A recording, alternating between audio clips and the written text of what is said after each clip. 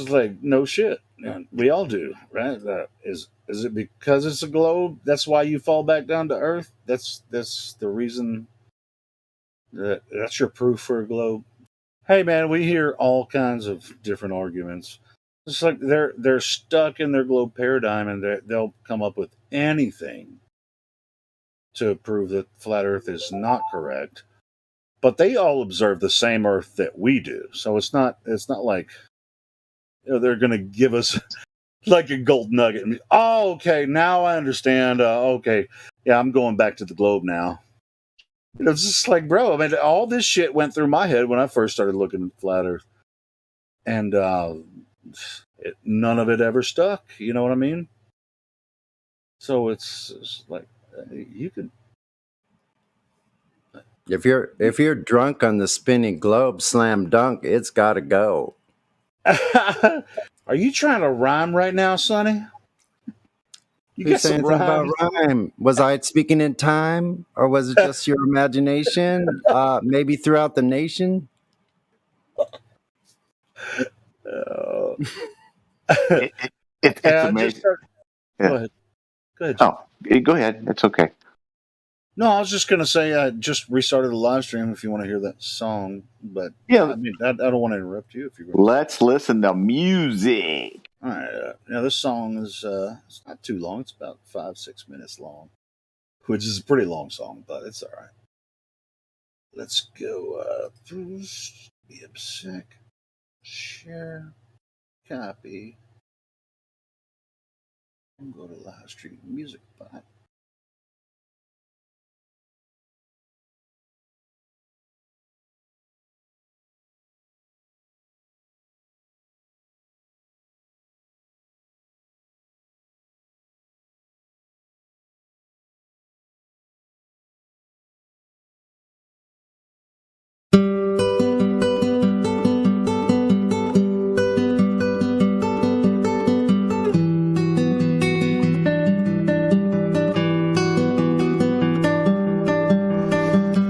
I must now tell you why, as you awaken from this global lie. Despite what they have said, Earth is not a globe spinning, but instead they mind tricked you to steal your plane, as someone close to you programmed your brain. But why? So clear this is, improve your stance. Space is fake, we are contained, their scheme is over. The truth has just begun.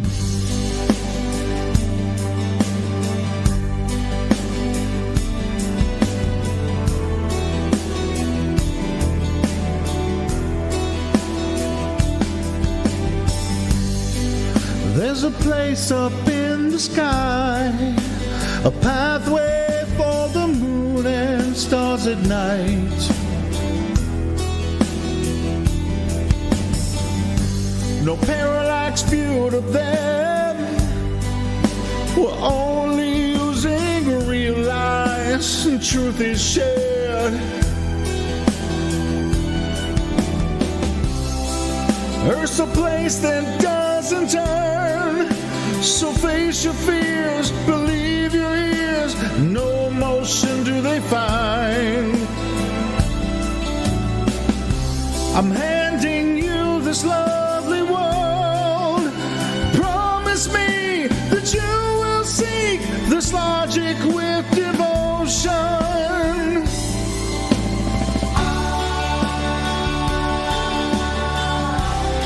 I truly see your point of view.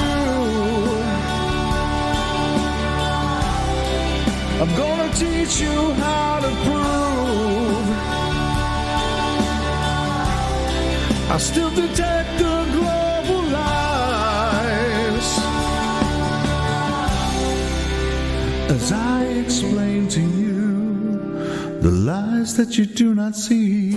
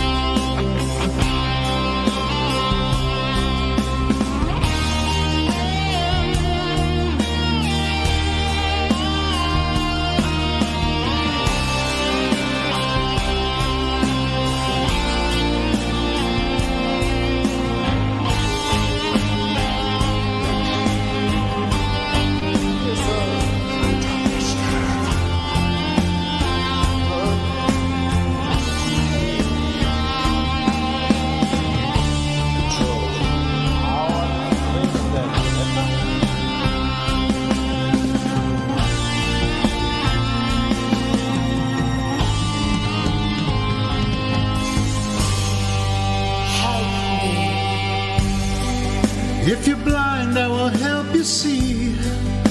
You must deny the vicious lies you believe.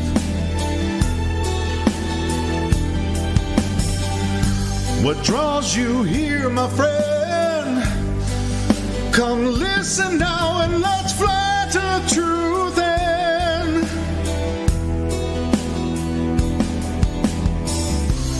Giving advice for you to learn.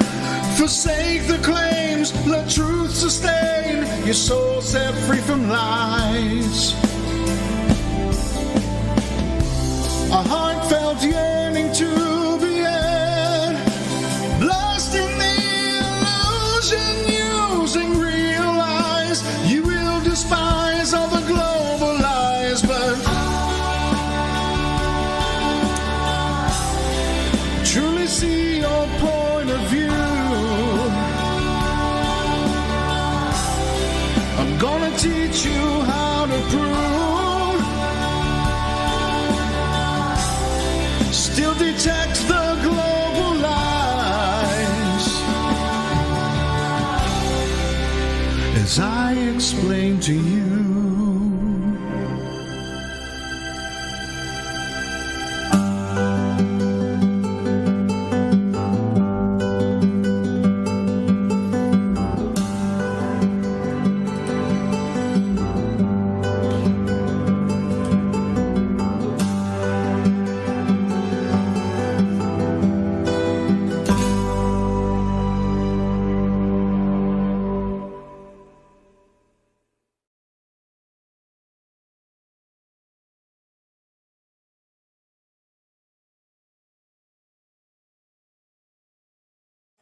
Oh, that was great.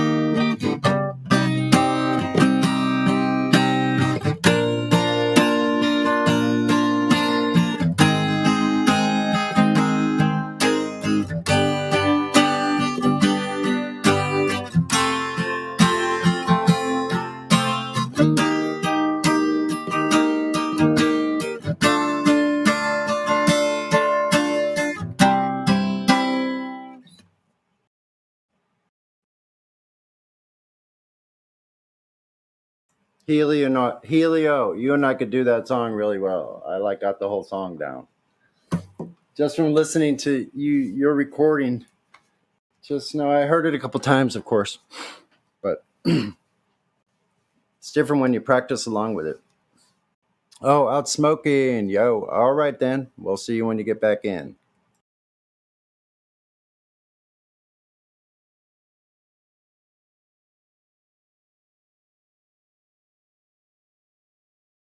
people are like, is Sonny talking to Helio about coming back in from the porch?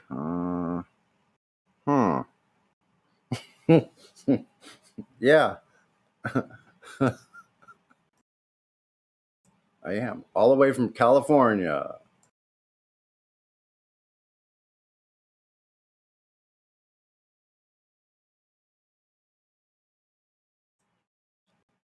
I could actually point to Helio right now. All I got to do is stand up and stick my arm out in that direction, and that's where he is, somewhere over there. If you point east, you'll find me. That's right. Hey, do you remember when Operation Mindcrime came out?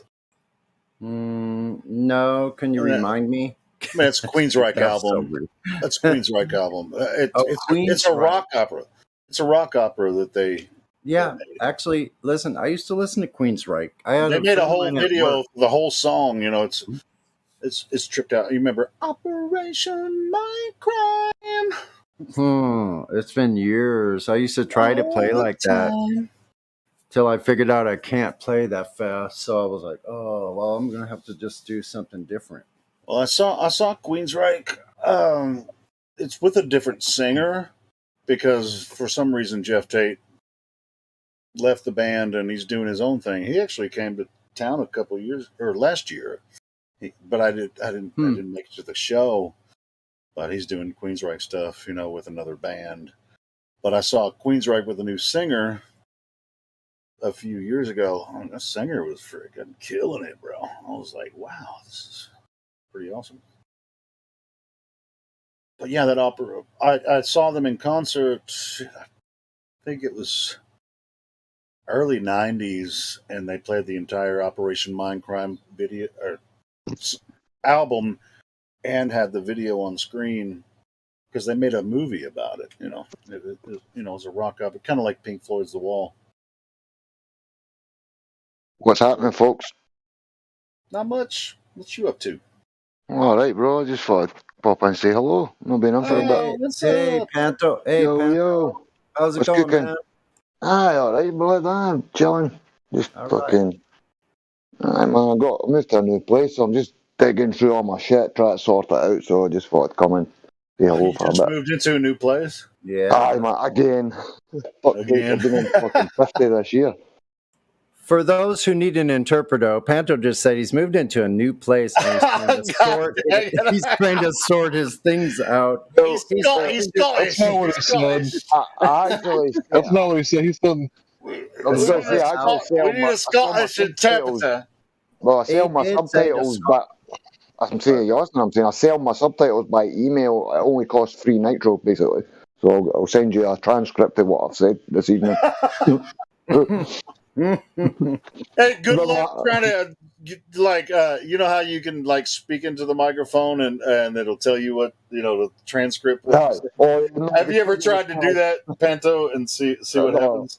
No, see if I do it like a Siri search or some shit. Like I ask something basic and I try and speak and enunciate, and it comes up with something fucking completely different, man. I'm telling you, it's kind of like speaking to Canadians. For some reason, Canadians and my accent don't mix very well. Even if I don't think there's a Scottish setting on those apps. You know, I'm just So it's good, yeah. Like if the government's recording everything fucking people say, like America's got like. Well, it's a good thing they can't understand a goddamn word you're saying, so it's okay. That's what I'm saying. Eh? Well, supposedly, and I think it's someplace south in the southern part of Scotland. America's got like this fucking like military style base, and they've got all these huge like radar dish things, and there's like fucking I don't know 20 or 30. And they probably have a team. They probably have a team of Scottish translators as well. They would fucking need them. And believe it or not, man, when I come on here, I always speak slower than normal, and I try and pronounce my words, and I try not to use slang. I'd love to hang out with you and your Scottish buddies and just like go. Yeah, but just kick it and go have a pint somewhere or something. Bro, I'm maybe actually going to go. I'm waiting on a passport coming, and when it comes, I'm 90% sure I'm going to Amsterdam, and me and Martov going to a techno rave. What? Yeah, man. That sounds like a lot of fun, man. Wow. Dynamite. Shoot. Dynamite. Can't wait. I've always wanted to go to Amsterdam, and over there they do raves like professionally, man. It's not like stupid fucking discos. It's like banging lasers, CO2 cannons, fucking the lot, man. Everything. I've only seen them from a distance. Look, they used to in the 90s, all through the 90s on the beaches here. People would set up these huge things with tents and like sound system, the whole thing, man. Like Big generators. Yeah, all man. the lights shows, all the people throwing around these lights and all this stuff. You thought you were in like Coachella West or something. Like, where did these people come from? Well, bro, see, back when I was 15, just before I turned 16, I was going to over 18 raves. I was getting a public bus to the rave, getting on for a half fare for child fare, and then getting into the rave, basically for fucking supposed to be an adult. But that was in the heyday of when it was prior to, like, years ago, years and years, dance music was like jungle and breakbeat and like all these, but they're all set genres now, but at one point it was just as it evolved, all these separate parts got added and then they broke off. But I was there basically when it was at the height of GABA, terrorcore, raw style, the hardest banging shit, like minimum 180 beats per minute, minimum. Yeah, but you know what? You're a lot younger than I am. I can tell because of the music you're talking about. Huh? How old do you think I am? Maybe 50. You cheeky bastard, I'm only 42, man. See? So check it out. So listen, when I was growing up and doing what you're doing, I was going at 14 years old to go see Pink Floyd with my friends. Oh man, I wish. Years old. I'd love to see Floyd, man. You ever heard of the Australian Pink Floyd? Supposedly they're meant to be indistinguishable from the actual Pink Floyd. I have heard that. There's a lot of Pink Floyd cover bands that tour around America as well. And I know, but see, specifically the Australian Pink Floyd, bro, I watched a video, I don't know if it's a DVD or a YouTube recording or whatever, and the light show, the lasers and the projections, and it was mind-boggling. It was literally, if anything, it was as close to being better than Pink Floyd.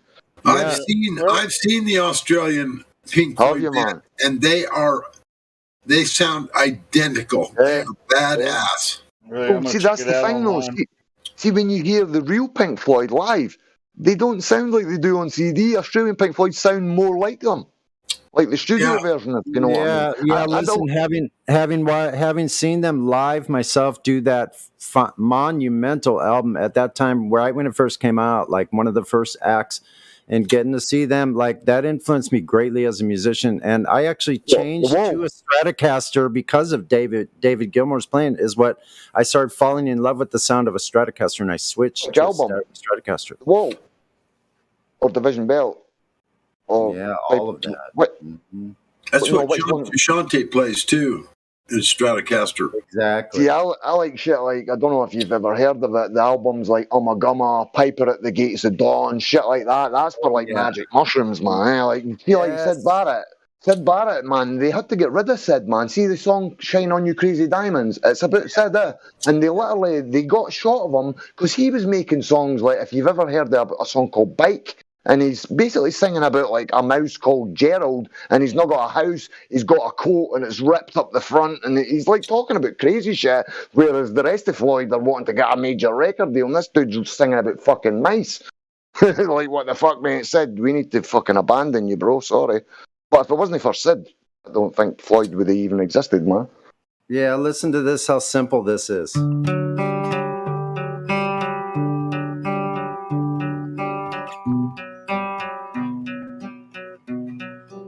Like, just like that. It's so simple, you know? I think what that is. It's so memorable. Like, you know immediately when you hear that, but really it's just these 3 notes and then another 3 notes. I can play a little bit of Shine On You Crazy. No Shine On You Crazy. What's the other song? Probably the best known and best liked song of fucking Pink Floyd, man. What the fuck's it called? Even people that don't like Floyd like it. Wait a minute. Yeah. Hey, man. Nah, not that one either, man. Fuck.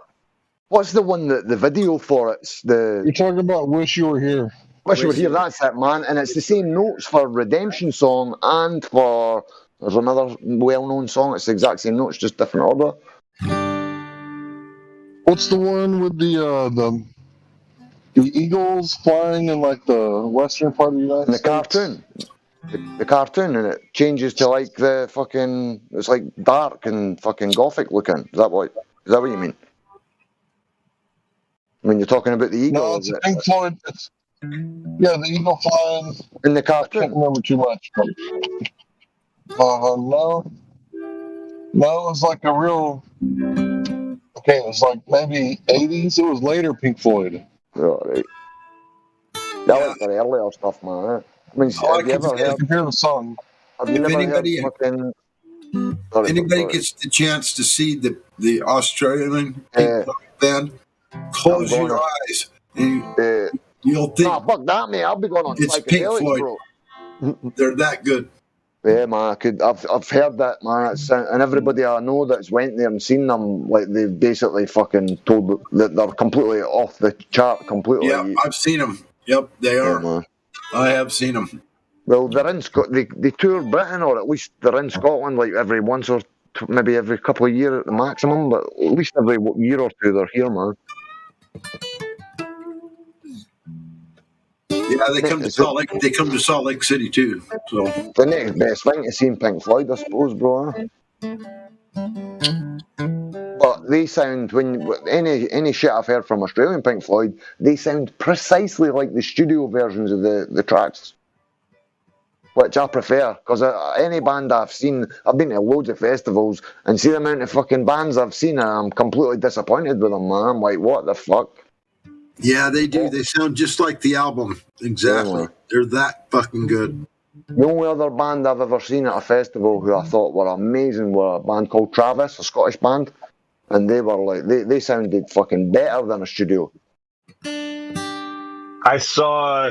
after Lane Staley was dead, however, it was with their replacement guy that they got, but he's really good. But I saw Alice in Chains. I saw an Alice in Chains acoustic show in front of an audience of 1,000 people. That was awesome. Like, and then in the same month, I also like a month later, same place, like the crowd of 1,000 saw Chris Cornell. Acoustic. It was half acoustic, half electric. The first half was acoustic, and the second half was plugged in. They did all and that was, dude. Yeah, both of those were like awesome, like almost same as like studio quality. Like they're both known for being really good live, like that. Yeah, Lou, see if I go out, bro, I like to dance, and if I'm paying money to go to a event, I'm going to dance, and I can't really dance to rock and shit like that, man. So it's not my cup of tea, basically, going to shit like that, man. And like maybe Rage Against the Machine or System of a Down, because that's like up tempo, rah in your face shit. I could maybe get into that, but nah, it's like being at a funeral, man. Honestly, man. You ever heard of David Gay? You would have, like, if you were there with me at the Chris Cornell show, you would have enjoyed the second half of it once it plugged in. It was actually really funny because there was a lot of people there that were like, there was like moms who like took their kids to go and see and shit like that, and they're all up in front, for the acoustic part, but then all of a sudden the format switches over. And a mosh pit breaks, and they're freaking out. They're like, so they felt safe for the first half, and then bang, fuck that. It was hilarious. Rock's not my favourite genre at all, man. I mean, I don't like thrash at all, really, in general, but some System of a Down songs are absolutely fucking tremendous, man. Like, 1 minute they're screaming in your face, the next minute it sounds like a choir at church, singing from heaven. They're like, whoa! Next minute, like, rah, fucking this and that, rah, rah, and you're like, holy fuck, man. What the fucking maniacs, bro. Same with, like, Slipknot, they've got, see the lead singer of Slipknot, he's got a band, can't remember what it's called, but he plays like acoustic shit. Did I just disconnect there? No. It's just I don't know what it is. I reset the iPad as well, but for some reason, low power mode keeps kicking in, and when it does, unless my screen's on, mic and the audio dies completely, and it's not going to fucking. cuts it off to save the power. I can't fucking change it, bro. I reset all the settings, thinking it's got to obviously revert back to how it was. Still keeps fucking doing it. Torture, man. I'm gonna go to the Apple up if I have to, like. Yeah, see, I don't know. Like, what you're talking about with raves and dance music, electronic music, whatever. Like, see, I listened to some of that stuff for a little while because a bunch of my friends did. Basically, I went to a bunch of raves for the party, for like party, the drugs, the bitches. You know, like that's why I was there. Like, but I wasn't really that big into the music itself, and I tell you what, right? it's all the same. You know, I'll tell you what I'll do. I can't play it obviously on what do you call it, on the live stream, right? But I'll send this link, right? This is my favourite Terrorcore song. I would fucking literally, it's the best fucking like hard fucking track I've ever heard in my life. Wait to hear this, bro. Honestly, man, this will fucking shake the fucking molecules in you. If I can fucking find it. There you go.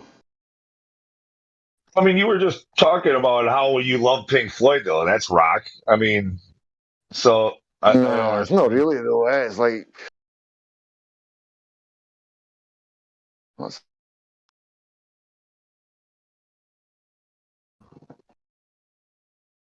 shit. Does my audio still sound the same? Because yous are crackling like fuck, man. Yeah, you sound all right. You seem a little distracted by your crackly mic, but otherwise. Is it me? Am I crackling, man? Sorry, I'll No, you sound fine. It's just in your earpiece or whatever you're listening to. By the way, all right, I'll tell you in a second once I fix this. Yeah, it sounds fine to us. I hear you great too. Hey, Pontomanos, can you hear me? Any better? All right, listen, bro. You need to go into your settings with the app. You got one setting that has to do with your battery, or it has to do with your internet. So your app is being limited either by your battery or by your internet usage. And when you're not like pressing the button, like and the screen's still on, it disconnects. You're breaking up, man. Right? You broke up there a bit, though. Right. Well, I don't think it's the app, bro, because it does it on like it doesn't matter what app it is. It literally just kills all power when the screen goes off. How about now? No, are you on a computer, like a PC? iPad. Are you on a PC? Bro. Oh, an iPad. iPad. Yeah. You have to go to your system sound settings, because what you do is you have a power section in there, and that's going to tell it to go to sleep after so many seconds. You can turn that off. Right. But see, I don't want to have to change it, like change the setting for the screen. I just want to, because when I first got the iPad, it worked perfect. I could just connect my headset, plug it into the wall and switch the screen off and just wander about and talk. It's still going to put it to sleep then. No, it didn't used to. I fucked about with shortcuts and changed. I made a shortcut so at 80% it went in low power mode because I thought I don't need high power if I'm just talking on fucking Discord, man. But fuck knows, man. Hey Lou, if you're still there, bro, or anybody that wants to sample it, I just posted DJ Skinhead's track. It's the hardest, most fucking tremendous track there is when it comes to hard techno, man.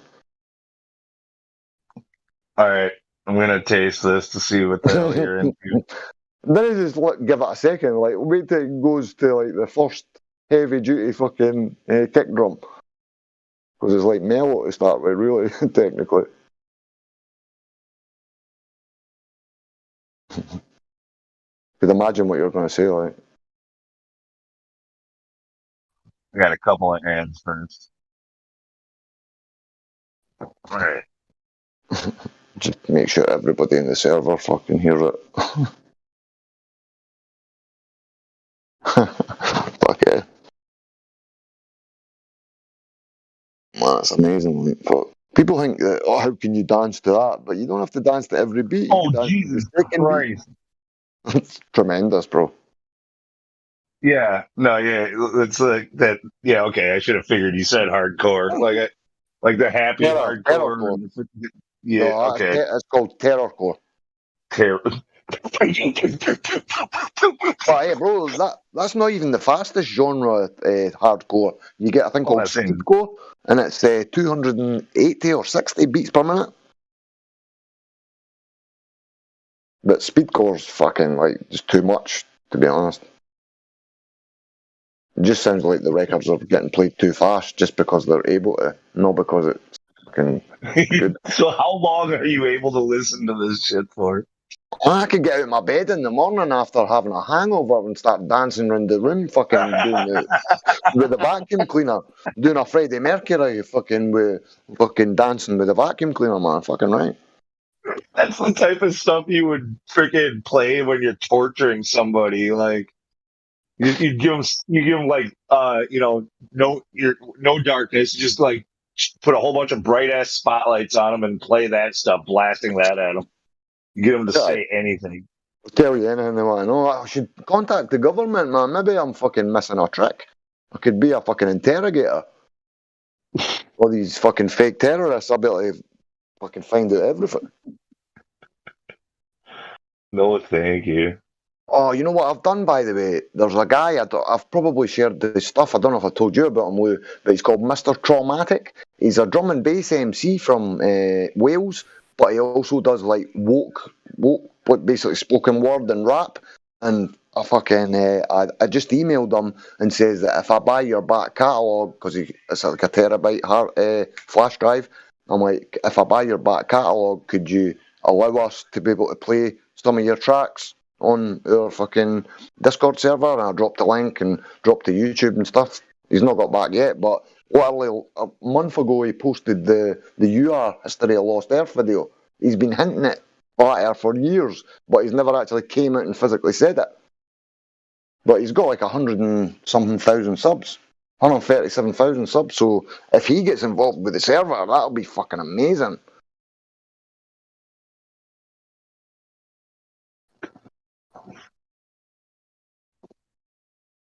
Never heard of any stuff, Lou, no? Or anybody? Wait, more of. No, this Sorry, guy, he's the rapper I was talking about, the Welsh rapper. He's called Mr. Traumatic. I'll post a link, man. His stuff's like completely woke lyrics, man. Unbelievable we don't shit. we don't use that word anymore. What? Woke? Yeah. Why not? Woke was stolen by the left. They've got that with their woke agenda. But they're fucking in the middle of a nightmare. Fuck, they've not got a clue. Yeah. But they decided they wanted it now that they dirtied it up. We don't want it anymore. But I use what the fuck I want.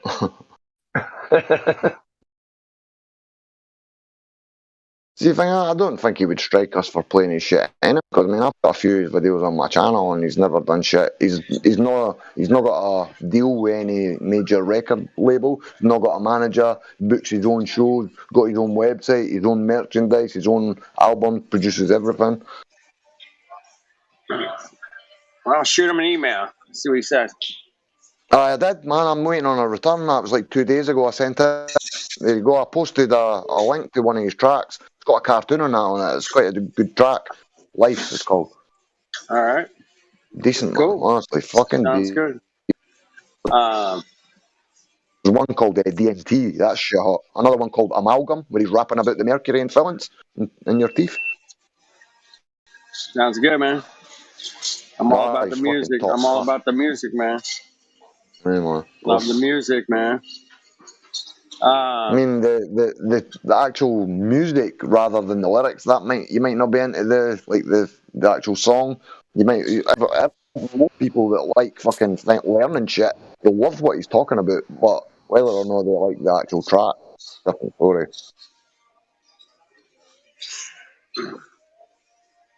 Cool, man. Sounds good. Anyway, Is my background noise too loud? Nah, I don't think so. No. All right, let me know. Oh, here by I'm sitting at the pub. Probably one of my favorite. I'll post this one, right? This one's probably one of, if not my favourite that he's made. It's fucking shit hot, man. Psychedelic Ascension. Cartoon's amazing as well.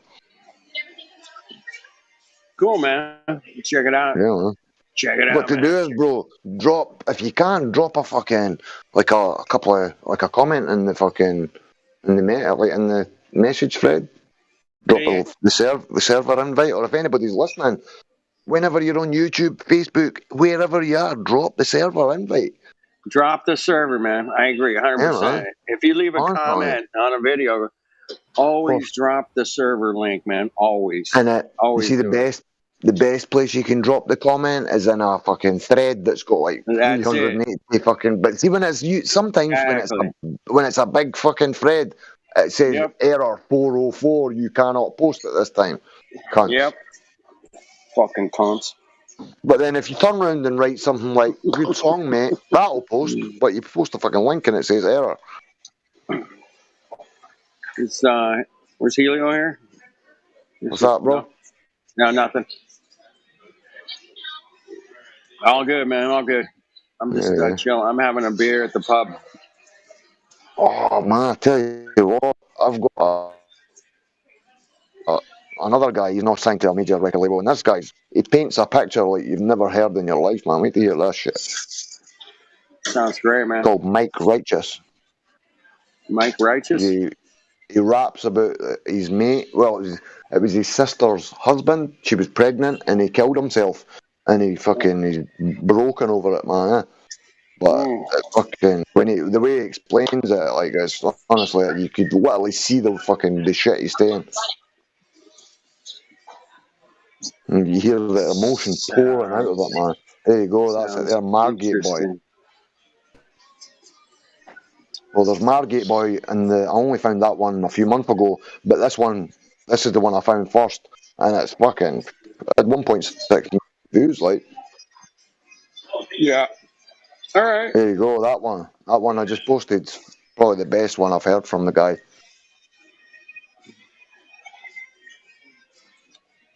Yeah. Let me put it on my fucking playlist. Yeah, man.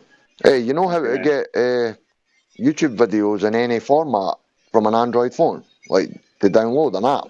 There's an app that you can take it 1080p, 720, 480. It's just easier to put it in my watch later playlist. Yeah. Well, this thing's called NewPipe. If you just type newpipe.net, it's an open source app. Literally, you can download it in any format, any resolution. That's cool, man. That's awesome. Man, I wish I would have had that years ago. It's been working for years, bro. Honestly, it's been like 10 years or something. Someone told me. Sorry, bro. On you go, man. Hey, Kenny. Yeah. So, thanks for sending the message to my phone. I know it works now. And I was going to say that it looks like the harvest is going to line up like almost perfectly with the get together. So just cross your fingers. It's still week by week. It's still week by week. But if I have another 2 weeks, maybe if that for the grow, and then 2 weeks of cure.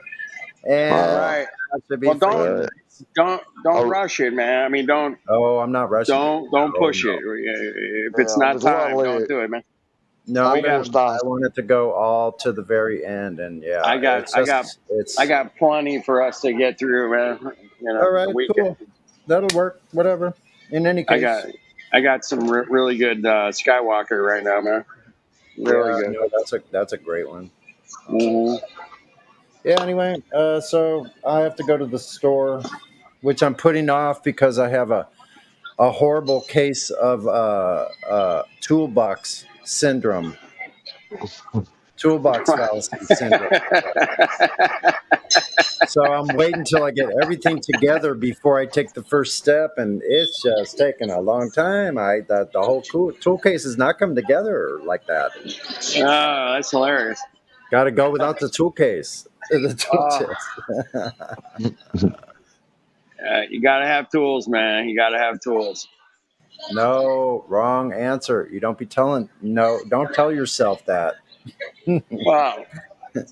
I have Don't to tell have yourself tools. you got to have tools when you're the one that has a toolbox fallacy. You want to watch anything in particular? No, that's good. Thank you. You're so sweet. Thanks. So I figured I might as well. Thank you. I'm at the pub. Sorry. That's Kenny sweet talking the waitress in Southern California.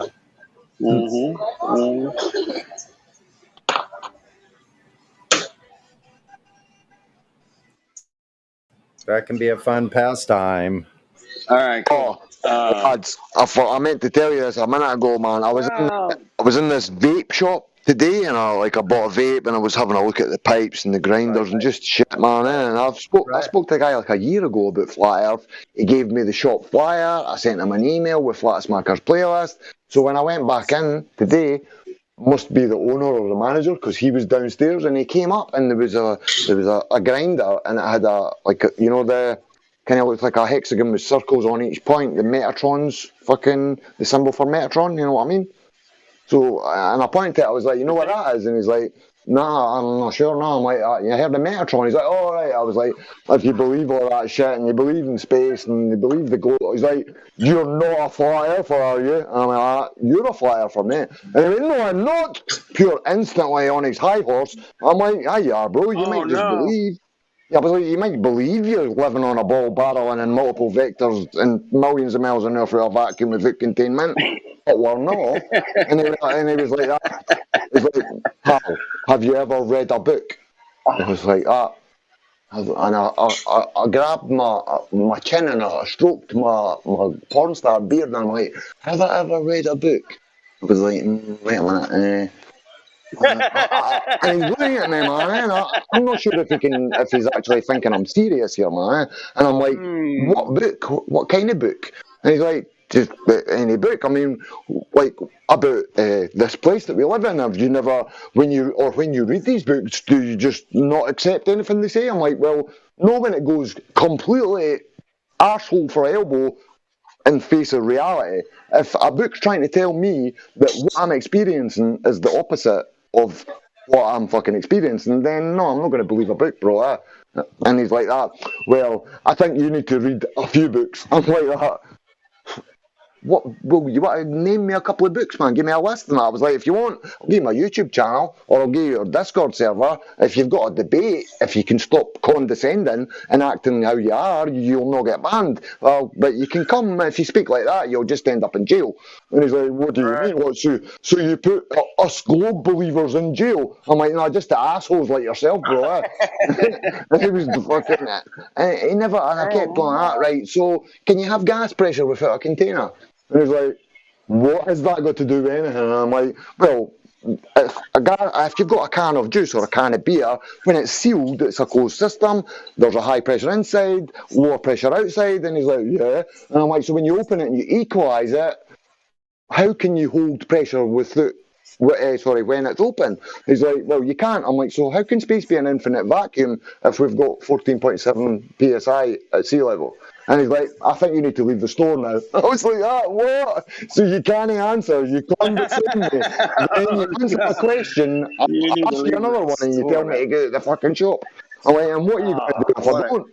That's what I said. It's like, there's not much I can do if you don't leave the shop. I was like, yeah, answer the question, I'll leave right now.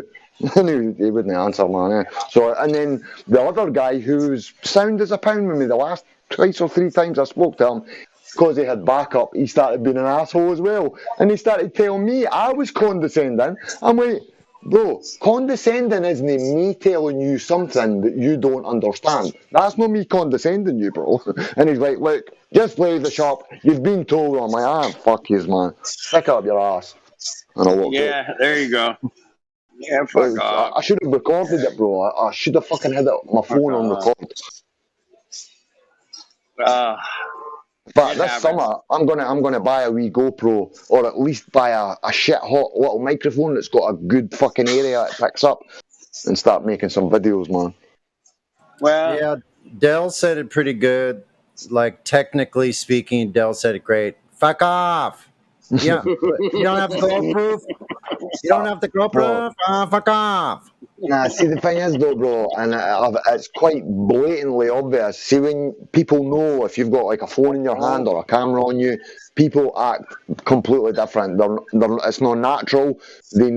Every now and again, they look at the camera. It might affect their answers. So after I recorded, I've done quite a few videos on my Pantomath channel, but I ended up thinking it's detrimental to the point that the energy I'm exerting trying to help people see this is actually affecting me adversely, so that's why I stopped recording people, man. Because it kind of defeats the purpose. It defeats the message I'm trying to give them. Somebody took the time to tell me, man. They used their energy and they took the time to tell me that information. Now I feel it's my duty to try my damnedest to at least give every person I can possibly see, give them the chance to learn. Have you ever read a book? You put your hand on your chin and went, It's funny. I was looking up in the air. A book and start looking around. Stroking my chin and looking up. I was like, and as I was looking up, I was looking left and right on the ceiling. Right, oh, that's great. That's the noise that was me. I was going, fucking asshole, man. But people who act like that, they deserve to be fucking mocked, Ken. Yeah, I mean, these Mongos, they don't know how fun flat Earth is, man, when you get it, man. Of course, they just man. Don't know. It's so fun. Once they exhaust, like, fucking well, why would they lie? And fucking that, then that's another thing they fucking, they come out with, man. They just go down retard Terrio hole or something. See, bro, out of my mouth, you'll not hear me throwing retard about, calling people names, mocking them, insulting them. I'm not like that, bro. I think it's detrimental completely, especially like, see if someone just random pops into YouTube and hears one of us berating a glober, 5 of us, and cunts are calling them retards and that. People, as soon as they hear it, they're like, I knew these fucking flat earthers were like that. And they go away and never come back. So, fuck that. Yeah, fuck them. Nah, but they're the type of people we want to try and get. The people who have got this view about flat earthers that 1, were dumb, 2, were argumentative assholes and we abuse people and all that shit of the day that they think the stereotypes. We need to we should be beyond reproach at all times in the live stream. So not one person could ever say they ever heard anything fallacious, like accusatory, fucking offensive, any of that shit. None of that should ever come into the airwaves from us. I mean, I don't think I would come in here if you guys weren't offensive. I would have been like, why would I want to join a bunch of nerds, man? You know what I mean? So man, everybody's different, man. So it's like the Nathan Oakley show, man. I mean, he's got people that love that kind of tone and shit like that. But to me, man, I fucking hate that kind of shit, man. Like fucking just screaming over people. We have a better balance than man, for sure. This is the best place I've ever heard discussions happening, man. No doubt about it. And we can have fun and poke a little fun here and there. That's fine. We're not absolute, mean people or anything like that. Some people in here are fucking assholes and all they want to do is berate and abuse fucking globers like punching bags, man. And I fucking hate that, man. I really do, bro. I don't do that, man. I don't do that. I wasn't saying anybody in here or not. I was just saying that like, the amount of people I've had quite a few issues over the years that I've been here because I have to. I've got no choice. If I hear that shit, like I go on YouTube and I hear people in here aggressive and shouting shit at people, I'm right on and I'm fucking halt, stop that now, yeah? Fuck that, man. Or if they're talking about the off-topic shit.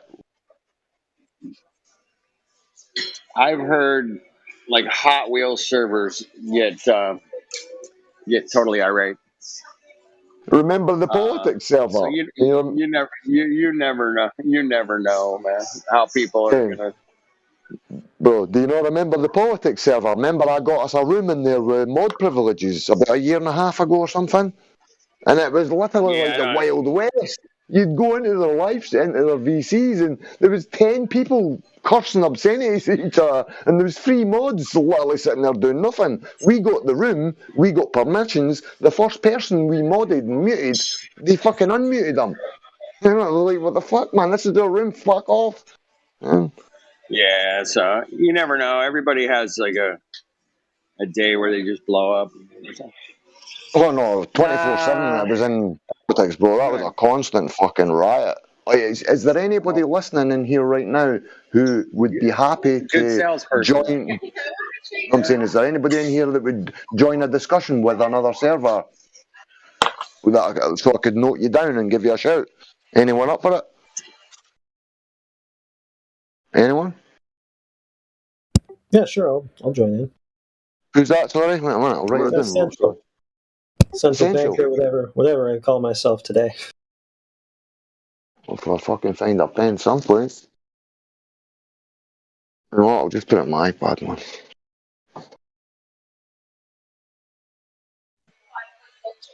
Where are you guys going? I don't know. I go like well, I've not been for a while, but I go to like servers intermittently and go in. I don't drop the flat earth bomb straight away, but then I try and have a wee crack back and forward, speak to one of the mods, try and find out who the owner or the admins are, and then try and set up debate, discussion, Q&A or whatever. Oh, okay. I've not had one sorted for a while, but I'm going to try again. Right, so who was I talking to? It was me. What's your name again, bro? Sorry? Central. So, it's Banker. Fuck's sake, man. Sorry. No worries. Right, just put Banker. Anybody else? We need somebody who's dynamite at maths, because I'm fucking ridiculous. I'm garbage. I mean, I'm okay. I got the basic Pythagorean theorem stuff. Right. Basically all we need to debunk the globe, but... It's our best to cover as many bases as we can, you know?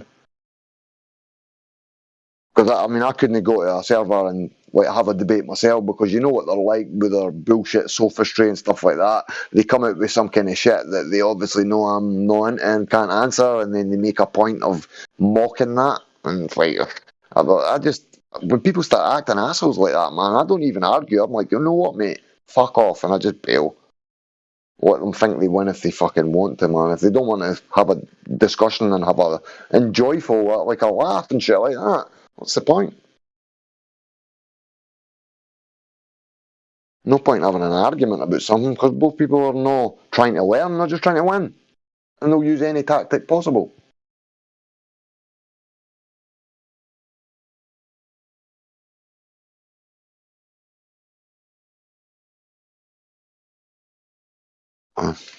Anybody else up for it? I'll put your name down. Pencil you in.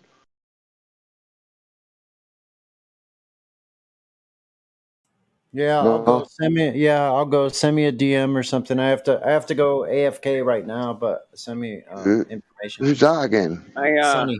I'm driving. Sonny. I'm driving. Sonny, all right, man. Sorry, Sonny. I should know your voice. That's all right. I'm going to be driving. I'll skip out on that one. Wait a minute. When is this supposed to happen? Like right away? Because I'm just going to go hunting, man. I'm just going to go on Discord and look for like sciencey type fucking servers. So you want to know who of us are going to be here when you bring them in? No, not to bring them in. Just I want to see if I can set up a discussion in their server so we can go over there. And obviously that it's in their best interest. Kind of the way I sort of advertise it to them is I tell them that we'll come over. It'll get streamed. You'll get 100, maybe a couple hundred server members. You'll get obviously some trolls, but we'll both gain some servers. Some subs. That sounds like a good idea. Yeah. Yeah, I've done it loads of times, man. Yeah. Yeah, right on. Just not done it for ages, man. Keep me posted. So, Banker, Sonny, anyone else?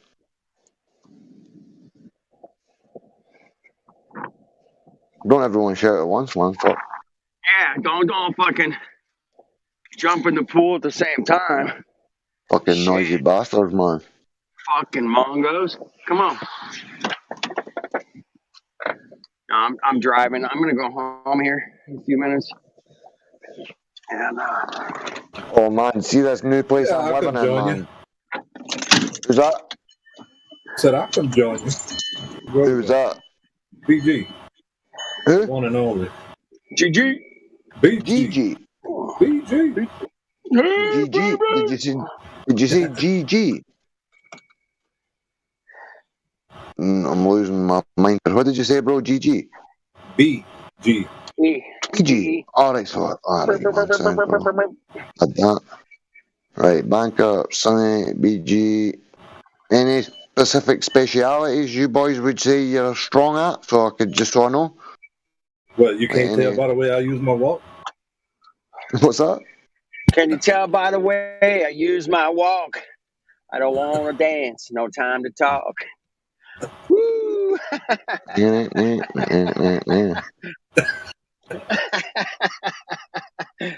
Woo! Pulled that one out of my ass. All right, well, you guys are awesome, man. It was a good conversation today. I was working my ass off, man. I could hardly listen. But when I was, it was good. Once again. I struggle to listen to the live stream for long, man. It's kind of the same issue I've got with watching TV, or like if it doesn't engage me specifically and intrigue me instantly, I'm like, nah, I just don't listen.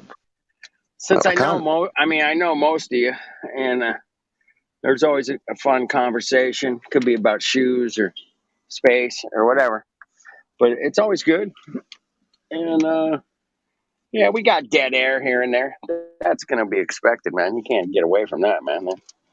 I know it's cathartic for some people just to chill and maybe trying to get to lie back at night, shutting your eyes to go to sleep and just have it on in the background just to fucking. But if I have it on in the background, I'm constantly contemplating what's getting said and it keeps me awake.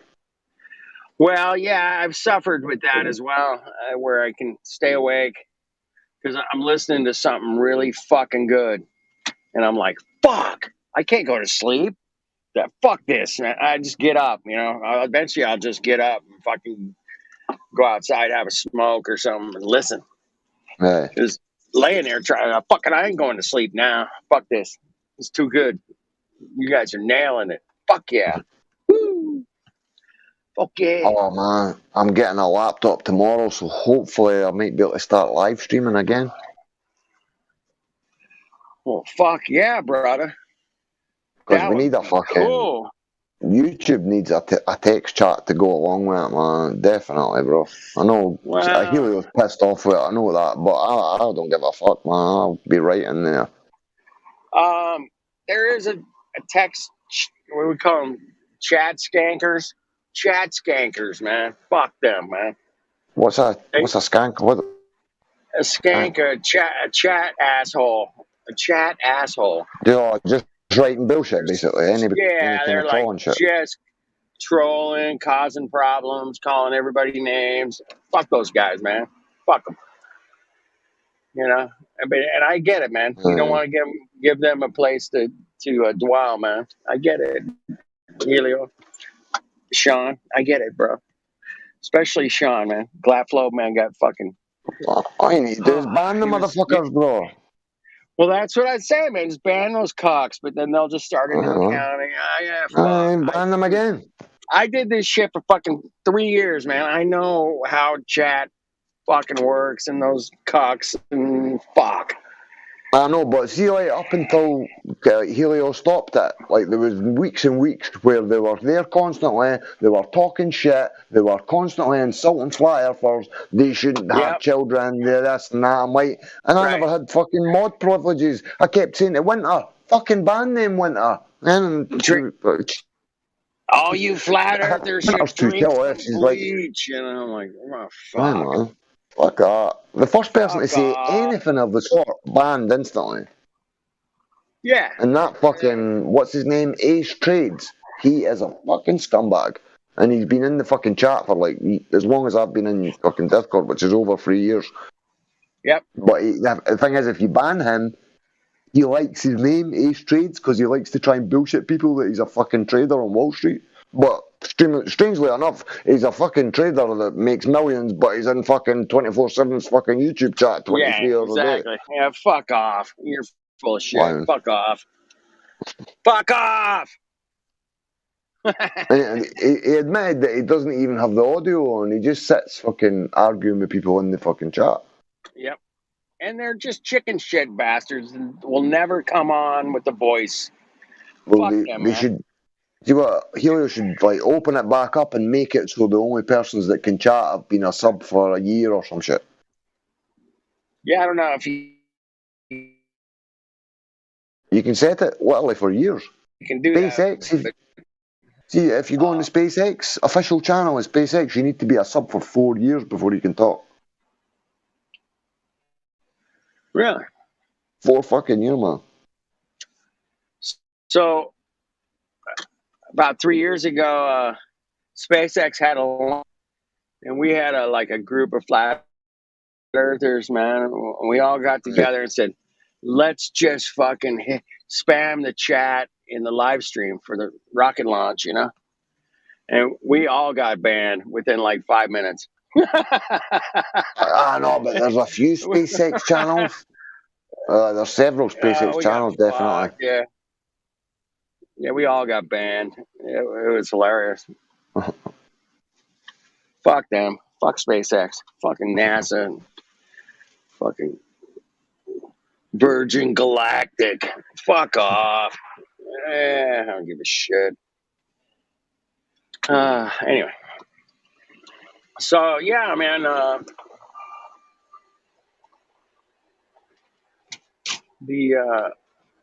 Like I said, man, there's great conversations here, and we talk about a lot of stuff, but, mostly flat Earth. I'd say 87% flat Earth stuff, or Earth, or space, or some shit like that, which is good, but we get off talk, we get out in the woods, in the woods. Maybe we go to the woods with the trees. But there's, nature stuff and growing food and good stuff around here, man. Good stuff. Thank you, guys. Yeah, man, fucking right. I wish I found this place fucking years ago, man. But I wish I found it when I was a glober. But yeah, I never, ever.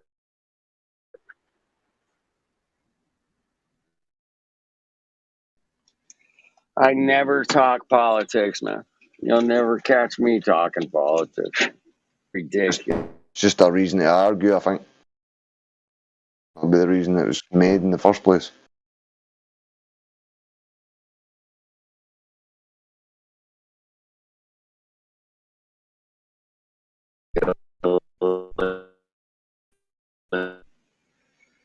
Says, fuck this.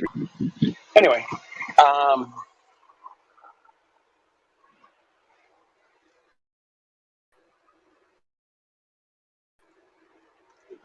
20 minutes. I'm driving in my car right now. If I if I get road body, man, let me know.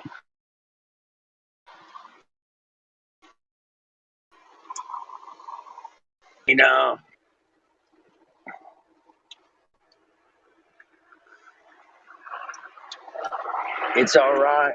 It's okay. It's all right.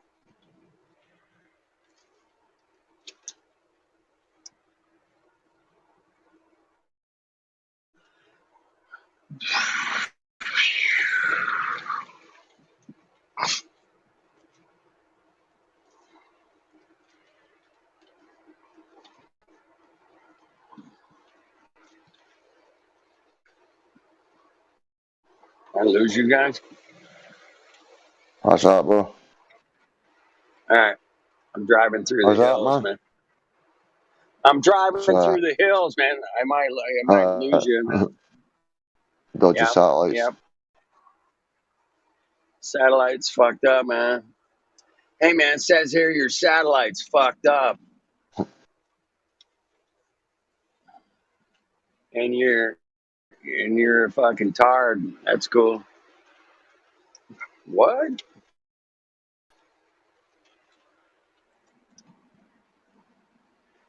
That's cool, man. Wife's a tard, man. She lives a kick-ass life, man.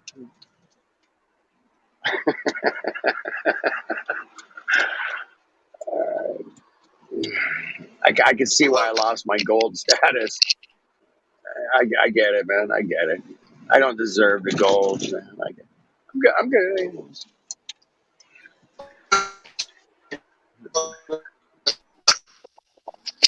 I'm just fucking with you because here's the thing. To me, like the whole status thing, like it's just so we can like see who people are and where they're at. Like as far as I'm concerned, you're like a gold plus.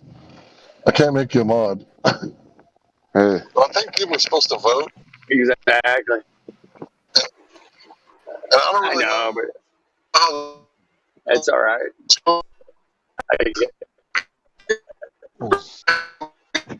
I'll just make them a silver again. Doesn't it take? Because to me, it's all fun and games. Doesn't it take a lot to get gold, man? Fuck. Yeah, man. If you fucking put 4, 5, 6 months of work in, man, you'll get gold, no problem. You're helping people, you're seen to be helpful to noobs, fucking, you know what I mean? You never fucking get aggressive and shit like that. No, I never get aggressive, man. To tell you the truth, he's been gold for a while. I'm even more chill than fucking Sunny, okay? And it doesn't come more chill than fucking Sunny, man. I'm always chill, bro. It takes a fucking, like a very intricate fucking troll to get me wound up, man. Like, I'm not. See, if I say something and somebody completely ignores it and fucking says whatever, and I have to repeat myself. See, once I've repeated myself 2 or 3 times and have to explain it in multiple different ways, the same thing, I start getting pissed off. Like, I don't even notice it. I just start getting agitated. At that point, man, I just tell them to fuck off and like, fuck off. Do you know that you eat food? Well, how do you know you eat food? Fuck off. You ain't fucking going there, you fucking stupid fucking moron, man. You're just trying to piss me off. Fuck off. Yeah, I've even heard that shit on here. I don't know if I eat food. I don't know. I'm like, what? Yeah, fuck you, man. Fuck off.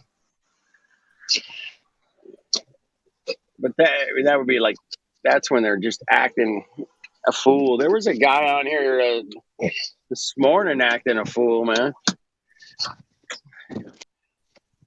I forget it. I didn't catch his name, man. Younger kid, man. He was like, he had it all figured out, man, that we were full of shit. And it was like, and he proved us all wrong and he won. And I was like, all right, shut the server down, boys. Shut that shit down, man. We're done. Fuck this, man. It's over, man. Fuck, we lost. Some Mongo came in and proved us wrong. Fuck. I've been saying shut the server down to people for fucking since I came here. In fact, like probably the first time I heard someone claim some fallacious globe argument. Right, that's it. Shut the server down. Tell the mod team, right, that's it. We'll just change it to a fucking, I don't know, a Roblox server or some shit. Right. Change it to like a music appreciation server.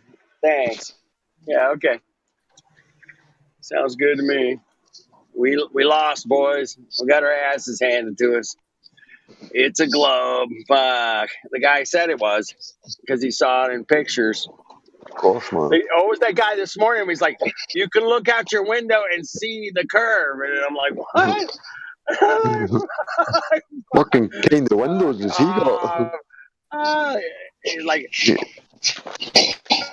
he must have some fisheye fucking windows. You can see the curve, yeah, right when at the ocean, yeah, the fisheye windows. That's it, fisheye windows. That'd be a good name for a fucking channel, man. Fisheye windows. Or fisheye glasses, man. Are you wearing fisheye glasses? Yeah, okay. You might want to get those that prescription checked. He's literally just Get got that thing fish checked out. eyes. His eyes are fish eyes. He's like transplanted from fish. The fish eyes, yeah. Right from the I got my new eyes came from a rare hammerhead shark. No, a parrotfish. He's a parrotfish, man. Parrotfish. I'll tell you guys something funny. I used to work with this dinosaur. She was like a really old lady. And she used to come in every day and say, "Hey guys," like over and over again. "Hey guys," every time she talked to us. And then one day somebody pointed out that she had like jaundice or something because she had yellow eyes. And after that, everybody started calling her Egg Eyes. And she never caught on. So every day we'd be like, "Hey guys, come here." Hey guys, I kind of feel bad for it now, but yeah, she had needle marks running up and down her throat, like her. She was shooting them directly into the dome. I feel bad for her, but ouch, ouch, ouch, ouch. Yeah, you feel bad for that, man. You don't want to see people suffering with weird shit, man. You just don't. I don't know. I don't know, man. They want to see us suffer for sure. They want us to drink bleach and die.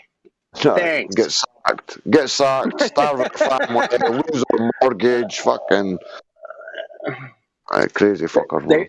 Those guys will fucking call your boss and say, "Do you know that Joey's a flat earther?" I'm like, what? Fucking cucks. I've heard stories of guys are like, this guy called my boss and said I was a flat earther. Did they not do it to Austin? I'm sure someone tried it with Austin, bro. Yeah. Then what's that? I'm sure somebody tried to do that with what's it? I'm 99% sure that was what's it. Oh yeah, no doubt about it. Yeah. Scumbags, man. What a low life to even contemplate that. You must be a fucking scumbag. I'll just gonna say some bad karma's coming your way, motherfuckers. Buckle up, bitches. Buckle up, globe heads. Because you got some bad shit coming your way, man. Motherfuckers. Motherfucker. All right. Oh, any of you know a guy called Zulu Hotel that comes in here? Zulu Hotel, boy, that sounds familiar, man. Because I spoke to him like about fucking 5-6 weeks ago, and he said that he had a P900, he was wanted by P1000, and he wanted to sell me it, and I knew I had some money coming, and I'm like, probably about the next month, 6 weeks, and I'll get it. And fucking, he's like, right, I'll send you it just now if you want, man. I mean, you get paid, I'm like, nah, just keep a hold of it, and when I get paid, I'll tell you. And I've messaged him every day since, and he's never fucking got back. Devastated, man. I already had it worked out where I was going. I was going to the top our first seat in Edinburgh, and I was going to get the fucking sunrise, the crepuscular rays and shit.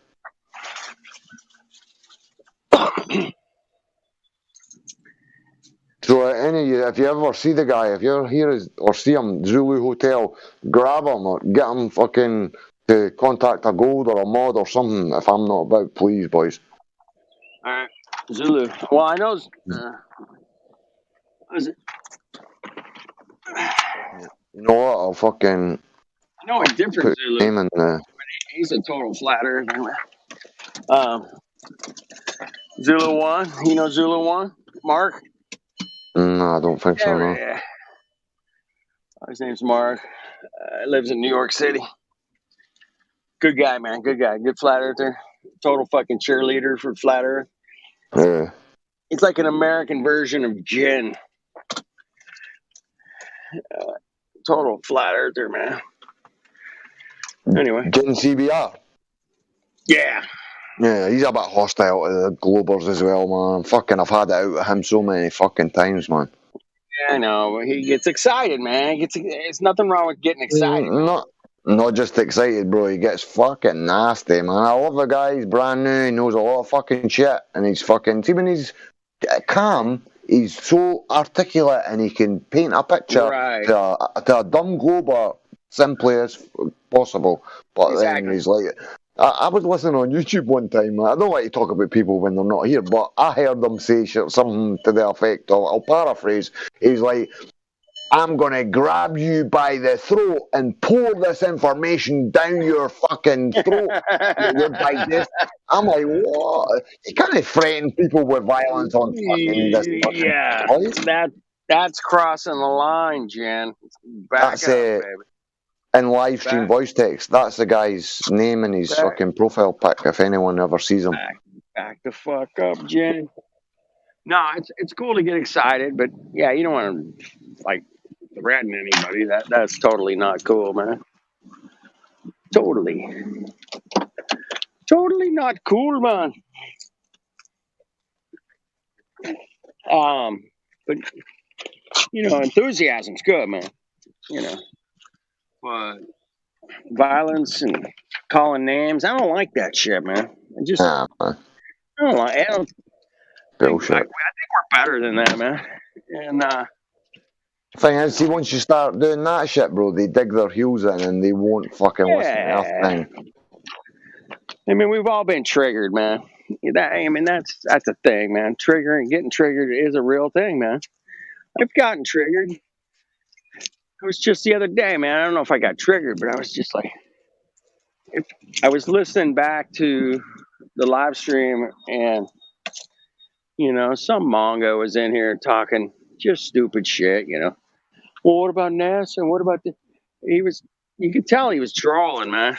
And I would have just hung up on him, but you guys kept him going. But I would have been just like, I got triggered now. I click, he's delete, remove from server, you know. But I don't have those kind of powers. But I would have just removed him because you could tell he was just here to cause problems. Just like the guy this morning. Just like the guy this morning going, you can see the curvature out your window and the rocks underneath the water makes the water curve. And I was like, oh, fuck off. Yeah, come on. It gets to a point where you just have, at some point, we've seen enough of this shit over the years now. We can pretty much see through all these Mongos. So the other day, there's a guy in here called 42 Ounce. You guys remember 42 Ouncer? Don't think so. Okay. Somebody left me a comment on one of my videos. Hey, man, I think that 42 Ounce guy was the host of a thing called Modern Day Debates. The James guy? The 42 Ouncer. Somebody said this guy was the host of Modern Day Debates. He thinks it's the same guy. Right. James? It didn't really sound like him to me. Yeah, well, I don't know. I've never listened to Modern Day Debates, but I go, whoever he was. But what was funny, man, the guy was here all day, and he was like really cool, and he was laughing about shit, and I had a pretty good laugh with him later on at night. But apparently, after I went to bed, this guy went total fucking retard and calling everybody names. I was like, what? I just didn't see that coming. He's still been in here every day. He's in the Cog Dis VC. Diaz in the live stream voice text, he just says he can destroy anybody in a flat earth debate. Oh my god, I just told him to get in, but I doubt he'll come. Yeah, we're here 24/7, man. Come destroy us, please, man. I'm begging you. Bro, he could even wake me up out my fucking bed. I want to be destroyed, man, with gas pressure without a container. Please, man. I'm here for any kind of bendy water and any curvature of earth, man. 24/7, come destroy us. Send us home packing with our tail between our legs, crying to mama. Going, Mama, this clover destroyed our server. Oh, my God. No, he says he can destroy everybody in fly off. I tell him to come to live stream. He says, no, I'm studying for a math quiz. Fuck you, man. Come on. You already got the math quiz. Math quiz? Not a final? You're not doing a math final this time of year? You're doing a quiz? What is it, the first week of school? What the hell? This is finals time, no quiz time. He's doing that's fucking. I'm calling bullshit on that. Totally, 100%. Fuck off. Anyway, we're here 24/7 to talk to anybody that believes they live on a spinning ball. I'm in 24/7 fear of being destroyed by a Globie. Somebody's going to bring Earth curvature any second now. I can feel it.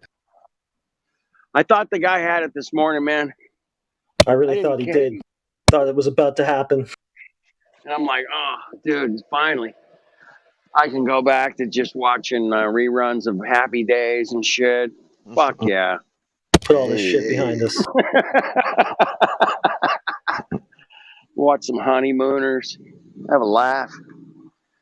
Go work on my car. Yeah. No. Now we're here to give you guys a platform to destroy us, man. That's why we're here. Come destroy us. Come talk to us. The link's in the description, man. Click the link. Flat Earth Discord. It's right there. It's like the second blue little line down on the little description thing. Click it and then join. Go to VC check-in. Boom. It's that easy, man. If I can do it, you can do it. Hey, I didn't have to go to VC check-in when I came to the server. I knew some people in the server, and they had verified me. You know, oh, that's Kenny. Yeah, I gotta let him in.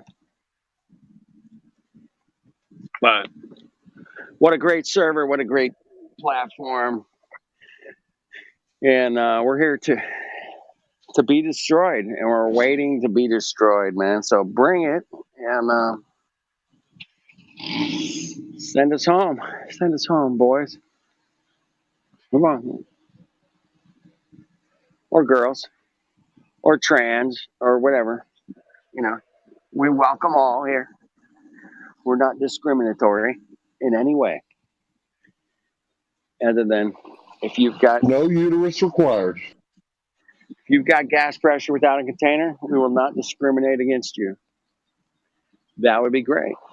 And we will not, you know, if you got some bendy water, that'd be cool. We'll take that too. Take that. If you got a measurement for the radius, dude, cherry on the top. Cherry on top. You can't go wrong. Everybody knows it's a globe. It's so easy to prove, right? So just come on in. It's so easy to prove, man. It's so easy to verify that we all live on that something that you could tell us to do to verify that we live on a 3,959 mile radius ball shooting through the space and having bendy water stick to the ball and then have an atmosphere, contained into a pressurized system next to a vacuum. Cool, man. Good story, bro. So See, yeah, any of those. I was just going to say, I don't say you can't have gas pressure without a container, and that means, or people take from that there's a dome. Like that, you're affirming the consequence. Right. For starters, technically, all we can do is we can show gas pressure or even a gas pressure gradient with a container. It's never been proven without it. Doesn't mean it can't be, man. It doesn't mean exactly because physics we know and the verification we've got. It's like somebody uses a logical fallacy, and instantaneously 9 out of 10 people in here think because they might use a logical fallacy to say their point, that doesn't necessarily mean that the point isn't valid just because it's fallacious reasoning you got it. Right. Well, it could be some other phenomenon happening that we don't know about, but a dome. No, I'm not going to. I'm not standing on a No, dome. I don't know. no. Could you? The only reason we need a fucking container is if space is actually a vacuum. If it's not, Right. it could just be a gradient. It could be electromagnetic fucking some kind of EM fields. It might be liquid helium up there. It might be fucking. Right. But it's not a But vacuum. just to say you need a container to me, or sort of the connotation of saying container means a solid fucking something. Well, that's what most people think when you say that. Well, if it's not a vacuum up there, it would be a form of container anyway, right? Whatever it is. Yeah, exactly. I mean, whether it's electromagnetic or a square box or whatever, man. We don't know. We'll probably never know. But we do know if there's gas pressure, something's got to give, man. And that's it. Well, it might just be all sitting on top of each other. The more dense stuff goes down, the less dense goes up, and it might just all be propped up on top of each other. And it might just be sitting there where, like, I don't know, the EM field that surrounds the Earth might. I fuck knows, man. You could fucking. Hey, I know that there's not some goofballs flying around at 17,500 miles an hour, floating around inside of their fucking space capsule. Fuck off, man. That ain't happening, dude. Looney Tunes. Ain't nobody floating around in nothing, man. Fuck off. I always made the joke. I was kind of taking the piss, but I always used to say, well, maybe that's why they need harnesses and wires for health and safety reasons. They need to because they're falling at such a great speed.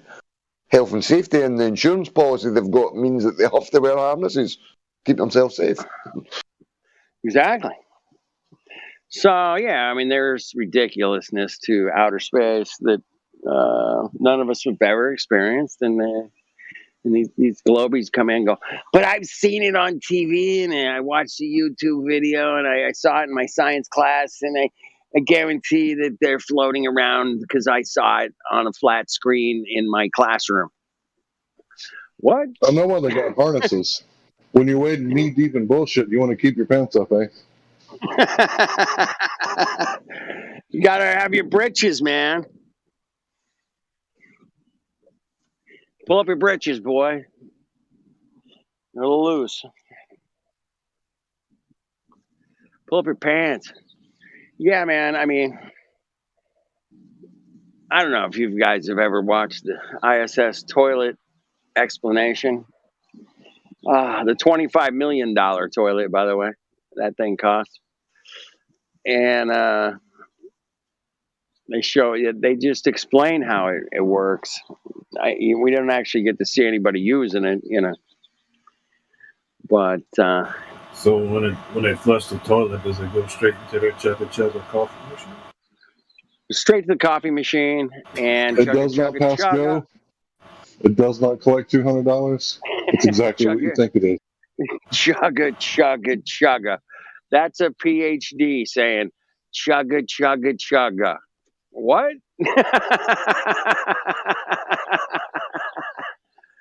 PhD says chugga. All right, that's a good one, man. Far out, man. I know a lot of PhDs, man. I don't think they'd ever use chugga, man. They're a little sharper than that, but chugga, man. Oh, yeah. And then you got coffee in the morning. Yes, coffee. Well, anyway, I'm here to laugh at most of this shit because it's ridiculous. Because they sold this thing through the Edward Bernays propaganda school, and it worked. It worked really well, man. It fucking worked, 100%. Still working. People think they're going to outer space or Mars or the moon or fucking. We're gonna fuck off. It's not gonna ever happen, man. Back down here on reality world. Where it's flat and stationary, man. That's the reality.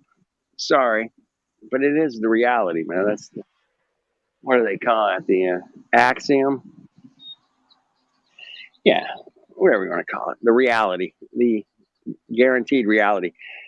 The guaranteed reality, man, is like if I'm cutting a piece of wood, man, I want to make sure my fingers don't get near the blade, man. That's reality, man. I can sense. I have really good senses of depth, and I got a sense of speed because the blade's moving really fast, and I can avoid that blade with my fingers because I can see and be in a reality situation. I'm driving a car. I see the car stop in front of me. Reality is I put my foot on the brake. Hopefully I'll stop in time and I don't hit them. It happens a lot. Most times I don't hit them. Good thing your brain. Good thing. I was gonna say, good thing your brain is able to compensate for the refraction, so you can figure out how not to cut your fingers off because your hand's not really there. And that car is really not in front of me. But Did you hear the guy yesterday who's saying gas pressure makes gas pressure, or atmosphere makes gas pressure? Did somebody clip that? Fuck. Come on, man. Help me out, Helio. Good. And every single time we said, yes, so that means there's a container. So he says, so that means it's a dome. How'd you get to that? That's non sequitur. Dude, this guy's playing checkers and we're playing chess. It's like, whoa, wait a minute, man. You can't just jump over fucking 42 pawns to get to the king, Fuck off. It doesn't work like that. Sorry, there's certain steps. Certain steps you got to go through in chess, man. Certain moves. But no, they just want to jump over right to the king or the queen. Captured my queen with your pawn, on the first move. Yeah, okay. Fuck off. Fuck off. Yeah. Gas pressure is created by gas.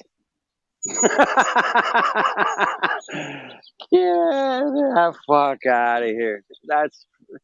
I've heard this before. Somebody else grabbed a clip of somebody saying the same stupid thing. Like, oh, okay, that's good. That's a good one. The laughter never ends around here, man.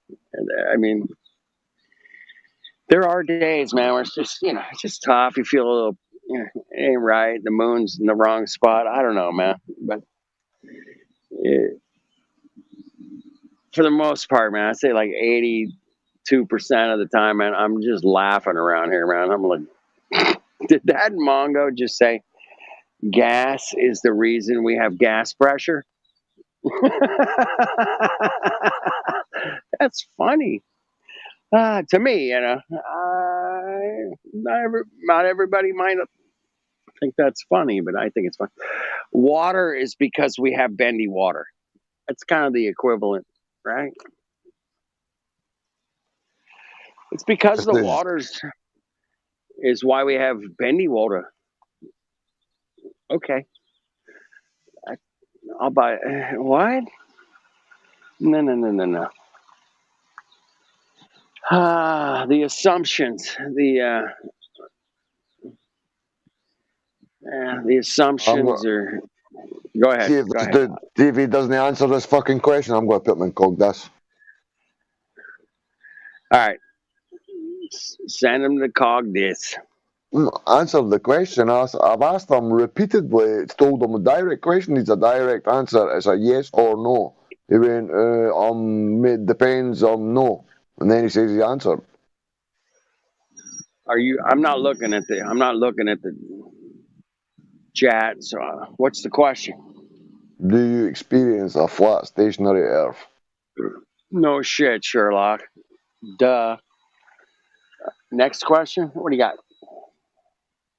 No, but I always ask Globers that because 9 3/4 out of 10 say, but they don't answer yes or no.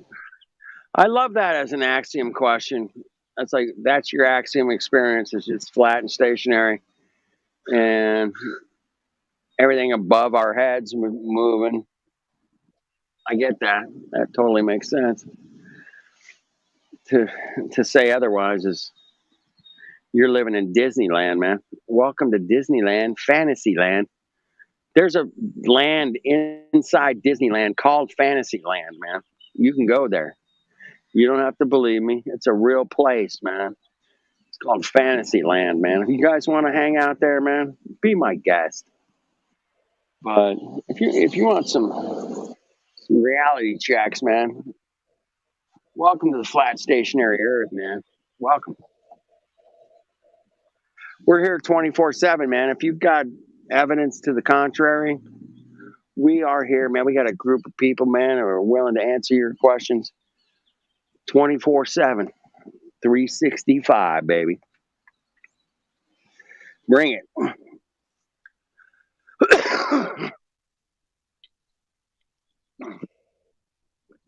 Bring your evidence for said globe. That would be good. That'd be good. I would be good with that. Good. Yeah, bring it, man. Click that link, man. Come on. Come on in here. Tell us all about Disneyland, man. What do you got? Because Disneyland's the happiest place on earth, man. And the happiest place on earth is a spinning globe. And that's where you live. Is the happiest spinning globe in the universe. The happiest. What about the happiest place in the universe, man? Is that space? The happiest place in the universe. Fuck just the happiest place on earth. Talking about the I happiest drew a place. diagram of the ISS and coffee machine. Hope you guys. The coffee, you did? Is that in the voice text? Yeah, I drew a diagram. All right, let me look at that. The happiest place on earth is where you don't have to think and everyone thinks for you, and you can just for you. There we go. Now we've crossed over. All right, Hank. Chugga, baby. Woo, that's great, Hank. Did you really draw that? You're awesome, man. My wife drew it, and I was playing on my phone, and I added to it. I love it. That's fucking pro, man. I'm gonna steal that right now, straight away. I'm mooching it. Got it. Click. Ah, that's a good one. That's a good one. Yes, you can, baby. You can turn your poo-poo into coffee. I can't believe it. Okay, dude, that's nasty. That's fucking nasty, bro. I can't believe that he came up with that one, man. Like, really? It's This really is good. cutting edge science at NASA, dude. It's cutting edge. This is all they got. All they got is Really? recycling piss and making coffee out of it, dude. That's their best science, bro. That's all they could come up with. No, wait. They grow lettuce. They grow lettuce in space, and they have a mouse. They got a mouse trap, mouse habitat on the space station. And oh fuck off! They brought nothing to the table, man. Zero. You guys, Dude, I didn't know there was bubbles in space, dude. I mean, what's up with the bubbles? Well, they're taking bong hits. Are they linked to the coffee somehow? It's bong hits in space, man. What about that? Bong hits in space, dude. that's what it's gonna be in 2025, dude. Sounds like a name of a punk band from the 70s. It's a hot band, dude. You ever heard of those guys? Fucking rocking, man. Bong hits in space. That actually would be a good name for, if somebody wants to make a sock account, go for it, man. I relinquish my trademark or copyright, whatever. Go ahead. Yeah, that's the bubbles in space. It's bong hits in space, man. I don't know. The only space they have is between their ears. I used to sing a song about that. I actually wrote a song about it. The only space is in between your ears, man. That was one of the, yeah. It's in between your ears. It was more of a punk song. Yeah. I'll play it for you guys someday. It's back when I was a Glober.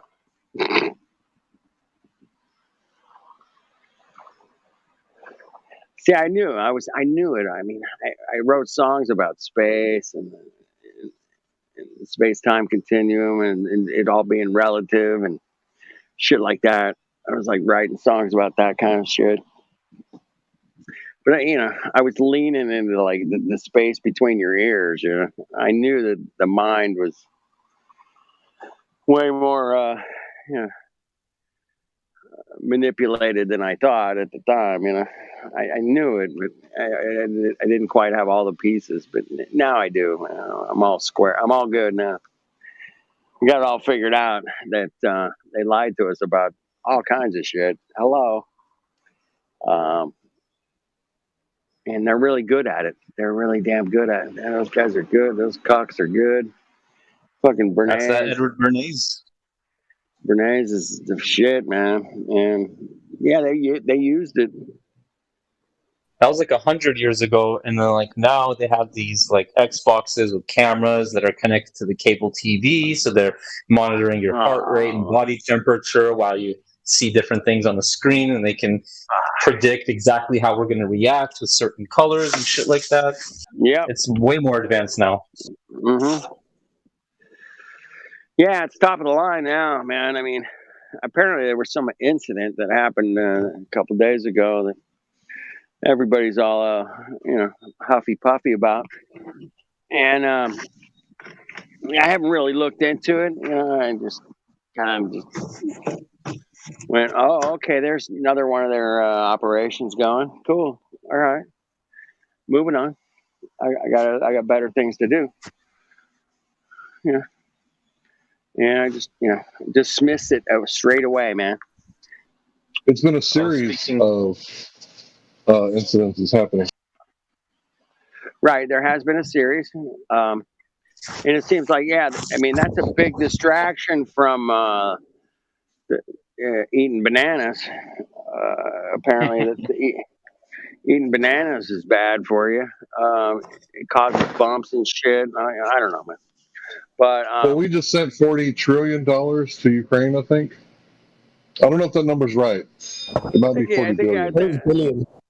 Wasn't it billion? I think it's a bill. Yeah. Billion. Yeah, we just sent 60 million to NASA yesterday, and the day before, and the day before. That's right. And today, we sent $65 million to NASA.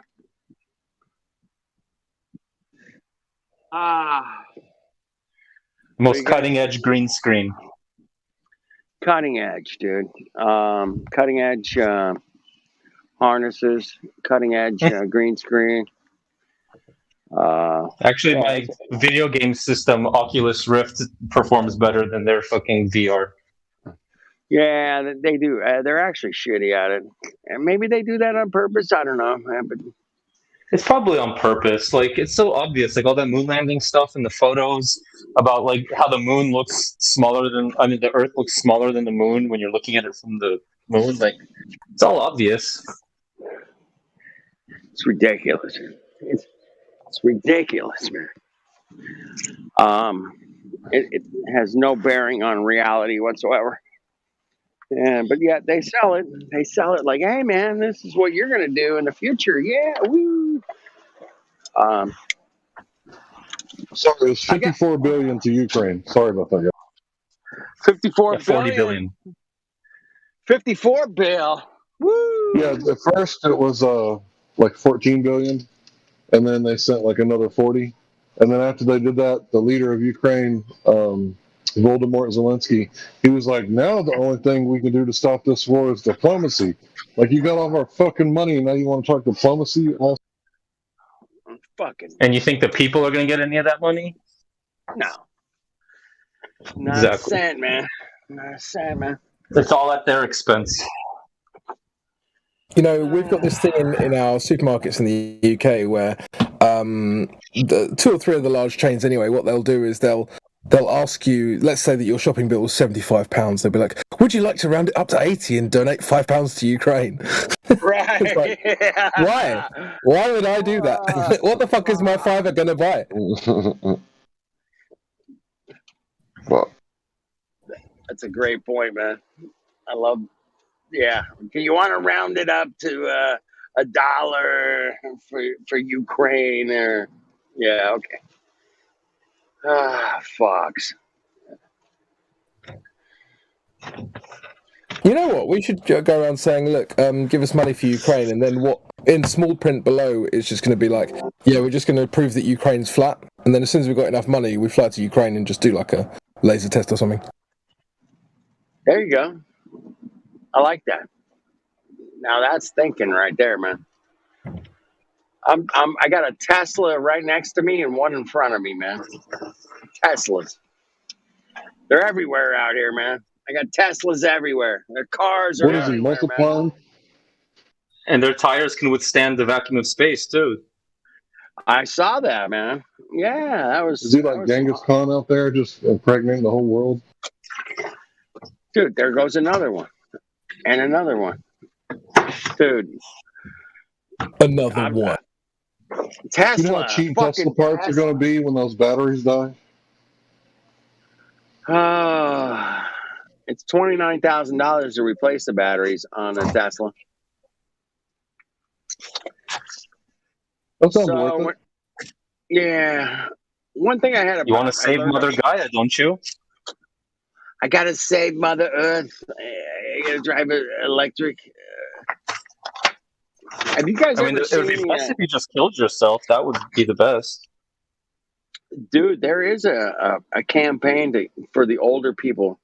I've lived a good life. I've lived a good life.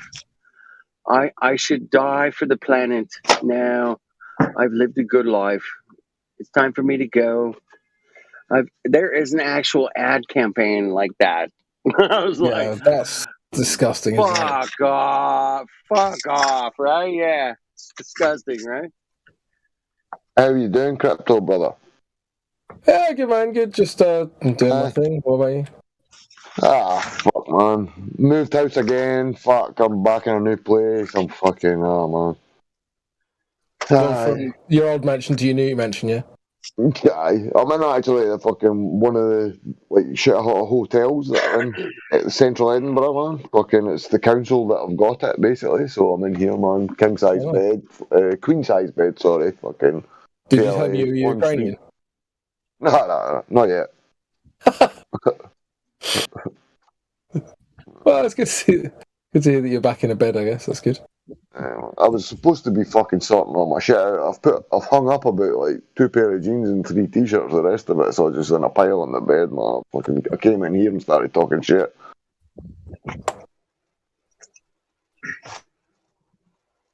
Nothing wrong with talking shit. Makes a change from the fucking Globers. Yeah, we've definitely been having a lot of low IQ trolls recently.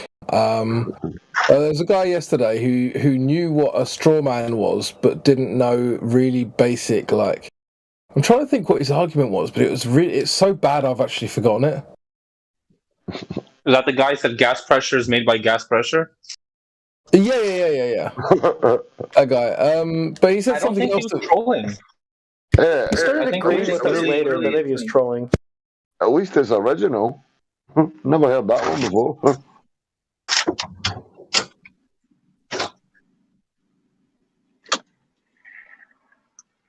No, he said gas something pressure particularly... needs a container, therefore it's a dome. That was his logic. Oh, he was saying Earth is a dome, wasn't he? It was just weird. Uh-huh. Because he kept jumping to that. He kept going down that slippery slope, and it was kind of frustrating. But at the same time, I think with those guys, we really got to start with the basics. He didn't know what entropy... He didn't know what second law thermodynamics was. And he's like, let me look it up. I'm like, okay, his next question is like, what's entropy then? So it's like you really got to start with basics with them. But then he starts reading the definitions like he's teaching the room. That's funny.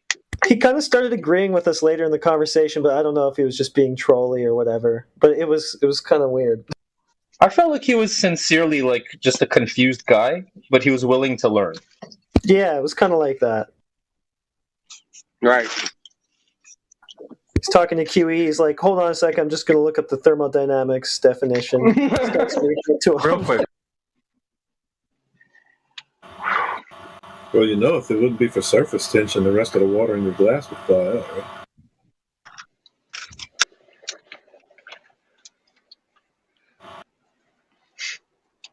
Well,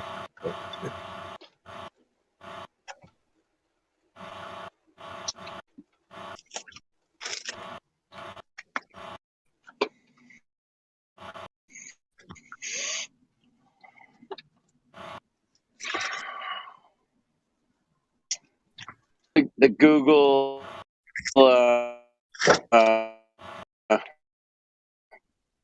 Google knowledgers. Like, I don't know. I'm sure somebody did it at one time. Hold on, let me look it up. Like, oh, okay. Yeah. Why do you believe this? There's plenty of evidence. What's the evidence? Let me look it up. Right. That's it, man. Let me look it up. Yeah, why haven't you guys just Googled it before? We never Googled it, man.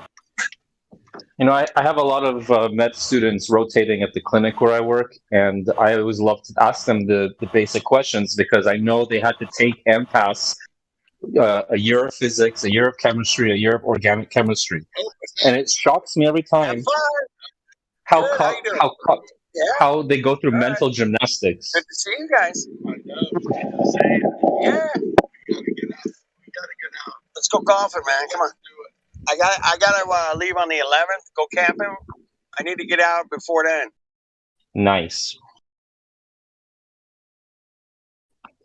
What about this dude? See that dude I put in cog this for fucking refusing to answer does the Earth appear in experience to be flat and stationary? And they said, yeah, so I put him in cog this.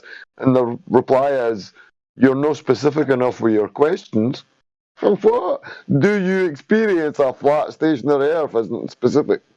What the fuck? Usually their first response is, well, the pictures. Like, are you kidding me? Look up Robert Simon, NASA's graphic artist. It has to be what I found really interesting when I first started getting to the more technical debates is that really the arguments are exactly the same. They're just layered in more intelligent sounding language. So when you drill down to it, they just say, "Oh, well, I just believe NASA." And then you but it takes you 5 minutes to get them to admit it. Whereas, like with like a less, let's just say a less seasoned globe debater, they'll be like, "Pictures from NASA, bro." Whereas you have to kind of like blood out of a stone. You have to get it out of the more seasoned globers. Hey, for all you single guys out there who might want to think about getting onto a dating site, I have a great little slogan for you that will make the women, come to you as a flat earther. You introduce yourself, and then you go. Your tagline is, "I like my women curvy, but I like my Earth flat." That will make them notice you pretty quickly.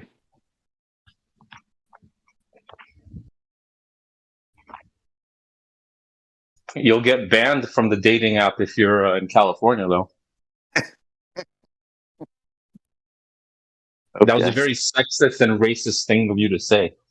I'm just saying if you want to do that. I'm not saying that's how I am. I'm just saying you're racist and sexist bigot for saying that.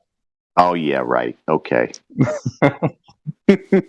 In California, hey, if I consider that in California, that might be a badge of honor. I don't know. It might be.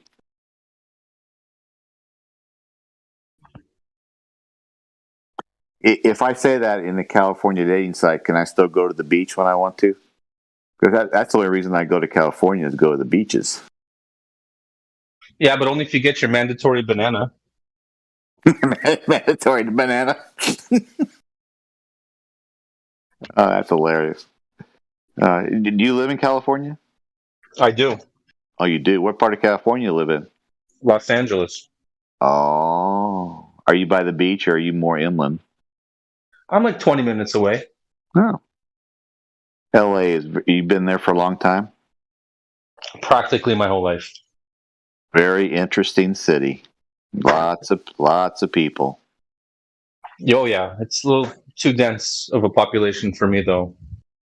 I've flown into LA 3 times in my life, and it's just like you get there, and it's like you fly over houses. It seems like for an hour. I mean, not literally an hour, but it seems like you're over houses for an hour, and it's all LA or suburbs. Mm-hmm.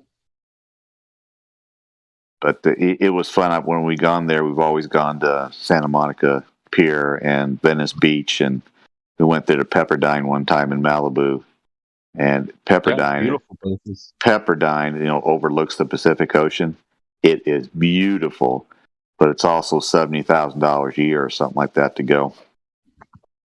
I grew up going to like Santa Monica Pier, and comparing it to how it was, say, 20 years ago, it's probably the amount of people on that pier now has increased by like 300%. Yeah, it's just really interesting. I mean, on Santa Monica Pier, they have that restaurant at the very, very end of it. I think we ate there twice the 3 times we went there. And never rode the Ferris wheel. Never did that. But it was fun. The weather was great all the time we went there, and couple restaurants that are right down from Pepperdine. That are right on the beach. It was just awesome. I mean, it was beautiful, but pretty expensive. Like when you live here, it's like living in a theme park, and you're paying for those prices too. I know. And what's gas now? What have you seen when you've gone out here? Oh my god! Right now, premium. I'm paying like $6.80 something. So you're in the sixes on the 87 on the unleaded. No. It's for the 91. It's like $6.87 right now. And for the 87, it's a little bit, probably like little bit cheaper. Like 40 something. Yeah, here in Texas, it's gonna hit 7, I think. Yeah, here in Texas, we're at 4.30 and 5.20 now. I feel like Texas is like turning into the new California. Give it time, because we have immigration coming from the south, and we have California and coming from the west. Mm-hmm. Yeah, see, I want to live in Utah where I'm protected from California with the Rocky Mountains. Salt Lake City is gorgeous. It's beautiful out there. We went out there to. Yeah. Go ahead. Go on. Oh, I was gonna say I probably would do like Ogden or Provo. Just I don't want that dense city population. That's where all the crime is and stuff. Hey, I live in California. I know how to get over the Rocky Mountains. Just saying. Not if the shit hits the fan. No one's trekking over the Rocky Mountains. Nobody's flapping their gums for 8 hours. And they don't know when to shut up. Great. I'll enjoy it.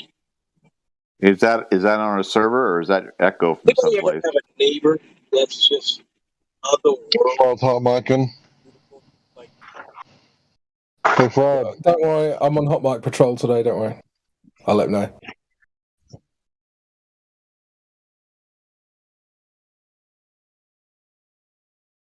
I always find it interesting the apathy some people have, where they don't even want to believe either or. They don't care to even think.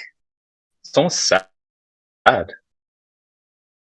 I don't want to talk about that. Yeah. I don't know, and I don't want to know. It's scary. Well, Los Angeles and Chicago and New York City can be tough places to live if you don't want the government in your life. Mm-hmm.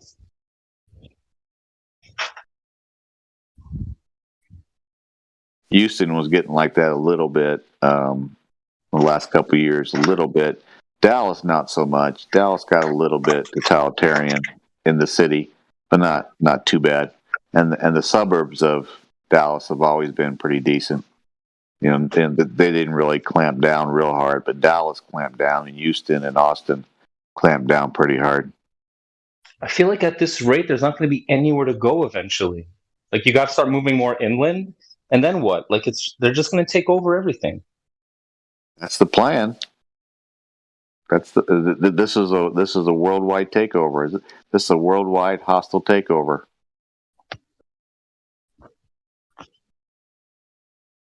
Sounds cliche, but it's that one world order.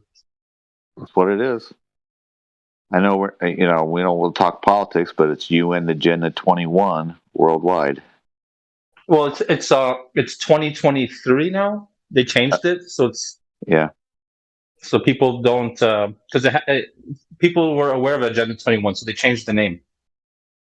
Yeah, they changed it to 2030, but maybe they changed it to 2032. It's possible.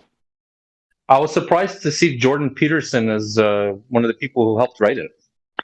Yeah, Boris Johnson's dad, the Prime Minister of Britain, who has 7 kids, and Stanley Johnson's his dad, who has 6 kids that he admits to it. Stanley Johnson wrote that book, the Marburg virus in 1982. I said the V word. I'm sorry. He wrote along with Jordan Peterson. He helped Maurice Strong at the United Nations write UN Agenda 21. So Mr. Peterson is no friend of anybody except the globalists and Fox News. That's right. Well. He said that he's worried about people that get into the alt-right. So he's like a safety net to keep people from going like all the way to the right, because he's not really worried about the collectivists, right? For some reason on the left, even though he says that he is, but he seems to be more concerned about the people going too far to the right. Those young men, he wants to stop and keep them in the center for some reason. In any hostile takeover, you have controlled opposition, shills, and plants.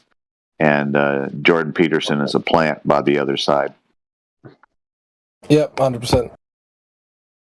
Fuck, see that idiot I put in Cogdas now? They're accusing me mocking them with emojis, and they want to speak to a different mod. They can go to fucking server ban. I'll bring them back tomorrow. Fuck them. Well, tell them to talk to me, and I'll refer them back to you. Or go to Cogdas and ban them. Say, you could talk to me. Do you experience a flat stationary Earth? Ask them the same question. See what they say. Yeah, go then. Where are they? Cogdas. Cogdas, bro. Aye. Say, I'm the different mod. You guys have how shall I put, a legitimate case of butt holocaustation. Let's see what they say.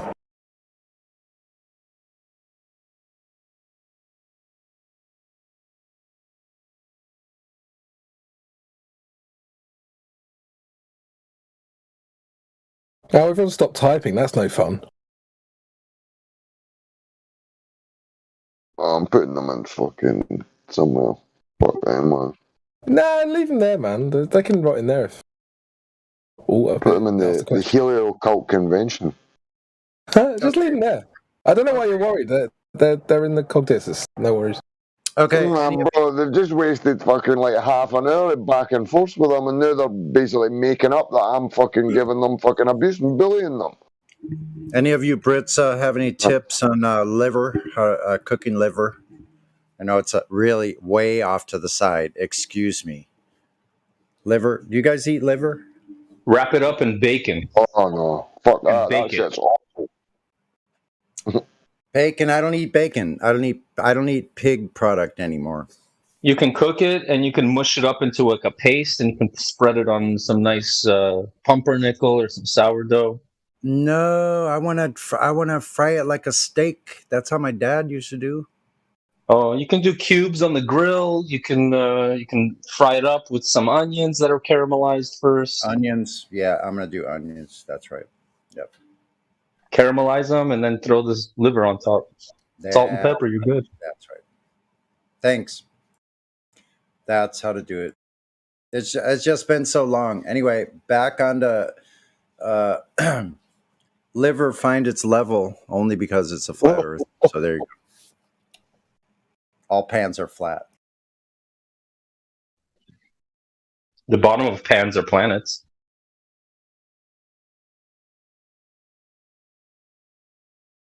I'm fucking banning them if they fucking lie yet again. Like, fuck them, man. Liars, time wasters, bullshitters, fucking trolls. Not here for anything else apart from disruption, man. They're incognito. I don't know why you care. Like, they are basically making up lies about stuff. Yeah, because they're liars. Above all, they lie to themselves. There should be repercussions for bad behaviour with these children. Yeah, but I don't mean for life. Like server ban and just let them back tomorrow. Server ban for like fucking 24 hours. Even 33 minutes. I like a 33, like, to be honest. I do like giving them a wee 33. Oh, you know what? It's funny. I went to see the new Top Gun movie with my sister earlier. Today? Yeah. Today? Was it shit? Yeah, today. Well, it was exactly as I expected, shallow nonsense. Yeah. However, really interesting part of the movie, there's a bit where he's flying an old plane and it's running out of bullets, and he does a burst. So it starts at 150, he does a burst, it goes down to about 120, does another burst, it goes down to about 90, does another burst, goes down to about 60, and then it does like one more burst. And what do you think the number of bullets was as shown on the screen? Don't know.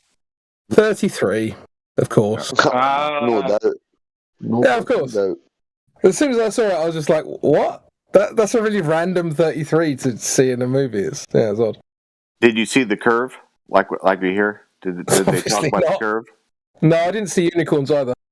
I heard in the beginning of the movie somebody talks about going around the curve of the Earth. You didn't see that?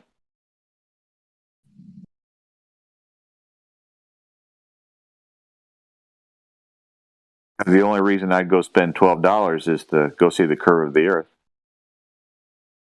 I'd pay $12 to see the curve. Yeah, but somebody said at the beginning of the movie somebody's flying and they say that they've gone around the curve of the Earth, and it's like I want to hear them say that, because I might become a glober if Hollywood tells me there's a curve. That's appeal to authority, okay?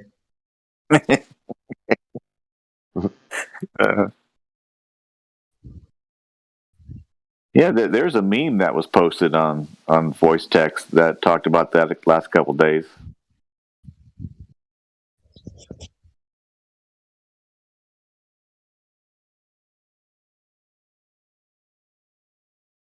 I was talking to this mathematician once, and I said, where did you ever see curvature? He's like, I see it at the beach. They're delusional. They literally lie to themselves. And then I asked him how do they get an elevation angle with a curved baseline, and how could you have a curved straight line? And he draws a line on a piece of paper, and then he rolls up the paper into a tube and says, that's a straight line on a curve. Okay. Oh boy. Gotta defend that globe. They gotta defend their globe, don't they? It's like you can't even agree what a straight line is. The difference between 180 and 360. Like I don't know what else to do at that point. It's like a lost cause. I gave this guy the example of, on 3 days ago, I said there's the Eyre, EYRE highway in Australia. It's about the middle part of Australia on the south side, on the south part of Australia, and it goes. It's the flattest highway in Australia. It goes 90 miles. They even have a sign that says 90 miles of flat, on there, on a brown sign. And that's 5,400 feet of curve at 90 miles. And I told the guy, that was an example of, engineers not taking into account when they build a road of curve. And he came back and said, well, there might be places on the globe that might be flat, and that's why they built the highway there, because they didn't have to worry about it, because certain parts of the Earth are actually flat, even though we're on a globe. And I'm just kind of going, where do you go with that? I mean, really, where do you go with that stuff? I mean, you can call it insane, but it's like that's how some people think. It's just impossible.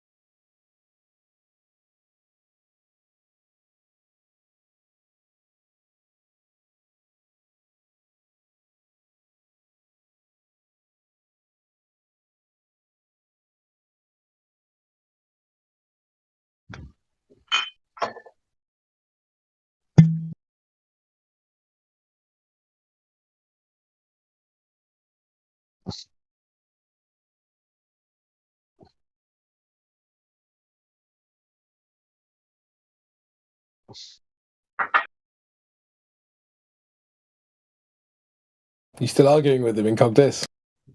No, they're saying they think the Earth moves, but they don't know about the shape. My reply is, flat's not a fucking shape. They're trying to say that I removed the emojis, the reactions. If Sleepy Joe put every single fucking one of them. You know, I've actually used an infrared laser thermometer that was calibrated for stainless steel and measured the temperature in the moonlight and in the shade. And anecdotally, I've actually experienced the light to be colder than the shade when measuring stainless steel, at least. Have any of you actually tested that? I haven't done a controlled experiment, but I have. I mean, obviously, I've noticed it before, and I've done some kind of, I suppose you can call them primitive measurements, but I wouldn't say that I've done like a controlled experiment. I'm thinking of starting a GoFundMe so we could use some parabolic solar cookers to harness the light from the moon. There's these cookers that use vacuum tubes and special metal mirrors that reflect the light to a point. And using the sun, they can get that vacuum tube to like 400 degrees. I haven't seen anyone use one of those on the moonlight, like on a full moon, somewhere really dark, Mojave Desert maybe, and just put a thermometer inside of that vacuum tube instead of like a chicken when you would want to cook something, and then use another cooker with a thermometer inside, but not facing the moonlight, and see the difference of a thermometer that has concentrated moonlight and a thermometer that's not facing the moonlight. I'm not 100% what you mean, bro, to be honest. Oh, do you know what a parabolic solar cooker is? A parabolic solar cooker? Yeah. It just looks like kind of like a satellite dish and the flames in the middle. You mean? Is that what you mean? No, it's not like there's no. Mm-hmm. Like a silver, but it looks like a satellite dish basically, and the flame comes out the middle. It looks like a bowl. Yeah, but see, they have ones that have like a glass tube with special layers that insulate the sun or whatever light you'll be putting onto the mirrors. And so that would allow us to control for other variables like convection and evaporation or whatever else. It just allows us to harness it and to get better results, a higher magnitude change. They're called vacuum tube solar cookers. With the mirrors, it'll be parabolic too. Yeah, I've never heard of one before. Right? Yeah, how else can we test it? Yeah, get it recorded, get someone to record you, get a couple of different people, even live stream it, man, so they can't say, "Oh, you did this." About. Yeah. We should actually do an event. I'll put into the 24/7 GoFundMe experiment.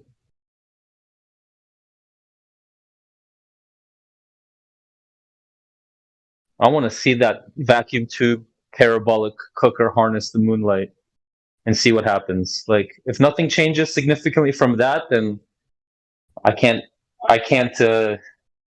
prove that the moon is not re-radiated sunlight.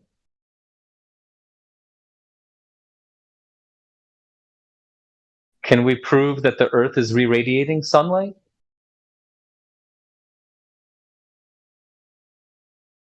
I think they can measure like the energy bouncing off of the Earth from the sun. I'm not exactly sure how though.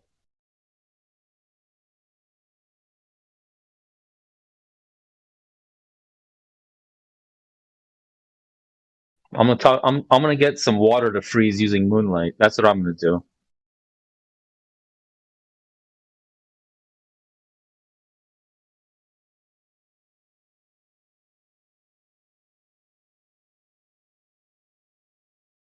Yeah, but if you guys think of any other variables or like ways to like fine tune this experiment, I'm all ears. I'd appreciate that.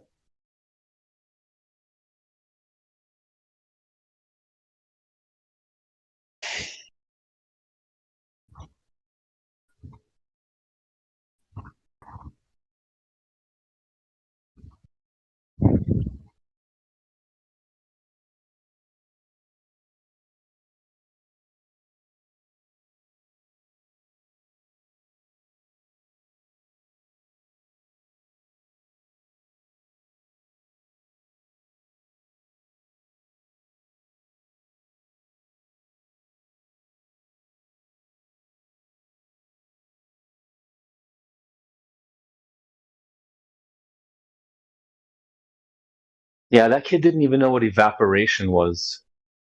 I don't think he was trolling yesterday.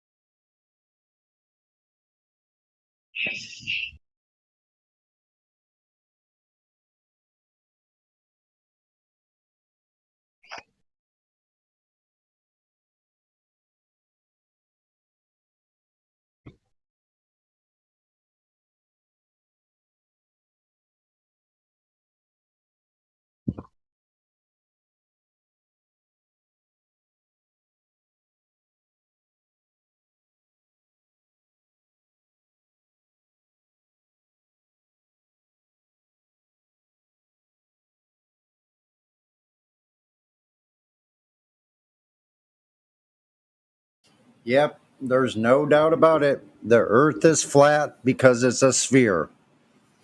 Just like the skillet or the cookie the frying pan is flat on the bottom, so the cooking pan must also be a sphere. Just thought I'd point that out. I mean, did you guys know the most densest material is found in the core of a giant star? It's called a neutron star.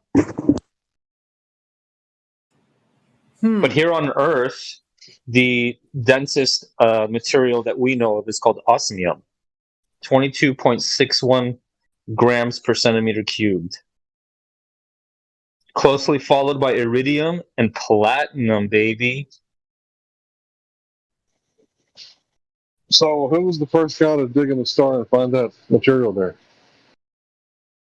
Dude, they used space spectroscopy. They figured out the molecules' bonds and the energy between them breaking and the light that's coming off of them. With space spectroscopy. You do know that spectroscopy is done in a container in a controlled environment here on Earth, right?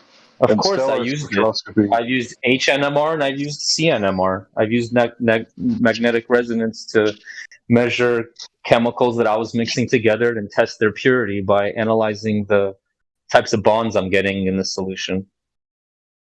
So when you use the one where you pointed it toward the sky, how did you eliminate the atmos and the what few particles there would be in space and the chromosphere? I can't.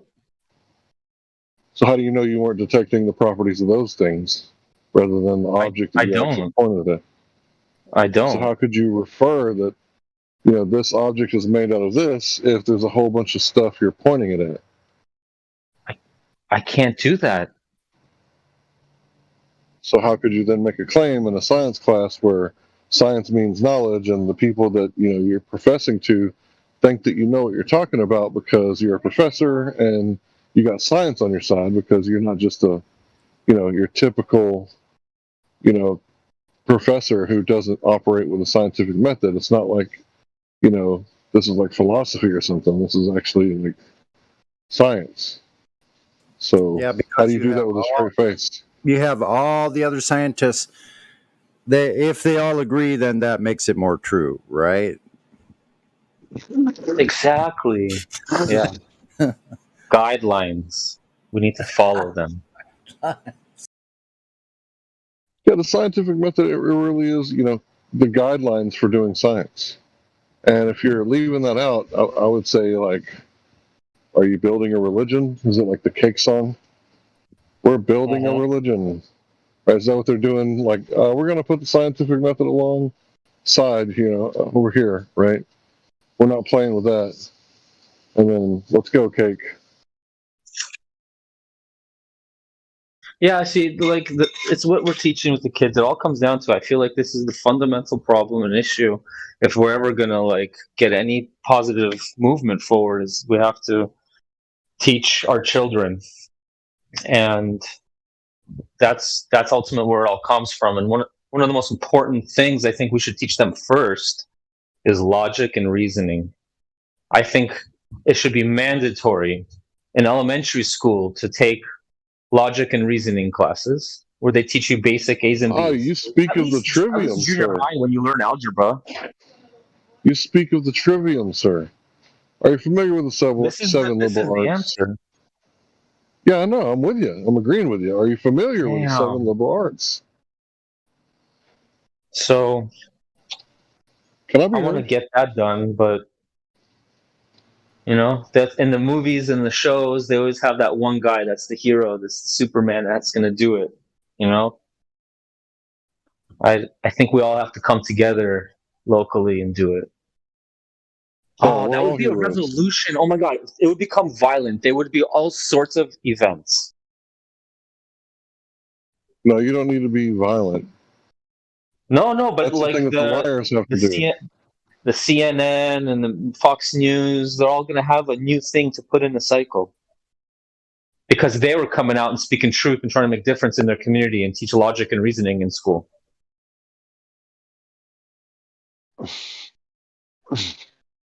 All of a sudden, you're a sexist. Yeah, my whole life. I never was a sexist. All of a sudden, trying to do something different.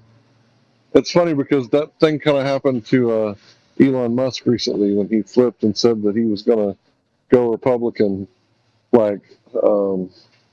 Apparently he got an accusation of some sort of sexual misconduct with a female. Same day. Right, of course. I was waiting for that. What the fuck? What about what Martov just shared in Cog this? I'll put it in a live stream. Fucking Christ. That's a classic. Put what on the live stream? It's a live stream text just now. Oh. Yeah, it's like I think he sold out when he went to the gala and wore some New World Order slogan on his shirt. It's like at this point I hate to be dichotomous, but it's like, are you a flat earther or not? It's kind of like how it's come to. And you got Elon Musk like flying around in space and bringing in rubber tires, without blowing up in space. And he's probably all in on it. It's the show. It's the Macho Man versus the Hulk Hogan. It's the entertainment. It's the distraction. They have to control the opposition.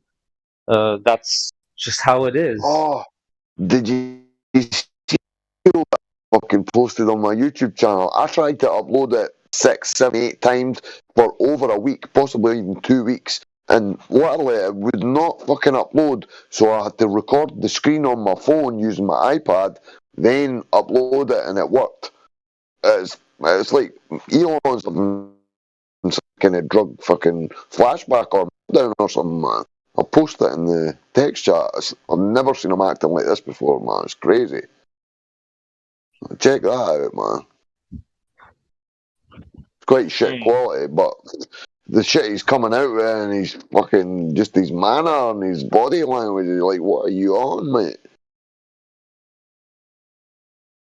Elon Musk's mother gave Elon Musk to the psychopaths who run the world when he was young. He was always tainted. He was always evil. He was always a plant by the evil other side. Of course, even prior to conception, I'll guarantee you his fucking genetics were just waiting to be brought into this system at this time. Elon was in a book that Arthur C. Clarke wrote about the man on Mars, or that went to Mars. The guy's name was Elon. Coincidence, obviously. Everybody that we see that's rich has been allowed to get rich by people that we never see or never vote for, who run the world. Well, I don't know how many people I argued with who tried to tell me that before Trump got presidency, he's independent, he's got his own money, man, nobody controls him. I'm like, he only managed to make it as a billionaire because they let him. Fuck's sake, if they decided, we can't let him get big, he would have been bankrupt through whatever they decided to do to get rid of him. It's too good when I hear you talking and I see that little baby with the angry face looking at me. It's too good. Bro, see the amount of people since I got that profile pic that because I'm having a back and forth with them, they go, "There's no need to be angry." Like, what? Just because my profile pic, you're obviously instantly taking my words as anger. Like, you're crazy.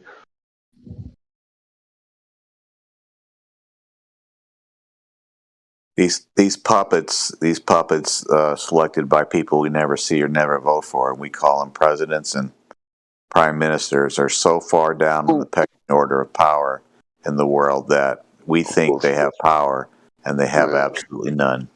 We're probably more powerful than them. Like, when it comes down to it, because we're the people that need to be fooled continually and constantly. These other people have just been groomed. I mean, have you ever seen Trump Tower? I think he's on floor 66, room 6 or some shit. And inside the room, it's like fucking, there's all like golden ornate statues of Apollo and fucking paintings and like all these carvings of all these fucking different fucking like idols, sort of all these shapes and symbols and all the shit that they fucking push everywhere. Denver airport murals. Oh, it's crazy as well, man. Yeah. Fucking hell, that's mental. Phew. And then you look at that and you go, huh.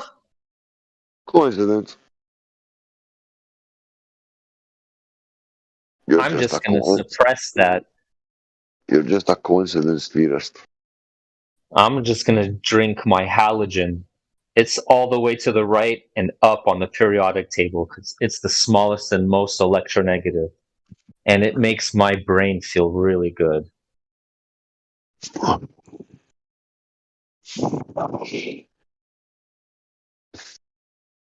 That's what actually, it's interesting. All of the psychotropic medications are based around that element so that they could bypass the blood-brain barrier.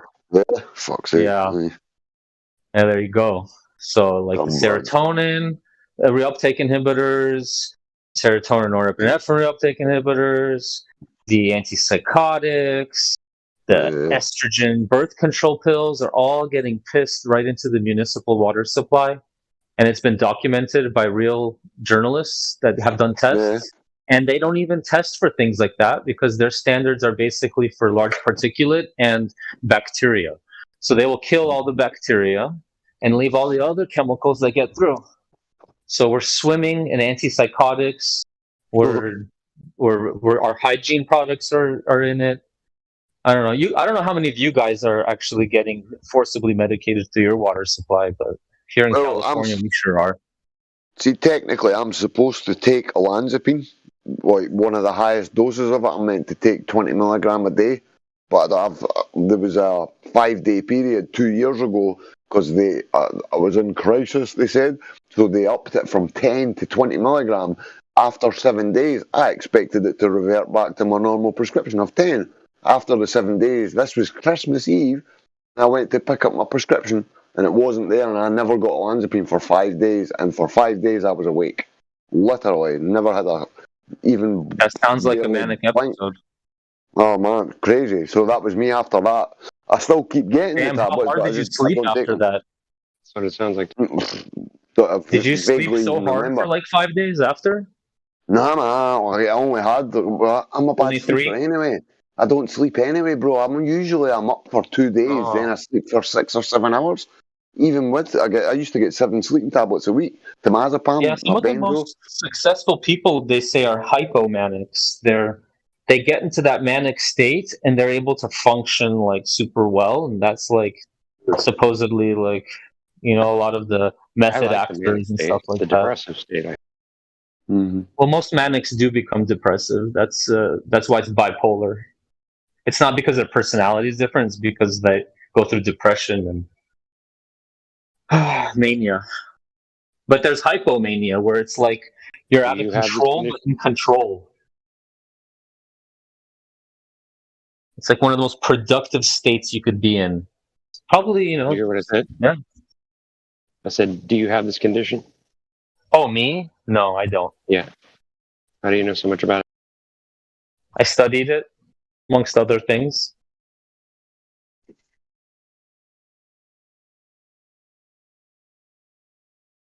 I studied physics, chemistry, organic chemistry, anatomy, physiology, pharmacology, clinical stuff.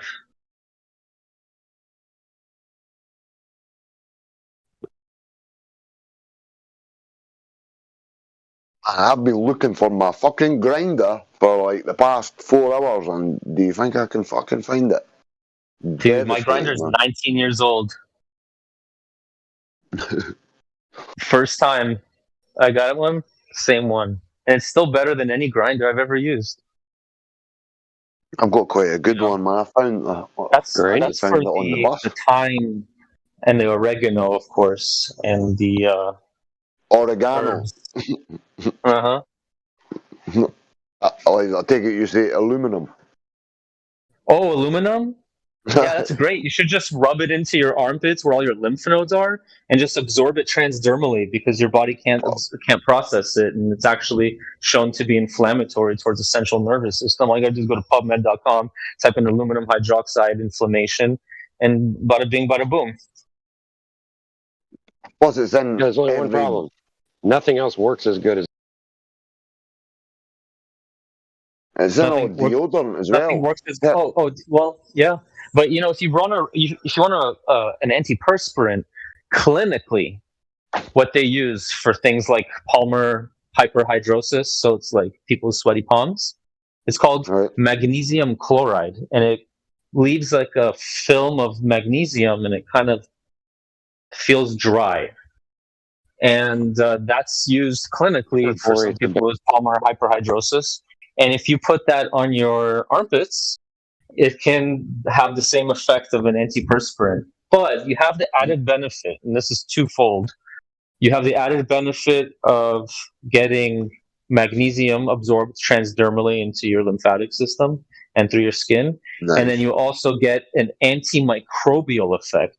Now, magnesium chloride is also used in the microbiology lab to create cells that are more how do I say this? They're more patent. They're less patent. They develop holes, more competent, I think.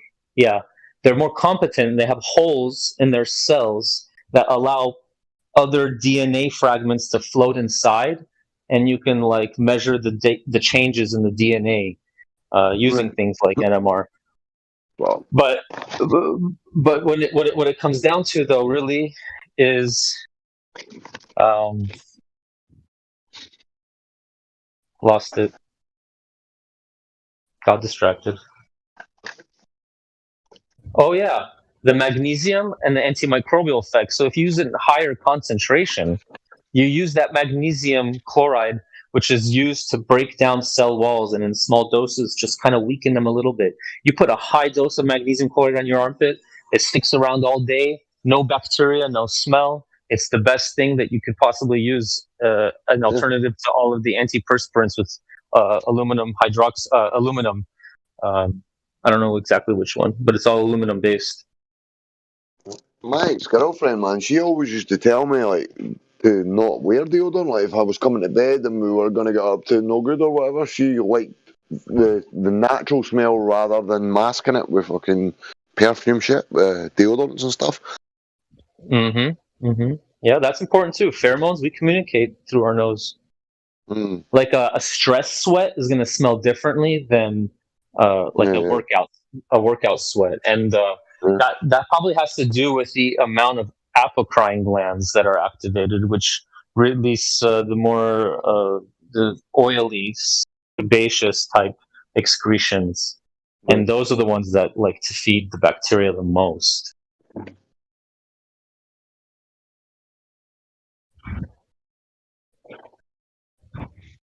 What's this got to do with flat Earth? Flat Earth? Because it's all being suppressed, just like Flat Earth is. No, we should watch what we're talking about if it comes to medical shit, man. Don't say one way or the other if this is good or bad, just in case, man. Oh, yeah, good idea. But did I say that? Yeah, no, just like if you're talking about any kind of chemicals, this is good or that's bad. It's just in case, bro. Yeah, this is definitely not medical advice. You should consult your physician with any questions you have. You should consult your TV. Yeah, of course. Consult your YouTube University. Use everything they allow you to buy. If they sell it in the shop, buy it. It's brilliant. Yeah, Especially you're right if the about FDA approved it. Go ahead. I was just saying, especially if the FDA approved it, it must be amazing for you. Oh yeah, no corruption. Fucking hell, man. Jesus Christ. Nah, bro, you're right. You're right about the sweat, about stress sweat and working out sweat. It does smell different, bro. You're so right about that shit. It does smell different. Because of the oil that's secreted and the bacteria feeds. I did not know that, bro. You just probably You got these cells, they're called sebaceous glands, and they're like extra large cells that are formed in columns. And these cells, they're columnar, and they release a lot of that oil and stuff that coats our follicles. And I guess those are activated, you know. And we get oily. What is oil for? It's probably just to protect us. You get sympathetic, and you release that type of sweat that's like ultimate protection, I guess. You don't chafe yourself or something when you're running away from a tiger, so you release that extra oil. Damn, bro, you're so fucking right. Is there any newbies in at all just now? Anybody got a question about flat Earth? Just to circle back. Anyone? The floor is yours. If you've got a question, fire away.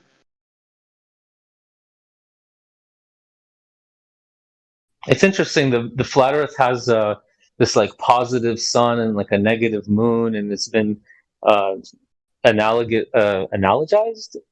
They've like compared it to, made analogies with, or metaphors where it's like a battery, and like the Earth acts as a medium for like the current to go through, like in an electrolytic cell with electrolytes, and it's kind of it's interesting. That's why I want to test the moon's temperature with the cooker, man. It's gonna answer so much. I've got a good video on my YouTube channel about electromagnetism, and it talks about the relationship between the Earth, the Moon, and the Sun, and the tides. I'll drop that because it is a good video, like. Really interesting. So our bodies kind of like have that positive and negative too. They have a sympathetic nervous system and a parasympathetic nervous system, and one is rest and digest, and the other one is fight or flight. And we're always trying to find a balance between the two. The Chinese say your age is the breaths you take, not the years that you're alive. Your head, your hairs of your head on the air, which is positive, and then your feet should be on the ground, which is negative. Ground, and you have an acidic stomach that is very acidic, just like a battery. Energy derived from both. And we have a pancreas, which is very alkaline. If you look at live stream voice text, there's that video about electromagnetism. It is really good if you've not seen it before.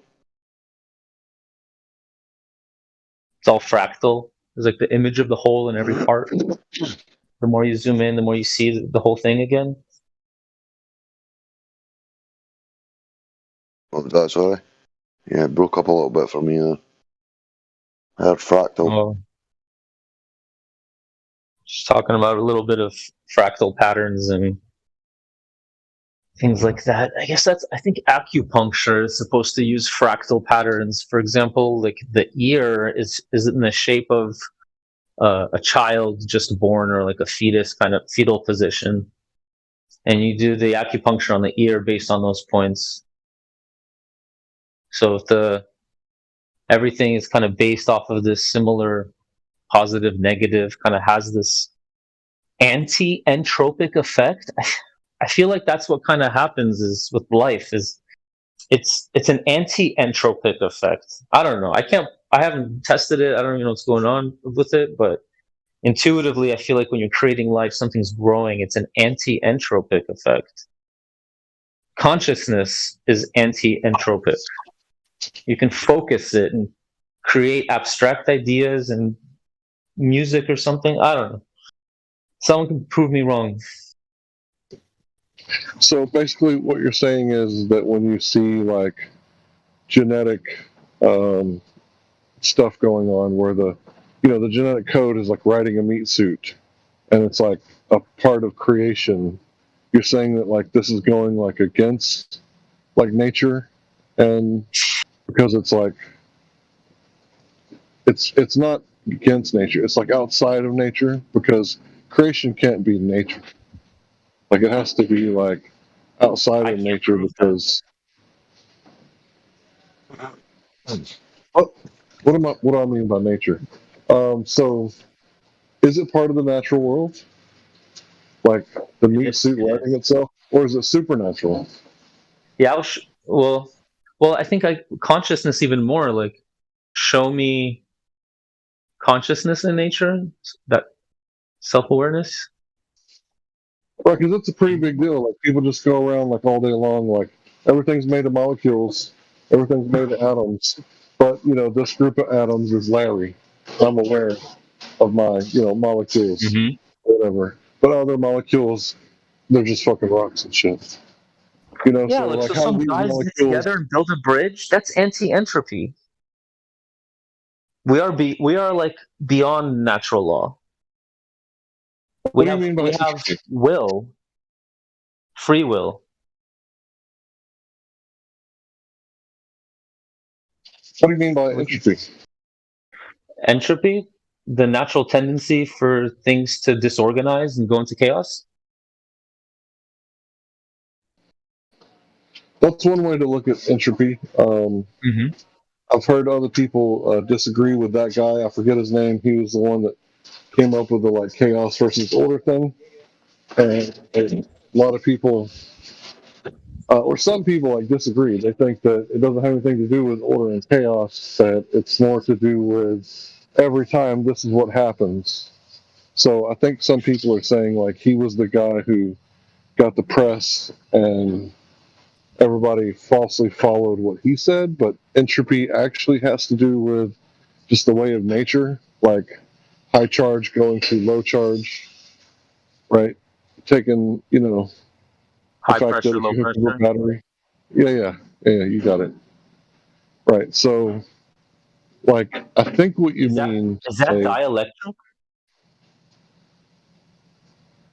I don't know. Is everything electric? It seems to be.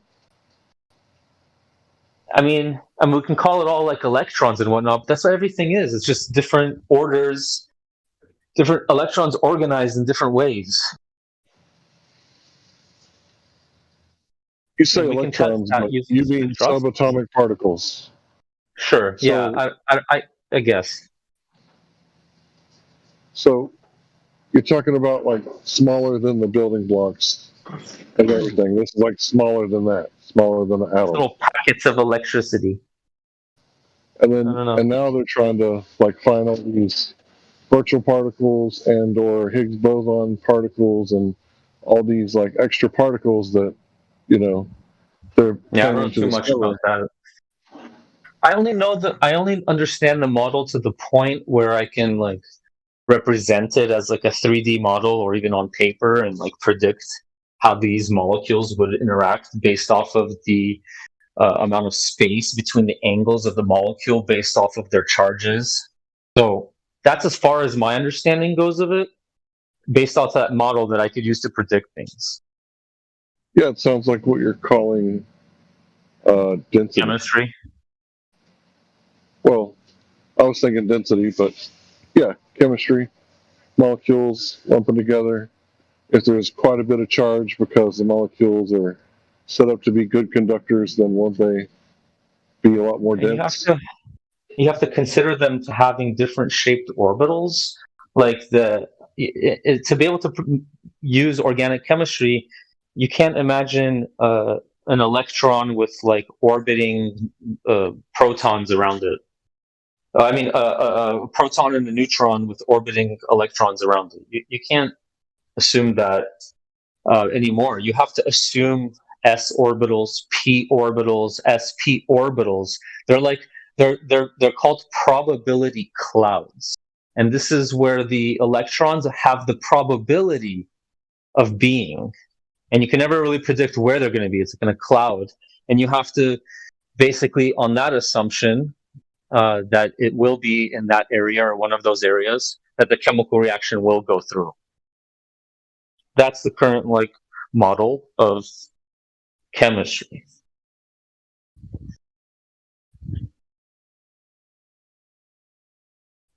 But probability, that's kind of weird to me.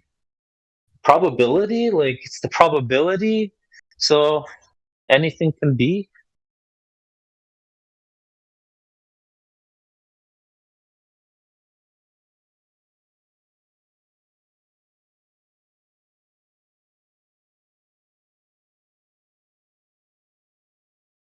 All right, guys, I gotta go make dinner. See ya. It was a pleasure. Hey, brother. Take care, man. Apologize. I was switching headphones. Sorry. Hey, take care, traveler. Bye.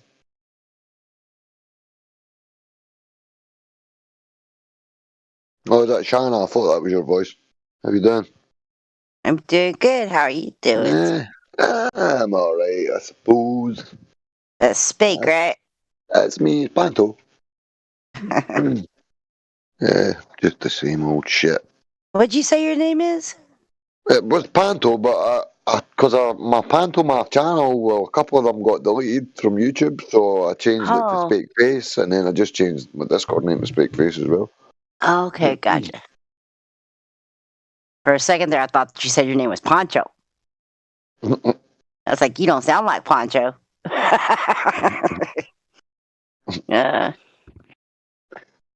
How y'all doing tonight? I'm sorry, I've just been listening because sometimes it's good for me just to be quiet. Me too. Sometimes.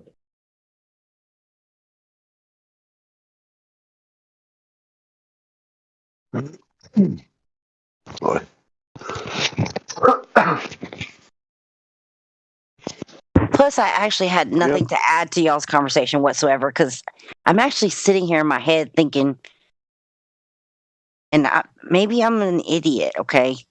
Please, y'all clarify this for me. Have you ever seen a electron or proton or an atom? I just watched a video on that. I mean, seriously, I'm sitting here in my head thinking, all these scientists talk about all this stuff. And I'm like, I don't know. Maybe I don't have a microscope or anything. When I was a child, I remember in school we had a microscope and we looked at bacteria, and that's a supposedly bacteria and swamp creatures that live in the water and stuff like that is way bigger than a proton, an electron, and an atom, a nucleus, whatever. So literally, is this just some kind of idea? I've never really looked into any of this that y'all are talking about. So I'm an idiot, but I'm from my understanding, it's not actually something that can be seen. I could be wrong. I think it's repackaged Kabbalah, essentially.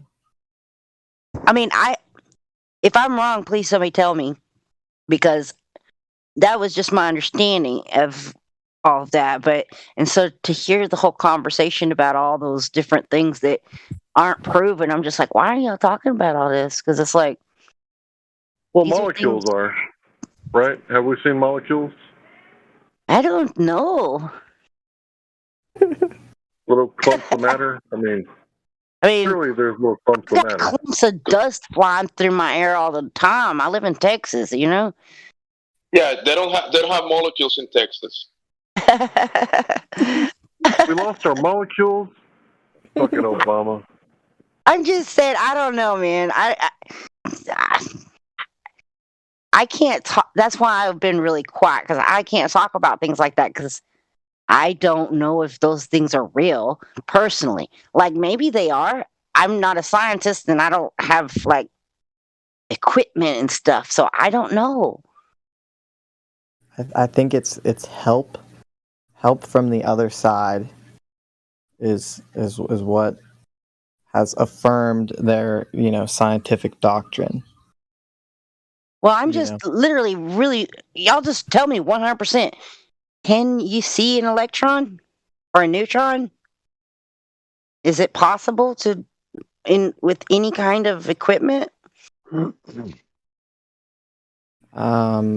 My chemistry teacher thought so, but I mean, I also watched this video and it says otherwise. Well, that's what I've been told is that, like you said, your teacher told you this way, but now I'm like, I don't know, man. Are y'all just making this crap up to like come up with ideas about stupid crap that's fake?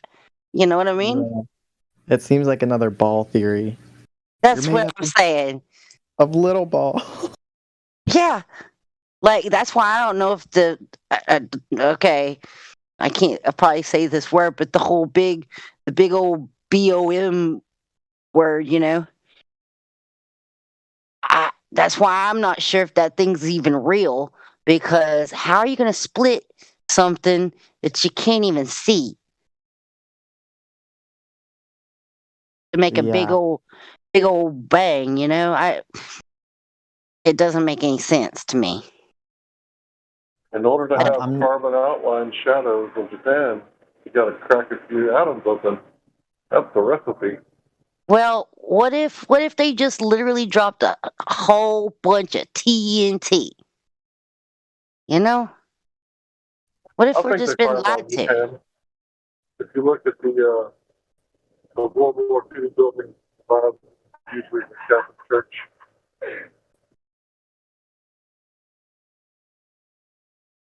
I'm sorry, Larry. I didn't hear that last part of what you said.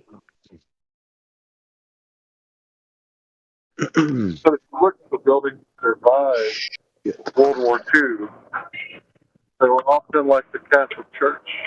The cathedrals, they survived World War II, didn't they?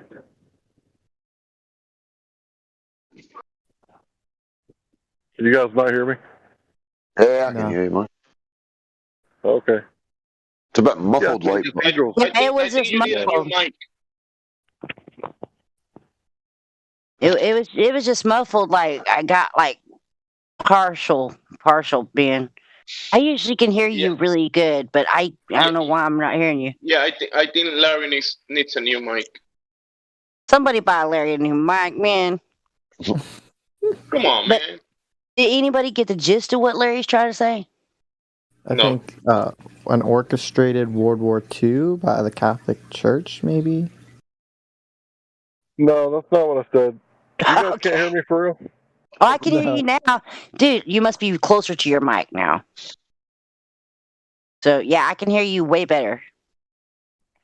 Yeah, I think I accidentally dropped it. I'm sorry. Oh, now you're definitely gonna need a new mic. Dude, Larry, you gotta yell at me because I'm a pretty deaf. Okay, never mind. I'll be quiet. No, I want to hear what you were saying. Yeah, me too. Me too. You were saying like I just wanted to say the cathedral survived the nuclear bombing, didn't they? Like the big church buildings. And so, what are you implicating? Well, that maybe it wasn't nuke. Cathedrals are nuke proof. You're saying it was strategically dropped possible TNT. Or some kind of form of TNT. Yeah, pretty much. Yeah, I agree with you 100%. It didn't have to be atoms splitting atoms open. How do we know that? How do we verify that? Exactly. They say that they had two simultaneous explosions, and I guess two little atom-sized knives, like cut the little atom in half. Where did they get the atom-sized knives? You can also stack up a bunch of TNT on a spot and keep adding and adding and adding, and then blow it up, and then say, "Hey, there you go, nuke." That's right. They got it from the Bugs Bunny. You remember those gremlins or things? Those things, remember? They were in everything, man. I'm just saying, I don't believe. I think that's a big thing to scare all of us. Just like space is there to scare us that there's an asteroid coming to kill the Earth, and I believe that they invented this whole whatever we could go into a whatever war, and everyone would be annihilated. Oh, you better be good, little people. This is it's just BS. Sure, they could drop big old bombs on you, but they ain't got that kind of thing. That's just my opinion. I think that's just a convenient thing that happened afterwards. I mean, it could be for one reason or another reason, but keep in mind, some people are talking about asteroids and how they're afraid of them. Now, they might as well be afraid of Santa Claus hitting their house. Exactly. But the thing is like, more often than that, you hear people talk about, these other people here are silly because they believe in God. And it's like, well, can't have gas pressure without a container. We're inside a container of some kind. Who built the container? The designer. Yeah, people are like, you're silly for believing in a creator, and but I'm smart because I know that there's an asteroid that's going to come really close to Earth in 20 years. It could hit us. Yeah, I saw it on TV. Yeah, I watched that movie, man. Hey, Bruce Willis said the smartest told Billy Bob Thornton in Armageddon that NASA has contingency plans for everything because they're the smartest people on the planet, and they sent them out to take care of that asteroid coming toward Earth. Yeah. Yeah. I have to say, I did actually like that movie, Armageddon. It was. I liked that movie back in the day. I thought it was very entertaining. So how far away from Odessa, where Friday Night Lights was made, that Billy Bob Thornton was the head football coach for that team? How far from Odessa do you live, Shanna? About 4 hours. Oh, so you're still a ways away. Okay, all right. I'm 4 hours east of Odessa. Oh, because Billy Bob Thornton, I guess when he was in Odessa, he was kind of a real friendly type guy, going to the local restaurants there. While he was head coach, during the movie. Yeah, I would have never seen him. He was married to Angela Jolie for a while, wasn't he? For real? Yeah. Angelina Jolie's a man. Yeah. Yeah, he was married to a dude. He was married to a dude, or maybe he's a she. Woman. Maybe he's a she. That might be, man. So maybe they were in a completely straight relationship. Oh my! A role reversal. Holy crap!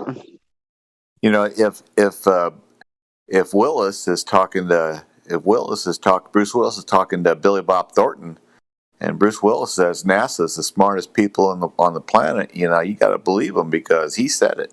That's right, because Bruce Willis, man, he's oh darn it, I forgot the movie.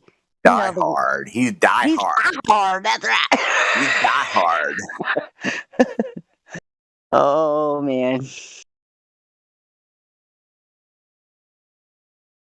I would say Bruce Willis has probably been in more movies that I've ever watched in my life, other than John Wayne, because my dad was a huge John Wayne fan. I'm not so much because he's kind of like a one-ticket pony or whatever, But my daddy loved John Wayne. But he also loved Bruce Willis. He watched a lot of Bruce Willis movies too. He was a huge Die Hard fan. Dang it. Why are we talking about movies? I don't even know. I'm sorry, guys. Because I brought up asteroids destroying the world. Because Top Gun is opening up, today and tomorrow, and we can't wait to hopefully see the curve in a jet in a fighter plane. Oh, they're going to show curve. I'm going just to see the curve. I'm going to curve. You're like, they found it. It does exist. Oh man, actually, I'm pretty nostalgic about older movies from the '80s and stuff, and I've only seen the trailer for that movie because it was in like one of my commercials on YouTube, and I was like, "What? They're making Top Gun again? What? And it's got Tom Cruise in it? No way! No way! They're gonna butcher that.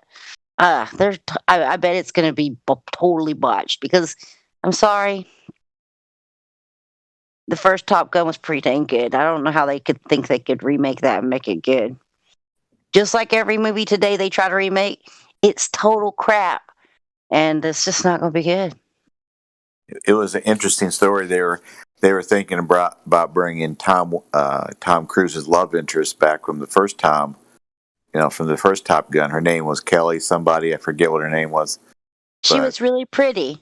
Yeah, but what the sad thing was, the very sad thing was that they were thinking, because they were thinking about releasing this in 2020, but something got in the way.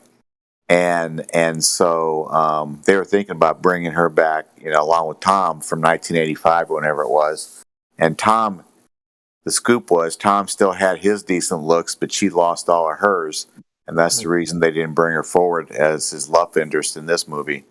And that's why he has a new love interest in this one. But the whole reason she's not in this up his plastic surgery, but she didn't. Yeah, the whole reason she wasn't brought forward to this one is she had lost her looks. That's what they said.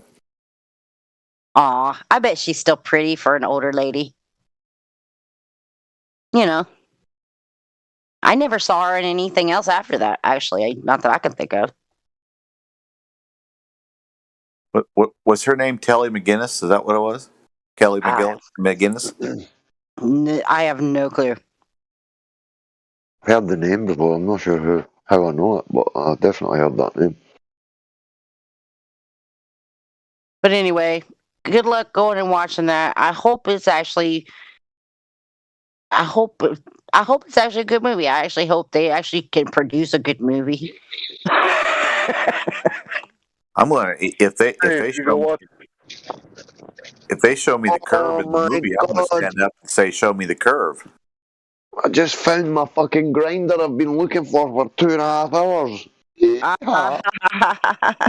I'm glad you found your grinder, man.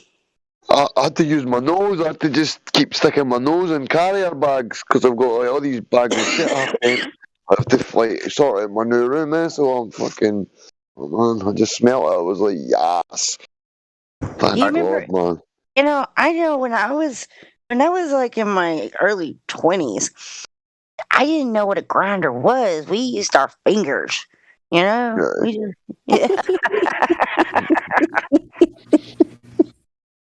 just, my fingers were my grinder. Are you Australian or British? Who? Me? Yeah. Definitely not me. They're not asking me. I'm neither. I'm not British for sure. I'm definitely not fucking Australian, mate. If I was Australian, I'd be talking like that, bruv. You know what I mean, bruv? Where's your accent? Where you live? Scotland, bro. Scotland. Scotland. My apologies. I ain't from Britain, bruv. How do you feel about William Wallace from a long time ago, if he ever existed? I was just going to say, did he even fucking exist? Yeah. But if he did, how do you feel about him? if he lived, how do you feel about him? And if he did live, where do you get the information about what he did for Braveheart? Because Braveheart's not one part of it that I know of is true.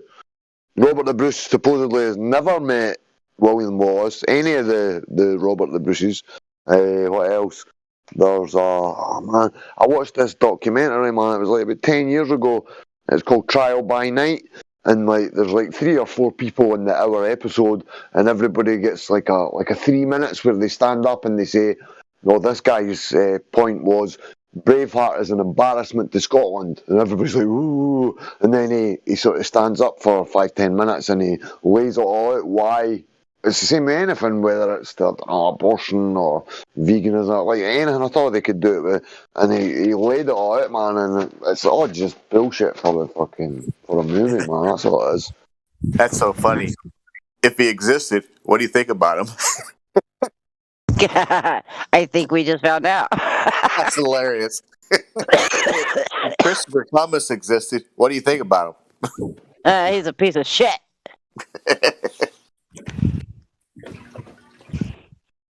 Yeah. Screw Columbus Day.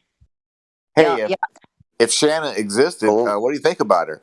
As far as I know, Columbus was a member of the crown sent to exterminate the indigenous people wherever he found them. That way they could colonize it, huh? No, they they don't talk about that. The wiping out of the American Indian people, man. The Aborigines from America were destroyed. The Incas, the Mayans. That's where they started. Whopping them out, literally. Scumbags. Well, they needed to obviously. But we're the civilized people. Well, they had to set the wheels in motion, so by the time nowadays came, a lot of the stuff that we should be able to know, and a lot of the stories and relics and artwork and all that shit has been done away with. So, and supposedly all these Native Americans, all these dances and everything they done them to heal the earth, the vibration and the resonance created by these dances and drums and stuff. It was basically part of it, at least, was there to heal the earth and the round about them to get back to equilibrium. That's why they wouldn't take excess food. They would when all the buffaloes started getting slaughtered by the newcomers, they were just cutting them down, they wiped out. I'm not sure how much fucking percent it was, but they were just killing them, taking their hides or taking whatever, and just leaving all the carcasses of all these buffalo everywhere. Whereas the American Indians, they would only take what they needed and what they could use. And they saw it as a sacred thing, and they thanked the earth for it.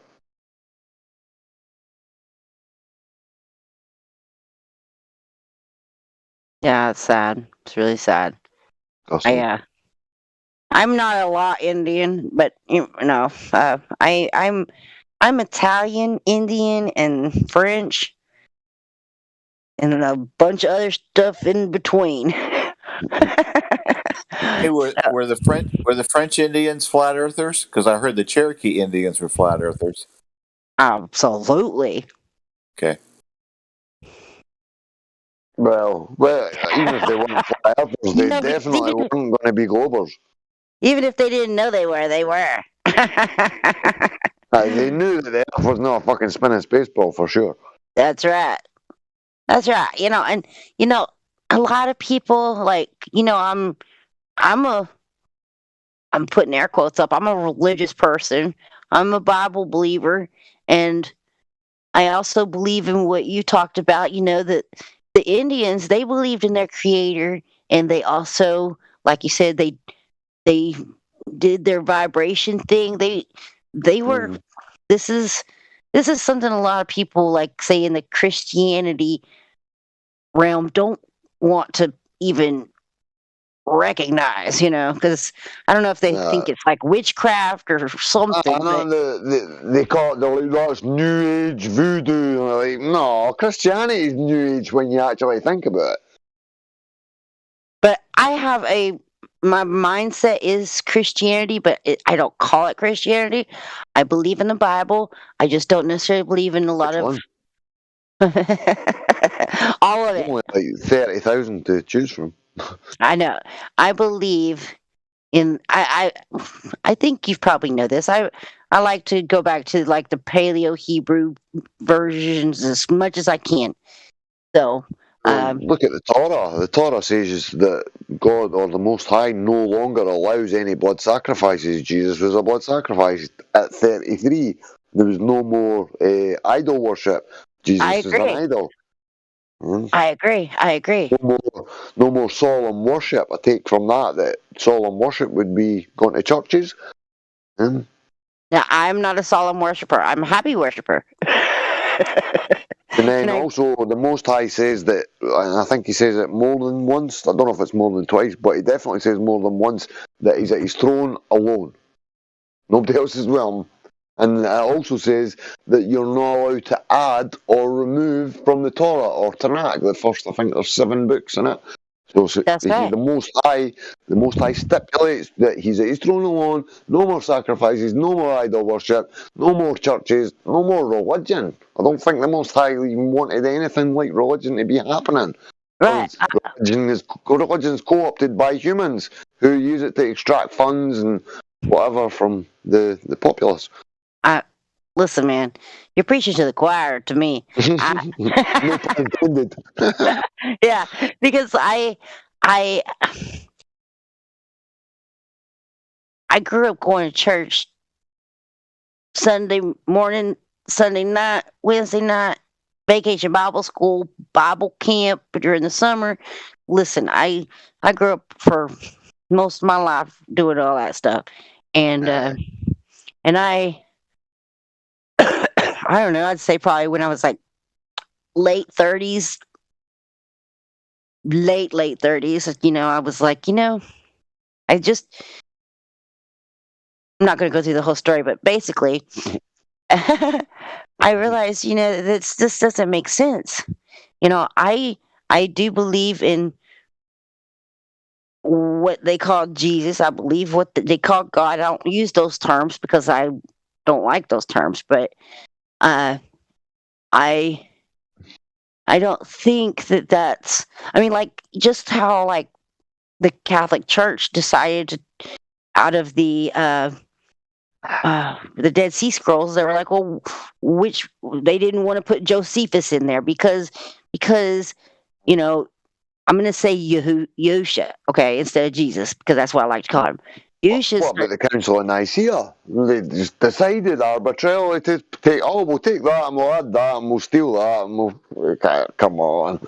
Yeah, but Josephus, literally, I haven't read it, but I've heard a lot of people talk about Josephus, and they're like, this book literally talks about like talking about like what you were talking about, like being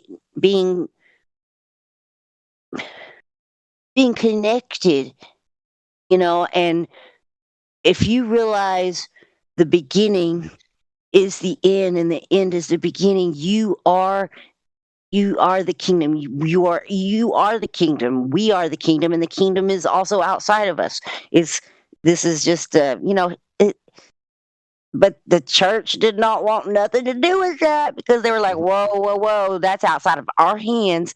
That's telling them people out there that they don't need to listen to us. And our collection plate is going to be empty on a Sunday. Shit. Yeah. So I am in a weird spot in my life where I'm still like, whoa, I still don't know what the hell's going on, but I'm trying, I'm trying to figure out what I think's going on. That's all mad, definitely, but I've got to. I mean, it's literally 1,000,000,000% impossible for me to accept hearsay just because other people accept it, just because there's books. I mean, it's like me going back to the Globe because a book says, or a telly show, or 1,000 books and 1,000,000,000 telly shows. I mean, it's same with me. Same with me, because I'm like, literally, I'm happy, or I'm happier than I've been pretty much in my entire life, because I realized how complacent I was most of my life and just being okay with everything I was told and just going along with it. And now I'm like, okay, I'm not complacent. I want to actually ask questions, and every day I'm asking questions, and I see a lot of people that I grew up with that are just super complacent, and they're not trying to even learn new stuff. They're like, I know what I know, and that's all I needed to know, and And this is why I'm happy, is because of that one scripture that says, if you seek truth, you will find it. And even if I don't know the truth yet about all things, I know I'm trying to find it. That means I'm on the right path, right? Hopefully. And that makes me happy because I'm at least trying to learn new things. And of course, I'm just like every other person. I try. I can be closed-minded at times, but I try to be open-minded. You know what I mean?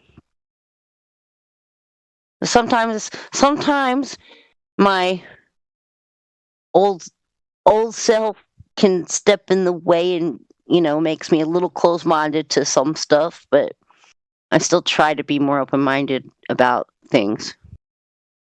You can only try. That's all you can really do. Hope for the best. Yeah.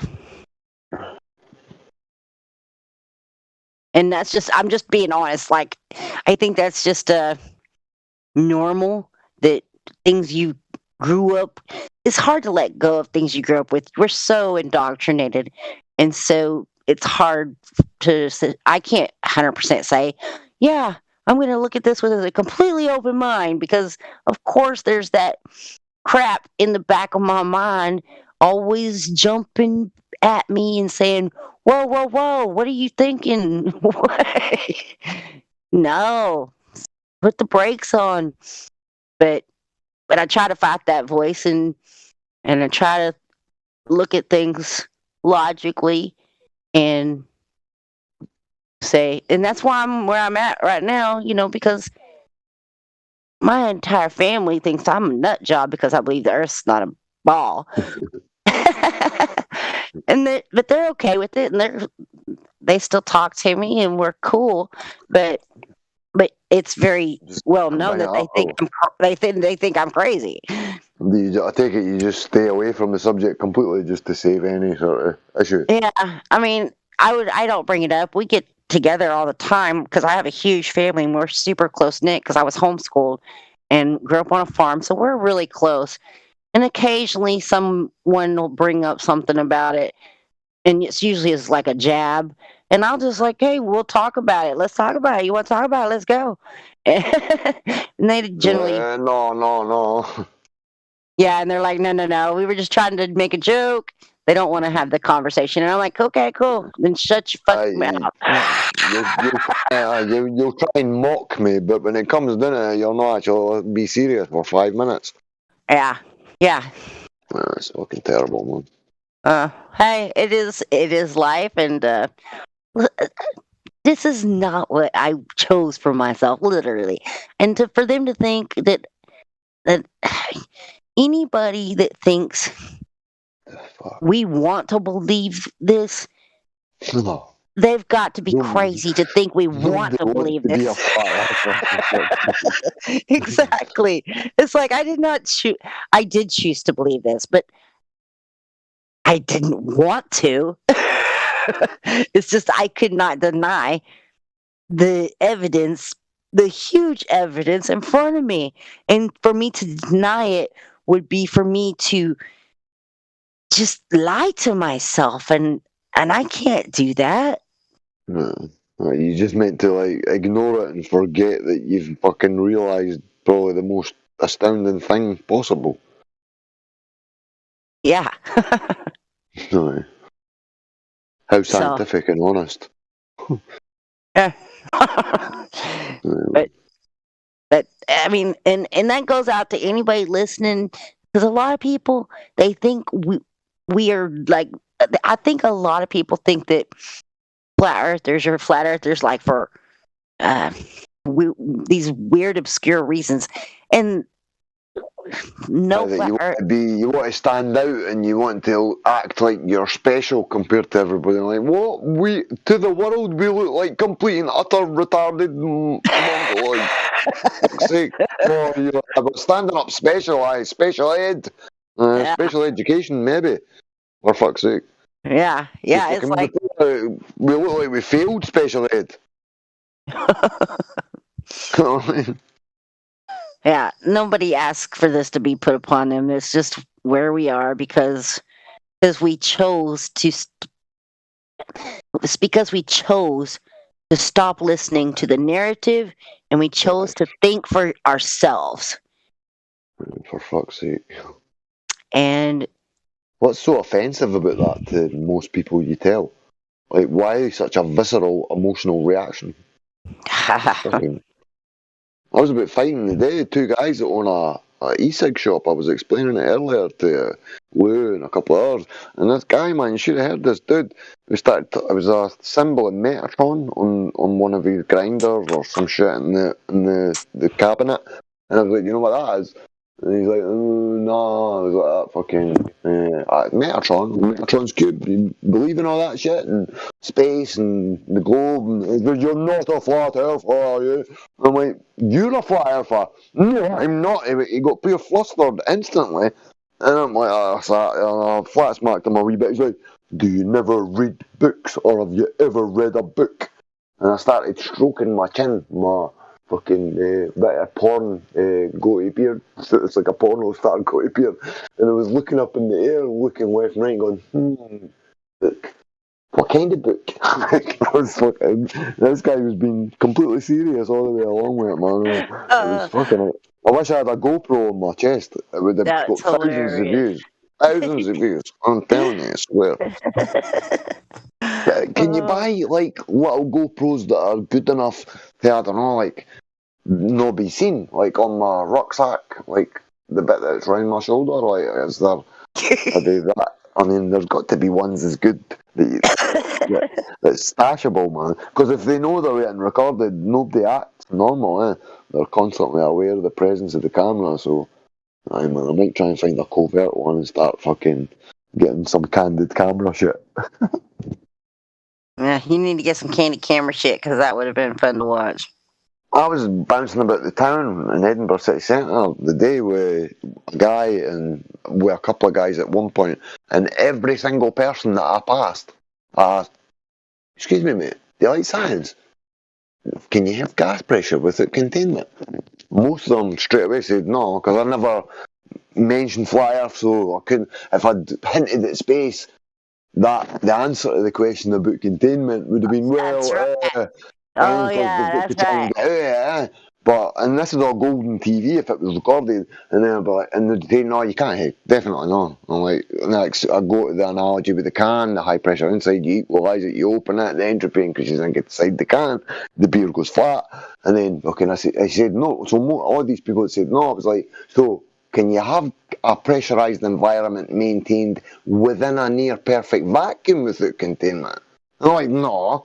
Like, that's even worse. If you can't have it just at normal air pressure, you definitely can't have it in a fucking vacuum. No. I'm like, well, how can space be an infinite, near perfect vacuum that envelops? And then they're like, oh, shit. And see the amount of them, honestly, not all of them, but see the amount of them that looked like I slapped them in the face. Honestly, and they fucking took my YouTube channel. I got 4 or 5 subs to my YouTube channel through them, and I told them about. In fact, a couple of them, they gave me their phone, and I put a sub to Helio's channel, my channel, Eric Dubé's channel. I've quite a few that I can remember. And it's like, beep, there you go, mate. So hopefully there's going to be people coming in saying they're coming in from Scotland. They met somebody. So, that's awesome, man. That's super awesome. I mean, I do it all the time, but today I just went like extra fucking flat earth pusher. Like I went fucking, I was like steroided up flat earth pusher. Nice. I'm going to buy a camera, that's what I'm going to do. In fact, go online and get one ordered. That'll be cool. That'll be cool to watch. Hopefully somebody wants to assault me, because they better be hard or they're going to get punched on their fucking ass if they try and hit me, But I'm not going to try and hit them, and I'm not going to be aggressive or at all insulting, nothing. Well, I've already been in 3 fights in my past, basically in the past few years. Or since I found flat earth, like the past 7, 8. I'm in the 8th year now. Dang, dude, settle down. I don't want to fight them, but most of them just laugh or argue or be dishonest. Some get a bit uneasy, and every word that I say, I can see it physically affecting their face, and they're getting uneasy, and I don't know, they're probably suffering from their blood pressure's changing and their heart rate. And when I'm saying shit, to see this, like the syllables and the emphasis as I'm breathing and talking, and the cadence in my voice, because I'm a fast talker, and in Scotland we talk really fast to each other, and well, it's like you're fucking hitting them in the left and right with the palm and the hairy side of your hand. That's what it looks like. Honestly, crazy. I've only been in one fight in my life, and I was like 16 years old. 16. I was a child. I didn't mean a fight. No, I didn't mean a fight. I meant when I was flat smacking them. That's what they looked like. When I was, it looked like I was going slap and then giving them the hairy side. You have to like take the foot off the accelerator, because it's not good to do it. It's not safe to do that to somebody. To flat smack them, and then once they noticeably look like they're not having a good time with the information, you need to stop it. Because they're fucking, it can cause them fucking a psychotic fucking break, I would imagine. Well, think about when, well, maybe not you, but I can think about when I first woke up. You know, you can get too much information at once, where you're just like, overload. You know. But see, another thing. See, once they get to that point, see if you keep hitting them even more. One, the shit you're saying doesn't make any, like, it doesn't get registered anywhere. Yeah, but they're two, not hearing nothing after that. No, but not even that. It affects what the up until before that point, when they were happily going along and agreeing with everything. That's people that get like that are the ones that you Socratically question, and they realise everything you're saying, they come to the exact same conclusion as you, because you came to that fucking conclusion and you've been unable to unconclude that fucking conclusion. So this is why I'm fucking sitting here knowing for a fact I'm not moving and there's no fucking curve and everything's all fake. So if I bring them exactly to that point, they can't argue. They didn't have to believe me. So it's not like, conspiracy theory, this can try to convince me. I'm not trying to convince you, son. I'm asking you a question. You're deciding what fucking the answer to the question is. So that instantaneously makes the subconscious and the conscious have a bit of an issue, because they were trying to hide flat earth between the two parts of the fucking brain, or between the two parts at least there. You know what I mean? Because you're fucking, you know full well, your subconscious and conscious mind right now, whether you're a globe earth believer, concave, whatever, anything, whatever, you know for a fucking 100% fact that you're no moving right now. You know what? Your fucking conscious mind, your physical body, your inner ear, your vestibular system. I imagine your vestibular system's probably more precise than a fucking gyro, a fibre optic, or a fucking ring laser, whatever the fuck. Well, that's why I said earlier is that I couldn't lie to myself. You know, I've been waiting for the truth as long as I can remember. So why would I come across something that fucking is a paradigm fucking exploder and just go back to just believing what everything else is? I'm a fucking related to a rock, and that rock's related to an explosion.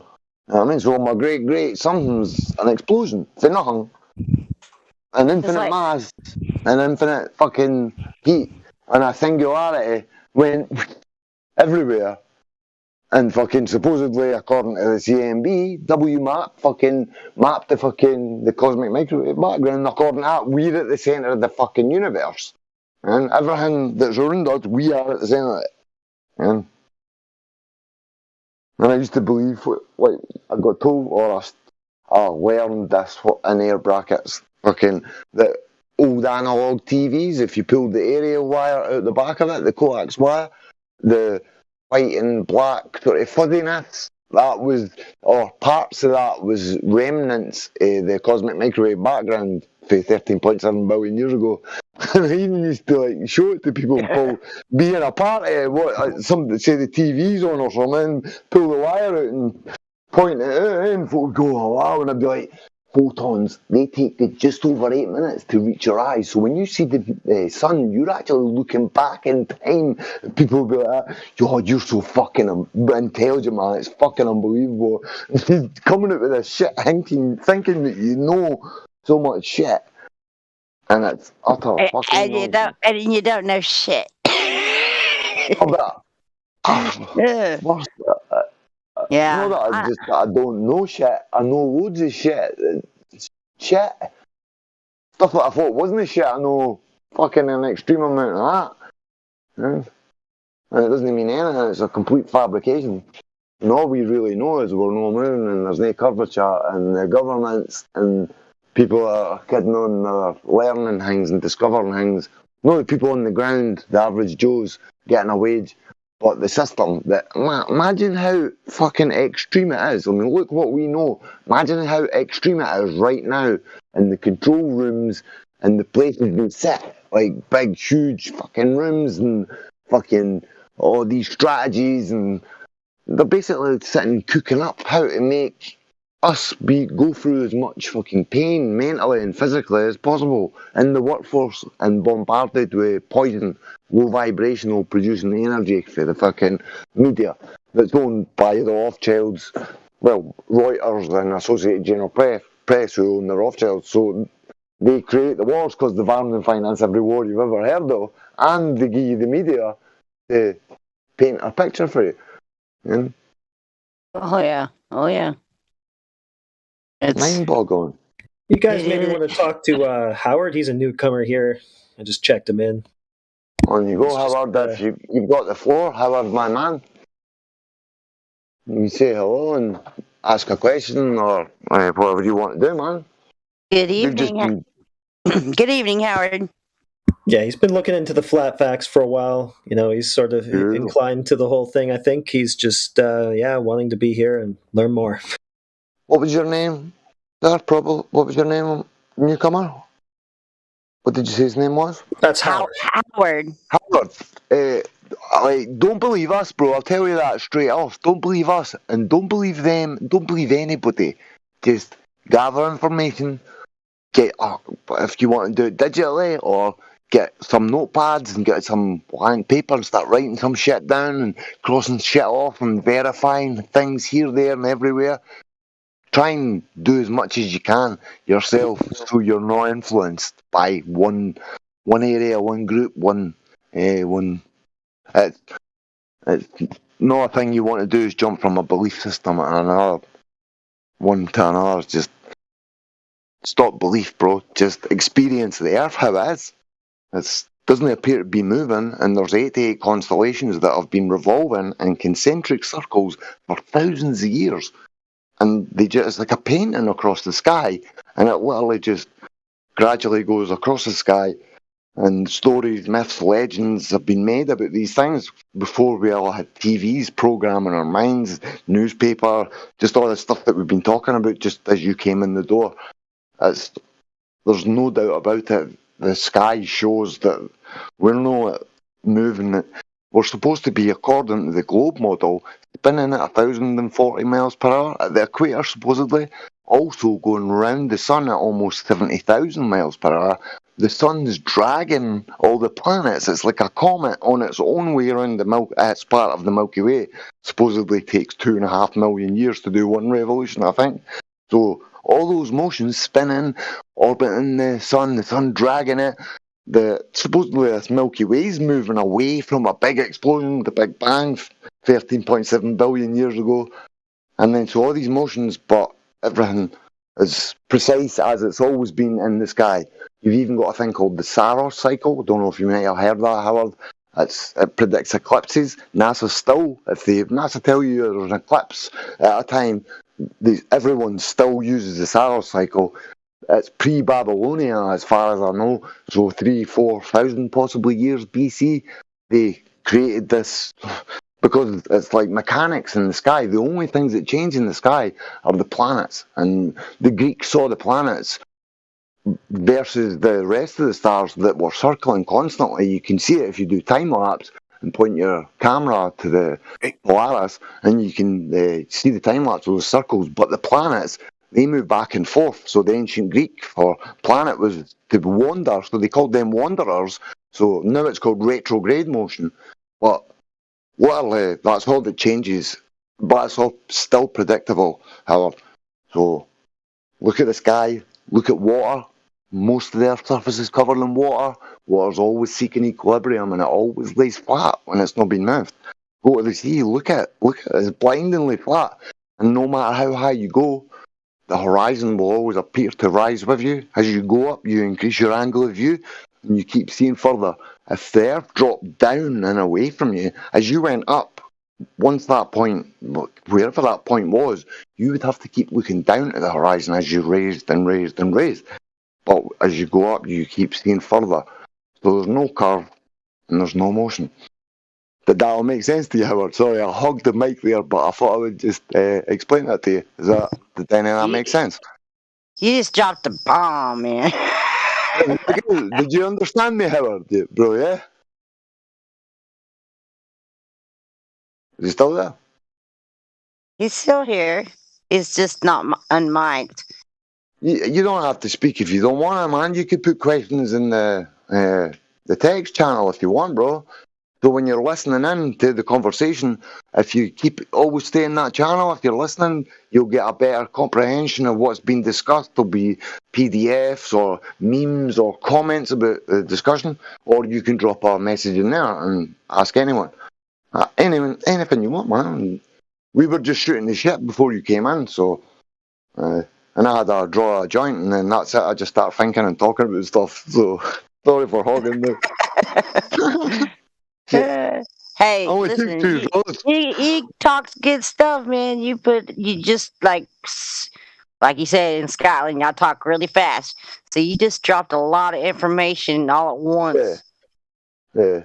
I should have recorded that on YouTube, so I had that little clip, because I was going to make another YouTube channel for myself that had stuff back when what's his name, Jedi was here, and the conversations we went through. I was speaking about it earlier. I'm going to start going back to servers, so if anyone's listening or joined since I spoke about it earlier, I'm going to go on the server hunt and try and get Q&A, debate, or whatever set up elsewhere so we can stream it over there like what I used to get all the time. And in politics, I managed to get mod permissions on the server because they couldn't give us it. They gave us a room and gave us perms, and their own mods were pissed right off about us. Well, you're gonna have to go back. You're gonna have to go back to this live stream and take that little snippet of what you just said and clip it out to make that a video, because that was pretty good. Just spiel. It was a good spiel. I tried to not speak too quickly, but I don't know. It was good. Well done. It was good. I understood everything you said. But you spoke to me quite a few times over the years. Now, Howard, I would love for you to come in and chime in and say, speak your mind about what you think, and man.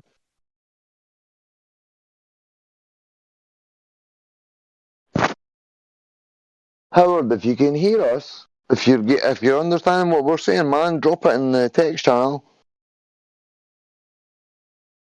If you don't want to ask questions, you just want to listen, that's cool as well. I mean, some people, they just don't want to open mics. If you want to speak off live stream, I'm happy to do that anytime. What I'm going to do also, I'm going to DM you some Google Drive links. There's a vast amount of information in them. You could go through it for literally months and months. And I shout out to Flatsmacker's playlist. There's one in there called Flatsmacker's playlist, Howard, and it was an old gold moderator that passed away. You hear me? Is that you, Howard, man? Yeah, How you doing, bro? Hero. How you doing, brother? What? You cool? You cool? You okay? I don't care. Yeah. So I would like to have a debate, like not in the server, like on the call or something like that. What, you got a debate in you? Is that what you're saying? No. So I'm saying that I would like to debate. Yeah, I'm asking you. I take it you're saying that you have a debate in you? Question mark. Oh. So you're saying I have a debate in me? You're saying you're here for a debate. I'm saying, do you actually have a debate in you? I was kind of being sort of sarcastic a bit. Like you got some good info to drop on him, is what he's saying. Yes, yes. No, Not right now, guys. I was taking a piss. I was just noisy. I was just winding you up, man. I was just taking a piss. I'll have a one-on-one debate. Is that fair? Bro, name the best proof you have for the globe. Best verifiable evidence that you have that everything you've been taught and everything you believe is true. Just one. Just one.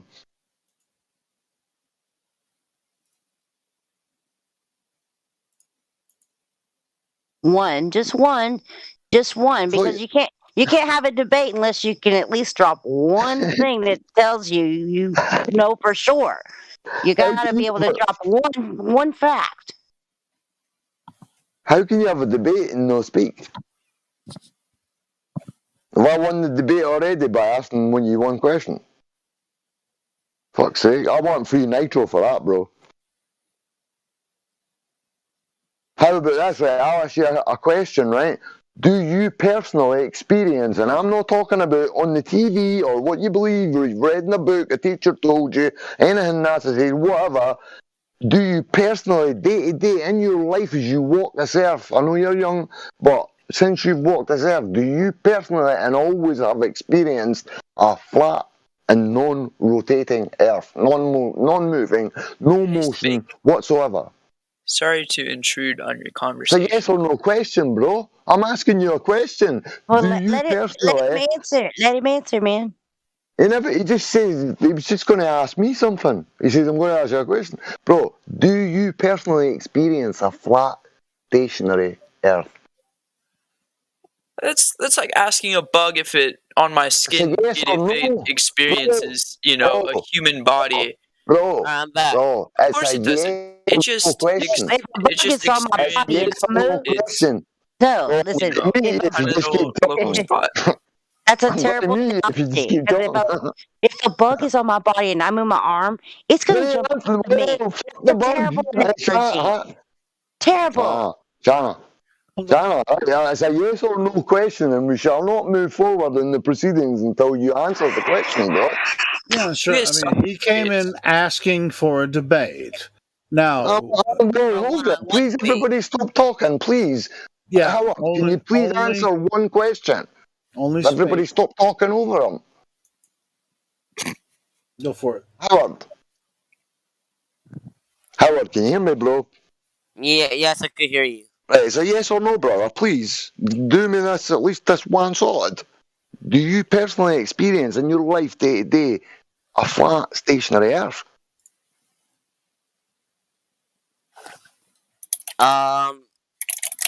Yes. Stop Googling. Yes.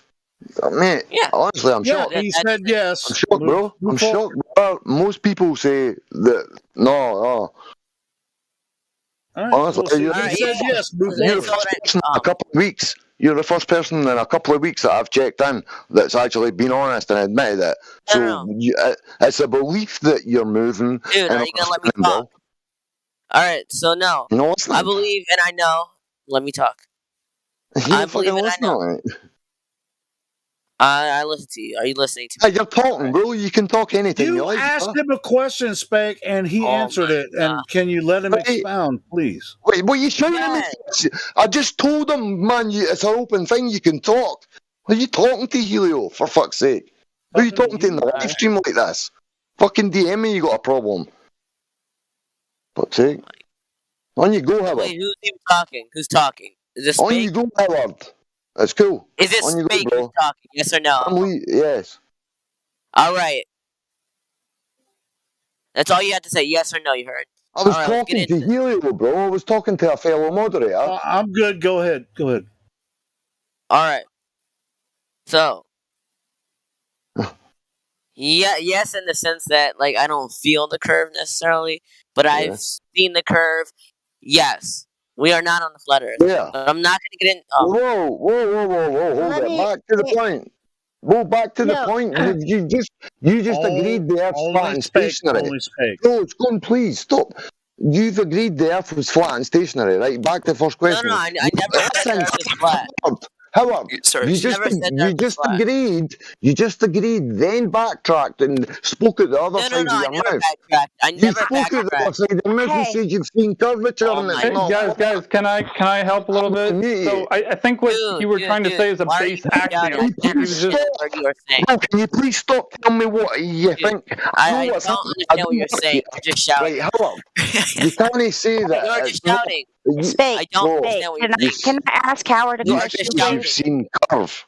Spake. You said you've seen curve, bro. Yes, I have seen curve, but I'm not. No, it's not flat and stationary then, is it? It's Oh my stationary, God, but what did I say to you you've seen curve. Dude, you just don't listen. Ask your fucking question. Hey, Spake, You don't can listen. I please ask Howard a question real If you see quick? if you don't start answering the Why are question, you I'm so going to mute angry? I'm not. Yeah, I'm just why are Be you calm. Be I'm calm. Scottish Yeah, and Then you not can, have an open Hey, do you think we should ask him like the 3-point questions or something? Everybody, the flat please earther stop is yelling not the glober. Howard, son, The Howard, flat please earther is focus. yelling not the glober. That makes you guys look real I'm bad. not Scottish, bro. I'm talking fucking normal. That makes you guys look real bad. Please listen to me, man. I'll ask you this in one thing. Right, I asked you if you've experienced a flat stationary Earth. If you say no, right, you're either saying that you can see curve and you feel motion, right? So if you say no to the first question, then obviously if you're saying that it's flat, then you've never seen curvature. So how can you then say, after you say that it's not flat, you've seen curve? Where did you see curve? Neil deGrasse Tyson says you can't see curve for 127,000 feet. Red Bull jump, the Felix Baumgartner jump. Neil deGrasse Tyson says you cannot see curve from that height. So if you've been in a commercial airliner, there's been a third of the height of the Felix Baumgartner jump. You know So what's you've really not seen interesting, Spake, is he didn't say anything about that. You're the one talking about it. He's seen curve. I know, but you asked him. You're doing all the talking, not me, dude. You asked him if he's ever experienced. You asked him if you've ever experienced the Earth as a globe, and he said no. He said pretty much no, and he's like, and then why are you talking over me? That's not what I said. I asked him if he experienced a flat stationary Earth. He agreed, and then he says he saw curve. Right, so I've been so why are you still arguing the point when he's not answered the first Oh my God, I fucking just had to question? mute that guy. Hey, Helio, I just want to say, I'm not even in this argument, but I think you're a great mod. You're like an example of good mods. Hey, yo, Spake. Me, I'm trying to tell you, man. Bro, No, look, Spake, Howard, you suck. I'm not going to say this again, Howard, right? Ask you, Howard, listen to me, or I'm going to fucking meet you. No. I'm going to fucking meet you. Listen, listen. Hey, you don't. You're the one that's yelling, to not be, me, dude. listen, You're the one that's you getting don't have upset, to not be me. so hostile. Try to be more a little bit, just a little Damn, you bit. go to anger management. Like, damn, Hey, real. Spake, I got an idea. Shouldn't we go through the 3 points with these guys? Like, here, guys, I gotta. Should we? I've worked here for 3 years. I asked a question. He's contradicted his answer. I know what I'm asking for. You are all talking over. That's why I'm having to raise my voice. I want the first question answer. I'm almost out of here with this yelling Okay, stuff. I think you kind of did. Man, listen, please. Where have you seen curvature? That's the point. If you say it's not flat, you've seen You're curve. not even giving me the opportunity to answer you. Yeah, but you're asking a question that's about subjective reality. We're talking about, like. Well, no, it is objective reality, but it's the base axiom level of it. 3 years. I've asked every person I've spoke to and taken the same question. I know, but what I'm saying, we should just ask him if anyone's ever measured curvature. We should just ask him that.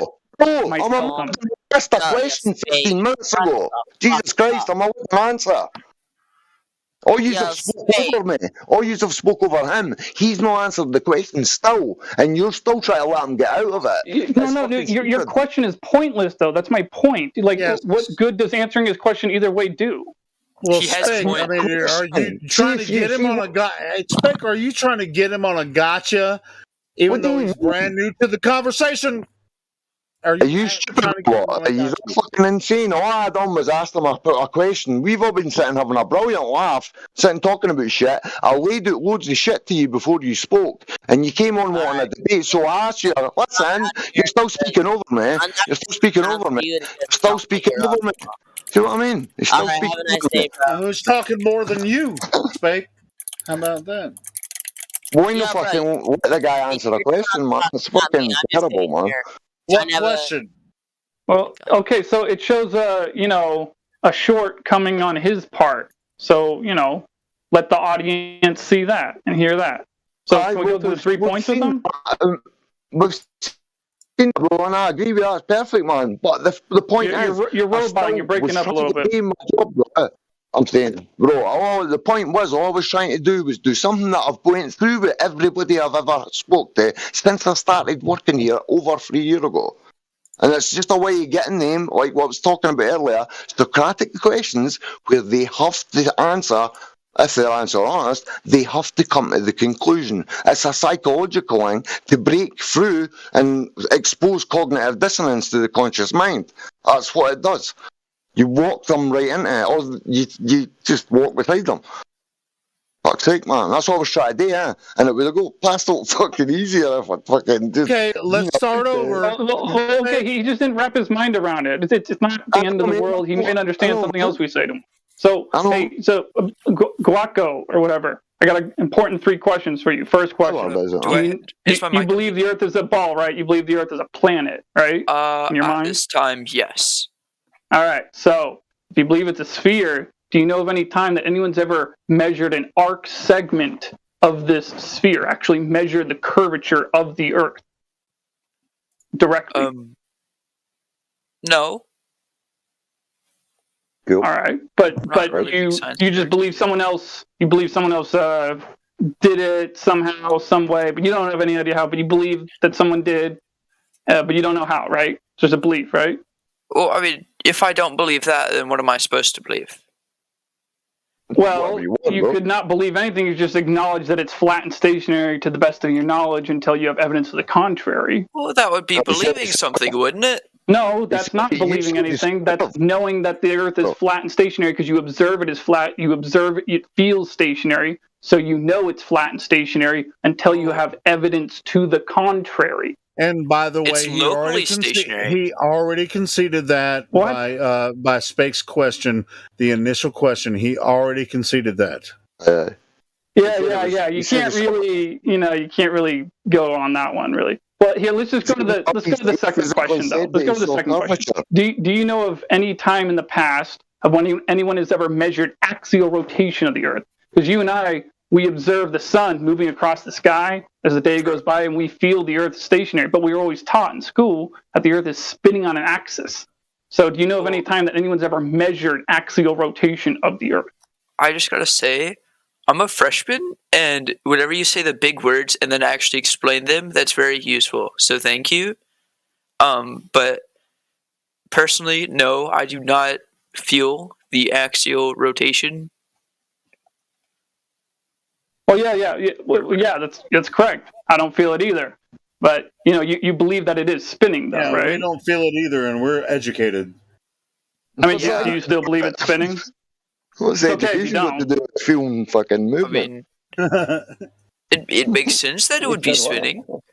Well, you and I were told in school growing up that it is spinning. We just don't feel someone had to figure that out. Yeah, but I'm asking for when anyone's directly measured it, directly proven it to be happening. I mean, yeah, and found the actual speed because they did actually give us a speed. They've changed it a little bit, but it's around the same throughout the years. It used to be 900 miles per hour at the equator. Now it's 1,000 miles per hour or so. But did anyone ever measure anything to get that 900 miles per hour at the equator? Well, I mean, they have done calculations. It wouldn't be very, smart to get people to walk across the equator or whatever and measure the speed at which it goes or whatever. Calculations require measurements, though. So here's the thing about calculations. I can help you. I can help you really quickly right here. So the thing is, math is a very useful thing. Math is a wonderful tool, but math does not always reflect reality. I'll give you an example. I can have 2 apples, and my friend can give me 2 apples, and I can write down on a piece of paper 2 apples plus 2 apples equals 4 apples, and I have 4 apples. So on paper, it reflects reality, my apples, but I can also write on paper, I have 5 apples, and I give my friend 10 apples, now I have -5 apples. So on paper it works, but I can't actually have -5 apples. So just because something is written mathematically on paper and it works on paper does not mean it actually reflects reality. You understand that? But technically that would reflect reality, because now you're in debt 5 apples to him, and whenever you get 5 apples, you lose your debt. No. He didn't get the 5 apples. That was a scenario of something that's impossible. There was no 10 apples. I get that, but the next time you get 5 more apples, you have to give that to him. What? That's not the fucking point. It's more like a debt. Negatives. Yeah, I'm not talking about someone borrowing apples. I'm not talking about that. What I'm saying is, if I have 5 apples, can I give my friend 10? No, I understand that, and no, you can't. I understand what you're saying. Okay, yeah, but I can write down on paper that I can. Yeah, but I mean, I can make a mathematical equation about anybody. What if I tell you I'm not going to take you the apples? So what if I say I'm going to steal your apples and I'm going to steal the money he's giving you for his apples? What the fuck are you going to do about that? This is not a personal offense towards Spake, but please stop eating your mic. Eating it? It's not. It's just. It's an earpiece, man. It's just sitting there. Your mic sounds fine. Don't worry about this. Well, just so you know, Spake, you've kind of been getting really quiet and loud randomly at various times. Like you'd be quiet for like a few words and then back to normal. Like you're mostly normal volume, but I don't know what is doing that. Nah, well, see, the thing is, if you are having a discussion and like say something funny or that, and you're still trying to get to your point, I'll not talk. Like I'll not turn my head round while I'm typing in my iPad or whatever. Like I'm just. But then if I've got something to say, I'll just go a wee bit closer. Sometimes it's an accident, obviously. No, Spake, your mic sounds okay. Don't worry about it, whatever. Yeah, man. Usually, sometimes it gets caught in the fucking. Well, anyway, man, however, so what we're asking you is it making sense? Like, you coming to conclusions that they were trying to, like, bring you to. What's the third question? Yeah. So the third question is, do you know of any time that anyone's ever demonstrated gas pressure without a container due to gravity? Because after all, the claim that we were told in school is that the air is held to the earth due to gravity. But I don't know of any time that anyone has ever demonstrated gas pressure without a container due to gravity. But forget gravity, because neither Can you rephrase that better? I'm kind of confused. Or actually, a better way of saying it is yeah. So we have 14.7 psi here on Earth, and they say that there's a 10 to the negative 17 torr vacuum above our heads. That's trillions of miles across, they say. And the closest we've come to replicating, that is 10 to the negative 6 torr, and that vacuum chamber was collapsing in on itself as it got to that point. And no one's ever even claimed to make any vacuum even more powerful. So the thing is if such a place existed, to the best of my knowledge, it would violate the second part of the second law of thermodynamics, because the second law of thermodynamics goes like this. I'll just tell you all 3 parts. Hot moves to cold, high pressure moves to low pressure, and high charge moves to low charge. So the second part, high pressure moves to low pressure. If there was a 10 to the negative 17 torr vacuum of the size that they say it is, well, if there was that really at all, but especially of the size that they say it is above our heads, the gas down here would find its equilibrium up there. Orion, God. Wait, what? Your initial idea and the way you explain it is very confusing to new people, in my opinion. Well, look, here, Guaco, are you getting this so far? I haven't even finished it. Let me just finish the sentence. Continue more confusion for new people. Okay, cool. Yeah. Well, most people on the street that I talk to about this seem to understand this. But whatever. Anyway, so the thing is, if the vacuum of space existed the way that they say it does, the way that they describe the vacuum of space, 10 to the negative 17 torr, trillions of miles across, if that existed, it would violate the second part of the second law of thermodynamics that states high pressure moves to low pressure. So what I'm saying is the second law of thermodynamics is just fine. We don't need to rewrite it or anything like that.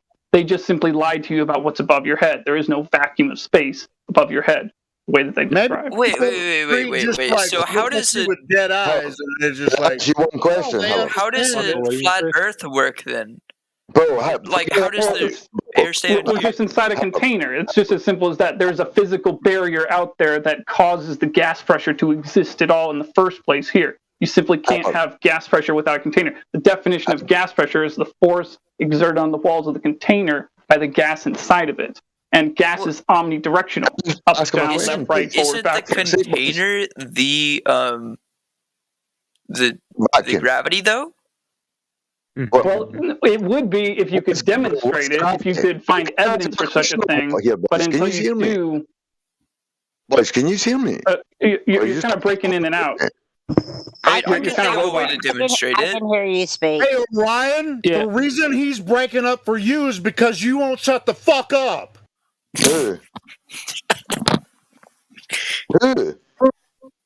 trying to talk. I'm asking, can I ask him a question? I've said Howard like 10 times. Everyone's just spoke over me. I've been saying, Howard, can I ask a question? And that's why I'm asking, can you hear me? Hey, go for it. I'm asking, can you hear me? I asked, can you hear me like 3 times or something? Yeah, I can hear you now. Your mic was a little weird. Howard, can you have a pressurized environment maintained within a vacuum without containment for that pressurized system? Isn't that just the ocean? It's a yes or no, bro.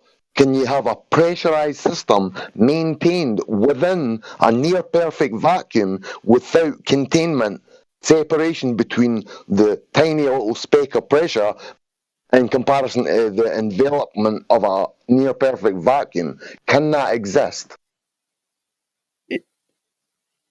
Isn't that just like... Bro, it's a yes or no question, man. Filling a submarine with water? Bro, it's a yes or no question. Jesus Christ. Your words are confusing. I asked you a yes or no question earlier. A submarine is a pressurized chamber. Listen, it is a container. I never asked about a submarine. No, but he brings up a sub, and I'm like, what? You're isn't a submarine that? A submarine is the container, okay? See, you're saying, yeah. That's the second time I've asked you a question, and you've let me just and Hannah just... Hannah, can you repeat the question again? Okay, man, right? Can you have a pressurized environment maintained within a near perfect vacuum that envelops that system? Can that tiny little pressurized system be maintained in a near perfect vacuum? Okay, I understand what you're saying. Okay. A yes or no, bro? Let me just think about this. Can I give you an analogy? Yeah. So you've got a can of soda, you've got a can of beer, whatever. When that's sealed, you've got a higher pressurized environment within the can in comparison to the outside. Now, when you open, you hear the higher pressure expanding outwards, the entropy increases because it's no longer a closed system, and it expands outwards into a lower pressure system. And it equalizes, and your beer will go flat if you forget about it. So, is that... That's not possible in a normal air pressure environment. So within a vacuum, you open a can of beer, are you going to have bubbles in your beer as soon as you open it? I would try to prove you wrong, but... Bro, just answer, bro, please. Yes or no? Yes or no, bro, please. Think about it, man. I open a can of beer. A fun fact. NASA's biggest vacuum a bottle chamber. Of soda, that's 3 atmospheric pressures. So right, forget numbers and tors and all that stuff. These are simple physics concepts that you can visualize. You know how pressurized systems. You've opened beer, you spray deodorant, you fucking, I don't know, use a portable like barbecue or whatever the fuck, man. You know when you there's a slight problem with what you're saying. You're leaving a bunch of variables out. What variables? None that I could explain to you because I'm not high intelligence. But I know that there's more variables than just a vacuum and a pressurized system. What do you mean? What? So space is an infinite... Like, I mean, there's gravity, there's gravity? I don't know, other stuff. I think you mean to say informed instead of intelligent. But what is gravity? Yeah, informed. That's a better word. If I drop something, is gravity. gravity is a story about why things go down on the ball that has been geometrically disproven to exist.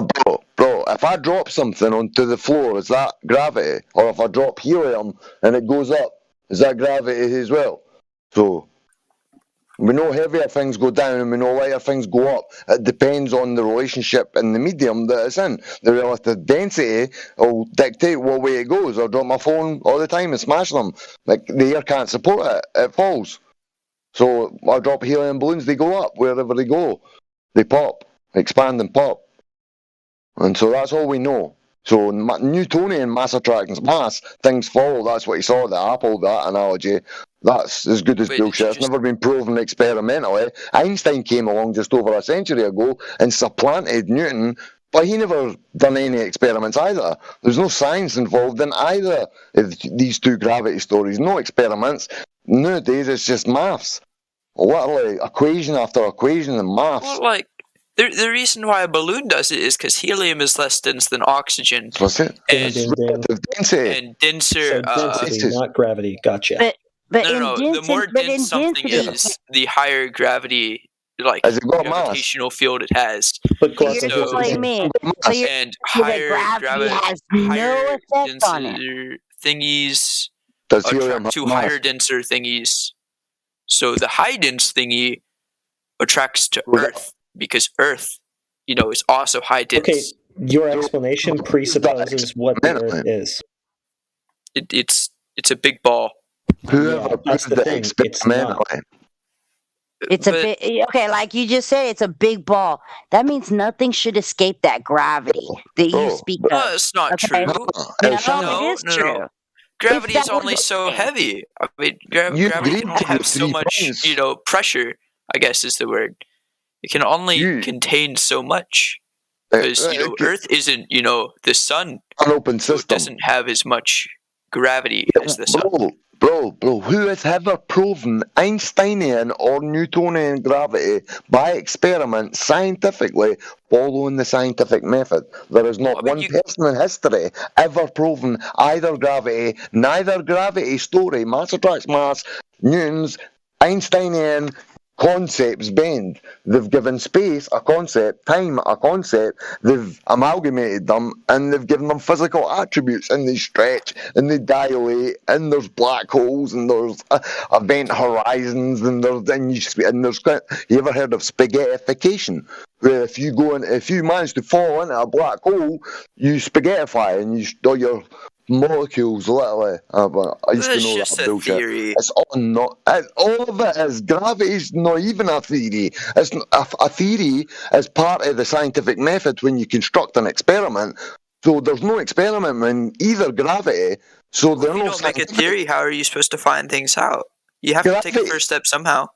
No, a scientific theory is part of the strict methodology.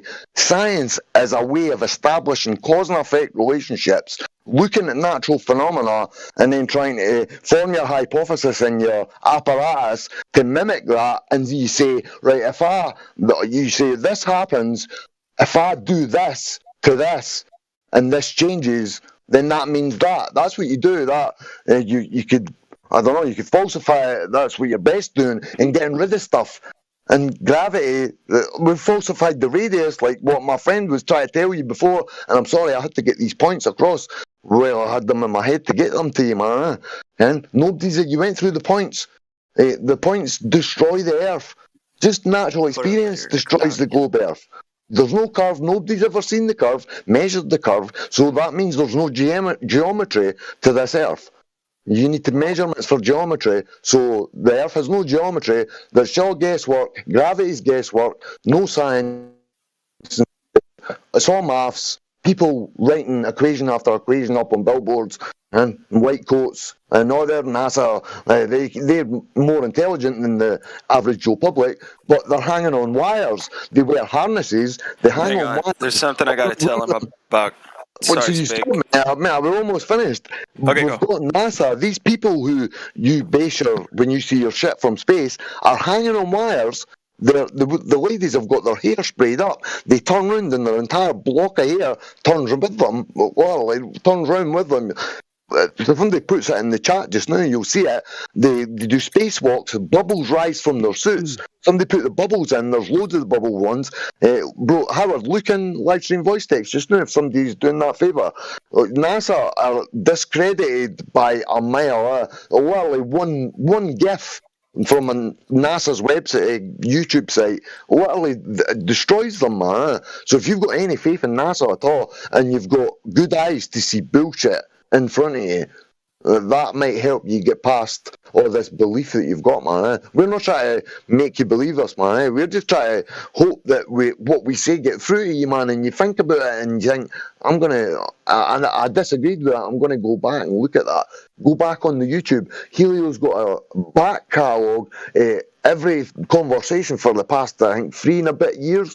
Go on the YouTube channel, sub to it, and you'll get a reminder to come back in, because subconsciously, man, when we break people, like when we get them flat smacked and they realise, and it sometimes affects people badly, and they get a bit pissed off, or they get a bit because it's a big thing, man, to think about this. As soon as you think about this objectively and critically, that's when it all falls apart, man.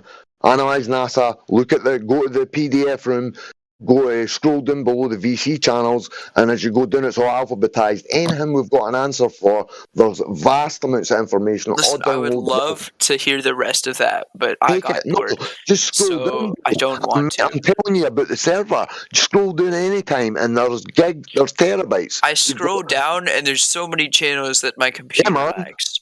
I'm also going to send you, I forgot one because I was trying to get through that question to you. I'm going to send you gigs and stuff, bro, right? I'll send you my YouTube channel. There's a 6.5 hour video. What? So you're not interested? We've wasted our fucking time, bro. No. I would love that, but I don't want stuff in my DMs. I like to keep my DMs clean. Bro, come on. What? A couple of Google Drives, bro. Come on. We can DM you a bunch of stuff, right? And then you'll actually have it, and you can go back and review it. Yeah, sure. I mean, why not? Why not? Sure. Awesome. Thanks, dude. Great. That's crazy. Yeah, just So I do. Sorry, I have one thing to say real quick about gravity. Yeah. See, the thing, my friend, about gravity is that compared to a force like, say, magnetism, right? Gravity, seems to kind of act like magnetism, a force, quote unquote, pulling downward, correct? Well, magnetism is a force, but we can measure it. We can see it on the electromagnetic spectrum. You know what I'm saying? But gravity, we can't do any of that stuff. We can't see it. We can't measure it. We can't put it in a box and eat it later. There's nothing we can do with gravity. That's the point. We can't find it. And we've been testing for it scientifically for a long time. So you can look at something and tell if it's going to have, gravity. How do you know? My friend. Say mass attracts mass. A larger mass attracts a smaller mass. So why aren't mountains attracting cars? I mean, it's just kind of ridiculous. Because locally it's a big mass, but in the big scheme of things, it's not a planet. It's not big. It's not that big compared to other things. So see this gravity thing that you keep talking about. Of course, it has a pull, but it doesn't have a massive pull. So is that Newtonian gravity you believe in? You don't believe in Einsteinian gravity? I don't even know what the heck. I didn't do philosophy yet. So what's Newtonian gravity? You believe in Newtonian gravity as mass attracts mass? Supposedly the analogy is that an apple fell from the tree, some bullshit like that. And that was just a story that never actually happened. But it's just a way people remembering it and helping the program. So who's ever proved it by an experiment? So it is actually science. For something to be taken as science, you need to do an experiment and form a hypothesis. And you need variables, your independent variable, which is your cause, that you need to manipulate. How can you manipulate gravity? Who's ever isolated gravity? Either gravity. Einsteinian as well. Yeah, I was just wondering if I could go for 60 seconds. Can you brush past that? Could you go on with your life without realising that there is no science involved in the gravity you believe in? There's no science involved in it whatsoever. Nobody's ever proven it, and nobody's ever proven Newtonian. Can you forget that and go on with your life? Or he's gone, Spig. He investigate, bro. Sorry, he's back. Sorry. Will you investigate, man? Does that not make sense to you that something like that, or does that not sound outrageous to you? Does that sound outrageous to you that no one's ever scientifically proven gravity? Oh, I mean, no one's scientifically proven a lot of things. I'm not saying, bro. Stick to what I'm asking you, man. The whole You can't tell me to stop basing my info off of other things. That's how stuff works. I'm asking you. Your questions suck. You don't know how to ask questions. Bro, you know how my questions suck with you. I'm going to save tonight's talk because every question I've asked you, you have answered. The first one you answered. All night. You explain this to me all night, please. You answer one of my direct questions directly. All right, I've asked you yes or no questions. Listen, all right, give me a direct question. Give it to me. Come on, let's go. Right. Do you experience a flat stationary Earth? Yes. And then when I said it to you the last time, you said, but I've seen curved, the Earth's not flat. So how do you explain that contradiction?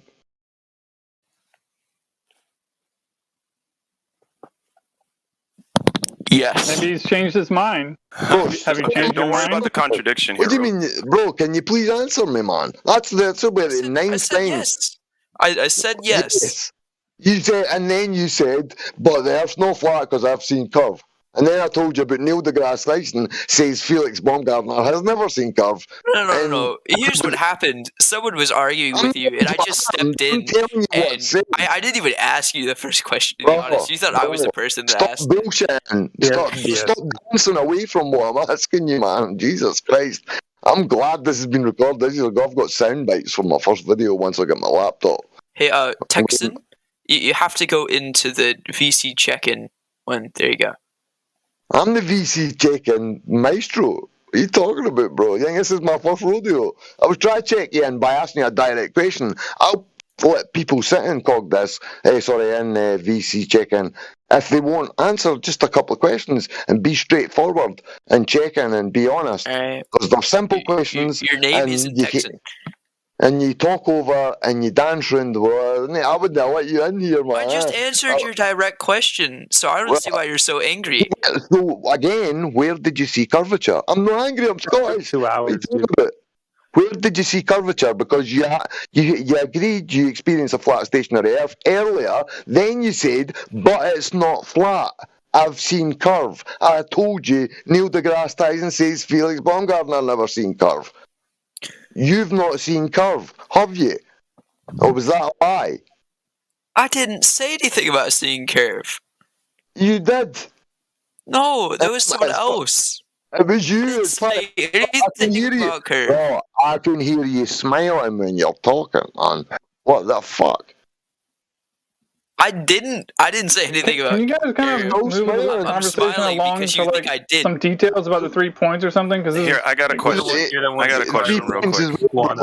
Oh no, I'm going to jump in really quick. Yeah. Okay, go ahead. Are you trying to go ahead, are you trying to take the piss? Hold on. Are you trying to take the piss out of Guaco and just kind of like shame him or something? And just it sounds like you're like the way you're talking sounds like it's like, oh yeah, I get Neil deGrasse. He didn't say shit about Neil deGrasse. I mean, it's just weird that you would bring that shit up, man. It's weird. I'm talking about the height. He told me, he says he's seen curve. He didn't say that shit. You said it. No, he said he's seen curve. I told him that. Yeah, but you're bringing up Neil deGrasse and all. You're bringing up all he said, she said bullshit. Let's move on. Are you mental, Helio? He says he's seen curves, so how could he have seen it if Neil deGrasse says 127,000 feet? Bro, he's not seen it. All he said is I saw the curve. Why are you bringing up Neil deGrasse Tyson and all this kind of shit when because he can't come from Felix Baumgartner? Maybe he doesn't even know who Neil deGrasse Tyson is. Howard could have only been in a commercial airliner, so he's obviously not seen curves. If Felix Baumgartner had fucking seen curves, that's obvious. Guys, you guys arguing together is super sloppy. Let's just move the conversation, please. Can we can you take this to like another room or something? Like, can we just talk about? Yeah, I agree. Like, can we go back to asking him about who measured this alleged curvature? Can I just Howard, can you still answer the question? So, where did you see curvature? He says is he roboting for other people, or is it just me? Like, can other people hear Spake? I've been asking the same question for at least 20 minutes. Yeah, Spake, you keep coming in and out. Like, we hear you like 75% of the time, but 25% of the time right now we can't hear you. Well, bro, Howard, where did you see curvature? So whenever I went to the beach one day, he saw him. He says he saw it. Fuck's sake! Like, I went to the beach. Let him answer. One day. Yeah, like I went to the beach one day, and it was if I looked at the water, I saw a curve. Sorry, where'd you see it? He's taking the piss. So I went to the beach and I saw that it like curved. The water curved. You're a liar, man. He's mocking you, Guaco.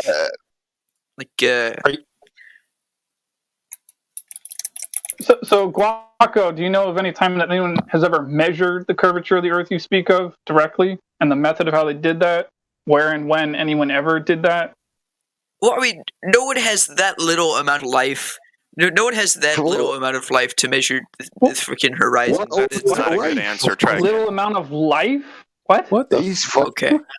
Man, he's mocking it. Spends their time measuring a curve. Oh, I guess they should have video games or whatever. I believe you cunts like. Here, I'll tell you what, man. We've spent a lot of time. We've got FE core laser measurements. We've got long distance measurements of over 1,000 miles with an infrared camera. My friend, there are things a lot of people go out and do, and they have still enough life left to take care of their family, go to jobs, etc. But I'm not even asking like of when a flat earther ever did this. I'm asking of when a glober, like, you know, the person who actually figured out it's a ball that you believe in. Like, that's what I'm asking about. Like, and you're like, who has a life to do that? Like, how does that answer make any sense at all? Like, you believe in the ball. Like, yeah. What? Yeah.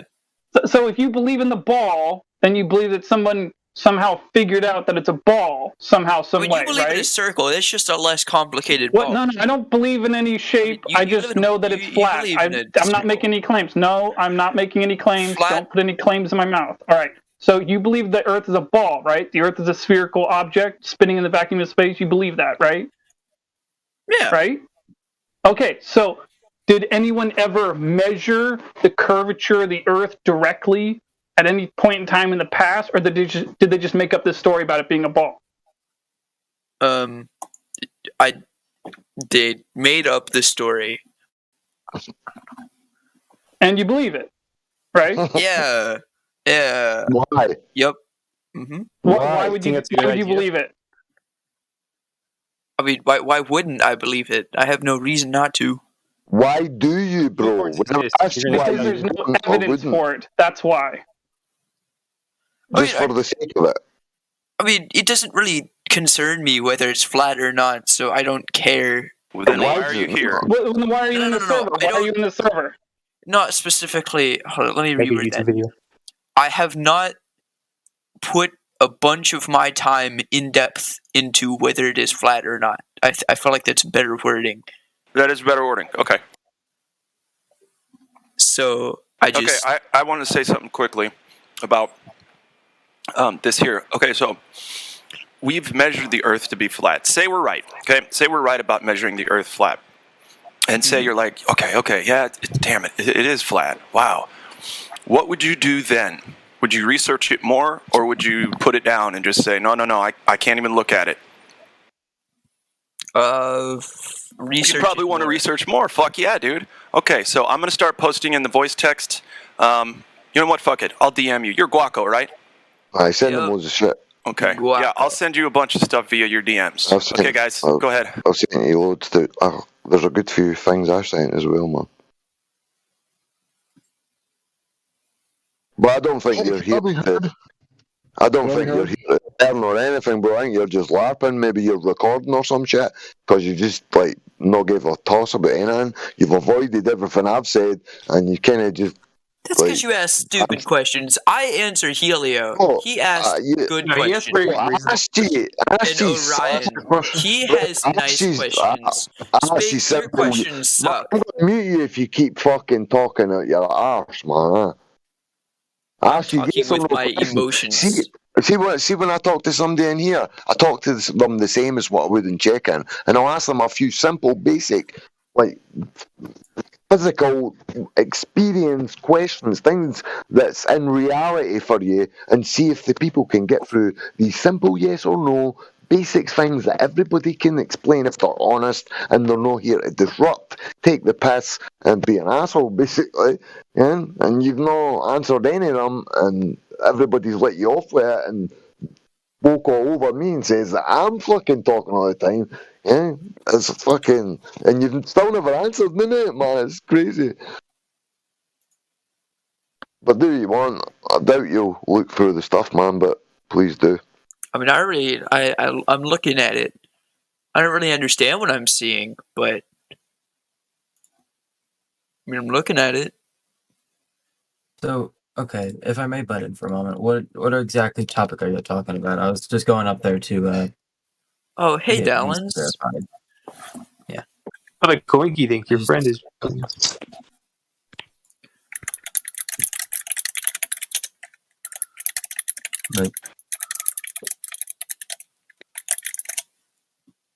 give them the wiki page if somebody could pull the link up. I'm trying to basically. I'm trying to really understand. I was looking at one of those flat Earth maps that I saw earlier. What flat Earth? There's no such thing. There's maps. No. Flat, and No. I was talking earlier in the chat, and people were like, "Oh no, you're wrong," and then they sent this flat Earth map. Stop believing things that you see in the media as flat Earth. No. It's like whatever his name is. Right. Some of the people you actually respect. Like, what's the owner? The guy with the purple name. Indio, Jose. Yes. Him. But even though I told you there's a flat Earth map, bro. I mean, you could scroll up. They said. No, Indio wasn't when I said to you that there's a flat Earth map. Maps are flat. We've got loads of globe projections, and we've got loads of old maps. And what we've got rough estimates of shit, but we've not got 100% map of everything that's been mapped out and all the dimensions, all the continents. Like we've got people good with maths and good with the researching these old maps and all the ancient cartographers. If you know what you're doing, man, we've got a reasonable. Man, but some people believe different. Yeah. What's his name? FM Angel or FMV Angel or some shit. He live streams all the time. He believes kind of like the Mercator, but it's got it's like a Mercator with a variation. Strange. And they think that there's 13 suns, and they go in and out of portals, and they also say that they think, see when the ISS can get seen and it's flying across the sky like a kind of like a comet, they think that that's the sun on its return journey to rise in the morning for us again. That's what these people say. Crazy. I'll give you his channel if you want one. I'll put it in the text if they want it. It's quite crazy, yeah. But flat Earth was complete batshit crazy when I found it. So it's all information is at least good information. If you can. So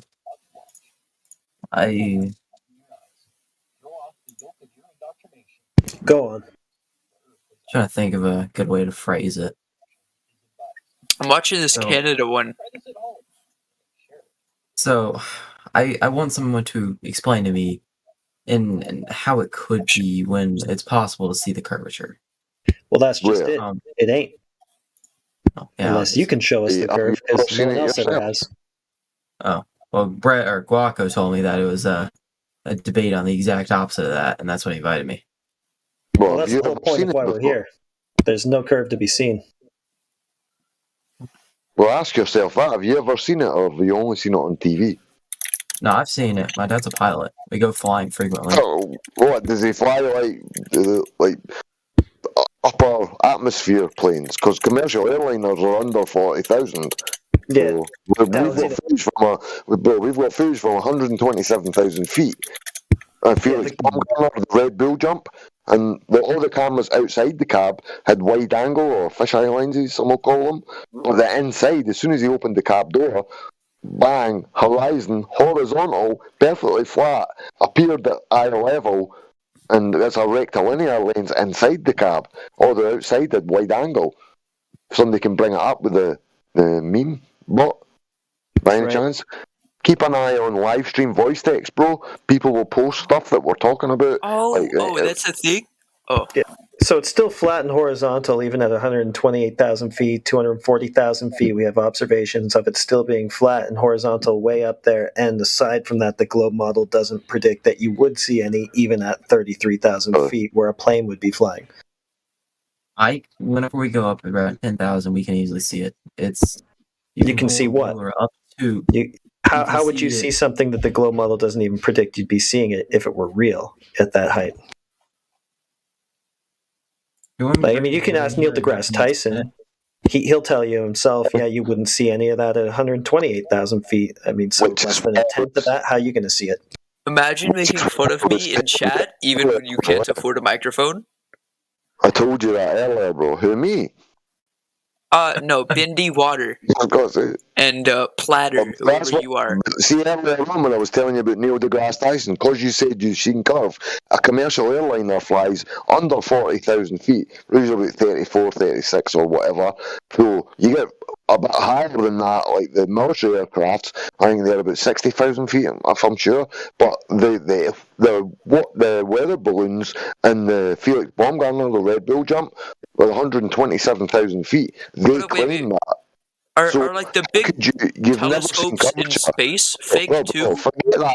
Well, space is fake. Well, you can pick space. We don't know they're real. How does Wi-Fi is real? Bro, towers and cables. If the Red Bull jump never seen curvature, how did you see it? Like my phone data? Why do you always towers and cables? Maybe asking you? Howard, why do you always keep walking away from what I'm asking you, mate? Because you're stupid. I like, okay, not stupid's the wrong word. I like Helio, Orion, and like Glatflobe. They're nice. Mate, I don't care. You're getting muted just for that. That's the fourth time you've been lippy with me, man. I've asked you direct questions there. You're just being an asshole. You can't mute me for not answering your questions. Mate, I should ban you just for being an asshole. You wouldn't have got DC verified.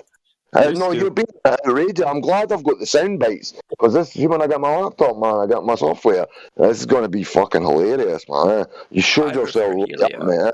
He's nicer. Just kinda, nicer? What? Somebody that puts you on the spot and asks you a yes or no question that you must answer if you're honest. Dude, you keep going on like this, that he won't answer a question. Like, you said that like 50 times. Like, just go on to something else. That was a different question, you fucking ass. Alright, Spake, ask me the A or B question. What do you mean? We were just having yet another conversation. You said you saw curvature. I'm telling you, Red Bull never saw curvature. Where did you see curvature? And you're saying I asked the same question. You think that's a bad question because you know you lied. Which even you said you seen curve. You've not seen curve. Then you are the all-seeing eye. I have not seen curve. So you're eventually telling the fucking truth and everybody else is agreeing with you. Fuck's sake. We can settle this real quick. We can find out if you would see any curve anywhere at all. The highest we need to go for that. Well, not the highest. We only need to go a foot off the ground to determine that. We can measure the distance to the horizon just a foot off the ground and determine whether or not the Earth is dropping away from us. You want to do that? I agree with that one. Let's check that out. You have to agree with that, Michael. On you go, bro. I just want to sit there in the place. Spake, I got an idea. I got an idea, Spake. Let's let Central Banker talk to Guaco about the Black Swan. I just posted it. That's what I just told him. You're not listening, bro. I was just talking to you, bro. He speaks good. I like how he speaks. Oh, bro, I just said to Bank, I just laughed and told him to destroy you. What are you talking about? When you go back at it. Yeah, so you know, don't need to mess around at 30,000 feet or 128,000 or any of that. We really only need to go a foot off the ground, like in that picture I just showed you, and we can get a measurement of the distance of the horizon. And if it's beyond the 1.2 mile distance and it has to be at a 1 foot observer height, then we're definitely not on the globe with the radius of 3959. Does that make sense to you?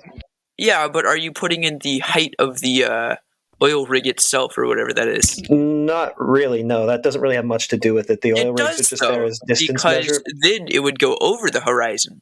You still have to factor in how tall the thing you're looking at is. No, I don't think I explained. That's like saying if I put a tiny wall, no matter the size of the thing behind it, I'm not going to see it. Okay, here's the thing. It's not about the height of the oil rigs or anything like that. The only reason they're even in the observation is just as a marker of distance, so that you can tell how far out the horizon is. That's the only point of even having them in the picture. So they're just sort of like a measuring stick, right? So it's not about the height of the rigs or anything like that. It's about using them as a reference to where the horizon is. And we can see that the horizon is past the furthest one at 9.4 miles, right? You see that? Well, I mean, but you're supposed to factor in the height of the thing you're looking at, because that would change. Yeah, that would change. Okay, Guaco. No, you mean the bottom of the rigs. So you're really asking if you can see the bottom of the rigs. The whole thing is... Guaco, you're not trying to look at the rigs. You're looking at the horizon. It's about where the horizon is. Yeah, the distance to the horizon. That's the whole point here. The oil rigs only give you mile markers, so they help you. So when you look at the horizon, I would estimate that it could be above 30, 40, maybe even 50 miles. Yeah, and anyway, it's past 9.4, which means it's way past 1.2, where it has to be if the Earth is dropping away from you at the rate it would be on a 3959 mile radius ball. So therefore, that's not what we're standing on. Mm-hmm. And any curvature anybody thought they saw at 128,000 feet or anywhere, they didn't see that, because that is measurably not happening. I feel like the height of the thing you're looking at should, No. You're missing the point. You're looking at the horizon, bro. Forget the oil rigs. They just tell you how far you're seeing before the horizon. That's it. Forget. I don't really understand what the horizon is. Isn't the horizon only affecting how much of the oil rig we see? No, get that, man. The horizon's an apparent place. It's dependent on elevation, your optics, the medium you're looking through, and everything converges to that point. Literally, it's the point where the sky and the floor appear to meet. It's just an apparent position. So if you raise a little bit in elevation, you see a little bit further. If you go a little bit down further, you see a little bit less. You change your angle of view. Yeah. Guaco, you're seeing the bottom of the left oil rig, right? Bottom of the left oil rig? You see the left oil rig? Yeah. You see the bottom platform, like the base? Like the stilts coming out of the water? Yeah, but you see there's a base. It's like on top of something you can still see. It's on a platform. Yeah. Yeah. Right. So there's nothing obstructing that base.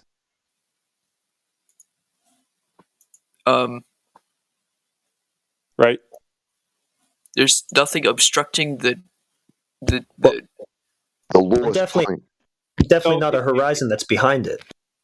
So yeah, there should be water obstructing it. If we were on a sphere, there should be water obstructing it, but there isn't a hump of water obstructing it. Just by the mathematics of the globe, there would only, if you're a foot off the ground, there would be an obstruction like 1.22 miles away, as it says. Starting at 1.2 miles, that would be the cutoff. That would be where the horizon is, the horizon that you're seeing past 9.4 miles there. So boats going over the horizon and all that, that's being falsified right here with what we're looking at. I don't really see how that...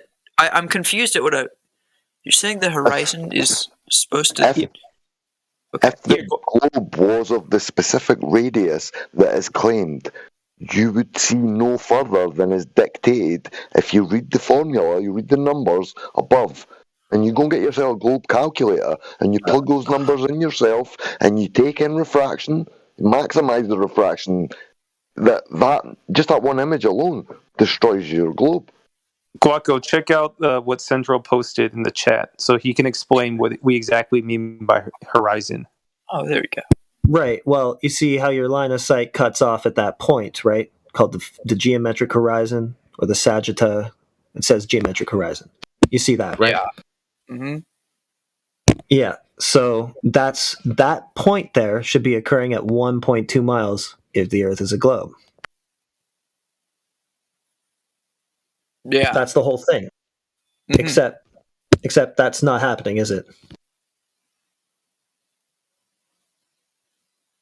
So it's not dropping away from you the way it would if it were a globe.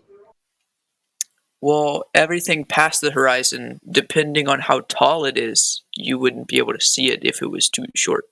Right, but so he's 1 foot in that picture off the ground. So imagine that guy in Central's like first pick is just 1 foot tall. Yeah. Mm-hmm. So then the black line is only 1.22 miles. That's the mathematics of the globe. Yes. Okay, but in that picture, he is seeing something like 8 times that distance away, whereas it should be obstructed, as you see in this picture. So he's seeing it further down the supposed globe, about 8 times farther. That's where the oil rig is. Yeah, your maximum line of sight should be 1.2 miles to the horizon, the cutoff. Yeah, that black line that was 1.22 miles, assuming that man in the picture is just 1 foot tall. So let me get this: the guy's 1 foot tall. He's seeing, and whenever he looks straight, he sees 1.22 miles, and then it drops off because that's the horizon. On the globe. Yeah, and that's at a 1 foot height, which is where the camera was in that picture, 1 foot. So that gives us the maximum distance to the geometric horizon, that thing I'm showing you in that picture there, of 1.2 miles. And we're seeing way, way, way too far. Like we're seeing at least, it's around 10 miles. It could be further. Who knows? But I don't know if you noticed this, but that is Photoshop? It's not. We can give you the original video it came from. It's a still from a video. From a video, yeah. So I mean, the text is Photoshop. Why would there be 2 platforms within a 3 mile distance? That makes no sense. For gas. Yeah, but so tapping the same way. I don't know a lot, but I don't think they're supposed to be that close. All right, do you want me to just post the original video? I very much could be wrong, but listen, I've seen rows of rigs tapping the same well. Well, I don't live by an ocean, so I wouldn't really know. But I would feel like it wouldn't be that. Not just in the ocean. They're not getting gas from the ocean, though. They're drilling into the bedrock. Same on land. Look at Texas oil wells. Like they put them in lines and they extract all the oil. Yeah, I'm looking at it. All right. Yeah, so I just posted the original video. It's a still that was taken from a video that the guy shot at the beach, so it's legit. If somebody posts exclamation mark memes same spot, that shows you an image that was taken the next day or days apart, whatever it was, and the horizon's in a completely different place. So that means that the horizon, so if it's in a different place, depending on the conditions, from the same spot at the same elevation, that means that how can you measure? Okay. Wait. So in this video, he is 1 foot off the ground, looking straight, right? Yes, the camera is 1 foot off the ground, looking straight. And it's looking straight. So you're telling me that man is 1 foot off the water. It doesn't have to be a man. It's just any observer. Sure. No. I mean, like, if you look at the video, he's looking not at 1 foot off the water because the horizon started to drop off. He's now seeing higher than he was. The horizon doesn't drop.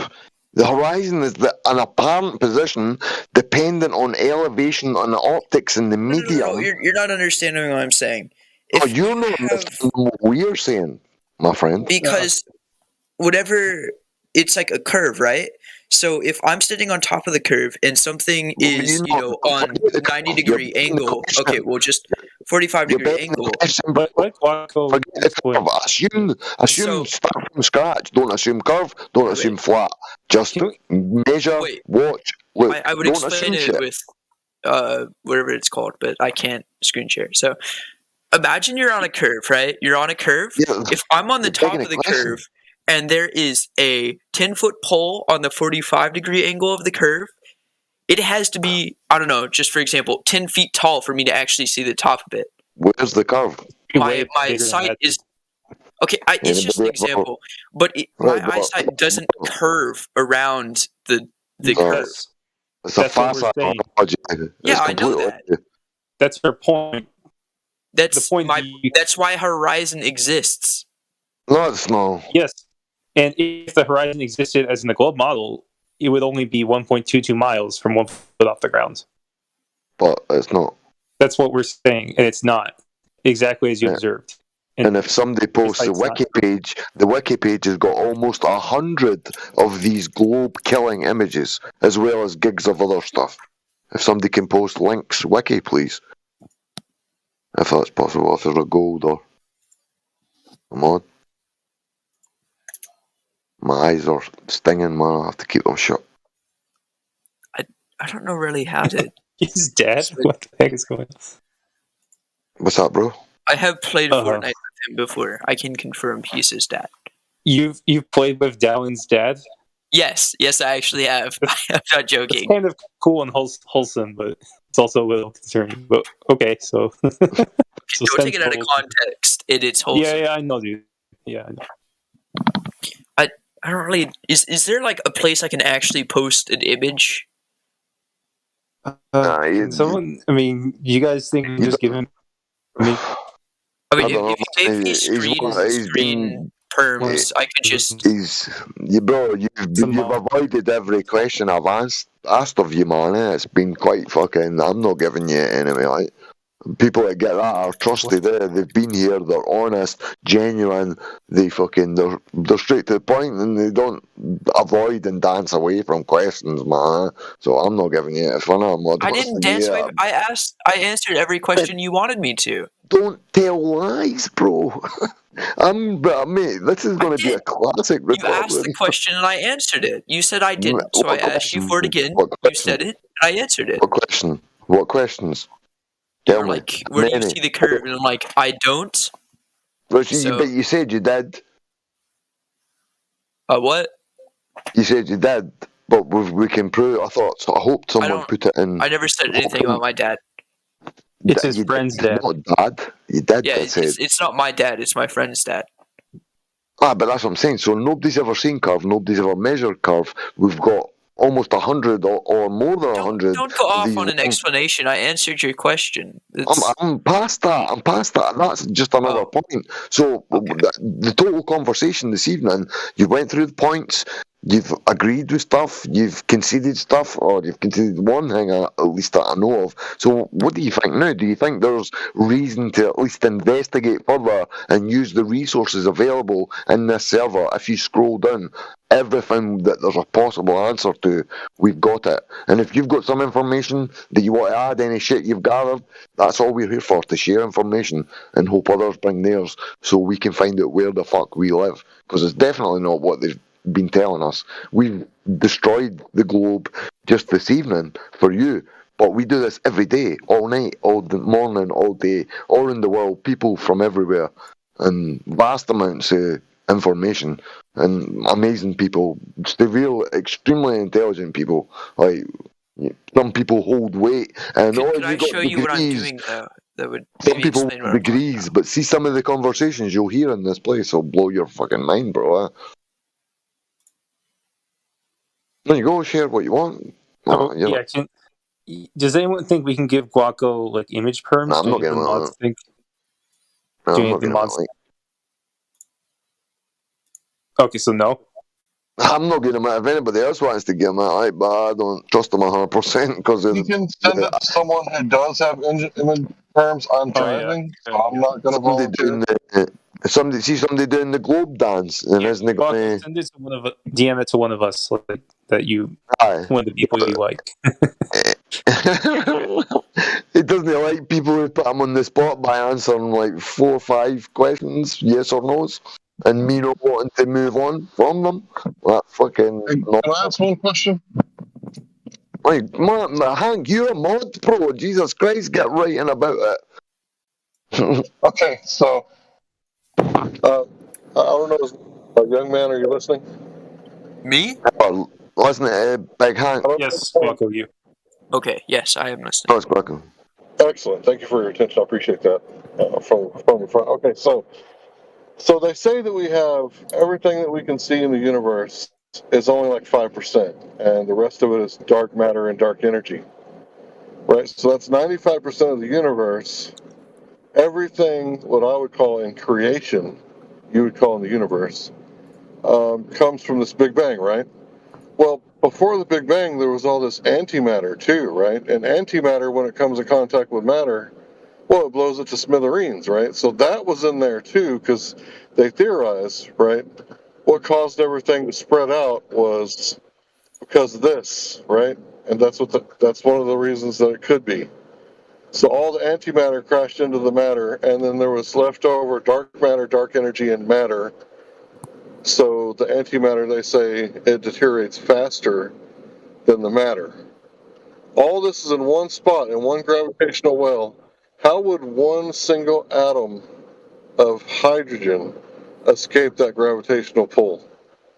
How would how could that ever come apart? If everything in the universe we see, plus the 95 we don't see, plus the matter that blew up when it came in contact with the antimatter, plus the antimatter, was in one spot, that gravitational well would have been undescribably, I want to say infinite, because I don't have a better word. So how did anything escape that gravitational pull?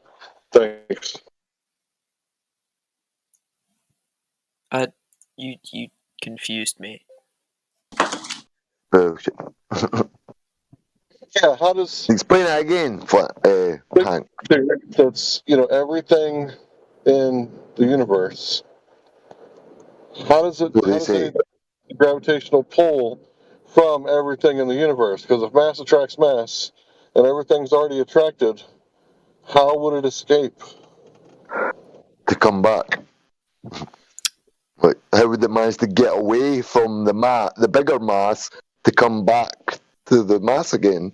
Like, if it's all attracted by the bigger mass, how is any of it getting the chance to do orbits and all that shit? It's already... I don't know. I think that's what you're asking for. That's an honest question. I don't know. That's a good start. I've never heard that. That's the first time I've heard truth that is, before. I don't know either, right? Yeah. I don't know either, right? Because I wasn't there. But some people are telling you this Big Bang Theory is science, right? I know. Like you've heard Big Bang Theory. Sorry, am I breaking up? It's great. No, you're sorry fine. about that. All right. Yeah, so it's just, something to think about. Who lit the match? Right? It's something fun to think about, and I'm not claiming that I have knowledge, because I certainly wasn't there. But there are people parading around like, scientific theory is like knowledge. It's science, right? And they say that dark matter is like the cutting edge of science. Yeah, it's so close to the edge, it's outside of science, because you can't manipulate the sun, moon, and stars. So if you can't manipulate the cause of things, how do you know the, cause? You can't manipulate the stars. We're just looking. We don't know how it all got here. We don't know how it's all going to end. Right? There's certain things that you can't know. Humans only live, 100 years? I've heard a little longer, but most people about 100 years. So what the hell do we know anyway after 100 years of stumbling around trying to pay bills for most of it?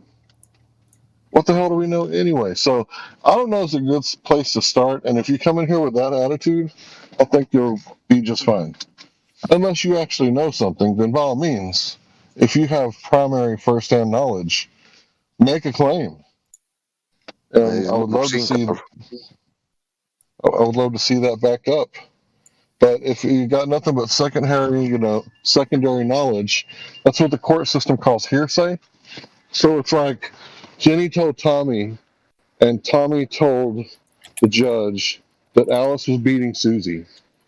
It's like, no. I mean, maybe you might want to investigate, see if there's anybody getting beat up, but that's not proof, right? You understand that, young man? That's all I was trying to say. Thanks for listening, Pete. Oh yeah, you're fine. Thank you for the explanation.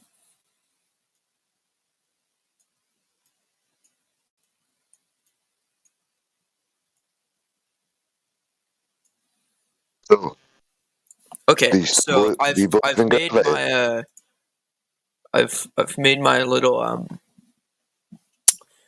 thing to kind of explain here what I think. So here I'll send it to you, Central. I got you. So you see, if you're 1 foot, that's the line where the horizon is, right? So if there's a point at a 90-degree angle on that curve, it now has to be taller than the horizon. So you only see the 10-foot point and up. Oh wait, where do I point it? Oh yeah. Bro, see the image you got shown, the black swan?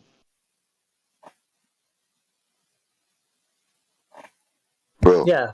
Yeah, we see it. Okay. That's one image, right? So if we can see that, and then on a different day, the horizon's a lot closer, that means that nobody's ever measured or been able to measure the Earth's geometry. There's no way of measuring where the horizon, where the geometric horizon is, because it fluctuates depending on the day. So nobody's ever measured that, and nobody's ever measured motion. So it's never been measured, no curvature, and there's never been any motion detected. Well, I mean, I can tell you if I made this same, little setup with a tiny camera on a tiny, I don't know, baseball, for example, this rule would still apply.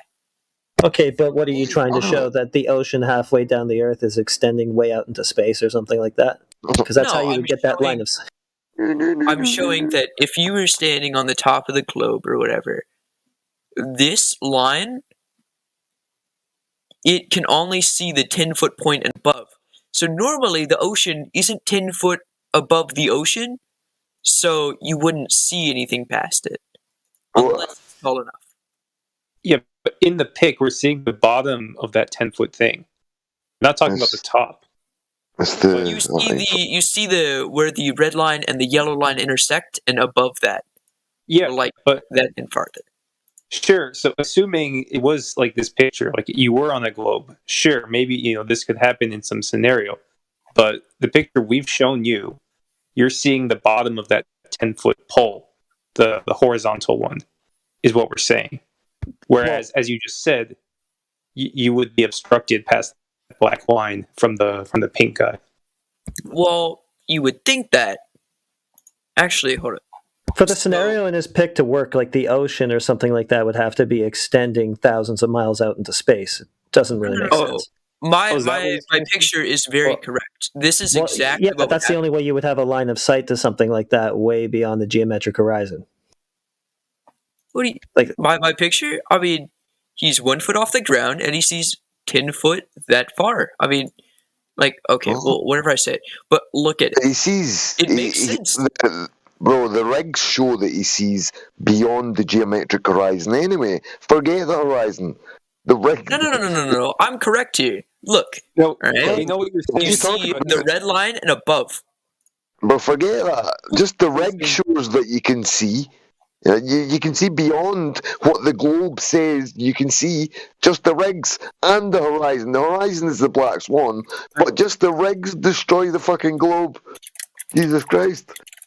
Yeah, like you're inserting a plane somewhere into the middle of your globe Earth there, way beyond the geometric horizon. So is it both a flat and a sphere Earth, or what's going on? Another thing real quick is that the new Earth. I just got a quick question. Do buildings ever tilt away from us if we're observing the horizon, no matter how high we go? Why don't we see buildings tilted at all, let alone sideways? What?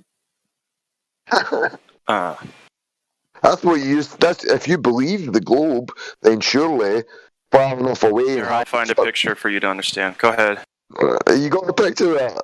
Something like that. You got a picture of one of it. Somebody made it up. Yes. I mean, you could look at the diagram I made, and it does make sense, right? So if you're on top of a ball, and then you're looking out on a really big plane that's way below the geometric horizon, thousands of miles away, then you still would have like a physical line of sight to it. When's that scenario going to happen? Because that's not what we're showing you in that picture. That's happening in the rig. It's not that big. No. Just the horizon. It's a 1 foot horizon over a You've one. got a plane extending right out of your globe. There's one pic. One pic in the live stream voice text, but I'm getting another one that's better.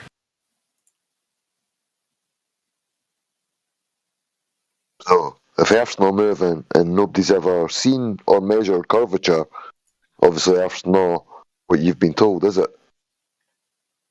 Guaco, the point is we're seeing the diameter of the Earth is 8,000 miles, and I'm like 3,000. And I'm like 4 feet wide, so of course there's going to be a big, I'm like a speck compared to the Earth. Okay, yeah, we just specified that, and you're not exactly a speck. They gave you specific dimensions that you could go and test, and that's what we did with that observation we showed you. If that was true, that the diameter is what you just said it was, then that geometric horizon would be at 1.2 miles in that picture we showed you. It still is. It still is. Okay, it's not. We can see well beyond it. Yeah, the horizon's not at 1.2 miles. The point is we can see the intersection of the yellow line with the circle in the picture we sent you. That's where all this confusion is stemming from. You're contending we can only see 10 foot and up, sure, and on a globe that would be true using your diagram. But we're saying you can see exactly where that yellow line intersects with the circle in the Black Swan pic, in the oil rig pic that we sent you. So that, in any case, that contradicts the... Well, let me ask you, since this is in California, why don't you... Okay, well, if it's on the west side of California, I don't even know. Imagine there's an island on the west side of California, I don't know, 100 miles out of shore. Why can't you see the island? I don't really know. Well, we have other observations from other days where we can see an island at that same location 30 miles out. That is this is way impossible on the globe with the radius of 3959. For that to be geometric on a big, huge ball, then the radius would have to be around 1.5 million miles. So that is a huge, orders of magnitude error. Okay, well, in that picture you just sent, it's because you put a 180 FOV on, one city, and one city isn't the size of the entire Earth. That doesn't matter, because the curvature rate would be uniform across the entire thing. It would be dropping away from you. You're still wrong with this picture. Look at this. You can only see the tall buildings. You can't see the short buildings. You can't see the ground. If you got we should be able to see that in the macro, though, brother. No matter how high we get, right? There's no curve. So the macro is those buildings should be tilted, or shit should be sideways. When you're out there with a satellite facing, if you're facing with your eyes up north, you should on the west side or the east side see, and the west side of the globe, you should see people standing up sideways. Hey, Glapflobe. What is 8,000 times 3.14? Who gives a flying? No. Tell me what's 8,000 times 3.14. I don't need to know that to know the Earth measures flat, dude. You're confusing people. No. Numbers don't matter. 8,000 times 3.14. 24,800. I mean, come on. Like, why are you something? So now you get 24,800. That's Bro, the circumference. What is 24,800 divided by 40? Carrots. Okay, that's totally irrelevant. Let's get back to the topic No, here. no. Tell me what the answer is. Hold on, guys. Volcano dessert. Can we be honest? Let's be honest, right? Let's go ahead and go through his math question. So he's asking, his question is, he said it wrong the first time, but I think he gets it. So he's asking, if you got 24,901, right? That's the circumference of the Earth, and you divide it by 360 degrees, how many degrees per mile do you get? So what he's saying is, it's very difficult to detect 1 degree of tilt when you're close to a building. It's nearly impossible, in fact, completely impossible to detect it from 70 miles away. So it's not a very good argument. The young man is correct. It's not. And Larry, here's something I was just listening and was it Guaco that's making this argument? But yeah, it's Guaco. Okay, Guaco, hold on. Guaco, okay. You were saying that you were bringing up the horizon obstructing things. So you're saying that the horizon is the curvature of Earth. That's your positive claim. The horizon is the curvature of the Earth. The horizon is the drop off. We just debunked that right before your very eyes. Hold on. What do you mean by that? I mean, whenever you look at a circle, I guess is how to say it. You can't see the other side of the circle. Hold on.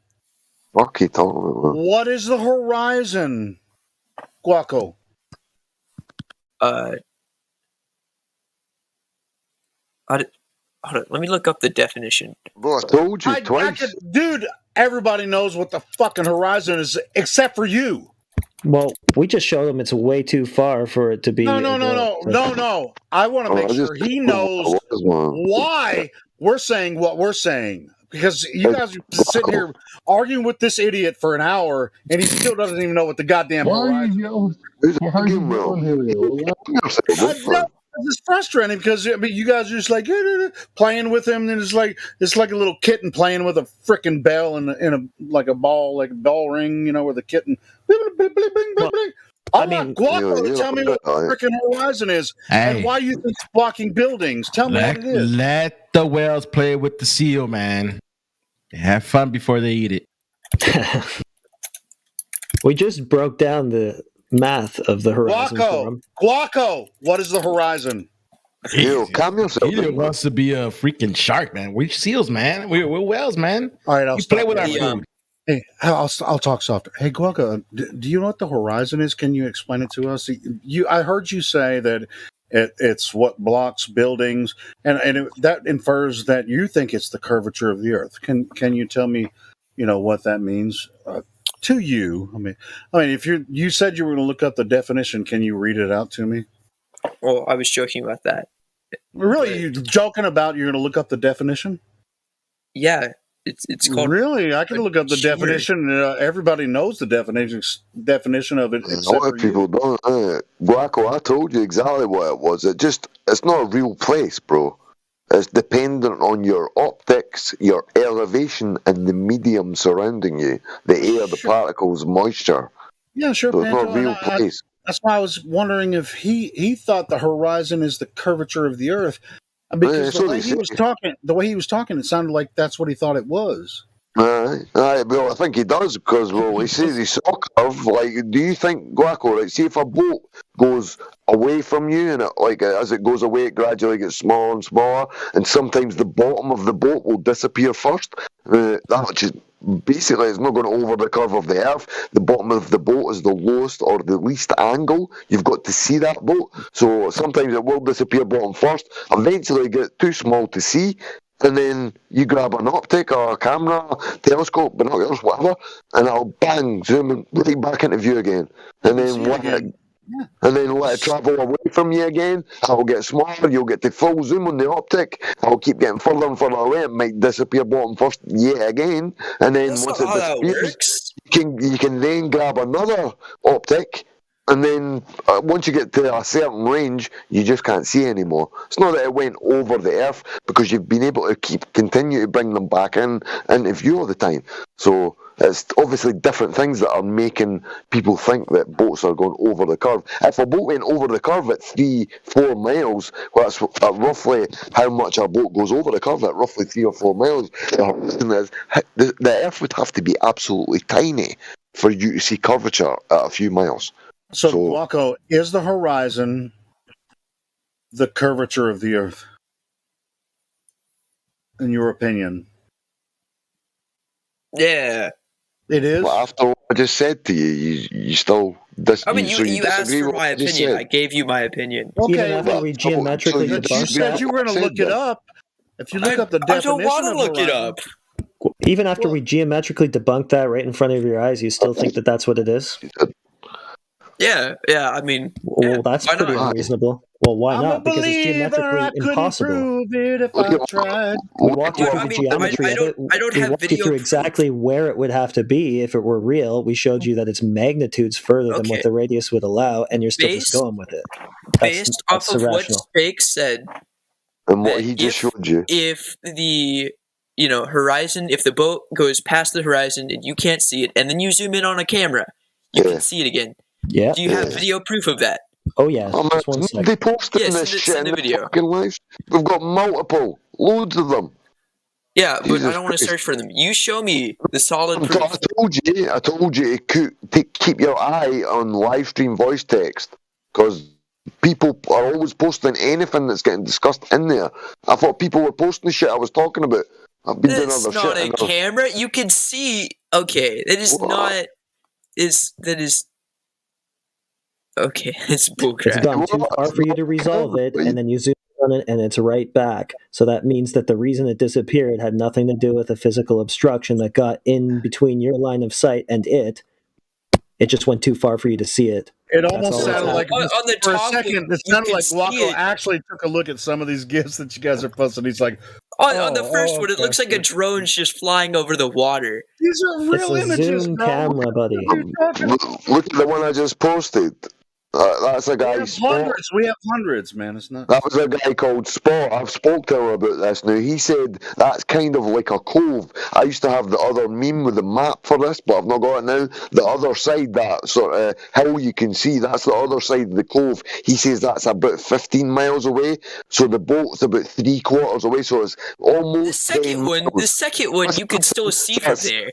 Like, that's almost. No, it's not resolvable when it's zoomed all the way out. It's because we can't see that far. Because we have the only tiny reason eyes. it disappears. No, if we could... Listen, man. It's because it's so small since it's that far away. You're moving close. Listen, see that's the reason they disappeared. They disappear because they're so far away that they're so tiny. Yes, you're understanding. That's the only reason they disappear. The one I posted is almost 10 miles away. Even just say 7. It's 66 feet. It's still there. You can still see it if you have good enough eyesight. But humans don't have good enough eyesight. Listen to me, bro, listen to me. There should be some partial obstruction. 66 feet of curvature is on 10 miles. So that's about 7 or 8 miles there. So there should be at least a portion of that boat obscured. Can I get in for a second? So I just wanted to say, yeah, thanks. Wait, the first gift you said, wait, that's a good point. It looks like he just took a time lapse of a boat traveling and then zoomed in on a picture. It's a P900 or a P1000, I'm not 100% sure. Here's the thing, though. You don't have to believe anything we're showing you. We're not asking you to yourself. No, I'm not believing it because it looks very easy. Like, okay, look at the first you're having trouble letting go. I got it. It looks as though waves are coming towards you. Am I wrong? And then the boat comes close to the shore. And then he zooms in on the boat. It starts off zoomed in, and that's him retracting the camera. He's bringing the camera back to show you how far it's going back. Jesus Christ. No, in fact, that's a lie. I'm sure, 90% sure, that was forward. It zoomed into the boat, but on the GIF maker I've got, I reversed it and brought it back the way. Hey, Guaco, also, what I was talking about with stuff might be sideways or upside down or whatever. Check out this GIF I'm posting in the live stream voice text.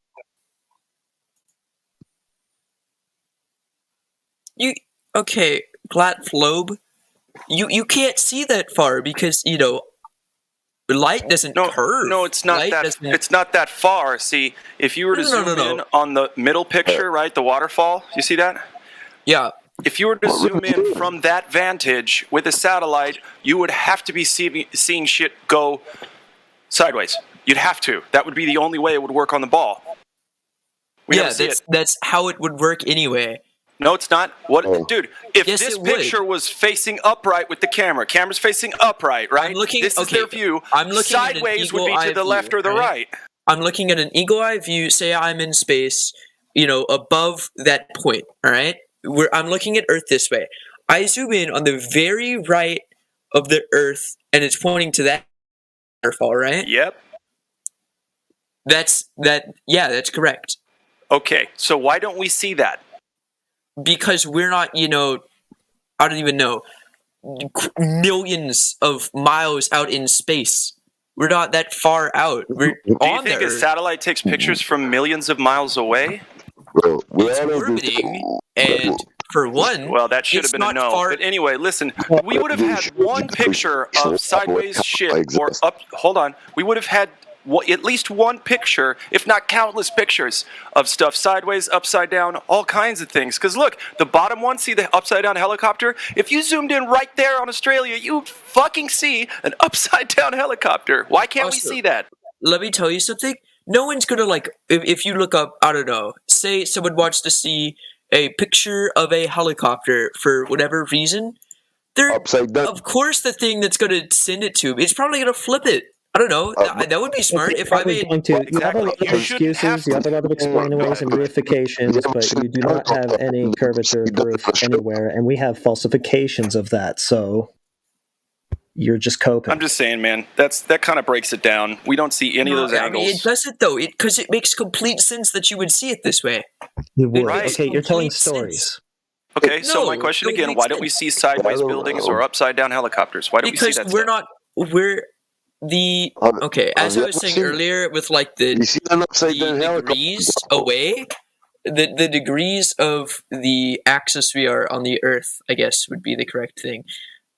Okay, listen. If I was on the top of the Earth and I looked at a 90-degree angle of a building, it would be turned 90 degrees whenever I see it. On top of it. It's not.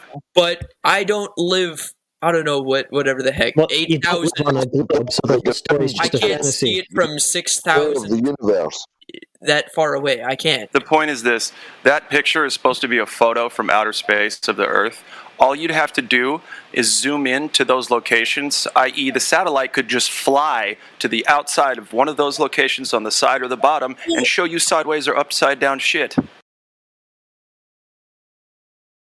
I'm saying, dude, you can't talk about this other than holy shit, that's right. It would be just the same way you see it. We wouldn't see it upside down, bro. I can, because it's not right. Okay, but that's the thing. If we had upside down it would be shit, seeing do you think it we'd from a have different angle than it is there? If we had upside down shit, do you think we'd even have one picture of that? No, everything's right side up. That doesn't work on a sphere. End of the story. Okay, well, not all satellites take a picture from the same spot at the same range. Anyway, whatever your cope is, Guaco, we just showed you a whole bunch of stuff that rules out the curvature and the sphere. Falsified information. Actually, that's why the real reason you're not seeing any of that stuff that he's talking about is because you're not on a spherical curved object where any of that would be happening. Okay, you show me something that proves that absolutely undeniable proof. We already did that. No, absolutely undeniable proof. Yeah, if you listen for a few seconds, I'll tell you how to do it, bro. So the thing is that we're never meant to convince you in this room with undeniable proof. The undeniable proof is what the Earth presents itself, right? Because when I say Earth, you're thinking that blue marble that spins around in space, but that's the model of the Earth, right? The map isn't the terrain, right? The Earth that you see on TV isn't what's outside. There's real Earth outside where earthworms live in, right? When you get sand between your toes at the beach, that's Earth between your toes, right? Not the blue marble thing you see in space. So once you can realize that, hold on, I'm almost done, bro. I haven't spoken much. So once you can realize that you can measure it yourself because there's an Earth curve calculator, all you have to do is type in the numbers and make some observations. And I understand you're landlocked. So just remember this conversation like 10, 15 years from now, when you eventually make it out to the ocean or a large lake, large body of water at rest, and you'll be able to see the curve for yourself if it exists, because they told us for 500 years that boats go over the horizon, and that's how you know we live on a curve. Well, they ignored our perspective and how our eyeballs work. Like you said, we can't see forever. Light doesn't bend around balls. That's what you said. Those are your words. So I'll let you go with this. It's not up for us to convince you of anything except for to radically think for yourself and question authority. Obey your parents and honor your mother and your father, but question perceived authority. Thanks. Can I ask you a question? Me? Yeah, can I ask you a question? Yeah, I'm all for it. What irrefutable, undeniable, absolute proof have you been presented with for the globe? Well, I haven't. But before you go off on your argument, what, I was just curious. Undeniable proof do you have that the globe doesn't We did give you one. We just gave you one, right? The black swan. And if you look at the wiki page, if somebody posts a wiki, What the heck is a black swan? the black swan's the image with the two oil rigs that the horizon's well beyond the 1.22 miles. Irrefutable evidence. I just explained to you, like with my diagram. It's great. What? You've got a diagram that discredits reality. Yeah. It's not a very big ball, dude. 25,000 miles in circumference. If you're in a public jet, a commercial jet at even 25,000 feet up, you should be seeing thousands of feet of curvature, downward slope in front of you. That's not. It doesn't happen. The airplane should have to continually dip its nose down slightly to account for the fact that the Earth is dropping down and away from it. If not, it would just fly off into space. It'd be very hard to fly an airplane over a globe. Well, no. There's the problem. Gravity, right? So you got gravity, and you got, the fact that the engines run on oxygen. We've already been through this, bro. Since You've not got air any proof is... No one's ever proven it. No, listen. Since air runs out, it thins as you go higher in... Yeah, but that doesn't prove gravity. We went through this like an hour ago. And how engines work is that they need air to actually work. Right, but you claimed gravity again. But as the air thins, why do you just keep talking gibberish that's nothing to do with what we're talking about? Planes need to push air to go forward. And whenever they don't have air to push, they can't go forward with enough. So how does it work in a vacuum? How does it work in a vacuum? It doesn't. Exactly. Planes don't work in vacuum. Rockets do. Yeah, rockets don't use propellers. Yes, they do. Listen, when you need combustion to propel the thing, you don't have combustion in a vacuum, my friend. So they're not pushing off vacuum. Okay, I'll just say this one more time. Airplanes push off air. Boats push off water. Rockets push off of nothingness. Thanks. They push off of the own force that they create by explosions. It's not that hard to understand. If you stand by a rocket, say someone shoots a rocket from a RPG-7 1 foot away from you, the explosion of that is going to, push you away, right? You would agree with that? Atmosphere. What? That's because you're in an atmosphere. In a vacuum, you expel, like what we were talking about earlier, this bad question that you didn't like. If you had a huge vacuum chamber and you inserted a small amount of pressure, instantaneously that's going to spread omnidirectionally, equalize. There's going to be nothing at all for it to push up against.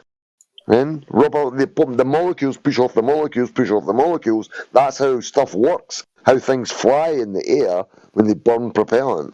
There's nothing in the vacuum. Unless it had a limited volume, then it would instantly fill the volume and create the pressure needed. But in the infinite vacuum of space, that doesn't exist. These guys. It's an Do you infinite even know how volume. jet fuel works? Hey, Guaco. So yeah, I was about to say that actually. But They don't use rocket jet fuel, fuel in it space. brings its own oxygen with it, so it can combust in a vacuum, and it can burn in a vacuum. Are you saying that there's no oxygen in a rocket ship? Right. Yeah, good Oh, job. No, we're saying that there's no molecules in a vacuum for to press off of. Yeah, I don't think anybody understands how rockets actually work. No, I mean, I don't because rockets push a rocket scientist, but I understand the base, knowledge of it. Yeah, rockets push off air, boats on water. But listen, you need a medium to have oxygen. There's no oxygen, therefore no burn in space. Does anybody remember we go way back to Newton's laws? You don't action reaction. Look up With how every rockets action, should be like equal and opposite This reaction. should be like second grade stuff here. Yeah. I mean, I don't care. Believe what you want, but rockets can fly in without a medium, without an atmosphere, without nothing to push you don't, off you of. don't need atmosphere. You don't need anything to push off of. With every right, action, reaction, and with if there was something to actually have action to go against, there's no reaction if there is nothing to act upon. Oxygen through a chemical reaction. Can you show us a demonstration? So you want a demonstration Newton's how a laws were rocket never flies? tested in a space vacuum either. They you can make a simple oxidizing reaction at home with some very basic stuff. Yeah. It won't propel anything, dude. You'll have oxygen in the tank wherever you've got a pressurized environment, and then the oxygen will burn there, but it won't be able to propel anything. You know that big yellow and red fireball that comes out of the bottom of each rocket booster, right? You need one of those on a rocket to be able to propel it forward. Since there's no atmosphere and there's no gas, nothing in space, there's no way to have the reaction that creates that big flame to propel the thing. Would you like me to explain how it's working in that sense? You got a diagram you're going to show us. Sorry, what'd you say? We're not swimming, all right? We're not pushing. No, we are kind of. It's fluid dynamics here on Earth. We have fluid dynamics. That's what it is. I'm talking about in space. But how rocket engine works? Piece of metal. It's begging the question. It's begging the question that outer space exists, which we know it doesn't. It's fake. That's true. Nature abhors the vacuum. Okay. Outer space is fake. You gonna fly up there and you're gonna go check it out tomorrow? Well, yeah, it's like second grade science, thermodynamics. All right. High pressure is the low pressure. You guys think you have an adjacent vacuum? Listen, young man, you sound... You can't have pressure unless you have containment, and you definitely cannot have pressure within a near perfect vacuum. You agreed to this. You sound like you're smart enough to get this stuff. If by yourself you go and you research this stuff, like I said, by yourself with no one else around, you give it an honest chance and look into this stuff, the stuff we've sent you, there's no way you're going to come back still a globe earther unless you're lying to yourself. Hey, what? Hey, hold on. You said without anybody else, but then in the same sentence you proceeded to say with the stuff we sent you. No, I'm saying watch the stuff we've sent you by yourself. Wait, hold up. Which law is... With every reaction, there's an equal and opposite reaction. Which one is that? Third law. Newtonian laws.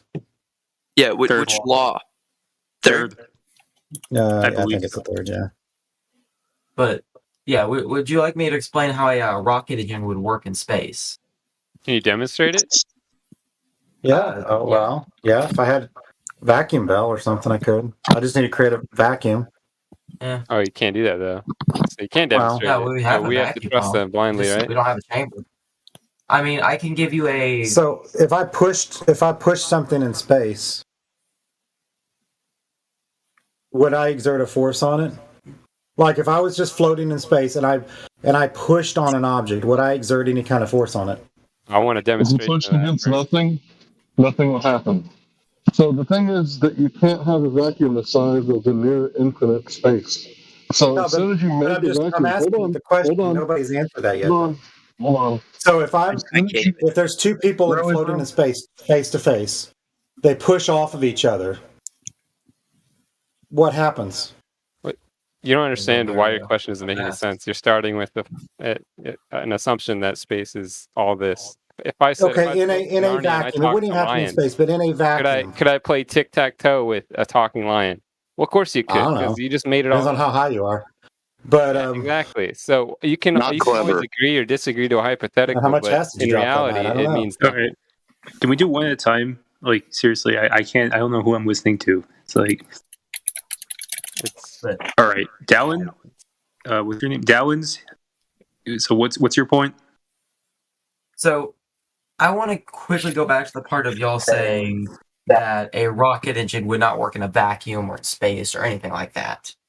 Saying in a zero-G environment without oxygen. You said that. You said that it needs that planes need air to push off. No, that's what I said. To be fair, that's what I said. No, Guaco said that you need air to push off in there, and then we said, well, what about in space then, where there's no air? That's how this part of the conversation started. Turbines. And they're also assuming the space doesn't have any matter in it at all.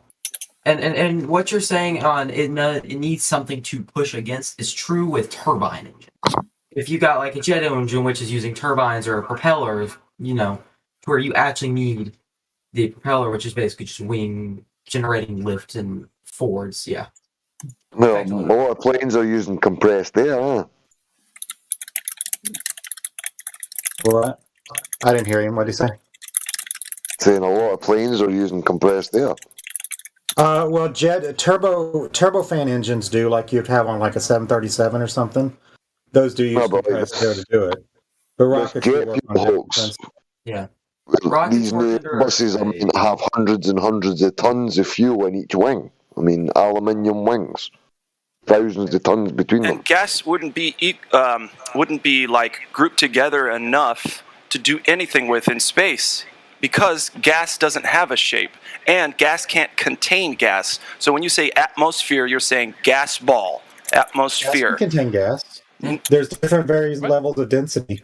And there's also, No, he's right. He's right. But I'm saying we need a physical barrier up there next to a vacuum.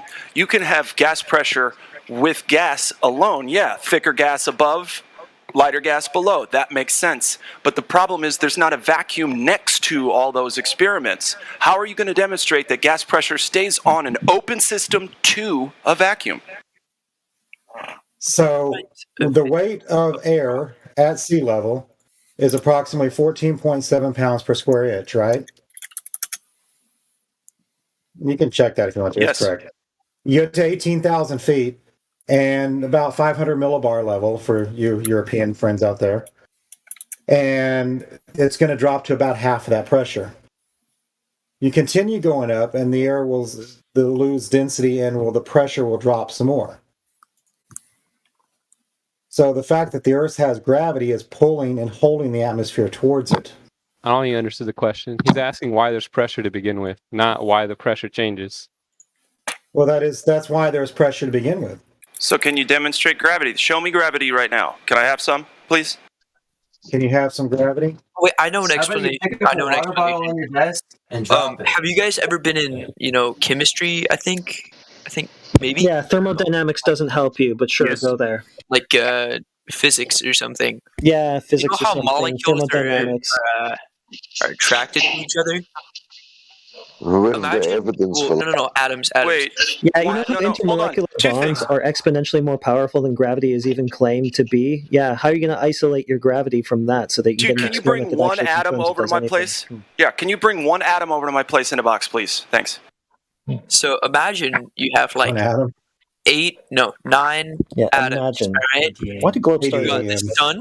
Bring You got Adam the over. sun, Adam Savage. which is, I think, Adam Savage. We'll bring Adam Savage over to explain it to you. You got one atom of whatever the heck. Mythbusters explains gravity. And is this going to lead to a globe somehow? It's not sounding very solid so far. Give me a second. Okay, well, this is just like 8th grade geometry. That's really all we need to do away with your globe. Did you understand the black swan yet, or do we need to keep talking about what a geometric horizon is and how the Earth is supposed to be dropping away from the certain rate? Hear me out. Let me just erase Okay, everything. story time. No, dude, listen to story Central.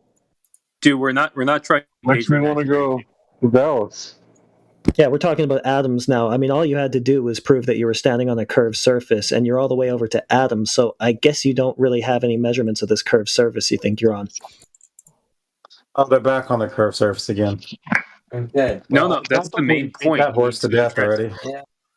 Yeah, well, that's the whole crux of the entire thing. Yes. So without that, you don't have the spinning ball in the vacuum with the satellites around it or any of that. So it's all moot. That's the crux of your paradigm. You can't what I was skip going to ask Guaco too. Are you saying Einstein is a Guaco, before you continue, I've been listening to you speak for like 20 minutes. You remember earlier someone asked you what's your undeniable, verifiable proof of a spinning water ball in a space vacuum, and you said, what'd you say? You want to? I said I don't have any. You don't have any, right? No. So my question to you is, if you don't have any, why do you protect it so much? Why do you argue it so much? You showed me undeniable proof. You showed No, listen, me Guaco, that's not a guy with evidence a time-lapse camera and called it undeniable. It's not a time-lapse camera. You are hallucinating.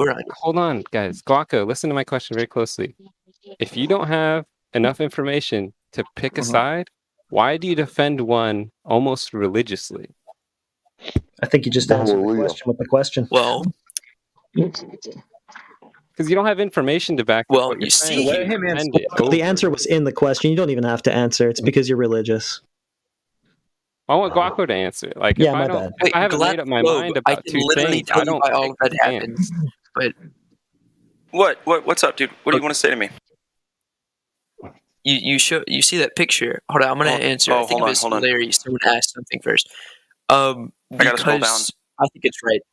Sorry, which it's like picture? asking someone why are they Christian? Why do they defend being Christian? They have No. We proof don't talk about that here. What? Here, listen. What are you referring to? I'm sorry. I'm at the bottom of the live stream voice text. I asked him a question, and he's. Let me tell you. All right. Can you answer Pete Price's question, please? Can we? Answer his question first. Stop talking to me. What was your question? My question is very easy. If you don't usually if you're trying to make an informed decision on something, either like a pro and a con, you have two things, opposing sides, opposing opinions. You want to gather information about both before you pick one. Typically, in this discussion, when you said earlier, I don't have any evidence, I don't have any undeniable proof of this, spinning water ball. Why would I then continue to argue it religiously with no evidence of it and not even consider the information from the opposite side? That's called confirmation bias, sunk cost bias. Okay, let him answer, please. I am considering, but what I have been taught is what I agree with. It doesn't matter if facts deny it or not. There are plenty of other things like that. Right, we get that. Everybody was brought your up facts that way, and are different than my it's pumped facts. into your brain. What do you mean? Guaco, you understand that the definitions of words matter. When you say facts, it means it has to be true for both you and me. We can't have different facts. They have Well, then to I be guess the it's same. not a fact then. Right. So what I'm asking you for is, this server would be that the Earth is flat. You could ask a different server. No, it's a fact for you too. Guaco. We've already done that though, and you keep hand waving. Guaco, you might believe in what you think are facts, but facts they're not subjective. So what you're saying is my fact is a fantasy. No, facts are only facts when they're verified, and two people with opposing views on something are not both believing fact. One's believing and one's accepting reality, verifiable reality, testable, provable, repeatable. That's what the server does. That's Dallins, what they don't understand. Oh, he's deafened. Okay. Hey, Guaco. Dallins is the guy who just said the fact that gravity exists. So I think you're bringing the wrong person into this conversation. A couple of hours ago, man, we've already went through it. You've already agreed that you've got no evidence, no scientific evidence for both gravity, Newtonian and Einsteinian. So that's just a belief you agreed you've got. Yeah, I just want to get in a second and talking to the people that are like here new, right? They don't really understand everything that we're talking about. I would say, be patient with us, right? Because we're trying to convey as much knowledge until we give you so much knowledge, something clicks and you go, oh, I get that. Oh, that makes sense. Like, I want to talk about this more. And then once you find out, like, the interesting topic, whatever it is, because it may be the physics of light, it may be, what's going on at, the subatomic level, because gravity doesn't work at the subatomic level. Everybody knows this. Einstein and quantum physics don't match. It's a well-known fact. But quantum physics is experimental science. And Einstein's theory is not, because you cannot manipulate space-time. It exists in space where you're not, right? And the space, right, where it's the only thing that's there is the space-time. And it's a concept, meaning that there's no matter in space because it's a partial, near-perfect vacuum. So if there's no matter, right, then space-time is non-physical. And if it's non-physical, then it's just a concept. Like I have a concept of freedom and liberty because I'm a Texan, right? So I don't want anybody, violating my rights. Does that make sense? But that's a concept. They gave You it can't bend physical and warp properties. my liberty. You can't bend and warp my liberty. It's not physical. It doesn't have any physical properties like aluminum foil. You can bend and warp that.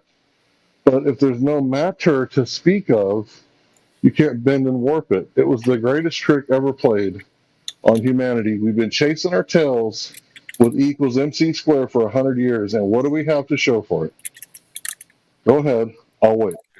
You've got plenty of pages of mathematics. And plenty of people, and plenty of scientists, even from his day, that opposed his views. What about the Dutch astrophysicist, Van or something his name is, and he blatantly says gravity doesn't exist. Guaco, can you close your mic when you're not talking? Oh, sure. Or just turn your sensitivity just a little bit and it'll not pick up the typing. Push to talk's usually the best, but it's my opinion. And then when you get a few mics activating, like a bunch of them cut out when there's just one going for no reason, especially. Yeah. Uses up the bandwidth. Yeah.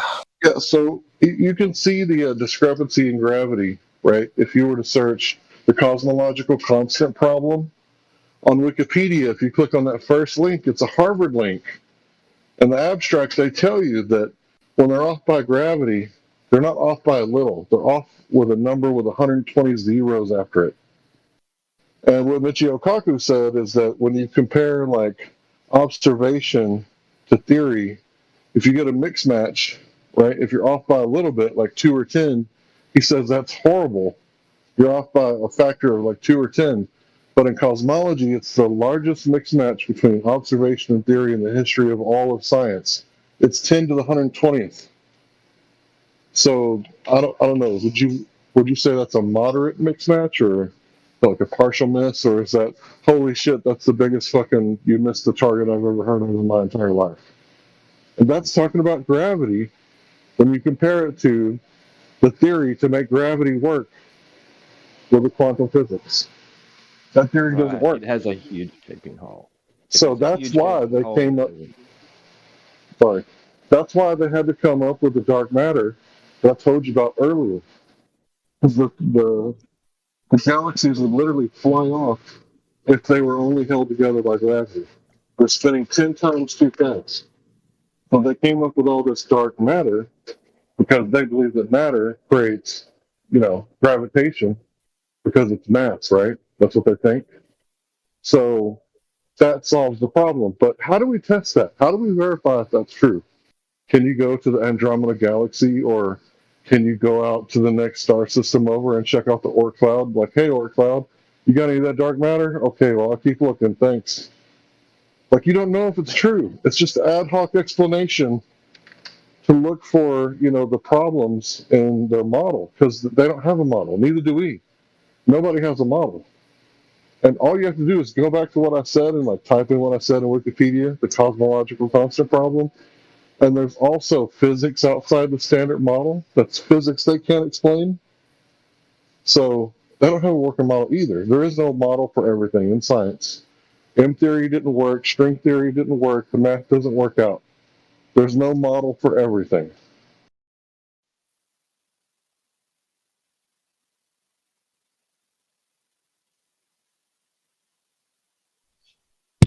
There ain't no globe to base any of it on, so what do you say, Guaco?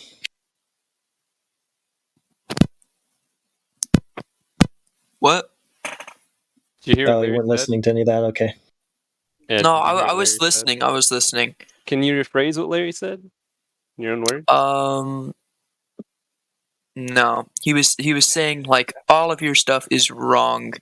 It's been Why then? debunked. You're not listening to a single thing anybody said to you, No, man. I did hear, but Guaco, why did he say it was Just wrong? give him one single word that I he don't know, said, because man. he believes in flat Earth. No, Okay, but Guaco, that's just geometry and You're reality. just a man. You're just a complete and utter time waster. You've been here for like 3 hours being completely condescending, rubbishing what's getting said, dancing away for every direct question that's asked of you. And what? You just here to waste time, man. What? What's up? He's Hello? made up his mind already because we're flat earthers, right? Yeah, no, the force pulling downwards is gravity. Okay, that's if you have a ball to pull things to. You don't have a ball. We went through this geometrically already. Do you not understand 8th grade geometry? Not only that, but gravity hasn't been a force for about 100 years. Yeah, it's not even defined as a force. Do you know what gravity is defined as? What it actually is supposed to be? Attraction between. No, so you don't even know your own religion. Okay, that's cool. No. He's very young. Okay, he only knows high school physics, right? So yeah, he's ordered the Newtonian the Newtonian model. So he doesn't know about this like Einstein stuff. So yeah, I mean, he's just getting defensive when we're like bombarding him, dogpiling him. I don't think. But I'm sure they mentioned Einsteinian model in high school. At least I remember. Okay, here's the Einsteinium is, like number 94 on the freaking. It's like 104 or something. So you don't even know what you're defending. We got it. But no, Einsteinium. It's an element. No. Einsteinium is an element. Dude, you're funny. Real quick, I just got I promise you. That's really cool and also really irrelevant. Can you do the 8th grade? Gravity. Sorry, not Floyd, the elements, dude. We're talking about Einsteinian gravity. Yeah, relativity. It's what gravity has been defined under for the last 100 and some years. So it's the curvature. No, you didn't get the memo. So you're in here defending something you don't even know what it is. That's pretty stupid. So maybe we should just go back to this simple 8th grade geometry here that it all boils down to. Can you handle that? Well, there is no geometry. There's no geometry. Hold on. I just want to tell him one thing about the scientific method and gravity. That's all I want to do. Okay. So, I vote we go back to rocket stuff because that's stuff I know about. Guys, hold on just a sec, please. All right, one at a time, Downs. Okay. Thank you. So Guaco and Dallins, the scientific method helps us find out facts about our world because we can manipulate variables within that scientific experiment. And we can do it with magnetism, right? You can't, I'm sorry, you can do it with magnetism, you can do it with fucking everything on Earth, but we somehow can't manipulate gravity. And what I mean by that is if I'm performing an experiment and I want to test to see whether gravity is happening or not, I'll drop an apple and then it'll go to the ground, right? And then I'll do my best to create a vacuum and let go of the apple, and density makes it do what it's going to do. And there's no downward force. If there were downward force, nothing would go upwards. Nothing. Wait, what? How does density... That makes no sense. The apple is still as dense as it was out of the vacuum. But not as dense than the vacuum. in the medium. The medium is different now. That. And here's the reason I say that. Because we can't, no matter how hard we try to manipulate gravity, we can't do it. You can't remove gravity from the situation because we can't even have a perfect vacuum, can we? Can't be isolated. What's it called? Like he's confusing air friction or something? No, he's telling you that you can't isolate gravity to actually do an experiment with it and test anything with it. Actually, you need to isolate it and then change it. You can go down and you can create a negative G or a 0G environment. Right. Downs is just going to start talking. Oh, I thought he was hot micing, but if he's talking, he just decided to start talking. Zero G environment. You're not going to be able to make a 0G environment anywhere, even in free fall in a parabolic maneuver. That's not 0G. You're just falling, and they're still supposedly NASA claimed over 90% of the gravity is in the ISS of Earth's gravity. So it's this is not. Wait, it's what? Actually, constant free fall around the Earth. Hold on, wait. What about the ISS? The Earth, which is what again? Sorry, what's the Earth got to be in your scenario again? He admits that the ISS exists, the space station exists. Yeah, somebody says that, but what does the Earth have to be in that story again for it to work in reality? Oh, okay. So I guess we're going to have to do the geometric horizon stuff again. Yeah. Oh, goodness. But Dallins, I mean, both of you guys, you realize? Okay, you can laugh or troll, okay, but we're going to pretend it's a genuine conversation. So you guys realize that you're always going Sleepy, I just got to cut in. Can you please close your mic when you're not using it, Guaco? Because everything is echoing through it. What? Oh, wait, it's echoing? Yeah. Yeah, it's getting chaotic. Yeah, turn off your recording or whatever. Just, yeah, thanks. It's a shit recording anyway. Yeah, well, I don't know what he's doing, whatever. But anyways, you guys realize he got destroyed. You keep going to the sky. You keep doing like, oh, we need to, how the rockets work in like the vacuum of space, and you're still not getting past this fundamental discrepancy in the globe model, which is there's no measured curvature, and there are very basic geometric contradictions that you're seeing when you assume it's a globe. Just from the most basic observations, you're immediately running into massive contradictions with your model, your presupposed model. Yeah. You need to get past that first, because everything is based on that first step. If the first step is wrong, we can't go talking about like things orbiting like whatever, like a gazillion miles or whatever around the Earth, right? So we need to take care of the first step, and then we can go talk about like rockets or space or whatever. Yeah, you blew right past the first step, and you're like 100 steps down the line here, and everything you say is just reifications of this thing that you've never fundamentally proven, and that we've fundamentally disproven here. That's only an opinion. So just an opinion. It's either you got geometry or you're. That's how logic proceeds. One at a time, please. One at a time, guys. It's not an opinion, though. It's a hard geometric fact that the Earth is not measuring as the thing that it has to be in your paradigm. Your argument is faulty that has to be the starting point. Well, that is the starting point. Yeah, if it's not curving, then it's not a ball. And then all these extrapolations, all these stories about how the globe Earth works, what it is, everything, it all depends on it being a globe. If it's not that all falls apart. Okay, well, that's like saying, I don't know, that you're going to have a satellite orbiting a globe when you don't have a globe? Is that your story now? Who says there isn't a globe? Geometry does, reality does, the measurements from the Earth do. Okay, so you go stand on a tower. Where do you live? Say you live in America. You go stand on a tower and look at Australia with your 10,000 times zoom camera. Well, that's unnecessary because we're already seeing way further than the globe would allow, so the work's done. I don't need to go and do that. You don't need to push the goalposts out to that. According to you, you can zoom in on a camera if you're high enough, and you can go look at Australia. No. Yeah, no. That's what you're saying. That's what you're saying. I'm saying we already see. It's strawmanning us. Yeah, I'm saying we see too far for your story to be true, so that's the end of that. We don't have to push the goalposts out ad infinitum here. We're good. What if your story's already disproved? No, that's not how it works.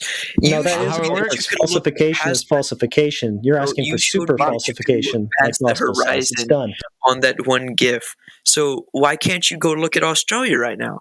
Why can't you? You can see forever. So let me ask you this: why can't you see? Why can't you see the bottom of a 10-mile ocean?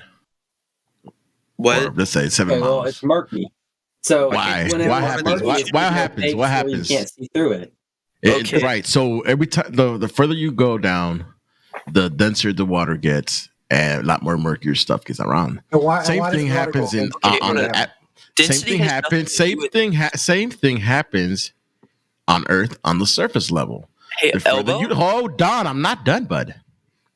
The further you look, water. Holy shit! Am I gonna have to mute you, bud? The further you look, I mean, even meteorologist says that the farthest you can see is probably 7 miles. They'll tell you this because there's particulate in the air. There's of course, there's smog and all kinds of stuff, but there's also water, which the further you look, the more water you see, so it gets in your way. Plus dust, pollen, anything that's in the air. Anything. Yeah, density, like you guys were saying yourselves. Remember that? Same thing that makes it so that you can't see to the bottom of an ocean. So the more So and the more cool you thing to do would be to steelman the guy and say, so what you're saying is that the atmosphere is, it's translucent, but it's not transparent, right? You can't see through it forever because eventually there's fog, snow, rain, just atmospheric conditions in general. So you can't steelman his argument, just to make sure that you at least agree on his argument before you go to rebut it. You can't do that. Can I say something? Guaco. Well, the question for you. Guaco. So, here. So, like, hear me out. May right? I answer this question? Yeah, go for it. Sure. Let him say his, and then you go. This is sort of on the fact of you saying that if it was, or if you could see down to the bottom, or how did you phrase your question? Because I want to make sure I'm not saying it incorrectly. And Well, my analogy was that the reason you can't see all the way to the bottom of an ocean is the same thing because there's a lot of particulates. It gets denser the further it goes. There's the light, you lose light, right? So the what is it called? Light extinguishment. Light attenuation. Light attenuation. So same thing. What happens with looking to the surface? There's water in there. There's particulates. So there's light attenuation that will not let you see further than whatever is in the way. And Guaco, see if you're down at sea level, Guaco, you're at the most dense part of the atmosphere. We were talking about the gradient earlier. So the most dense stuff is down here. You're looking through basically the thickest part of the atmosphere. Think about it. You're in a long corridor, or you're standing on a railway track, or you're standing on a long street. You look down towards the end of that long corridor, it looks like the walls, the roof, and the floor all appear to converge to the central point. Art is called the vanishing point. So you can't barely see to the end of an extremely long hallway. Why are you going to see Australia? What? Well, the simplest. You lost me like the first 10 seconds rambling. Okay, well, Let me just translate. I just want to translate real fast. Hold it. Just real fast. Let me translate. Hold on. Guaco, did that make sense, bro? He said no. He didn't make sense. So I'm going to translate. So Let me try again. Once more. Okay, I'll speak a little bit slower, right? So, Guaco, if you're standing in a very long hallway, if you're in a very long hallway or a corridor, you're looking straight down, you know the walls, roof, and floor are all built to the same dimensions. It's perfectly level, straight, everything's perfect, but it appears like the walls, roof, and the floor converge to that central point called the vanishing point.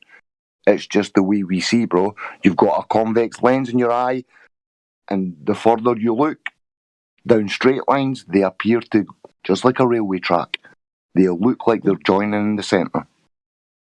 You understand me? Yeah. Sorry if I spoke too fast there, folks. A few things he said, it's true. Cool, man. I just try, because, it's so many simple concepts. If you grasp them, that's a destruction for the globe. As soon as you critically think, make your own observation, don't believe us, don't believe any cunt.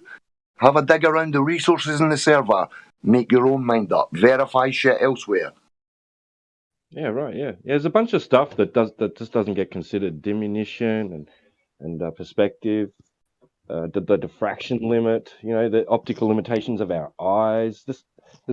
And like you said, the air density, all that stuff. It all comes into play instead of just now they're having the right idea points. Well, I'm finished, bro. Because trying to isolate a singular starting point to say that all other arguments are invalid doesn't work. Well, now you guys are having actual good discussions. Well, that's kind of what the Globers are trying to do, though, in a way. They want to make the horizon about curvature all the time. And even when we're seeing way too far for their model, even way further than their globe radius would ever allow, they still want to try to make the horizon about curvature, even though it's being geometrically debunked. But the thing is, if it was, if the horizon even was close to being curvature, the Earth would be absolutely fucking minute. Look at the Pontchartrain. The Flat Earth WS uses the Pontchartrain image as curvature proof of the Earth. that instantly shows that they're absolute bullshitting motherfuckers. But we also have observations from that same location where we see straight across the entire thing. So what are they saying? That sometimes it's curved, sometimes the curve isn't there? Like, obviously, it's not a hard geometric thing that's going on. It's just optical. So take a look in live stream voice text, and I'll show you a couple of Pontchartrain zooms. These are classics. You're saying that all our arguments are invalid just because it's about a globe. That makes no sense. Well, the globe makes no sense, so those arguments are invalid. Okay, well, what if I said your circle makes no sense, so it's invalid? We don't think the Earth's a circle. You say we live on a big Earth. No. Commenting right now. We don't think the Earth's a disc. Have you heard of the Flat Earth Society? Did the person tell you in check-in about them? Now, there's a group of people, Flat Earth Society, they kind of push the disc sort of visualization, kind of makes you think water pours off the edge. They also say the ground's accelerating upwards at 9.8 metres per second squared. They say batshit crazy shit like Australia doesn't exist. Most people think flat earthers believe we live on some kind of disc type frisbee type thing, and as well as the other bullshit that they fucking spread. But all we're saying is, according to the globe mathematics, hundreds, if not thousands upon thousands of people have measured laser tests and long-range observation over and over again shows no convexity that's dictated by the model. None. Wait, so can I just, confirm something?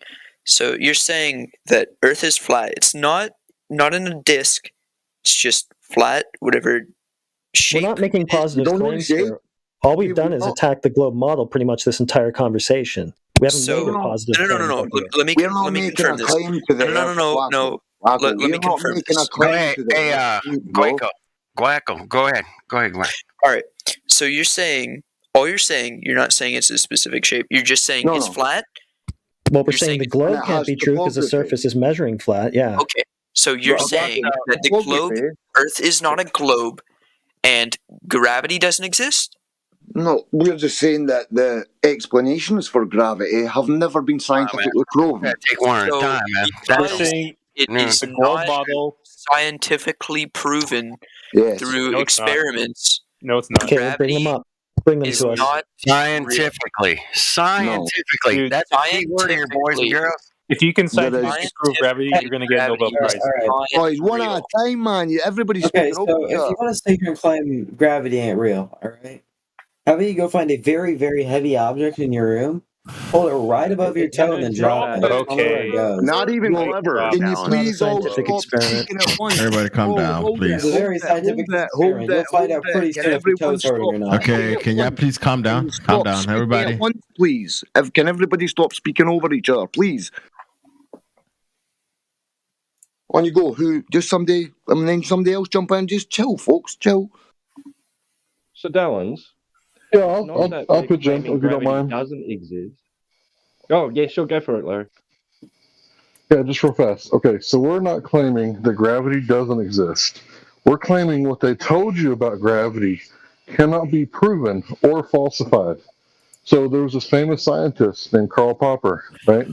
And he said that in order for something to be science, it has to be falsifiable. So if you can't disprove something, it's kind of like me doing this, okay? This is a logical fallacy. You ready? So the green grass that I presuppose exists on the dark side of the moon, and you can't see the dark side of the moon because you always see the side that's facing the Earth, because the Earth is allegedly tidally blocked. So the green grass on the dark side of the moon is what causes the tides. You can't prove me wrong. Neener. That's not how science works. It has to be falsifiable. So if I make a claim, right, let's say that if you add heat to water, it'll cause it to boil. I have to be able to demonstrate that, not only in front of me, but I have to tell everyone else in my class how I did it, and then they get to try. What if I told you that? So let's say that you would say water boils using heat, but what if I told you no, that's not correct? Water actually boils in a vacuum.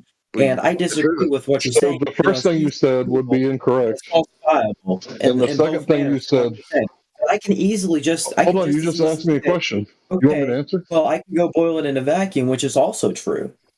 And you're trying to just straight up disprove and say that one system is completely wrong and incorrect with this trying to say this flat Earth and a. I was going to address that next. You're trying to say that one system is just blatantly false, wrong, not correct, everything like that. Slow down, man. Everybody slow down. Slow down. You're trying to say one type is just completely not real. Having question right there, man. Hey, Wacko, bro, listen. Wacko, do you I was about to address. Don't say hold on, it, I was about. Go, I'll get after you, Hank. I just need to ask him one thing. Yes. Yeah, just real quick. What I'm trying to say is, I was about to go into that explanation. So if you can hold that thought, I'll let him ask you this question, and then hopefully everyone will let me get right back to it, so I can address your question. Is he just muted? He's just died. Yeah, I think he's died. He's driving, so yeah. Hey, Guaco, I'll just ask you this one quick thing, right? Do you understand this sentence? Falsification is independent from replacement. So if you've got something you believe in, like gravity, either Newtonian, Einstein, and whatever, we've not got another, like a replacement for that. We'll just tell you, look, we don't know. It could possibly be electromagnetism. We can do some tests. We can prove this kind of stuff exists all around us, but we don't know. Spake, he just claimed in the live stream voice text basically that electrostatics is gravity, because I asked him what it is, and he said it's an attraction between atoms. Yeah, that's true.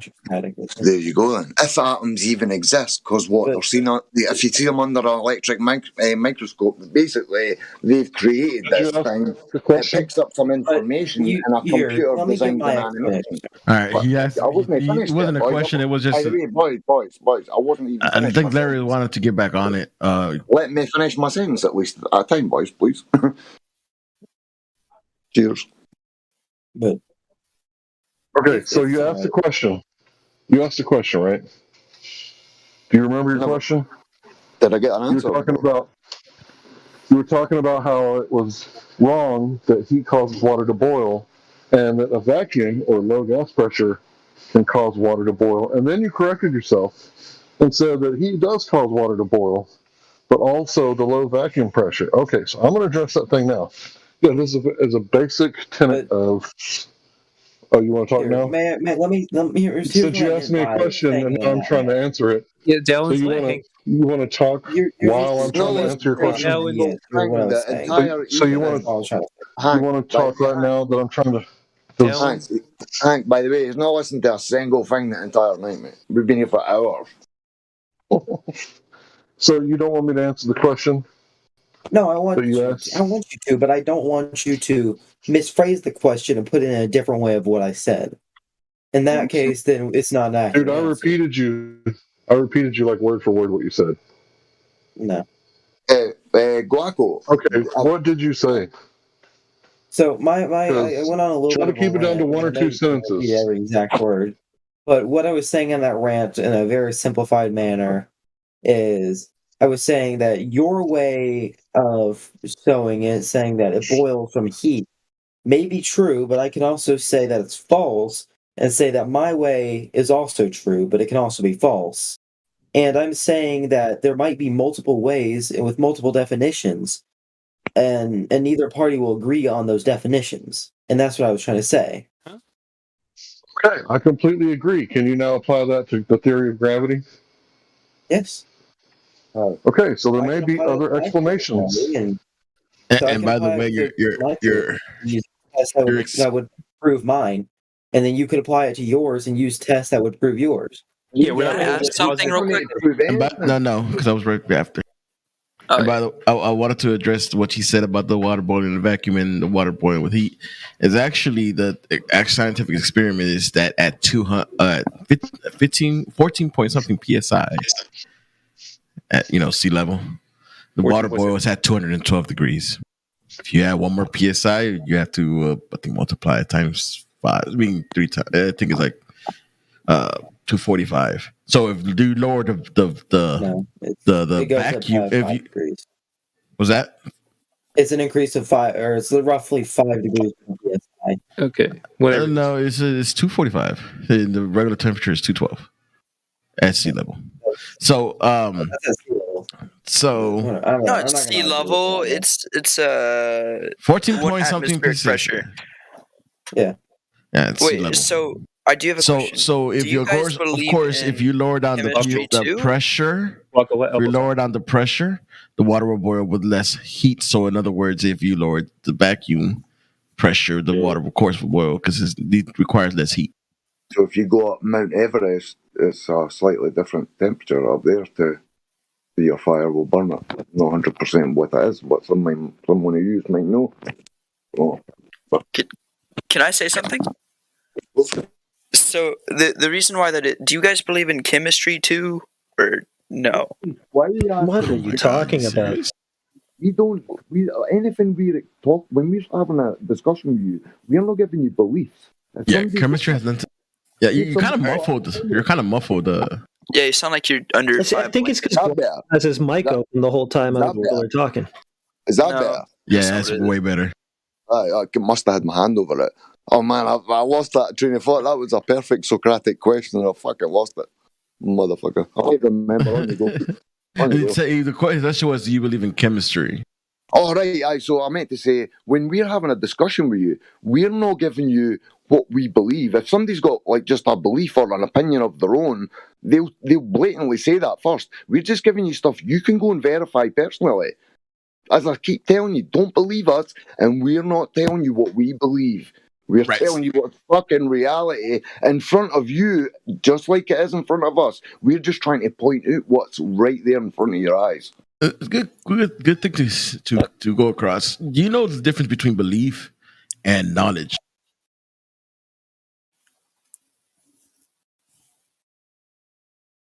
Do you know? Guaco? 1 second. Oh, me? Sorry, I thought my internet cut out. I thought you would keep talking. Belief and knowledge. That's the question. Belief and knowledge. Do you know the difference?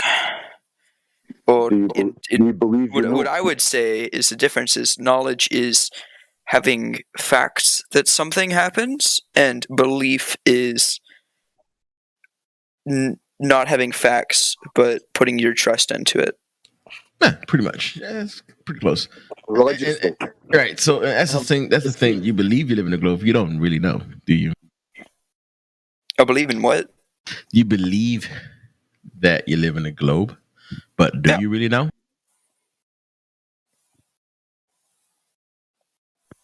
No, but you could say that about a lot of things. Right. So that's the thing. There's a difference between. It's the difference. That's the difference between what we know. The Earth measures flat, and we don't believe that the Earth is flat. Not just that, but it's self-evident to us as well as yourself. So we don't believe that we're not moving. We don't experience motion. So we accept reality. We've never seen curvature, so we claim that it's flat. We don't mean it's completely flat or a disc. There's hills, there's valleys, there's topography, but 71% of our surface is covered in water. Water's always seeking equilibrium, and when it comes to rest, it lays flat. How can 3/4 of a sphere try and lay flat constantly? There's a good follow-up question that I think Guac should answer. He could have answered that, because I just laid it out perfectly to him, and you can't answer that. Wait, he's not good at responding to more than 3 sentences. I don't know. You guys have picked up on that. Yeah, we did. Past 30 minutes. More like he can't answer yes or no fucking questions. Well, he just doesn't listen past the first 2 sentences, so that's why you keep it short. I mean, who's good at answering ADD? Yeah. Who's good at answering like 3 questions at once? Come on, guys. So Guaco, it's tough. It's tough. 3 questions and a bunch of stuff, man. Guaco, would you say you believe in the globe, Guaco, or would you say he already answered that? I believe. No, I know. I have knowledge that the globe is true. Right, okay, can you share that knowledge? Could you elaborate? Could you tell us why? But you don't seem to like it, so I don't see the point of sharing. Unless you reify something, and we want you actually having like verifiable evidence, something that I can verify that it's not going to change. Every single thing we say, we could do 1,000 different experiments to show you. We could do the so impossible, quote unquote, impossible flight. It's still find a way to disprove it. Y'all trying to make up one. Now you're dividing my thoughts. You haven't done one. The problem one experiment. Yeah, you could do 1,000. Just do one. That'll be great. Yeah, Wait, man. hold up. If your theory is correct, can I It's not go? a theory. Is this the Okay. experiment that you said Is that you your had thousands fact? of? Or Hold on, wait. Is your fact? If your fact is correct, can I fly from America west to Japan? What do you mean by what? Yes, you could fly from America to Japan, but I think West. You mean you would fly in a straight line, basically? Well, what's this west? I think you would chart a course. See wherever you want to go, whether you're going. you mean. I think It's like northwest. It's actually kind of northwest. It's not quite When you say from west, where you I'm mean at. Might be clockwise west. Let me just find a map real quick. okay, so it sounds If like you you're in a don't have boat any or a curvature to plane, show us. This you is kind of chart a desperate, course. dude. Listen, if you chart a course on a boat or a plane, you chart it from point A to point B in a straight line. You go up to a height, you cruise, you come back down, you land. You don't take the Earth's curve into account when you're flying. There's no curve. There's no...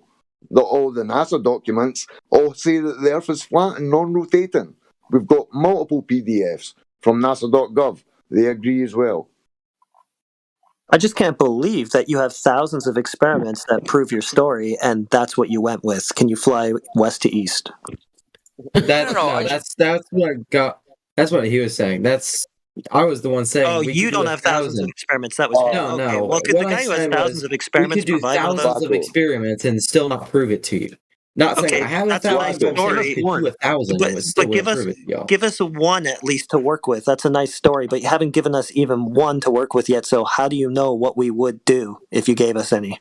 Well, I mean, here's the problem. You guys don't have a freaking South Pole, so yeah, well, it's measuring flat. So. And that just reminds me, Video Light 7.4 gear.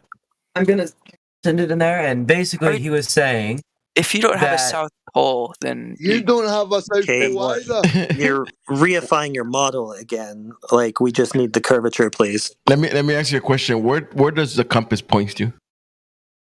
what the heck is a paunch train? What does the compass points to? It points north. Right. So it never points towards the south, does it?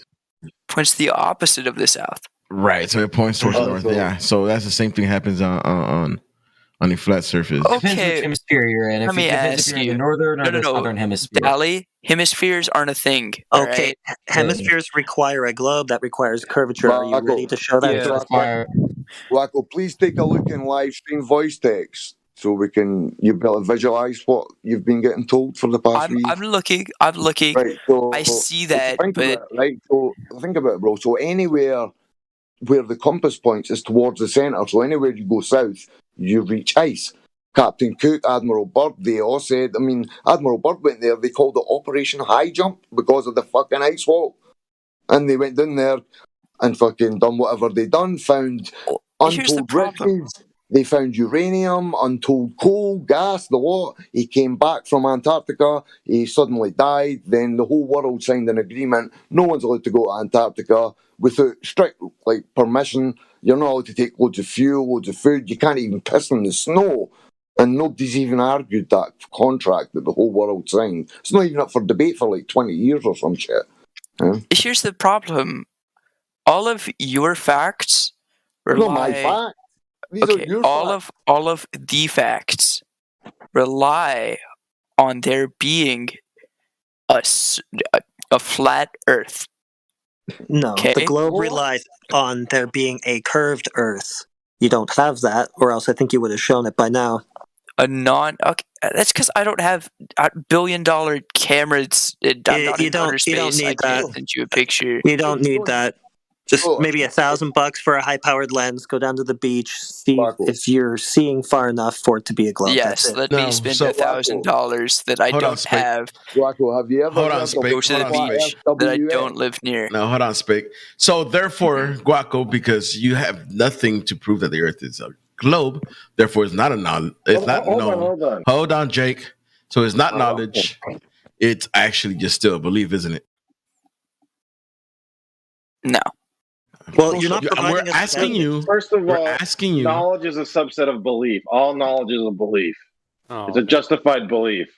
There is no knowledge that you have that isn't a belief. That doesn't exist.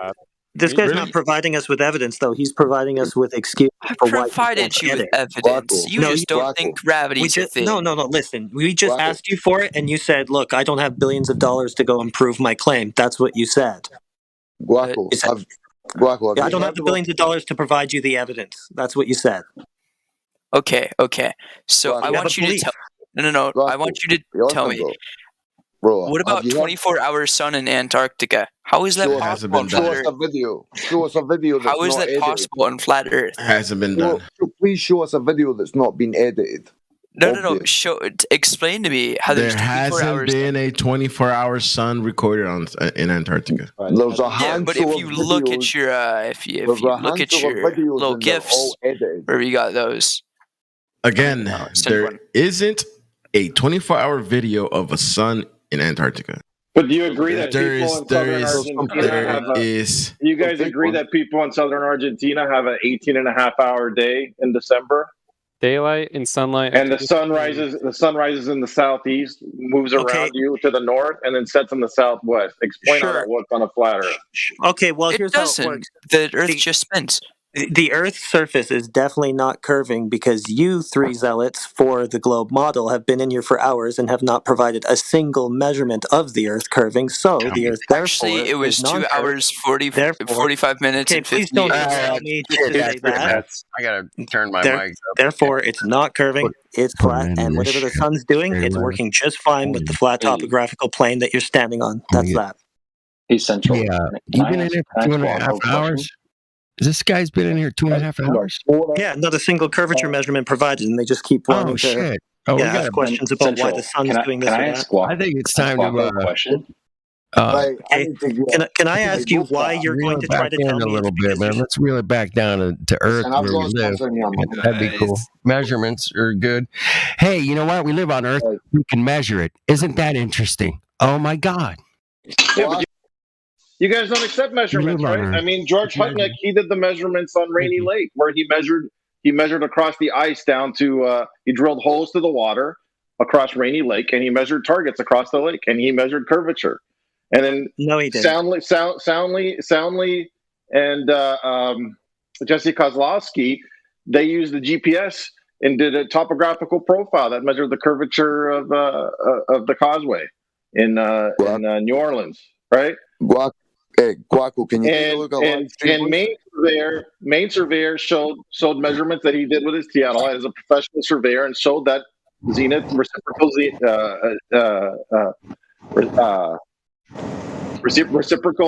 those are nice reifications, but you're going to have a geometric horizon for all of that. So nice try. There is a geometric horizon. What are you talking about? Oh, at 1.2 miles in that pic that I'm about to post? Is that where it is? Which pic are you going to post? Are you going to post the Black Swan? Yeah, how about that one? Is there a geometric horizon at 1.2 miles there? No, not in the Black Swan. There's a lot of refraction in the Black Swan, which is why... refraction depends on what again? Refraction depends on what? 3959 mile radius? Which is why a straight Black Swan picture? Too bad. A straight crane is shaped like a hook, but then look at the other Black Swan pictures that doesn't show the horizon behind the oil rig, where the oil rig is being cut off by the horizon. So what you're saying, there's no distortion. The crane is perfectly. So you're saying the globes change its size? Of course, refraction can make the globe appear to change size. Yes. Sorry, your refraction model depends on the radius that same picture debunks. So nope, you can't use that. Debunks it how? Do you guys agree? Boys, let me ask this. But Guaco, have you heard of a group of people called Flat Earth WS that debunk or supposedly debunk with their memes? Take a look on live stream voice text. Have you seen this image before? Because somebody mentioned Pontchartrain earlier, so we just wanted to. Is Pontchartrain in Louisiana? Yes. Okay. I drove by there like a month ago. That's cool, dude. There you go. You could go and do this observation yourself, bro. Now, take a look at this. Now, people claim that as the curvature of the Earth. Take a look at that zoom at Pontchartrain. Now, I've got another one I'll post right after it. 2 secs. Spake, you have a wonderful accent, dude. Is that like Northern Irish? No, I agree with Jake on this one. He's very right. Scottish, bro. Oh, you agree with what? Do you even know what Jake said? Would you be able to recite it? Yeah, or why you don't disagreeing because it's. I mean, what Jake said, man. Go ahead. Yeah. Let us know what you agree. I don't know. I can't think of you guys screaming at me. Right. That's what I thought. You have no idea what he said, but it sounded globe affirmative. So yep, you're good with that. Yeah. Gotcha. Well, thanks for exposing yourself. I mean, am I wrong for believing in my fellow people that have brains? Well, you're a believer. I'll give you that. Insulting people. Giving Guaco As long as you say believing, airtime. you're good. Stop insulting people, Guaco. save me, You've please. literally provided nothing since you came in here. You've condescended multiple people. You've avoided almost everything I've asked you. Every yes or no question you've just ran away from. Jesus Christ, Okay, man. so let me jump in. You should have I learned answered a lot. every single yes or no question you had. If you were listening here this please be evening, quiet you for a would have moment. learned a lot, bro. Yeah, I got you, Dowdy. So, what I'm gonna say is, and this has just been going in circles at this point. We've just been doing the same thing over and over and over again. And hey, don't cut me off. Let me talk. But what I'm saying is that this is just going in circles. Everybody stop. Look around. Everybody's explained an awful lot to you. Jones has got the mic. Yes, thank you. It's just being it's unproductive. It's not very entertaining to listen to. Because you're not listening. And we're just going in circles at this point, and we need to go move on to a topic that would be less circles. Yeah, dude. You know, back on what we started on 2 hours ago. You've not been. No, I've been here for like 5 hours with this dude, man. He's not listening to a fucking thing.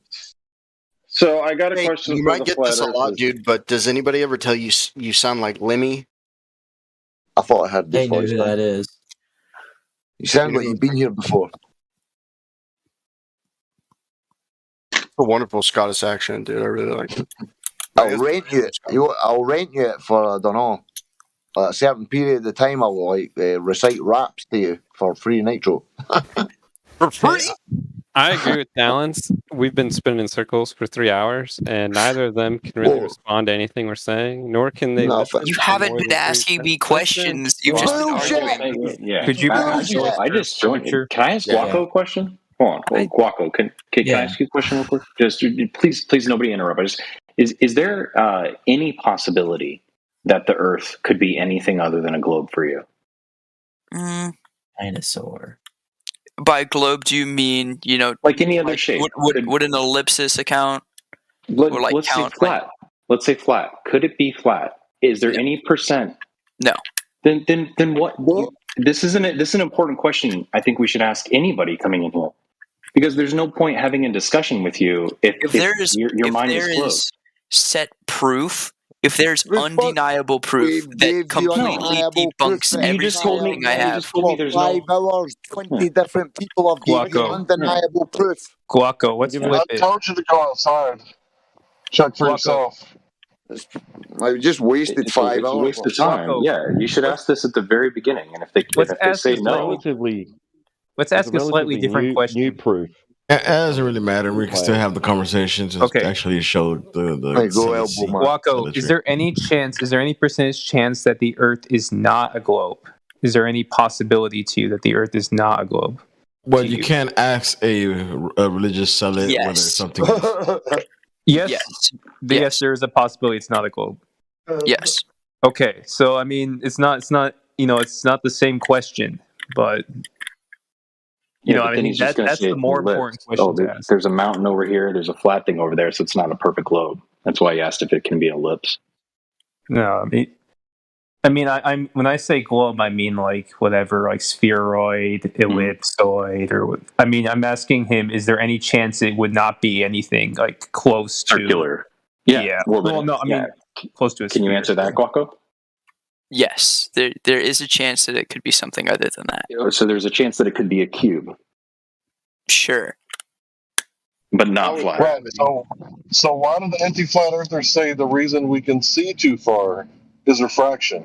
And if you break down that sentence, it started with we can see too far. So they admit that we can see too far for the geometric horizon, right? Like a lady who's 9 months pregnant, laying on her back with 3 babies in her belly, can she see her toes? She can't, right?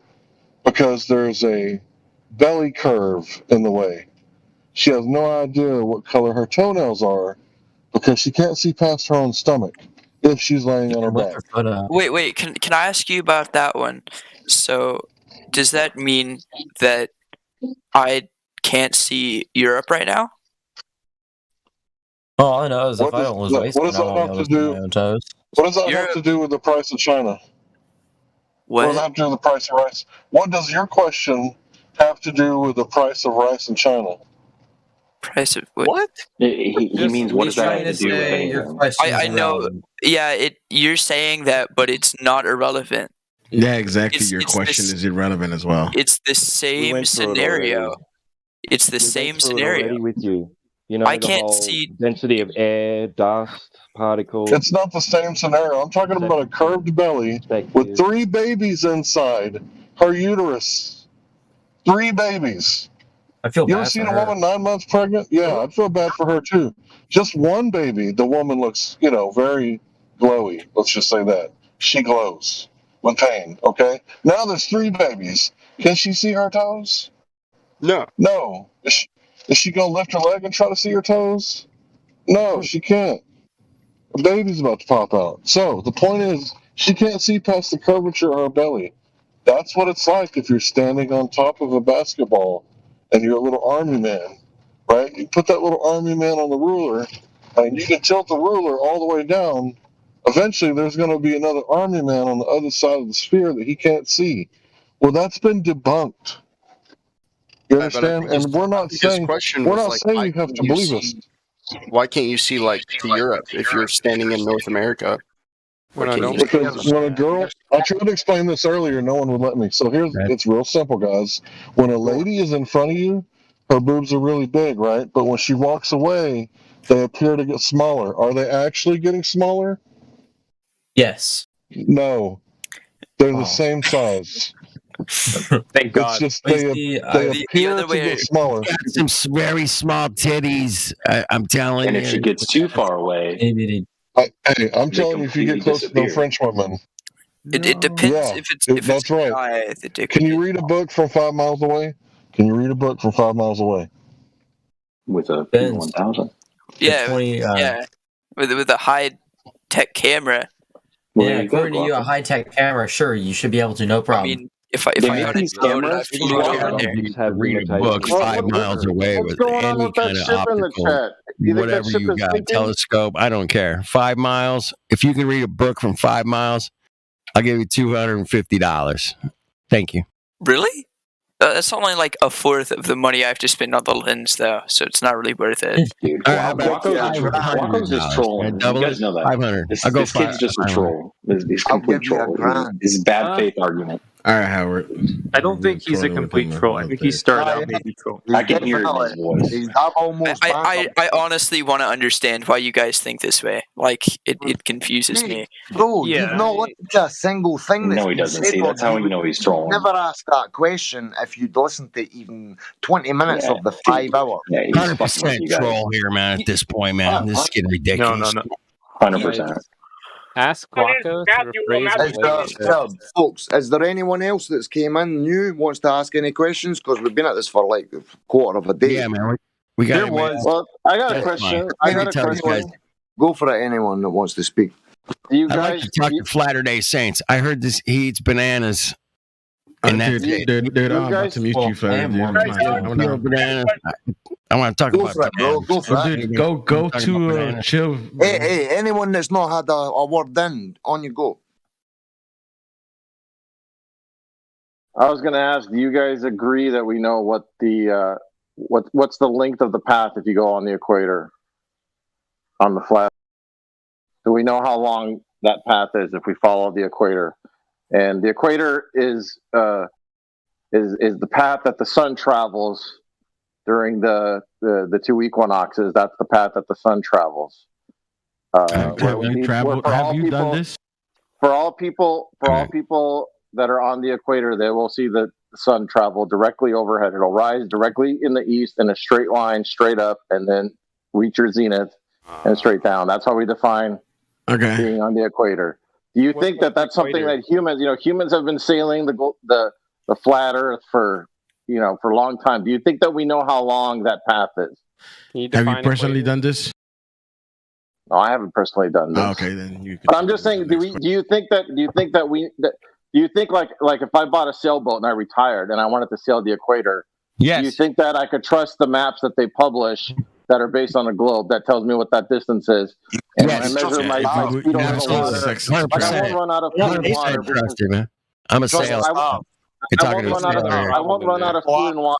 I can fucking trust the maps. You bet your ass I'll trust those maps. This guy's full of it, though. A navigation isn't dependent on accounting. They're flat maps, man. Remember, the maps are flat. I know the maps are flat. So do you agree then that on the map that they project as a globe, but is really a flat Earth? Do you agree that the equator is 25,000 miles in length? If you were to circle around the flat Earth. If you were to circle around the flat Earth, circle around the North Pole with the North Pole in the middle.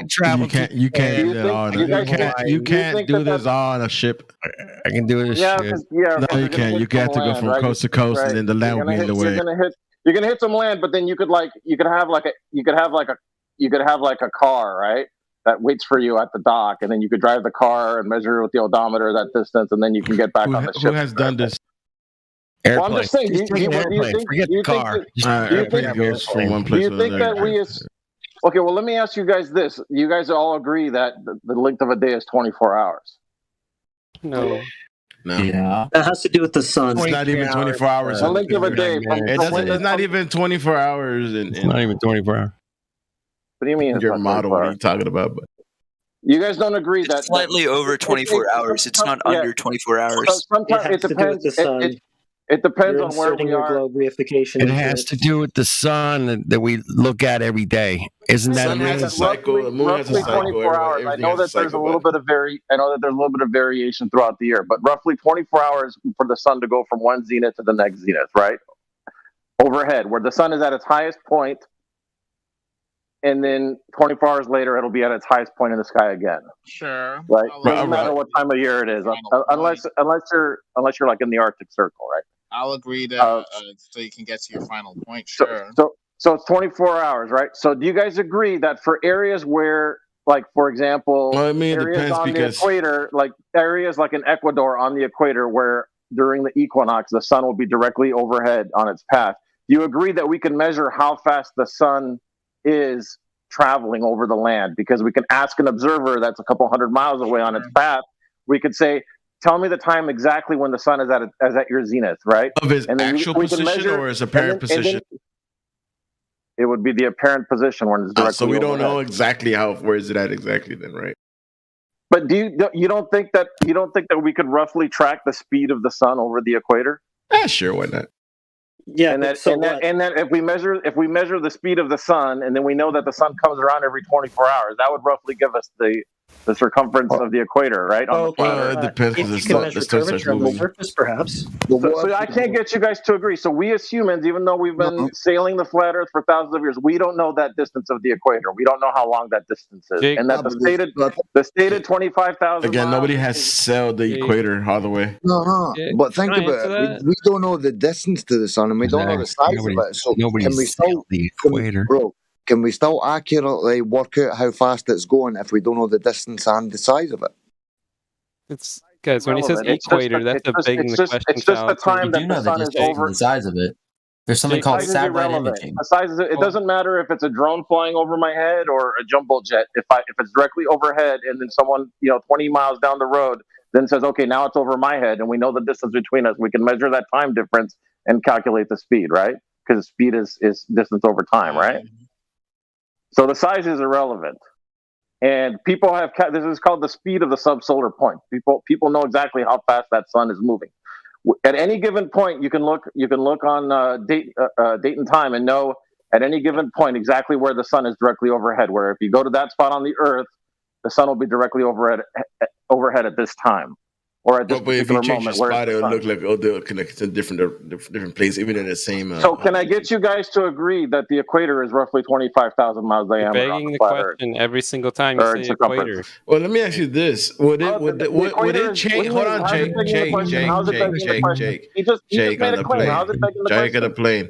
Would it change the speed? Change of the sun, whether it's closer or further away? No, that wouldn't change the speed. Just like whether a plane is flying 50 feet off the deck and it passes over my head, and then 20 miles down the road it passes over my friend's head, or if it's flying 50,000 feet above. That's not going to change the time it takes for that plane to be directly overhead. It doesn't matter how high or how low that plane is flying. We can still calculate its speed over the ground. You know the speed of you know the size of the plane. We don't know the size of the sun. No, the size is irrelevant. We don't need to know the size. No. Just like we don't need to know the size of the airplane flying overhead to calculate its ground speed over the ground. It's irrelevant. We don't need to know that information. Because when it's directly overhead, it's directly overhead. That means it's over that position on the ground. And then when it's over my friend's head 50 miles down the road and it's directly over his head, we know that its position is directly over that spot. And we know the distance and the time. We know the speed, right? Well, just as far as I believed, you needed the size of the sun to work out with trig where it was. Why do we need the size of the sun in this example if we don't need the size of any other object? You know everything between you and the airplane. You don't know where everything's at between you and the sun. Because making the minimum number of, but we know that the sun will come around in 24 hours, and we also know, outside of the times where it's over the open ocean, and there may or may not be a ship out there, we know where the sun is whenever it's over land, right? And we know how long it takes to get there, and we know how long it takes when it enters one side of the continent. We know how long it takes to exit the continent, right? And we know that distance because people have driven it on bicycles and cars and motorcycles, right? So that those distances are not like magical. No, just the reason I said, because obviously Eratosthenes, he assumed that it was vast and distant when it could be smaller and closer. So I just thought that mattered. That's why I said that. Well, that would matter for what Eratosthenes did, but not for this particular thing. Not for measuring the ground speed. That's what that would affect the angles for Eratosthenes' measurement. All right, let's get to your point. Well, I mean, it seems like you guys can't even agree that we know the distance of any distances on Earth, on the flat Earth. But yet we're able to navigate and send ships from continent to continent, and they calculate their fuel, and pilots calculate their they calculate how much fuel and their burn and their speed and all that stuff. But you guys can't even agree that we know any of these distances, which is a little interesting. Bro, the Vikings were fucking navigating all over the fucking Earth, bro. The Vikings weren't a jumbo jet with a certain amount of fuel on board, and everyone on the plane was going to die if they ran out of fuel, though, right? Like if it took their trip another week, they weren't all going to die. But what's that got to do with it? Obviously, they've got enough fuel. Well, I'm just trying to get you guys to agree on a distance, and you guys can't agree on any distances. So apparently. Nobody got is globe projections. That's all we've got. Why hasn't? Why? Well, if it's a globe projection, then you agree that even if it's a projection on the flat Earth, that the circumference of the equator, the path of the equator, which is the path of the sun, over the course of a day during one of the equinoxes, that's how we define the equator. That's a distance that we as humans know from thousands of years. Can you define equator? You keep going past that.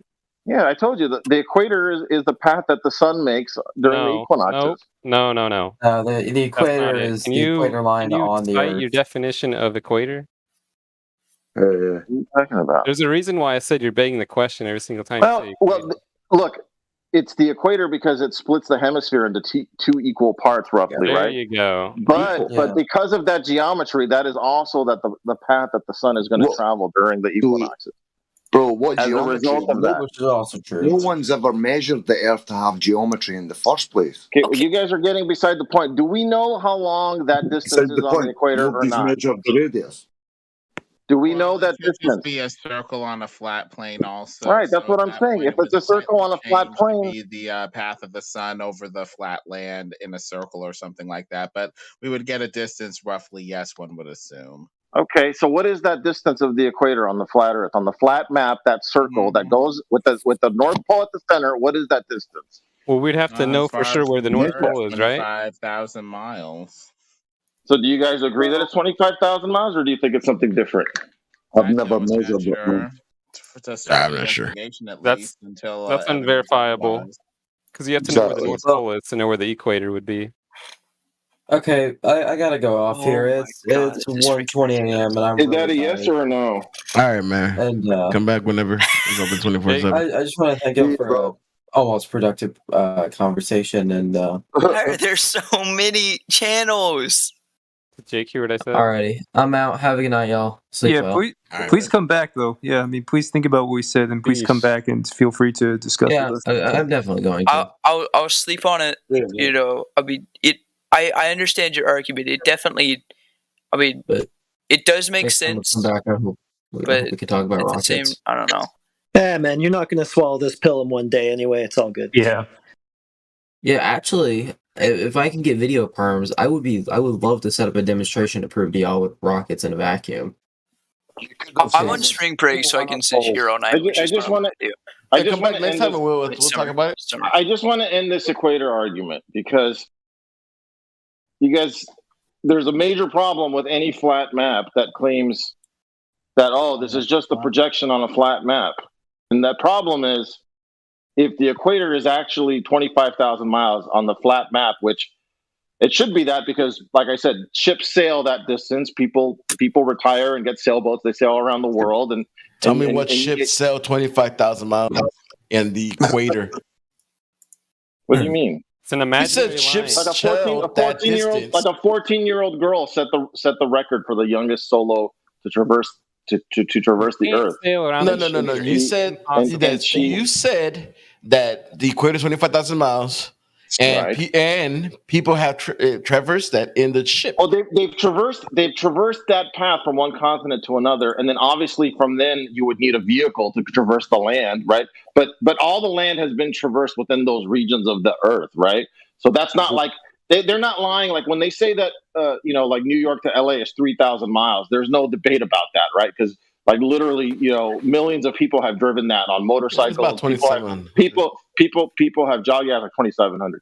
People have jogged that distance. People, you know what I mean? Like that's not for any debate. So I think the only debate would be, what are those distances over land? And the problem with the flat Earth map is if we were to say, okay, the North Pole is at the center, and then the equator is 25,000 miles. That means that from the equator to the North Pole should only be 4,000 miles.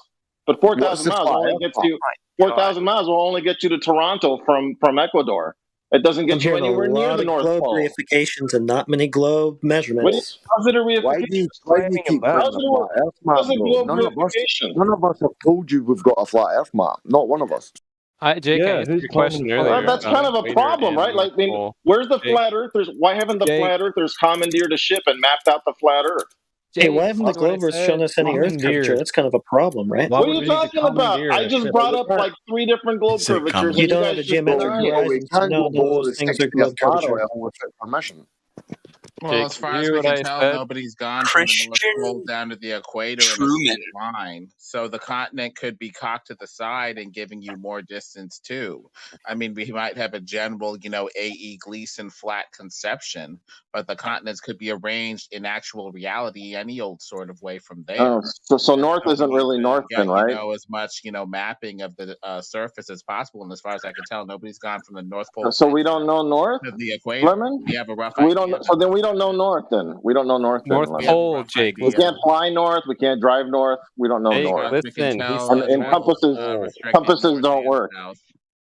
What do you mean compasses don't work? Well, what Lemonbird says, which is that no one's ever followed a cardinal direction. Jake, then that would be the case. The equator. Meadow.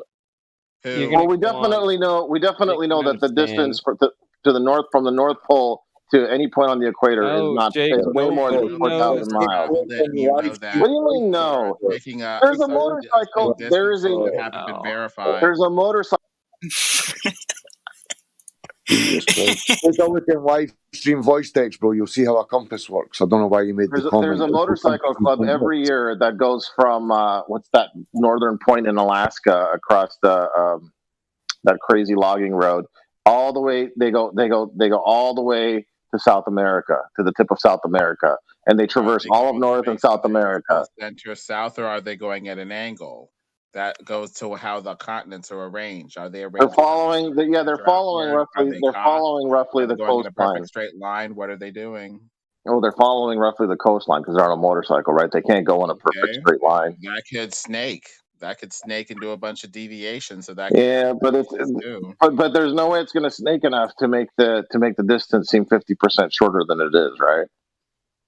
or 50% longer than it actually is. Depends on how much coastline they go through and how much of a slant it is. Yeah, but there's also like guys on YouTube in private planes that fly are all around North America, right? They do YouTube. It must be true. Transcontinental flights and stuff. So those guys clearly the maps are not totally wrong, right? Because people would be running out of fuel all over the place, and no one would be able to get anywhere, right?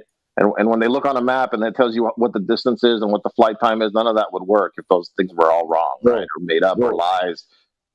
Is there any curvature or motion though? Forget maps. That's completely beside the point. The problem is,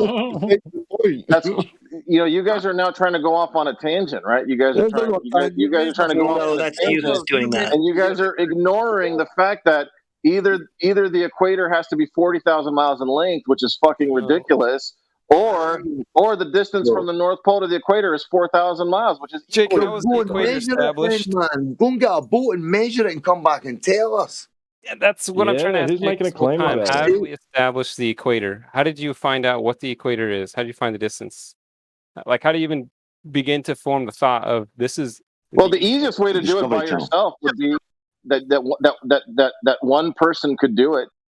Is they would have to make a trip. They would have to make a trip to South America, and then they would do two separate time measurements of the sun's path from one part of the continent to the other along the path of the equator, where the sun will be at its zenith during the equinoxes. And then they know that the sun comes around every 24 hours. Jake, listen, and then you can calculate that. Listen, shut up, Jake. You said the path of the equator. I'm asking you to tell me how we even establish an equator, and you're using it in your own explanation. You can't do that. I'm telling you, tell me how you find an equator to begin with. What do you mean? Tell me how you find an equator. Let's say we don't know what the world is. We have a map. We draw out continents. Right. On the equator, how do we establish equator? We would establish the equator because it would be the path that the sun travels on the equinoxes when it's directly overhead for all observers on the equator on the days of the equinox. So let me ask you this. Jay. Sorry. No, just how would you verify, Jake, that the entire world saw exactly what you believe they saw? What's that? How would you verify that what you think everybody in the world saw? How would you verify that, like, objectively? No, I mean we live in the world now with mass communications, right? And almost even people in the third world all have cell phones, right? So if they're like, well, I don't know what people are talking about the sun being directly overhead during the equinox because that's bullshit. I live in Quito, Ecuador, and that's a lie, right? Then we would know that that's a lie. As far as I know, sorry to interrupt, but can some of you play chess with me? Different viewers that seeing the sun from different places and crepuscular rays and stuff, they don't line up correctly. So the sun, it's an apparent position we're seeing the sun in as well. So somebody 25, 100 miles away sees that sun marginally or slightly different. And so, but we're talking about the sun directly overhead, right? And for people that don't live within the tropics, the sun is never directly overhead, not for anybody. If you don't live within the tropics, you'll never see the sun directly overhead. Doesn't matter what time of year. How many observers would you need? The more observers, the better. But at the minimum, you would need 2 to get the speed of the subsolar point, and then calculate, roughly calculate the length of the equator. What sort of path it's doing, right? You can't establish from 2 observers what sort of path it's doing. No, you can't, but we know that it comes around every 24 hours. So if we can calculate the speed of the subsolar point, the speed that the sun travels, then you could get an estimate, right? And it would and if you don't believe in the Pac-Man model, it would have to be a circle, right? Otherwise, how else would the sun come back around? What definition of equator are you using? What do you mean? I found a geographical definition. Well, I mean, the geographic is just the equal, right? Equator equal, so it's the 2 equal halves of the sphere, right? That's the place where it splits the sphere into 2 equal halves. It from equal parts of something to the sun. Right, because because if the Earth is a globe and we have a sun that's out there, in the way that is described by a geocentric or a heliocentric model, then the equator would have to be the path that the sun travels. So begging the question and affirming the consequent. Got it. You guys can call it that if you want, but the sun travels. And the other really big problem is the fact that if there's any kind of a flat map, then when the sun is over the Tropic of Capricorn in December, then we should expect the speed of the subsolar point to be much faster than it is when it's over the Tropic of Cancer in June. But in reality, the two speeds are slower than the subsolar point on the equator during the equinoxes, and they're both equal in speed, which would not be the case on a flat Earth. That immediately debunks flat Earth, because on the flat Earth, the Tropic of Capricorn is a longer distance. The speed is dependent on how much land you think it's going over. And so if you have a globe ball that you assume has less land toward the south, as opposed to a flatter conception with more land toward the south, that's not true. All you would need to do is somehow and you could do this on a motorcycle, on a dirt bike, or whatever, is measure the distance between you and another observer, and it doesn't even have to be that far away. Within 50 miles, you could make a pretty accurate calculation of the speed of the subsolar point. Okay, because even that is going to create seconds worth of time difference between when the sun is directly overhead for one observer and when it's directly overhead, and it'd be very easy to determine. Of the sun, and it's very easy, and check how long it takes the sun to pass one frame in the north versus how long it takes to pass. All you do, more or less the same condition. All you would do, Lemon. If it's faster in the south, perhaps it's flat. All you would need to do, Lemon, is set up a pole that's perfectly straight up and down at both locations, and you'll know the sun is directly overhead during the equinox. You'll know that it's directly overhead when the shadow completely disappears. When it has no shadow, you know the shadow is directly overhead. And when it's directly overhead for both observers, we'll know the speed of the subsolar point. Because if we know the distance and we know the exact time at which the sun was directly overhead, when there was no shadow cast by the pole, you can immediately calculate the speed. And you know what? When we calculate the speed, when the sun is over the Tropic of Cancer, it's the same speed as it's the Tropic of Capricorn, which makes sense on a sphere, makes no sense on a flat Earth. Everything about the sun is but I don't apparent. see you presenting an experiment where that's been done, or verifiably, told. You don't think that time and date? Do any of you have evidence? North and south. It seems like you're assuming that has been done, but you're not really showing that it You can just look at the tables. You can just look at the tables on time and date and see on particular days, on particular locations, when the sun is directly overhead. And I haven't seen any flat earther ever show that the readings of the location of objects on timeanddate.com are wrong. When timeanddate.com says the sun will be directly overhead at this location at this time, I have never once seen any flat earther say that this shit is all made up. It's just some bullshit on a table and it's not real. It's always 100% accurate. Everything that's about the time when it's the sun overhead. is apparent. You need to time the speed by preferably getting the sun in one frame of video and time. You don't need that. Wait a minute. What are you talking about? If you Lemon. If you the south, that's not true, Lemon. That's a lie. You just said a lie, Lemon. That's a lie. If the table tells you that the sun is directly overhead at this location at this time, and then it's directly overhead at that other location at this time, then all you would really need to know is the distance between those two locations and subtract the time, and you'd get the speed. Jakey boy,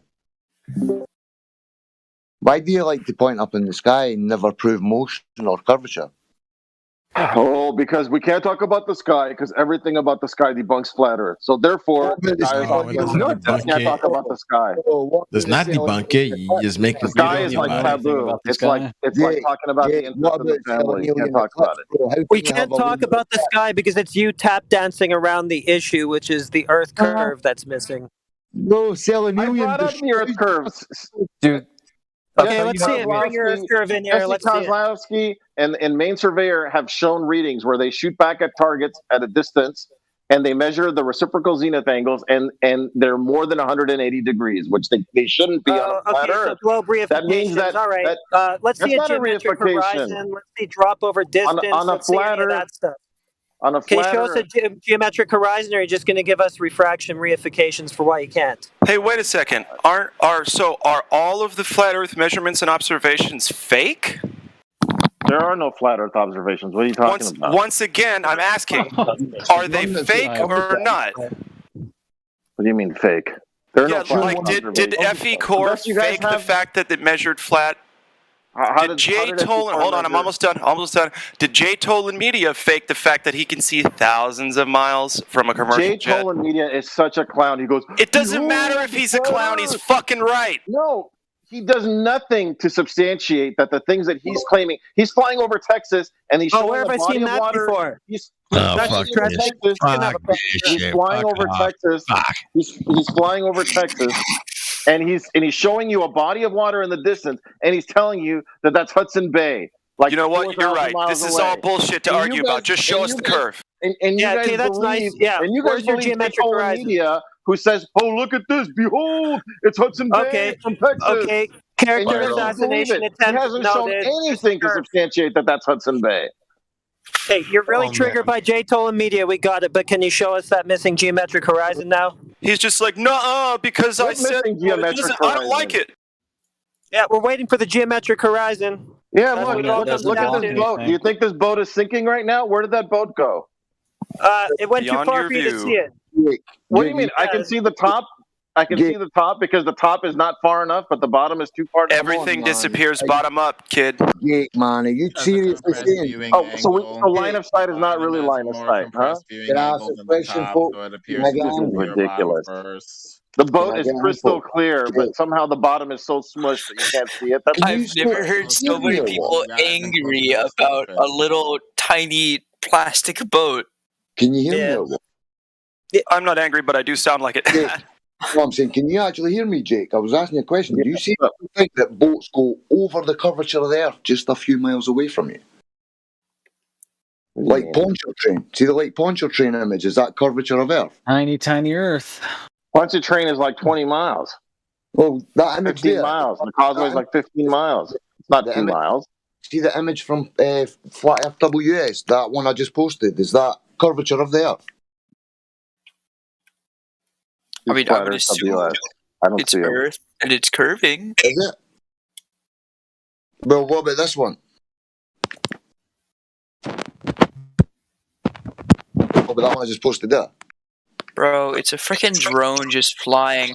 I like how you're like, oh, NASA's fake and crap, but you trust these random people on the internet that have no proof. They just have some 144p videos or whatever. Well, buddy, NASA is admittedly fake. Bro, we're showing you this shit so you can go and do it yourself. Don't believe. You know what's so funny? You know what's so funny? It'd make funny, videos on the internet. You guys want to know what's so funny? Everyone said that Soundly's pictures Fake videos on the internet, like NASA? Yeah, those suck. Everyone said that, all the flat earthers said that Soundly's pictures and videos of Lake Pontchartrain causeway is fake. And so what he did is he rented a hotel room on like one of the higher floors of the hotel that's right across the lake. And he set up a camera and a live stream for all weekend and had an open invite for any flat earthers to come and use his equipment or bring their own equipment to debunk the pictures and the curvature that he was showing. And he posted this like weeks in advance and did a live stream for the whole weekend, and not one flat earther showed up to debunk. I guess nobody really cared because they've already shot the curvature down so many other times. Why bother? Might as well just sleep in.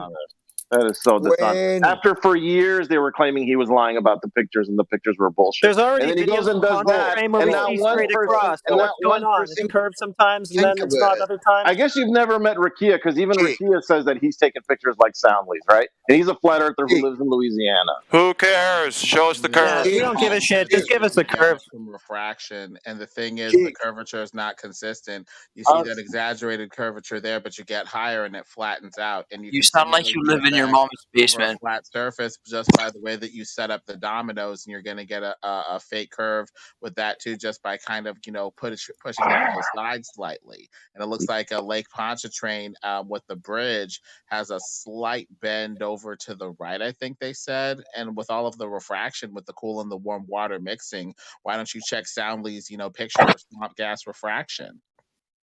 Bro, all you say is refraction. You're like, oh yeah, it's refraction because of this random variable that nobody gives a crap about.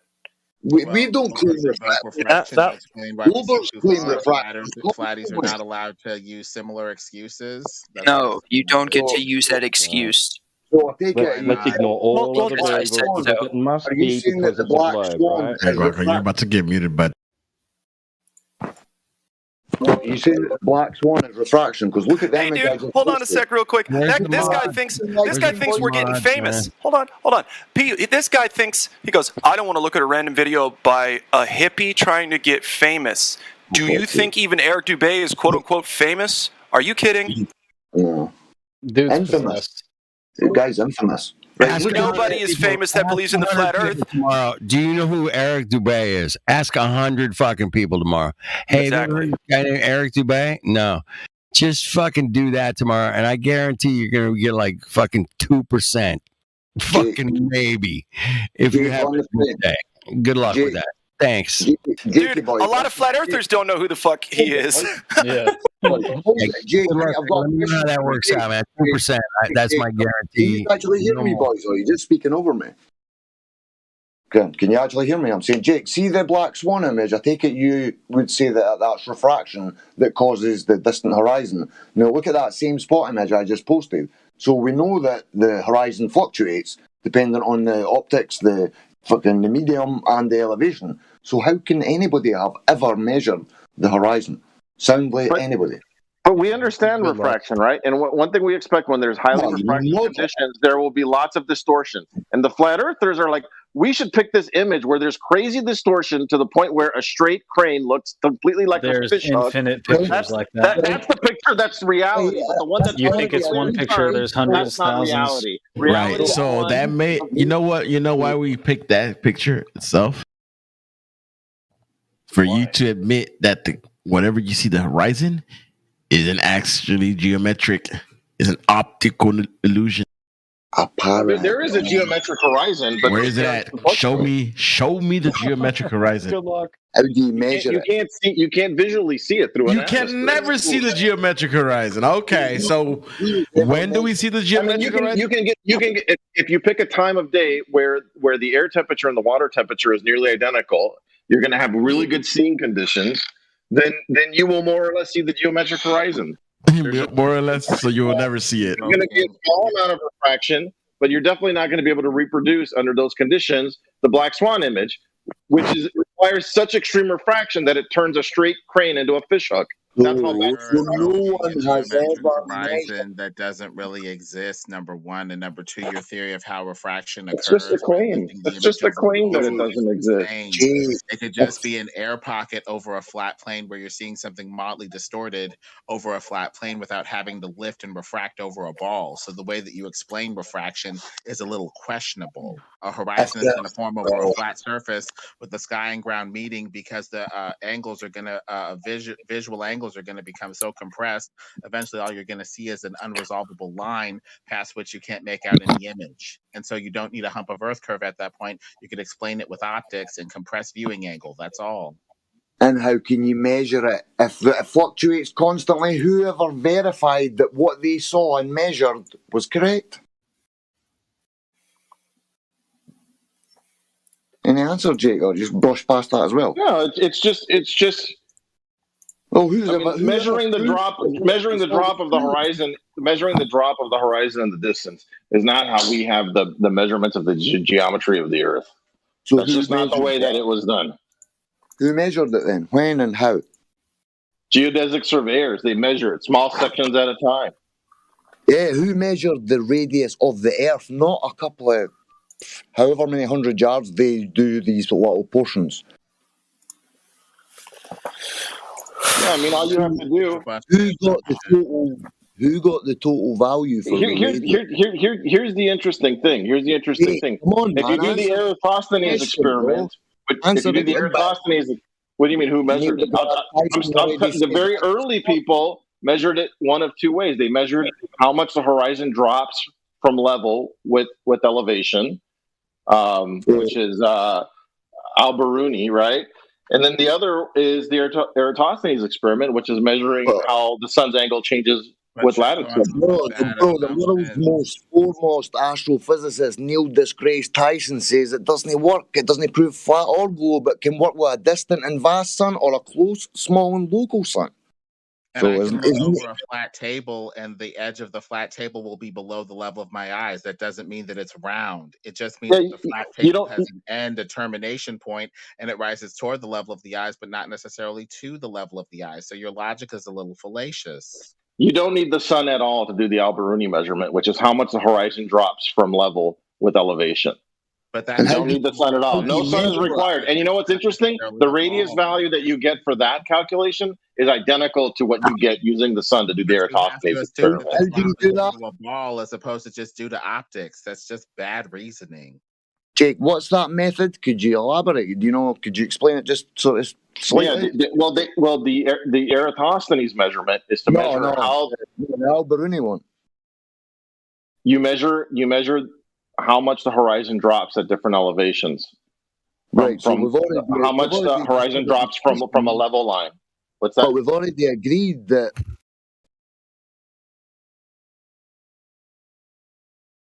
a level line.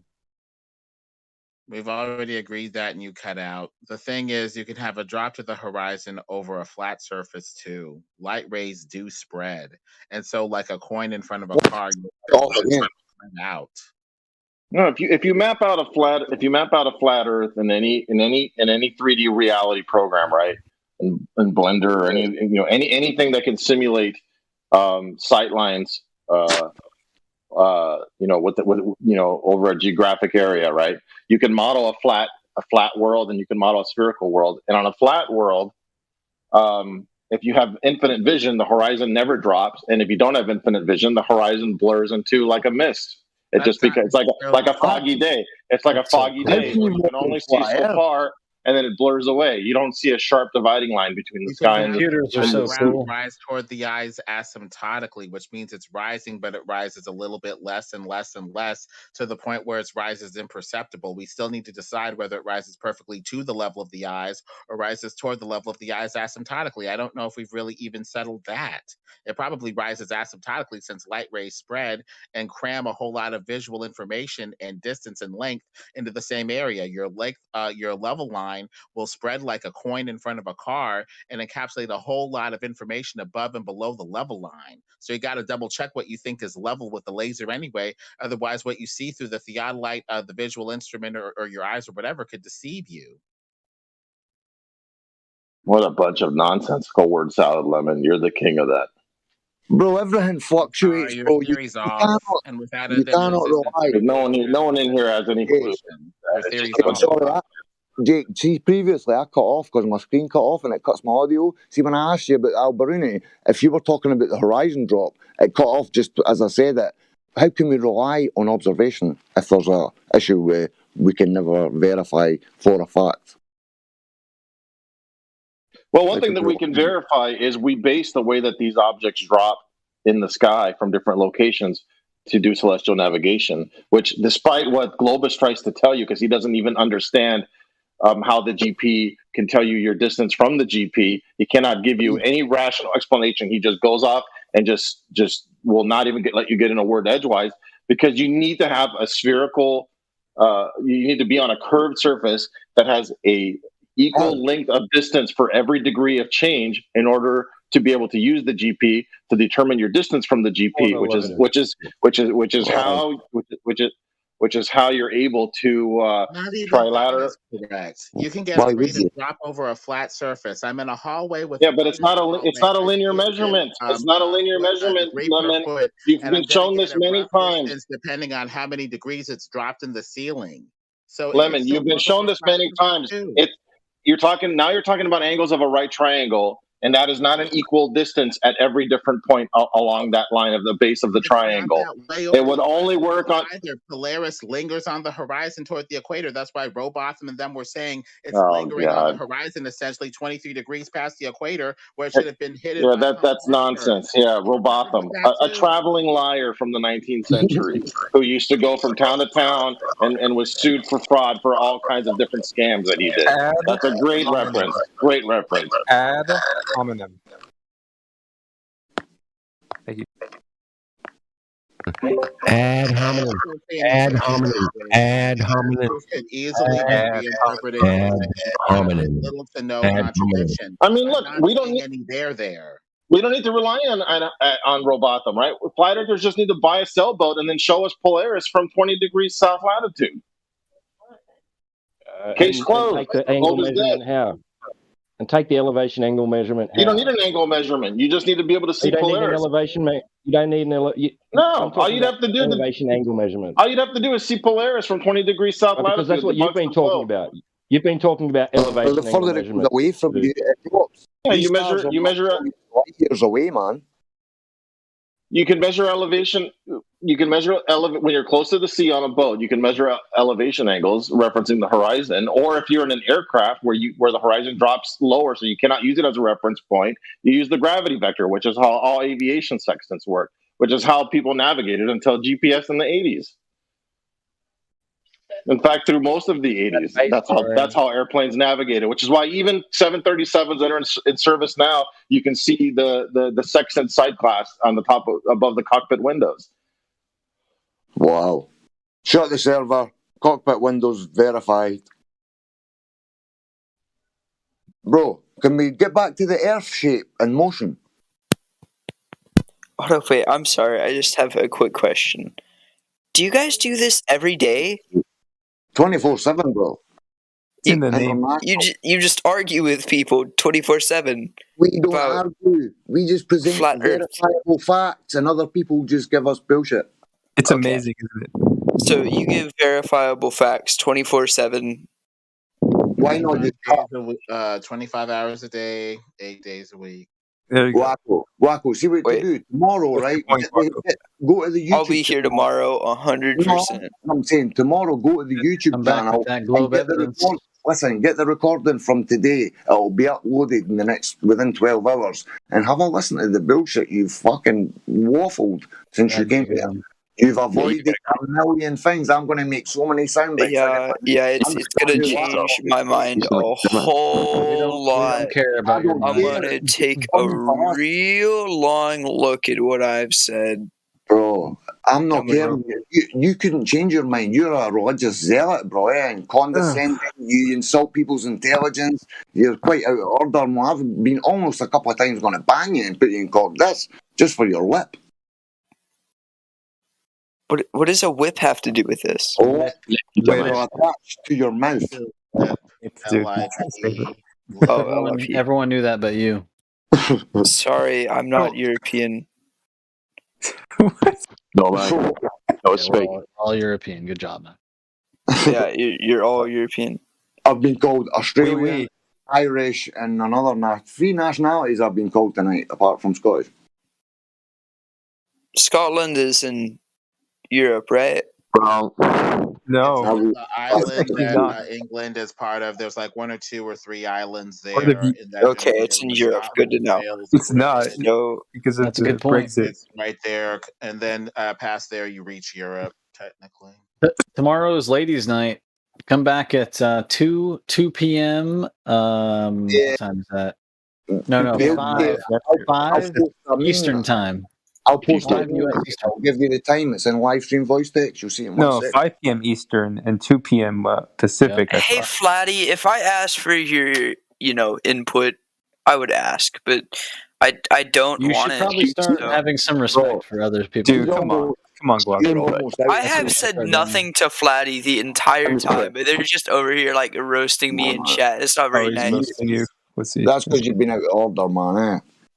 I mean, for like 30 minutes or an hour, I've just like checked chat and seen people. Regardless of your feelings, the Earth is 100% level, and so is all the water.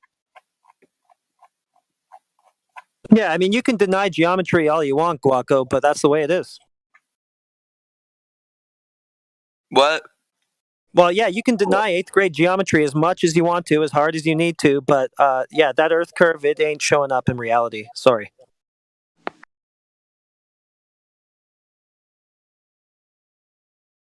Okay. He's not listening to a single syllable that you said. Yeah, I know. He's usually just typing when people are like giving an answer to him in the VC. So.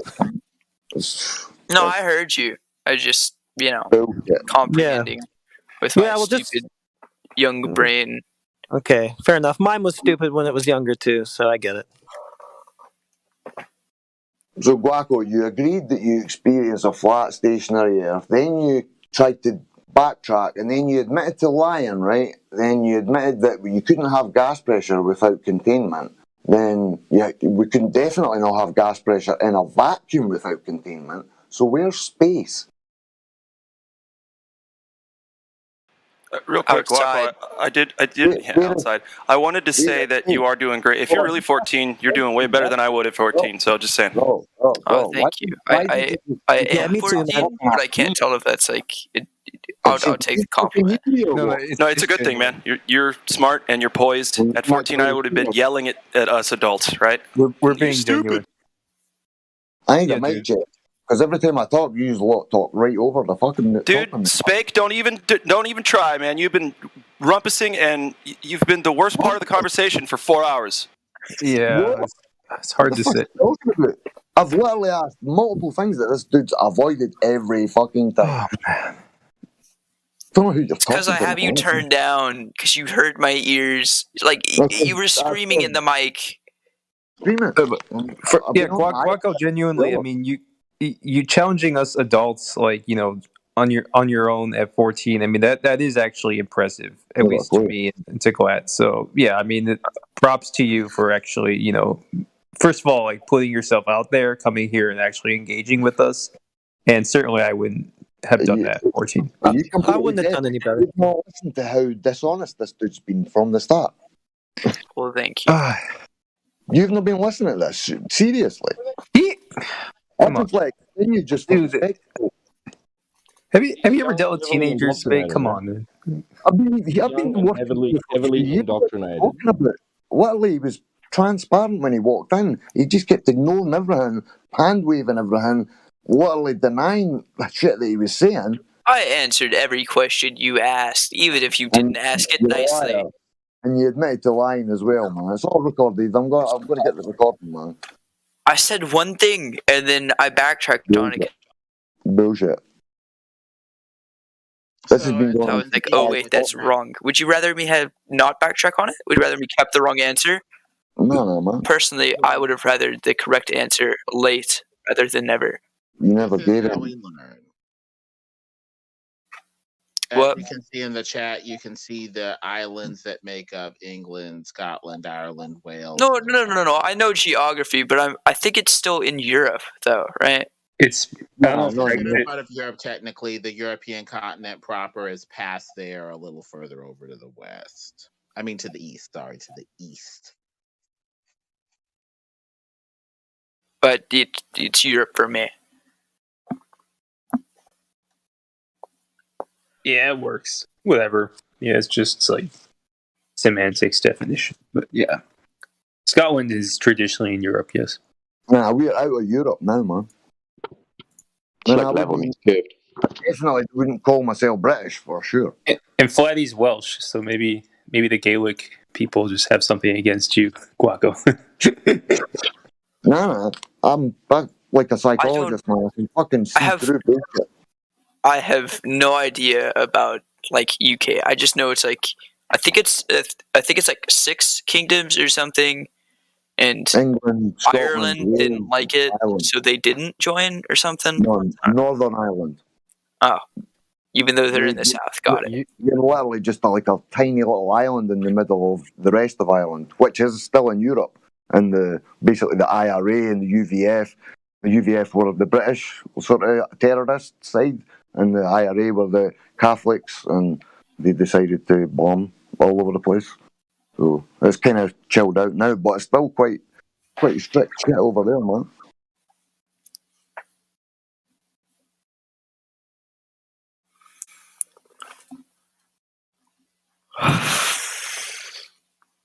So have you learned anything at all, Guaco? Anything you're going to go and have a look at and see, I wonder if they're correct about this or that?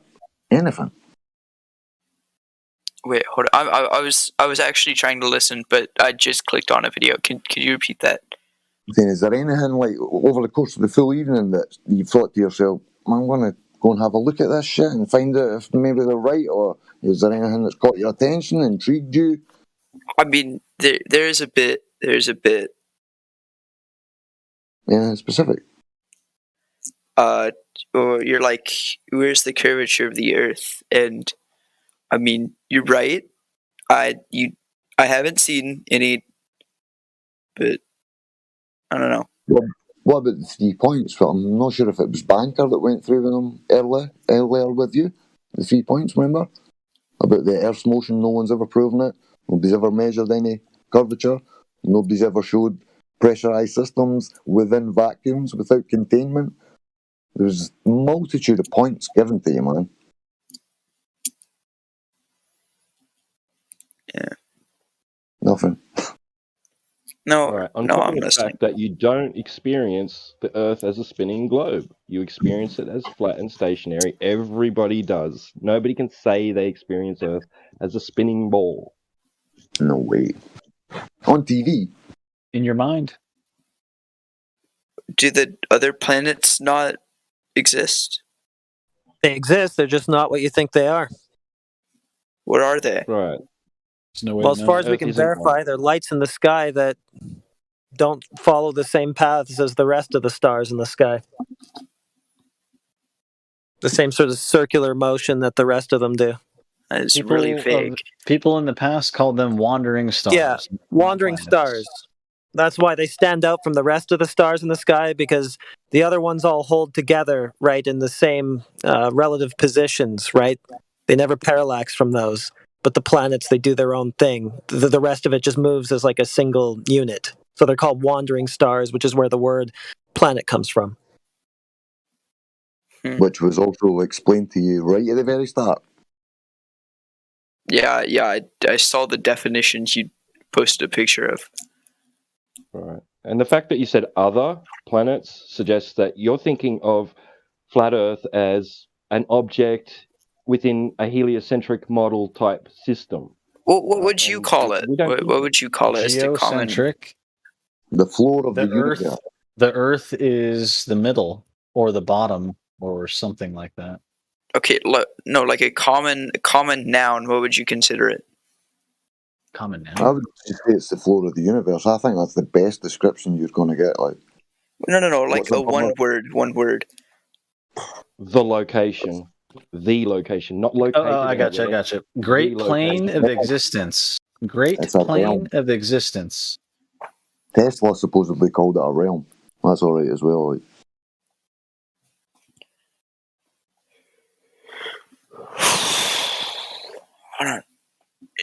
I guess. I don't know. Like, what would you, if it's not a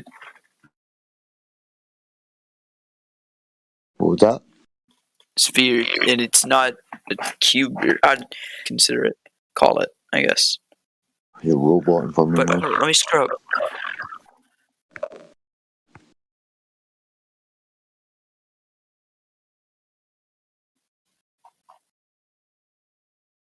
Were you saying something? I'm trying to find it. Yeah. Hey, Guaco, what was this sort of clip of a rocket working in a vacuum you were going to send to us? You said you had a clip of a rocket, how they work in vacuums? I was just going to send you a video on how it worked. I sent it like way up, but I don't know where it went. Could you drop it again, please? I missed it. I never thought you posted it. I just looked up and I was like, oh, that looks like that would be correct. Maybe it's you just Googled it, for fuck's sake, bro. You hadn't even previously looked at it. You just done a YouTube search and gave us your evidence. Well, my internet's too bad to be in a thing and watch a video at the same time, so I didn't want to leave. The quality evidence gathering is like ludicrous, bro. For to come in here and argue with us and insult everybody's intelligence and ignore fucking blasphemous as shit, man. Fuck. We all know this is a serious topic. Yet, of course. People that don't know anything about any of the topics come in here thinking it's not serious at all.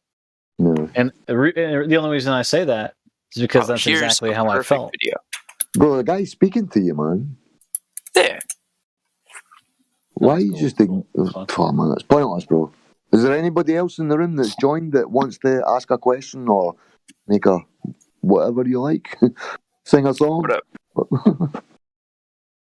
Well, we got Hero again, but every single time he says that he's got a million ways to prove that the Earth's a sphere, he says, I just don't want to show them to you. Oh, shit. Top secret confidential. If you tell us, will the government kill you? Is all CGI. Right now.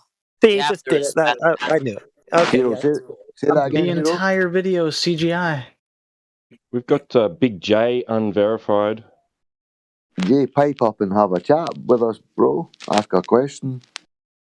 Pose a scenario. Whatever you like. Right. So, like I said, I don't have a debate right now. So. Yeah, man. Cool, bro. Yeah. You just joined. You've been here a while.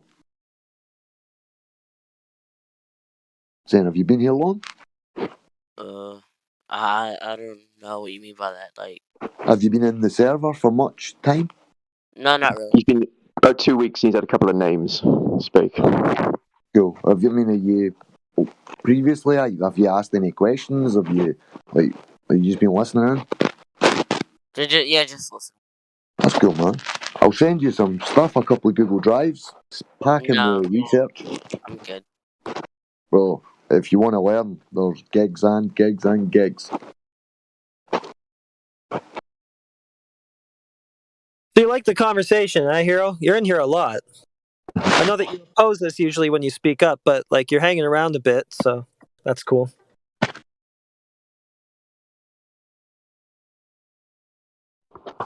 You sounded a bit more respectful. Hey, what's up, guys? Yeah. All right, man. What's happening? I'll take over the conversation if you like. Sweet. On you go. Sure, let's have the same conversation again. I would like to go back and touch on something that was discussed, but very glossed over very quickly. Okay. The topic of Antarctica. Right. Now, is this? And I'm asking because I don't know how. Because depending on who you talk to, people claim different things about Antarctica. I mean, one thing none of them know, they're just giving you a belief. Sure. Things like we can't go to Antarctica. I mean, you guys know that's not true, correct? I'm back. No, there's the Antarctic Treaty, but you need permission to go. No, we're back on this. Below the What's wrong with Antarctica? You need to go, to go below the 60th parallel. You need permission. Sure. And that's not hard to get. Is it not? Well, it's not hard to get. And you can go to specific places. You can't just wander off on your own. And oh, sure you can. No, you can't. No, you can't. No, you actually can. And you can only take a certain amount of supply, certain amount of fuel. You can't even piss in the snow. You've got to bring back your piss. Of course. It's strict as hell. You can only take a specific amount of fuel, which obviously dictates you can only go a certain distance. But you still can go. Okay, but that means in any practical sense, like what he just said, he means. Yeah, and then what he can't go. No, the way most people make it sound is nobody can go. There's military ships guarding Antarctica. There is you know what I military mean? ships guarding. Why do you judge us from what you see? I can show you a video where there's a guy in a Cessna. It's a news reporter, and he shows what it's like to get a jet scrambled and tailing them. He's told to get out of the airspace, and there's another one when they're in a boat and a destroyer, quite small, not that big, but a destroyer. Tails them and tells them to get out of the waters. Yeah, I know the one about the boat. There was a gentleman on there that was in violation of he was a wanted fugitive. You're on about Yanderhoy, that Jarl's Landerhoy or something. I'm not talking about him. Not him. Yanderhoy, yeah. Not him. These were news. I mean, there are a lot of bases on Antarctica. A lot. One of them's called Deception. I just looked it up. There's literally almost every country has some type of base camp set up on Antarctica. But I think there's only 7 or 8 bases. Every country defends those areas, don't they? Sure. Well, I mean, I don't know. It's for research. Yeah, and I understand you can't just go there like some some ship full of idiots show up we want to go down there, and you can't. I understand you can't do that. But if you get the permission and you got just some ice, why not? But you can still go. Now, a lot of people. But what does it matter what other people believe or the disinformation? over media. We're not saying none of that shit. All we're saying is we don't know what the fuck it was down there. We're not going to get there. What I'm talking about is I'm talking about the information from the people who have been there. But who cares what they say? What's that? What is that? Oh, what do you mean? Who cares what they say? It's Why not important what they verify say. the ground under your feet and see if there's curvature, especially over. I know you don't want to look anywhere past your feet. I understand that. I understand that. We live on a What do they say, Robert? What they do say is that number one, the star trails spin around a central concentric circle. Exactly, just like over the North Pole. Over the North Pole, we have the same thing around Polaris. Polaris is exactly where it is. They rotate in circles around it, but how can we be barreling in multiple vectors in millions of miles per hour? That's okay. That's not what I'm talking about. That's what I'm talking about. Let's stay on top. Let's stay on topic. Let's stay on topic. You mentioned star trails. Don't skip. You mentioned star trails. I'm talking about people who have been to Antarctica and have videotaped and has slow-mo videotaped the star trails around the southern pole. Yeah, and what does that prove, man? What that proves is it could not be a flat Earth. You would not see that on a flat Earth. You would only see that on a globe. You're going to need curvature for that. I don't need curvature for that. Oh, yes, you do need curvature to show us a ball. Yes. No, there you go. That's a tactic that you use. I understand that. No, it's not a tactic. Oh, yes, it is. 365. Right. You talking about Antarctica is the tactic that you're using to get away from the requisite for your ball, which is curvature. No, what you're doing? No, you're shifting goalposts because what I'm talking about is a very specific thing. That's exactly what you're and you're saying, no, I don't want to talk about that. We have to get here first. We're not saying we don't want to talk about it. You're trying to tie it to the conclusion of your Earth being a globe. You would need curvature for that. So you don't need curvature first. No, you don't. Yeah. Okay, listen, let's get this on record. This guy says you don't need curvature for a ball. No, you don't need curvature to talk about the conversations that we're talking about. No, I get it. You don't need it for the conversation. We can talk about Antarctica. You can't have circles, man. Can I just explain something for a moment? Are destroyed by the helical solar system. Okay, go ahead. Let's get past that.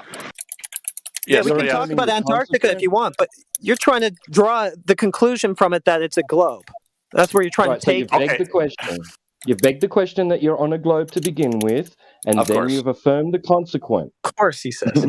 Yes, I'm assuming. Yes, I'm assuming that we're on a globe. I'm going to fully admit that. I'm assuming that I'm on a globe because that's. And then you've affirmed the consequent of stars rotating, meaning you're on that assumed globe. It's fallacious reasoning. But it doesn't matter. Okay, but it's not an argument. No. But listen, you might be right. It doesn't mean you're wrong, but you can't use it as an argument. I understand that, but it does not. Yeah, you said exactly what I was going to say. It does not mean that I'm wrong. Okay, yeah, bro. It doesn't mean that you're right about your conclusion that Earth must be a globe. The thing that you need. Then explain it.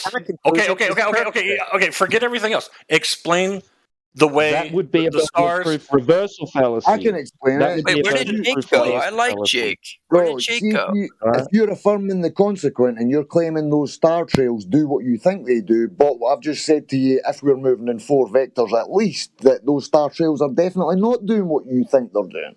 So, but we have video of them doing it, and we do, but we also have multiple vectors at millions of miles per hour on this fucking. That doesn't matter. Forget the vectors. How can Polaris say exactly where it fucking is with the stars revolving around it? Forget the vectors and just explain why there are circular star trails. That would be a burden of proof reversal fallacy. To conclude that the star trails are doing what they're doing because the Earth is a spinning ball, you must first prove that the Earth is a spinning ball. Okay, then I am not. Okay, I am not going. Okay, then I will take back that seeing the star trails do what they do proves a globe. I will take that back. What I'm saying is this is the observation. The observation is we have star trails going in concentric circles in the around, in south. We'll just say in the Antarctic area. Okay, explain that. on a flat Earth because I can explain it, but I have not yet heard a flat earther explain it. Yeah, you can tell a story, and we can come back and tell our story not a too, if that's story. what you want. But yeah, it is a story because there's in order evidence. no, there isn't, because in order for that to be the case, what you just said, that you're on a spinning globe at the South Pole, you would need to have a globe. You would need to have curvature. I took that back. I just said. Live stream voice text. Well, no, you didn't take it back, because the next thing you said after that is you've got evidence for it, so you didn't take it back. Okay, listen, you're not listening. You're really not. You're stuck on show me curvature. I'm saying this is the no. Listen, I don't care right now. I'm going to say I don't care. I don't know if it's a globe or if it's flat.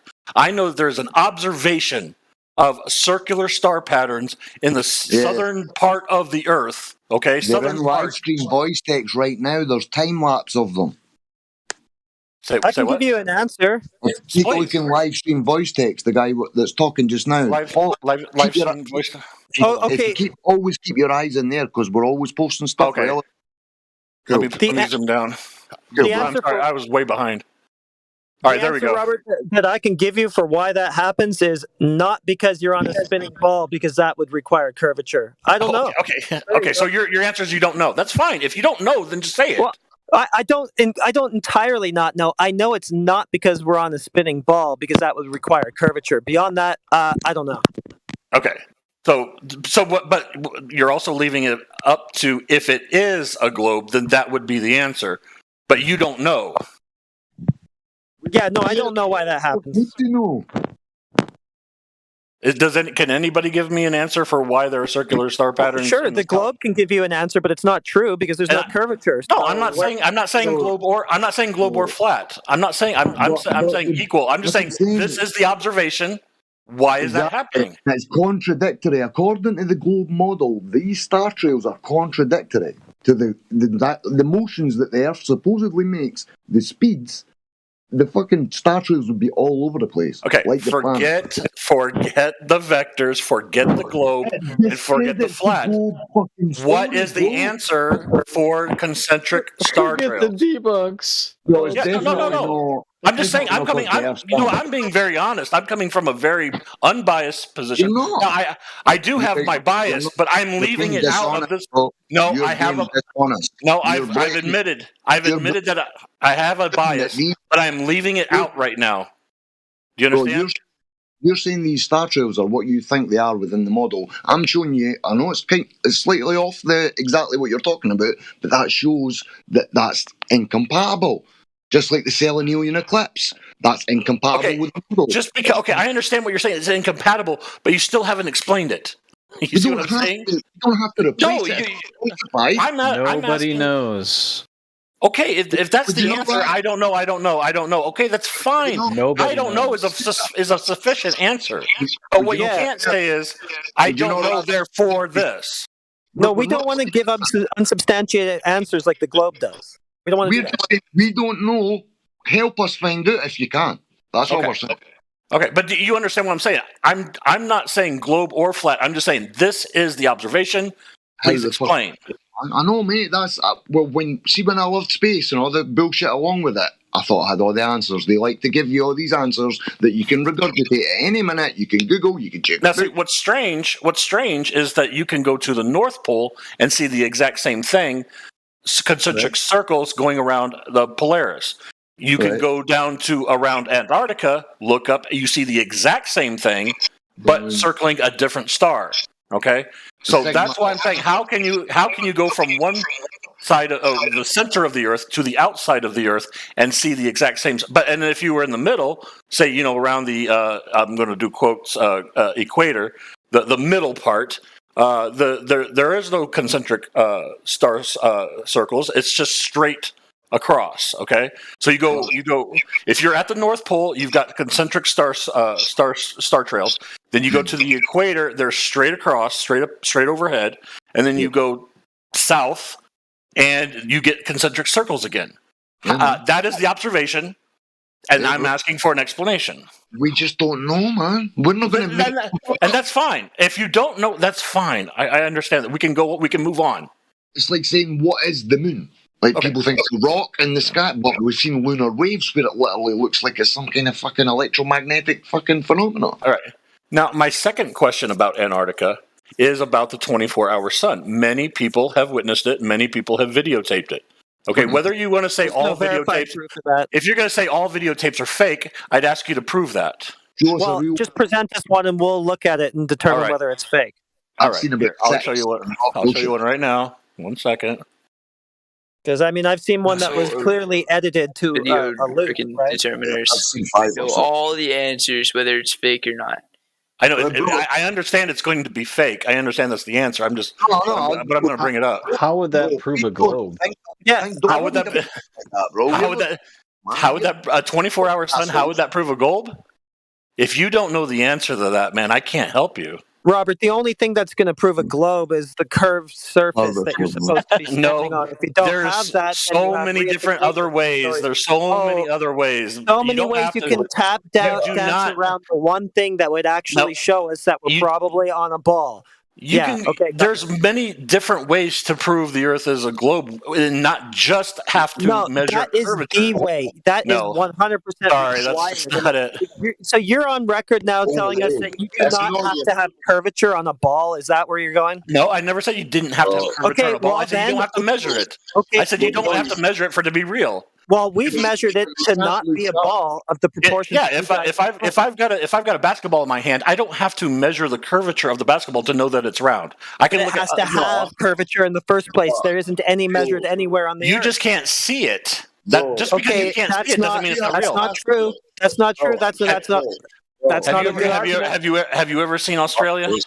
That's not a good argument. How do you know it's there? How do you know it's there? Listen, you say that we can't see it, so that how would you ever know that it was there in the first place? And also, the globe claims specific dimensions where we would see it, not very far out, 3 miles at the beach at a normal observer height, 1.2 miles at 1 foot of height. It's not happening. If you're using your normal typical Earth drop calculator, Earth curve calculator that you guys always count, you know that's bullshit, right? That was made up by a flat earther. Your own globe calculators are bullshit. Okay. Yes. Okay, I agree with you. They're bullshit. You tell me Mick West is not is a flat earther, and so is what Walter Bislin did. You tell me they're flat earthers. All right, Mick West fucking denies everything. Okay, right. Okay, guys, I just linked a YouTube video to a 24-hour sun in the Antarctic. Daylight, man. Wait, that's unfair. Where do I get my cool rolls? I got the stinky rolls. I want the good rolls. You're getting space herpes as soon as I'm done with this. You get what? And like I said, I'm bringing up the 24-hour sun, not saying it's because it's a globe or because it's a flat, but I'm saying I could explain it on a globe, but I can't explain it on a flat Earth. Okay, that's all I'm saying. Do you know many logical fallacies? Well, we don't know that we have anything to even explain here. We'll have to check. Okay. Do you know? Have you looked into the logical fallacy situation during discussions and debates? Like you're affirming the consequent. You're saying this story that you believe about this light in the sky does this, so that proves that. No. I'm not saying. I did not say that proves that or this proves that. No. Yeah, what I said was, here is the observation. Please explain. That there is no bias in that sentence at all. As we keep saying, man, stuff you don't know. You obviously don't know what logical fallacies are. Well, you've affirmed the consequent. I don't know how many times. No, I'm not affirming any consequence. You've done it multiple times in the past. Yeah, who cares? You think you have the answers? No. The thing is, does that matter if I'm right or not? No, but still, okay. It doesn't matter. Why not try and formulate something? I understand you guys cry logical fallacies whenever you can't answer something. It's a way to not answer the question. No, your logic is wrong. That's 3-4 times. Like I said, whether I'm committing a logical fallacy or not doesn't matter whether I'm right or not. No, you're still trying to insult us at the side of your mouth. You've done it multiple times. I can address it, but that's not a genuine fucking discussion, man. You can cry logical fallacy all you want. It doesn't matter. It doesn't change the fact that if I'm right or not. You want an explanation still? Sure, please. Ask a question, man. Well, we can't. I can't, because that would be causing me to come up with something that I can't prove as well. Okay. Causing me to commit logical fallacy as well. Are you talking about the 24-hour sun issue? Where? Is that what you're referring to? Oh, sorry, I stepped away. I thought we were still on the star rotation thing. Oh, the star. Well, I mean, well, yeah, okay. Even that, we can talk. I mean, if you're referencing that, you said that because you don't know, you don't want to guess, because that would cause you to confirm the whatever, you create a logical fallacy. I understand that, but at least you can. At least you're not saying it doesn't exist or it's fake. You know what I mean? At least I'm getting you to at least admit there is concentric star circle in the south. Okay, at least we can agree on that.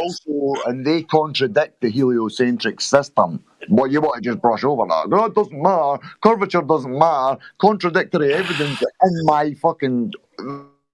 Exactly. That's why what I was talking about talking about the concentric star trails in Antarctica has nothing to do with curvature, or it has nothing to do with flying through space. We don't know what things in the sky are, so we'll just get on to curvature and motion. Forget what we can't verify. Let's get to what we can prove. I understand, because you cannot move past that. You will not move past that. It's you. We don't know. Yeah, you're trying to reify it because you don't have curvature measurements to show us. So you're bringing this stuff to us, trying to reify your globe, and I'm trying to come at this from a different angle. You're trying to get us to commit so you can fucking pick holes in it, man. You want to dodge and dance away from everything that you've fucking not got. No, it's because I won't. No, because I won't follow the script, and I understand it's difficult. You're fucking reciting. I'm not reciting your guys' script. So. We've answered because I understand. Every time I've come in here, we always get stopped at you can't show curvature. You can't explain pressure next to a vacuum or whatever. You got these like three things that you will not move past, and if you can't answer them, you don't want to talk about anything else. Those are the boxes you need to tick to have a globe. You don't have to, no. Yeah, you do have to have curvature. Do I have to tell you how a ball works again? Yeah, I understand that, but I don't have to show curvature. Yeah, you do. No, I don't. I really don't. You do, or else there's other ways to get there without that. No, there aren't. You're going to have to show the curvature, or else. We've told you repeatedly. There you go. We don't know what these things in the fucking. You must be talking about it like an immaculate conception, huh? Well, like, okay, I understand the term moving the goalpost, but this isn't moving the goalpost. This is narrowing the goalpost. So literally, only one football could make it through. You know, you only allow one thing to get through, and that's it. Hey, and if can you have a ball that's not curving? This is not 24/7 how the lights in the sky move. It's 24/7 fire fucking Discord. Prove the Earth's moving and prove it's fucking got a shape. Or you've got nothing. You 45 minutes or something. I did not. No. The thing is I didn't want us to replace your fucking story. And I've told you personally 5 times at least. We don't know what this fucking stuff is up there. We know you didn't. We know. Anything verifiable. So as long as you can admit that it's there, but you just don't know, then it's fine. We can stop the argument right there. Go and you're still going on about it. Move on to another subject.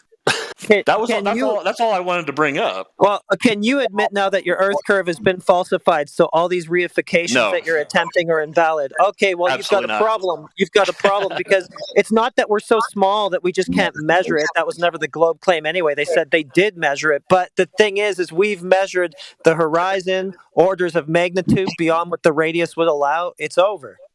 178 on link share. It's over. The horizon cannot be orders of magnitude further than what the radius will. You're talking about their black swan thing? Yeah, it's not really a black swan, but yeah, go ahead. It is a black swan because it's orders of magnitude beyond what the radius would allow. Do you know how big the Earth radius would have to be in order for that to be a geometric horizon?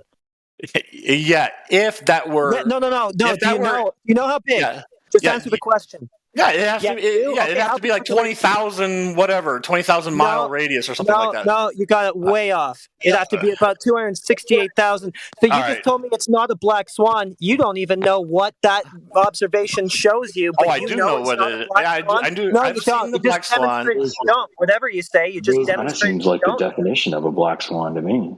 Yeah. A black swan means if you can prove one thing wrong. No. Google it, dude. If the statement is all swans are white and you find one black swan, then you've debunked the first statement. I understand what a black swan is. No, you don't. Google it. That's not the definition of a black swan. It's pretty easy.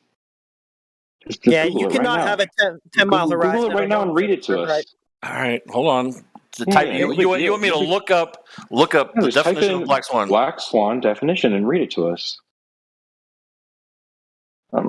Be polite about it. Yeah, we're seeing way too far for your globe to be real. So it's not just a matter of us being too small. Yeah, He's going to read us. He's going to read us the definition. Yeah, let's let him do it. Definition of black swan. Why would there be a definition of black swan? That's just going to be a swan that is black. No. Are you talking about the unpredictable or unforceen event? Typically, Yeah. One with read that to extreme us. It doesn't say anything about white swans. Please read us the definition. Racist. An unpredictable or unforeseen event. Typically one with extreme consequences. Okay. And what? So would an image showing you that the size of the Earth would have to be thousands of times larger than what they say? Would that be an unforeseen event that has massive consequences? But you haven't shown that.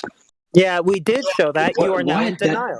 No. Oh my God. You should no. Listen. The black swan photo is one shot at one time of day on one particular day. We don't care what your excuse is. You just proved that you have no idea what the black swan even shows. Yeah, exactly. Well, but even before that, you said that it wasn't a black swan event, but you didn't know what a black swan event was. Now Robert, you know what it is. Even reading the description, it doesn't qualify as a black swan event. You just found out what the black swan even shows you. I don't even think you know to this moment, because I just explained it to you. The black swan event, yeah, you say it shows that we're able to see way further than we're supposed to, and it shows that the Earth is supposed to be way bigger than it is. No, what that shows is refraction. It shows refraction. You dummy. I've been with you before. I've been through this with you before. I've got another black swan for you. Take a look in live stream voice text. Your refraction model that you're using. Hey Robert, you know what your refraction model that you're trying to explain that away with depends on? It depends on the radius. Your radius is off by orders of magnitude in that picture. It's not possible. And even if I wanted to just grant you a get out of jail free card with the radius to base your refraction on, the model doesn't even come close to accounting for that much of a discrepancy. What is the refraction calculation? The 7/6R is the standard, and that inflates his apparent radius to like 4,600 miles or something like that. He's still got about 260,000 miles to go. If only you guys use this dedication and intelligence on more useful things. Like I'm sure more useful than knowing where we are. More useful than knowing where we are. I'm sure this is probably very important to you, but what if it was used towards figuring out the cure to cancer or something? Like imagine. Oh yeah, well, just take lots of weed. We're uncovering the lies told to the whole of humanity, dude. Assumptions about Squawko. See if you're fluctuating at a high vibrational state, you won't get cancer anyway. Guaco doesn't care where he lives. Even if I know what's going to change. I mean, once you figured out Earth is flat, why are you still talking about it? He pays his taxes. He goes to work. He believes what people tell him. And he's happy. 14-year-old paying taxes. Oof. This isn't about. Do you not buy like out here, right? Do you not pay tax on your like sweets at the shop or soda or fucking anything you buy? Oh, what were you saying? When I asked what was the refraction formula?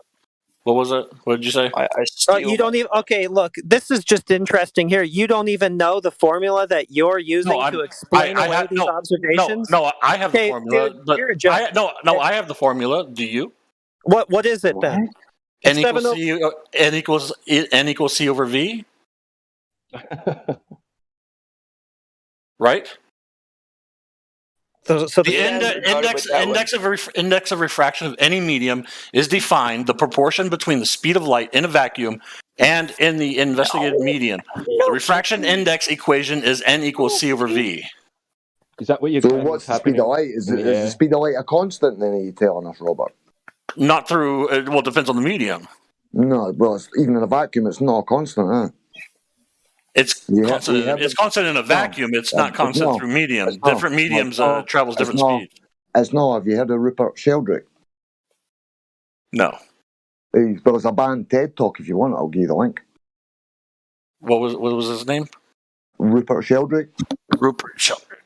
I'll drop the link in the live stream voice text. The speed of light fluctuates. Okay. They claim it to be a constant, just like the 9.8 meters per second squared, because they need it for the equations.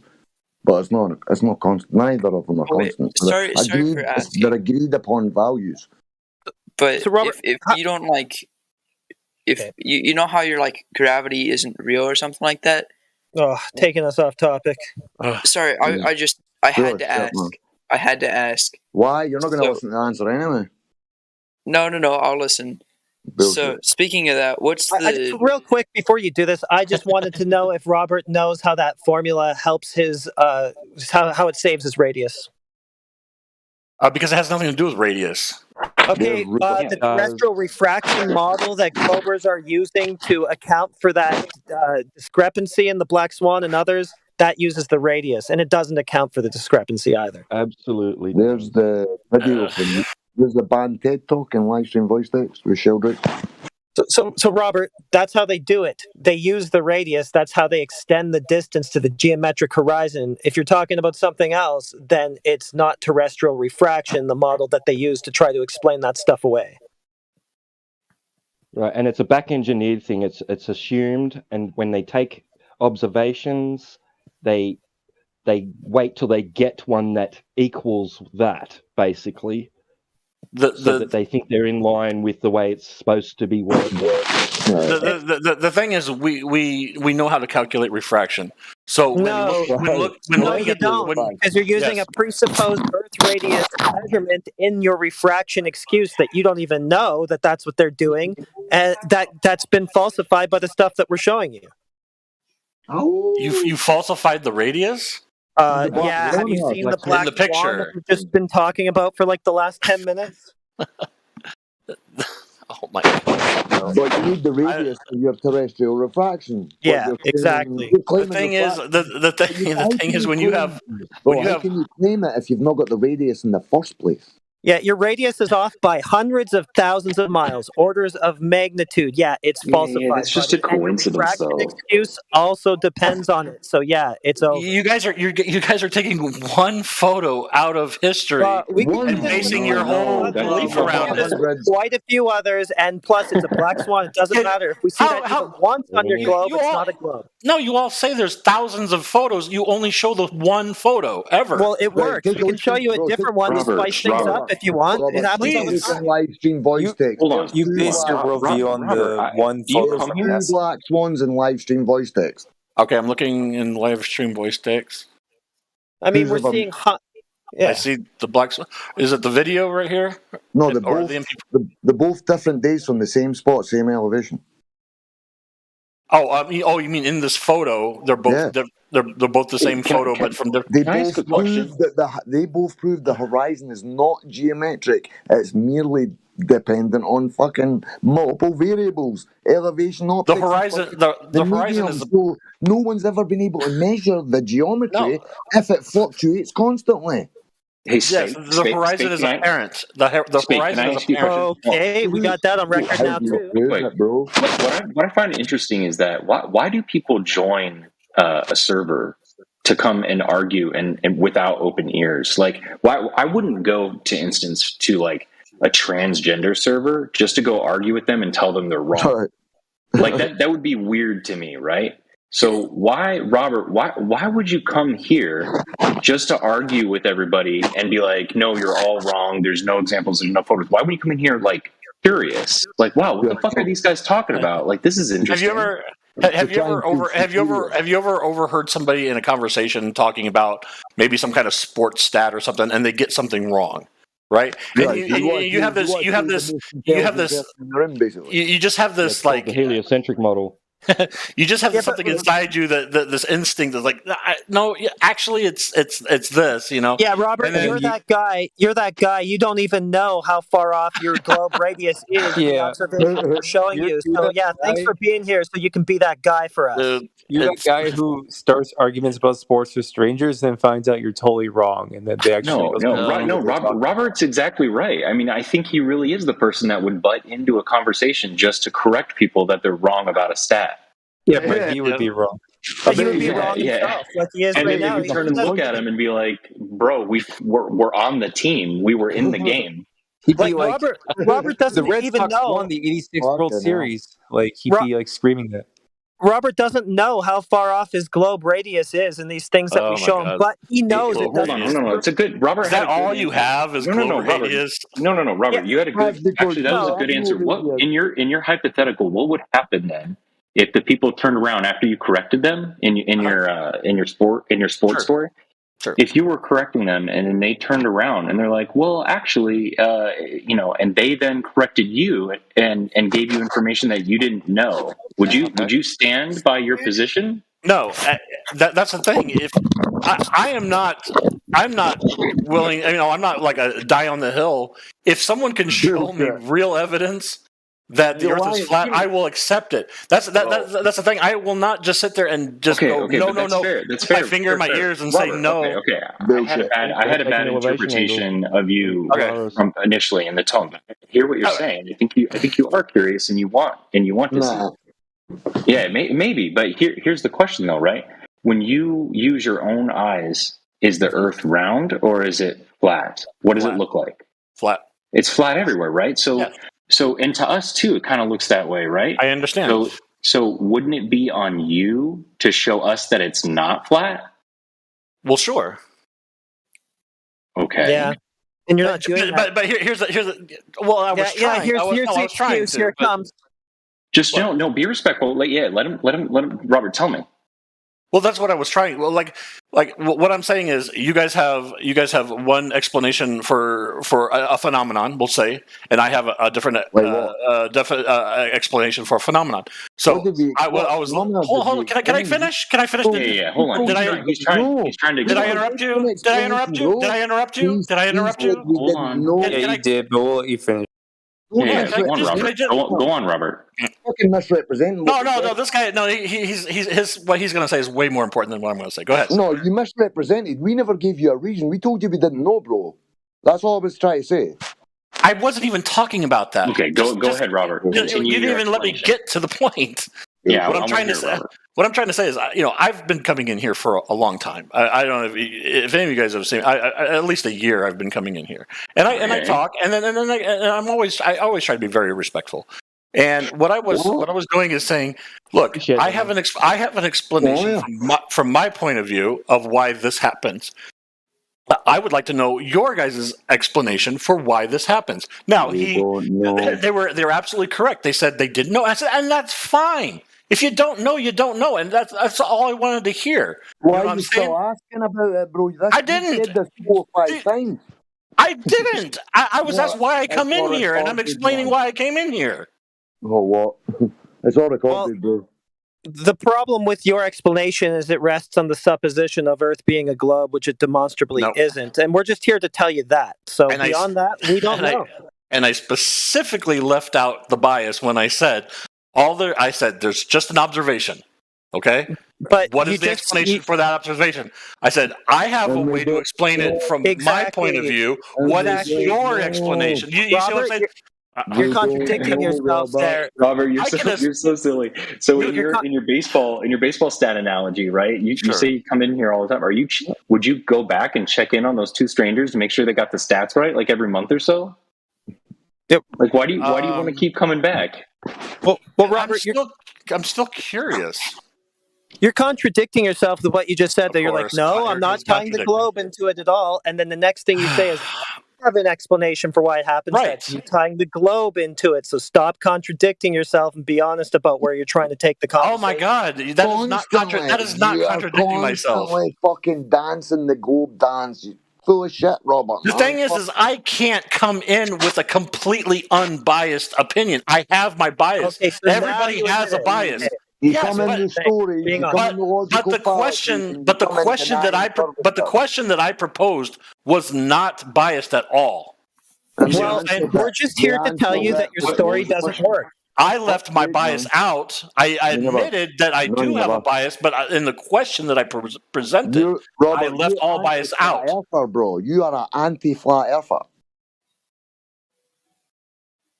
I am an anti-flat. I am a truth. At least 5 times in the past hour, you've insulted people's intelligence. He's the guy who overheard something he thought was wrong and jumped into the conversation and made a fool of himself. How many times have I been called stupid in this conversation right now? I mean, come on. I think we should all be respectful, no matter what. I mean, I think everybody wins in that. Yeah, I've been called stupid and idiot at least 3 or 4 times in this conversation. Can I ask Robert a question, please? I just said you're full of shit. Yeah, you bring arguments to the table without understanding them. You're trying to shoot holes in the black swan. You don't understand. Somebody wanted to ask Robert a question. Who was that?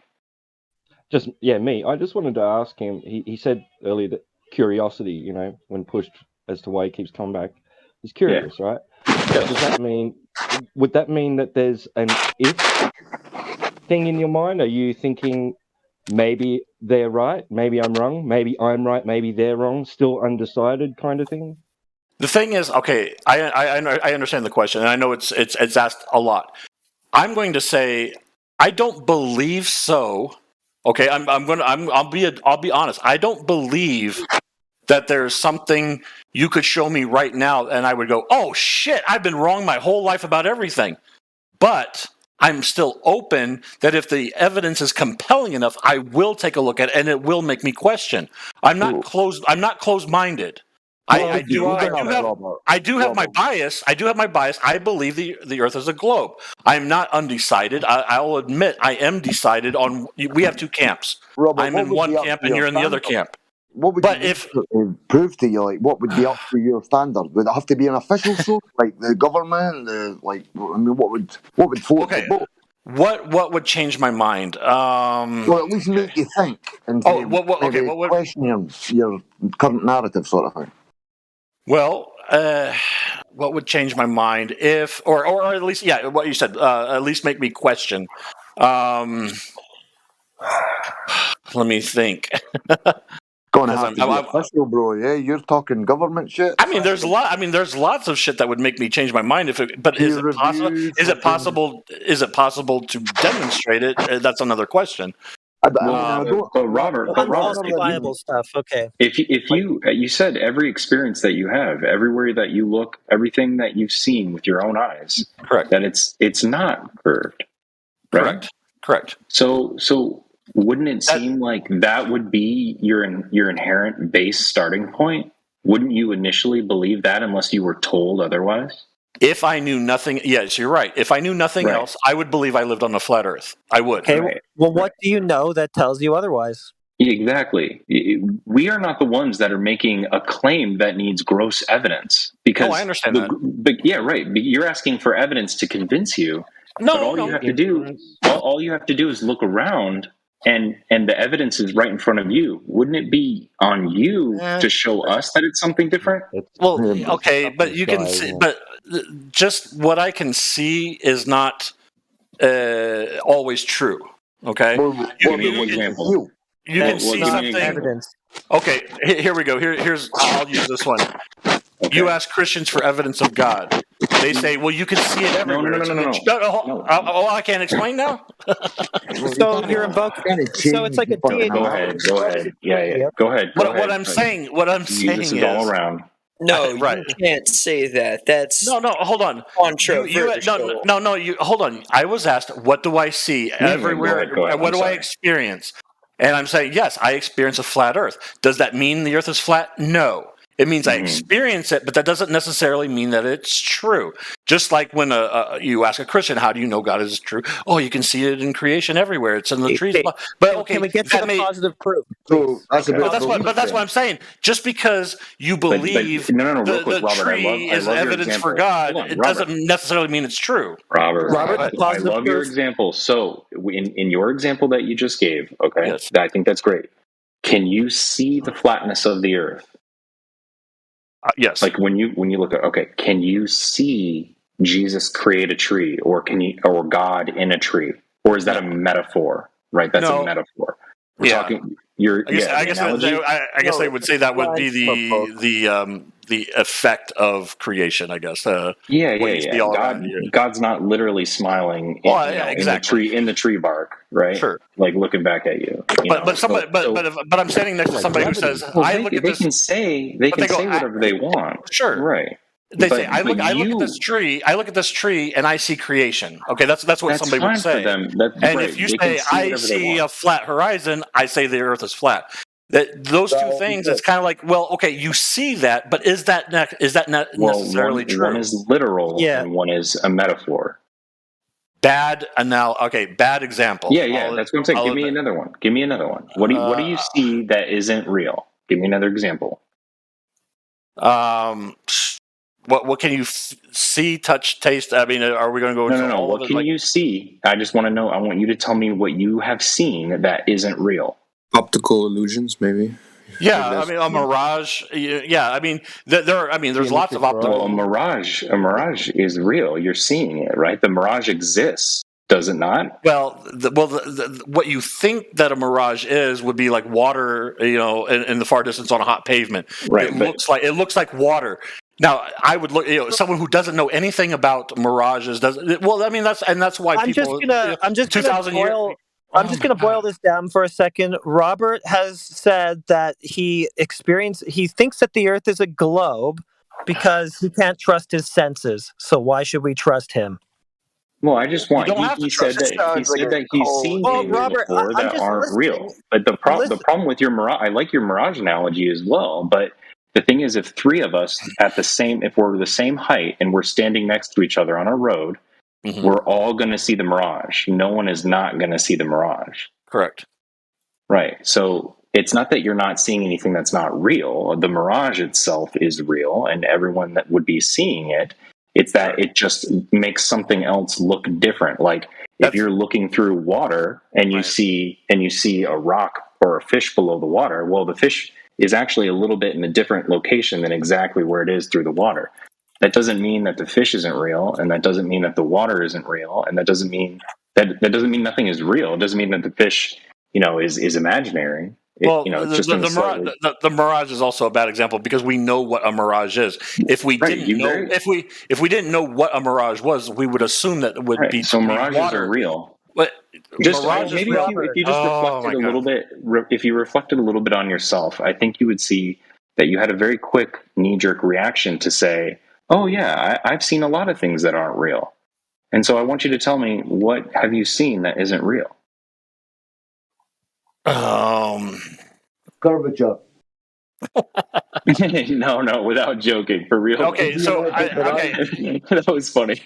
Now, so I guess by this line of questioning, you're of the opinion that there is nothing that you see that's not real. Like, I don't know. I would if you could give me a good example, I would be like, "Oh shit, no, that's a good example." But how quickly you said and assuring you where you said, "Well, yeah, I've seen things that aren't real." Just tell me. Or I've seen things where I think they're one thing and it turns out to be there's something completely different.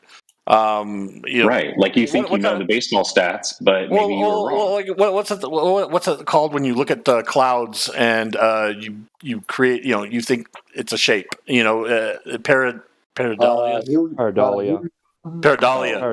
Yeah, like the phenomena where you put. Yeah, you create in your mind a face. You create in your mind thing. Okay, yeah, I look at a cloud and I see a horse's head or whatever, but it's not really a horse's head. It's a cloud. I just in my mind, I came up with an example. I came up with an explanation for what it looked like in the sky, but it's not. It's a cloud. So would that be an example of like a soft hallucination? No, that wouldn't be soft hallucination. It's pareidolia.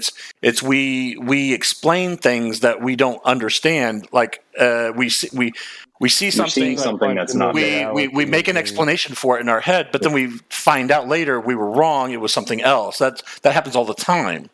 Okay. And so, what I'm saying is, I experience just because I see a flat horizon. Now, my first knee-jerk reaction, if I didn't know anything else, would be, "Oh, yeah, the Earth is flat." But that doesn't necessarily mean that it is. I would need other. There would need to be more. So probably the easiest example, and the one that you probably know, is about the ships disappearing as they go over the curve, right? Sure.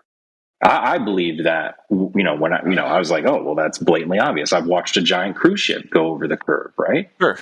Well, when you found out that you could zoom back in and bring that ship back that had gone over the curve, when you found out about that, what did you think? Yeah, but only you can only bring it back to a certain point, and then you can't zoom in anymore. Have you ever gone on a cruise? Have you ever gone on a cruise or stood next to a cruise ship? I lived in Tampa, Florida. I saw many. They're huge, ships, right? I mean, it's crazy how big they are, right? I watched many ships go over the horizon. Hundreds of feet tall, and it goes over the horizon. It's gone to your eye. Correct. And you can get a telescope or you can get a high-powered camera, and you can zoom in and bring it back up to a certain point. Up to a certain point, it's the limitation of your hardware. Of course, the telescope. Yeah. Can I just add something? Right. Let's take note that was always the claim, that watch a ship with your eyes go over the horizon. That was always the positive claim. Right, and that's the easiest one. Hold on, Robert, slow down.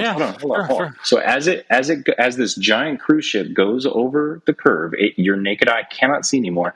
And then you can see you watch these videos, or maybe you've even done it yourself. You can bring you can bring it back into view. Well, you can't do that over a curve, right? It went over the curve. You can't see through the water. How did it make you feel when you saw that? Were you like, whoa? I don't know if we're talking about the same thing here, because yes, I can watch a ship go out into the horizon and disappear because it's gone out of my field of vision. But it's still there, and I can bring it back with a telescope. Mm-hmm. But even in the telescope, the bottom of the ship is gone. You're only seeing half of the ship, even though you can see it now, but you can only see half of it. You can see the whole ship. No. I've done it many times. The bottom of the boat is the least angle you've got to view, so obviously that'll be obscured first. No, the thing is if you go up perspective, in angle, you see further. So if you go down, you see less. Okay, Robert. So are you saying that when you bring it back into view, that you're only seeing the part that still hasn't fully gone over the curve? The reason the bottom part is smaller is because it's still over the curve? Did you say smaller? No, it's not smaller. It's under. It's under the waves. It's under the water. Oh, okay, so when you're watching the boat go over the curve and it's completely gone, right? Then when you're talking about with the naked eye, with the naked eye, sure, with the naked eye, it's completely what Glovers gone. always claim. Then when you bring it back into view, no matter what, it is still going over the curve at that moment. You're just bringing the top part into view. Correct. Yeah, but for that to be true, I think you need to rewatch these things. The thing is, I lived in Tampa. I watch this all the time. I've done this with a telescope. You make constant excuses. You're the person who says that there's a geometric horizon that obstructs boats as they go out to sea, but then we show you, no geometric horizon here. In fact, we're seeing orders of magnitude beyond what the globe would allow us to. You go, oh, that's because of refraction, and then you, right out of the next sentence out of your mouth, you tell us that we don't see that geometric horizon, the same thing that you say physically blocks things the further away from you that they get. So you're really full of contradictions, and you really need to look inward at yourself. I didn't say that. That is what you'll do. You just said that boats go over the geometric horizon. Yeah, you said boats go over the geometric horizon. Then you also told me in another conversation we had earlier that the geometric horizon can't be seen due to refraction, the effects of light in the atmosphere and stuff like that. So you're telling me that this thing that's invisible that we can't actually see, actually at the same time in another conversation physically blocks things the further away from us that they get. So you're incoherent. Didn't say that either, but thanks for trying. We'll call it something. I didn't say that, but thanks for trying. That is what you're saying, buddy. No, that's not what I'm saying. Yeah, okay. Are you saying that boats go over the physical Earth curve horizon? I'm saying that goes out Are of you your saying field that of boats view. go over the physical Earth curve horizon, yes or no? Yes. Okay, are you also saying that refraction makes it so we can't see the physical Earth curve horizon where it actually is? I'm saying refraction affects how far you can see past the Are you saying that refraction makes it so we don't see the physical Earth curve horizon where it is? Yes or no? I don't know if it's a yes or that's a loaded question. Okay, well, Robert, is the geometric horizon where it's supposed? Or sorry, actually, this question is the horizon where it's supposed to be for the geometric globe Earth to work. Is it where it is? Is that where it's? It's always an apparent horizon, though. Okay. In the Black Swan picture, is the horizon where it has to be geometric? Say no. Say no. What I'm saying is that the horizon is always an apparent horizon. Then saying the word the boats are going over an apparent horizon? Correct. Is it an actual boat? Is it an actual boat going over an apparent Can I just talk to one person? Is the horizon where it has to be? Is the horizon where it has to be in the Black Swan picture in order to be geometric? Bring back Howard. Robert, the problem is I'll calm it down. Hold on. We're definitely overwhelming Robert. I mean, ideally, all of us would like for Robert to be able to calmly answer our questions and maybe understand things. He's been coming back here. Well, he's been coming back here more and more, right? So clearly he's not getting his own ideas. That's the issue. Oh my God. You're not. When you start to break stories with another story. I mean, he tells us that there's a physical Earth curve obstruction that blocks things the further away from him that they get, and then he tells us that we can't even see it. So what is this guy on? What do you mean? When did I say you can't see it? That's what you're saying when you argue refraction, Robert. That's what that means. We can't see it. The horizon. All refraction does. All refraction is says that you can sometimes at certain when conditions are correct, you can see further than you could the day before. Right, so we whatever. don't see the geometric horizon. It's an apparent. It's an apparent. No one's ever measured it. Oh my God. It constantly fluctuates. No one's ever measured the geometry. You can't measure it because it's just an apparent thing, just like it's Robert apparent. said. Yes, it's an apparent horizon. So I don't understand why is that hard to understand? It's not hard to understand. I think we have to get away from refraction. I think we should. No one's measured the radius, and you're using refraction, which assumes the radius. Yeah, I think we should step away from refraction just a little bit and calculating and whatnot. And I joined this. Sorry, I was having dinner and I might have missed the beginning of it, Robert. But back to what I was saying, where if you knew nothing, if no one told you anything, it'd start off flat, right? Sure. And you were like, okay, yeah, sure. So when you're thinking about it for yourself, what is the, and maybe you've already answered this, so I apologize in advance. But what is the most convincing thing that you have that the Earth is round? What would convince us? Like, what is your holy shit, how do these guys not see this? Well, I would go into space, but I understand that's an off topic. We can't talk about that. For you, though. For you, Robert. I know space doesn't exist, and I understand that. Every time because I'm no, hold on. Let me finish. Just let me finish. Just let me finish. Just let me, please. Let me finish. Please. Please. Let him Please. Please, just let me finish. I'm asked this question respectfully. I want to know. Yeah, I want to know. A lot, many times. What is the one most important fact of evidence? No. What convinces you? Sure, exactly. And then I'll go into, there are videos and photos of space. And as soon as I say that, it's, you stupid idiot. That's all CGI. No, that's fine. That's fine. Retard. That's fine, Robert. That's what I'm saying. I can't ever bring it up. I wanted to know, my question just was to you, what is the most convincing thing to you? And so your answer is, objectively, you're saying it is the videos that you've seen, correct? Correct. The videos of space is what has convinced you. That is one of the most telling. Okay, so which video, if you could point us to one, would you say this is the one that has me? I mean, there's no way out. This is definitive proof. Which video? There's the one from the Lagrange. Now I understand. It's not really a video. Could you link it to us? It's what you call it. It's a bunch of photos all linked together, right? But it in sequential order. So it does show a round Earth globe spinning. Okay, and that is done on film. It's not digital. Whatever. Is this an Would old you be able to link us to it? Oh, okay. Robert, is this an old photo, like from the Apollo era?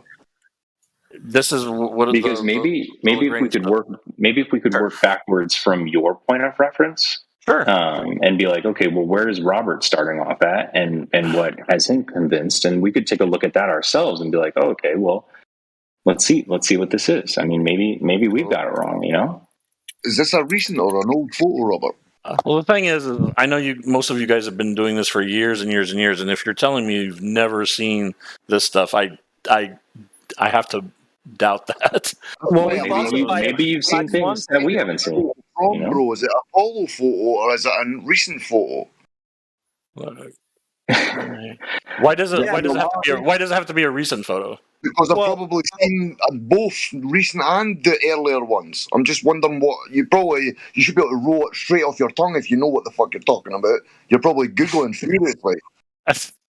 I'm just typing in right now. I'm typing photos of Lagrange. So hardcore.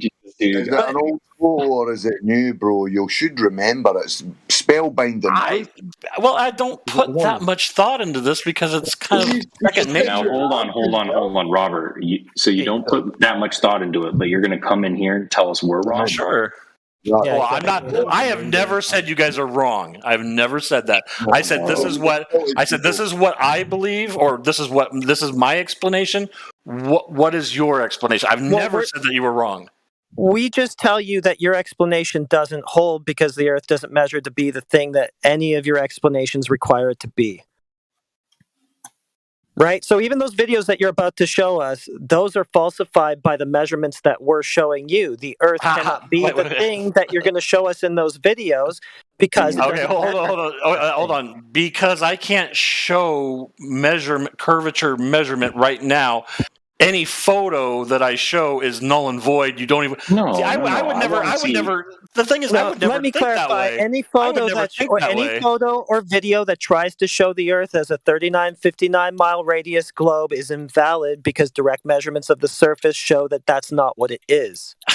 So that's what I'm saying. So because of what you're saying, because of this, that has to be fake. But I think what would be interesting, Robert, is if you did. What I think would be interesting is if you did share with us the video or the photos that you have, and that is the most convincing thing for you. I would like to see them, and maybe there's something in there that we could show you where this might not be exactly legit. You might be manipulated with those photos or videos. Maybe it's a real photo and the Earth is round, but maybe it's not. And so that's why we need to start. If we're going to convince you, we can't start where we're at. We have to start where you're at and work up from there. I got you. I'm going to post this right now. Now I don't know exactly where it starts. There, I just posted this video. Okay. How long is it? It's 3 minutes.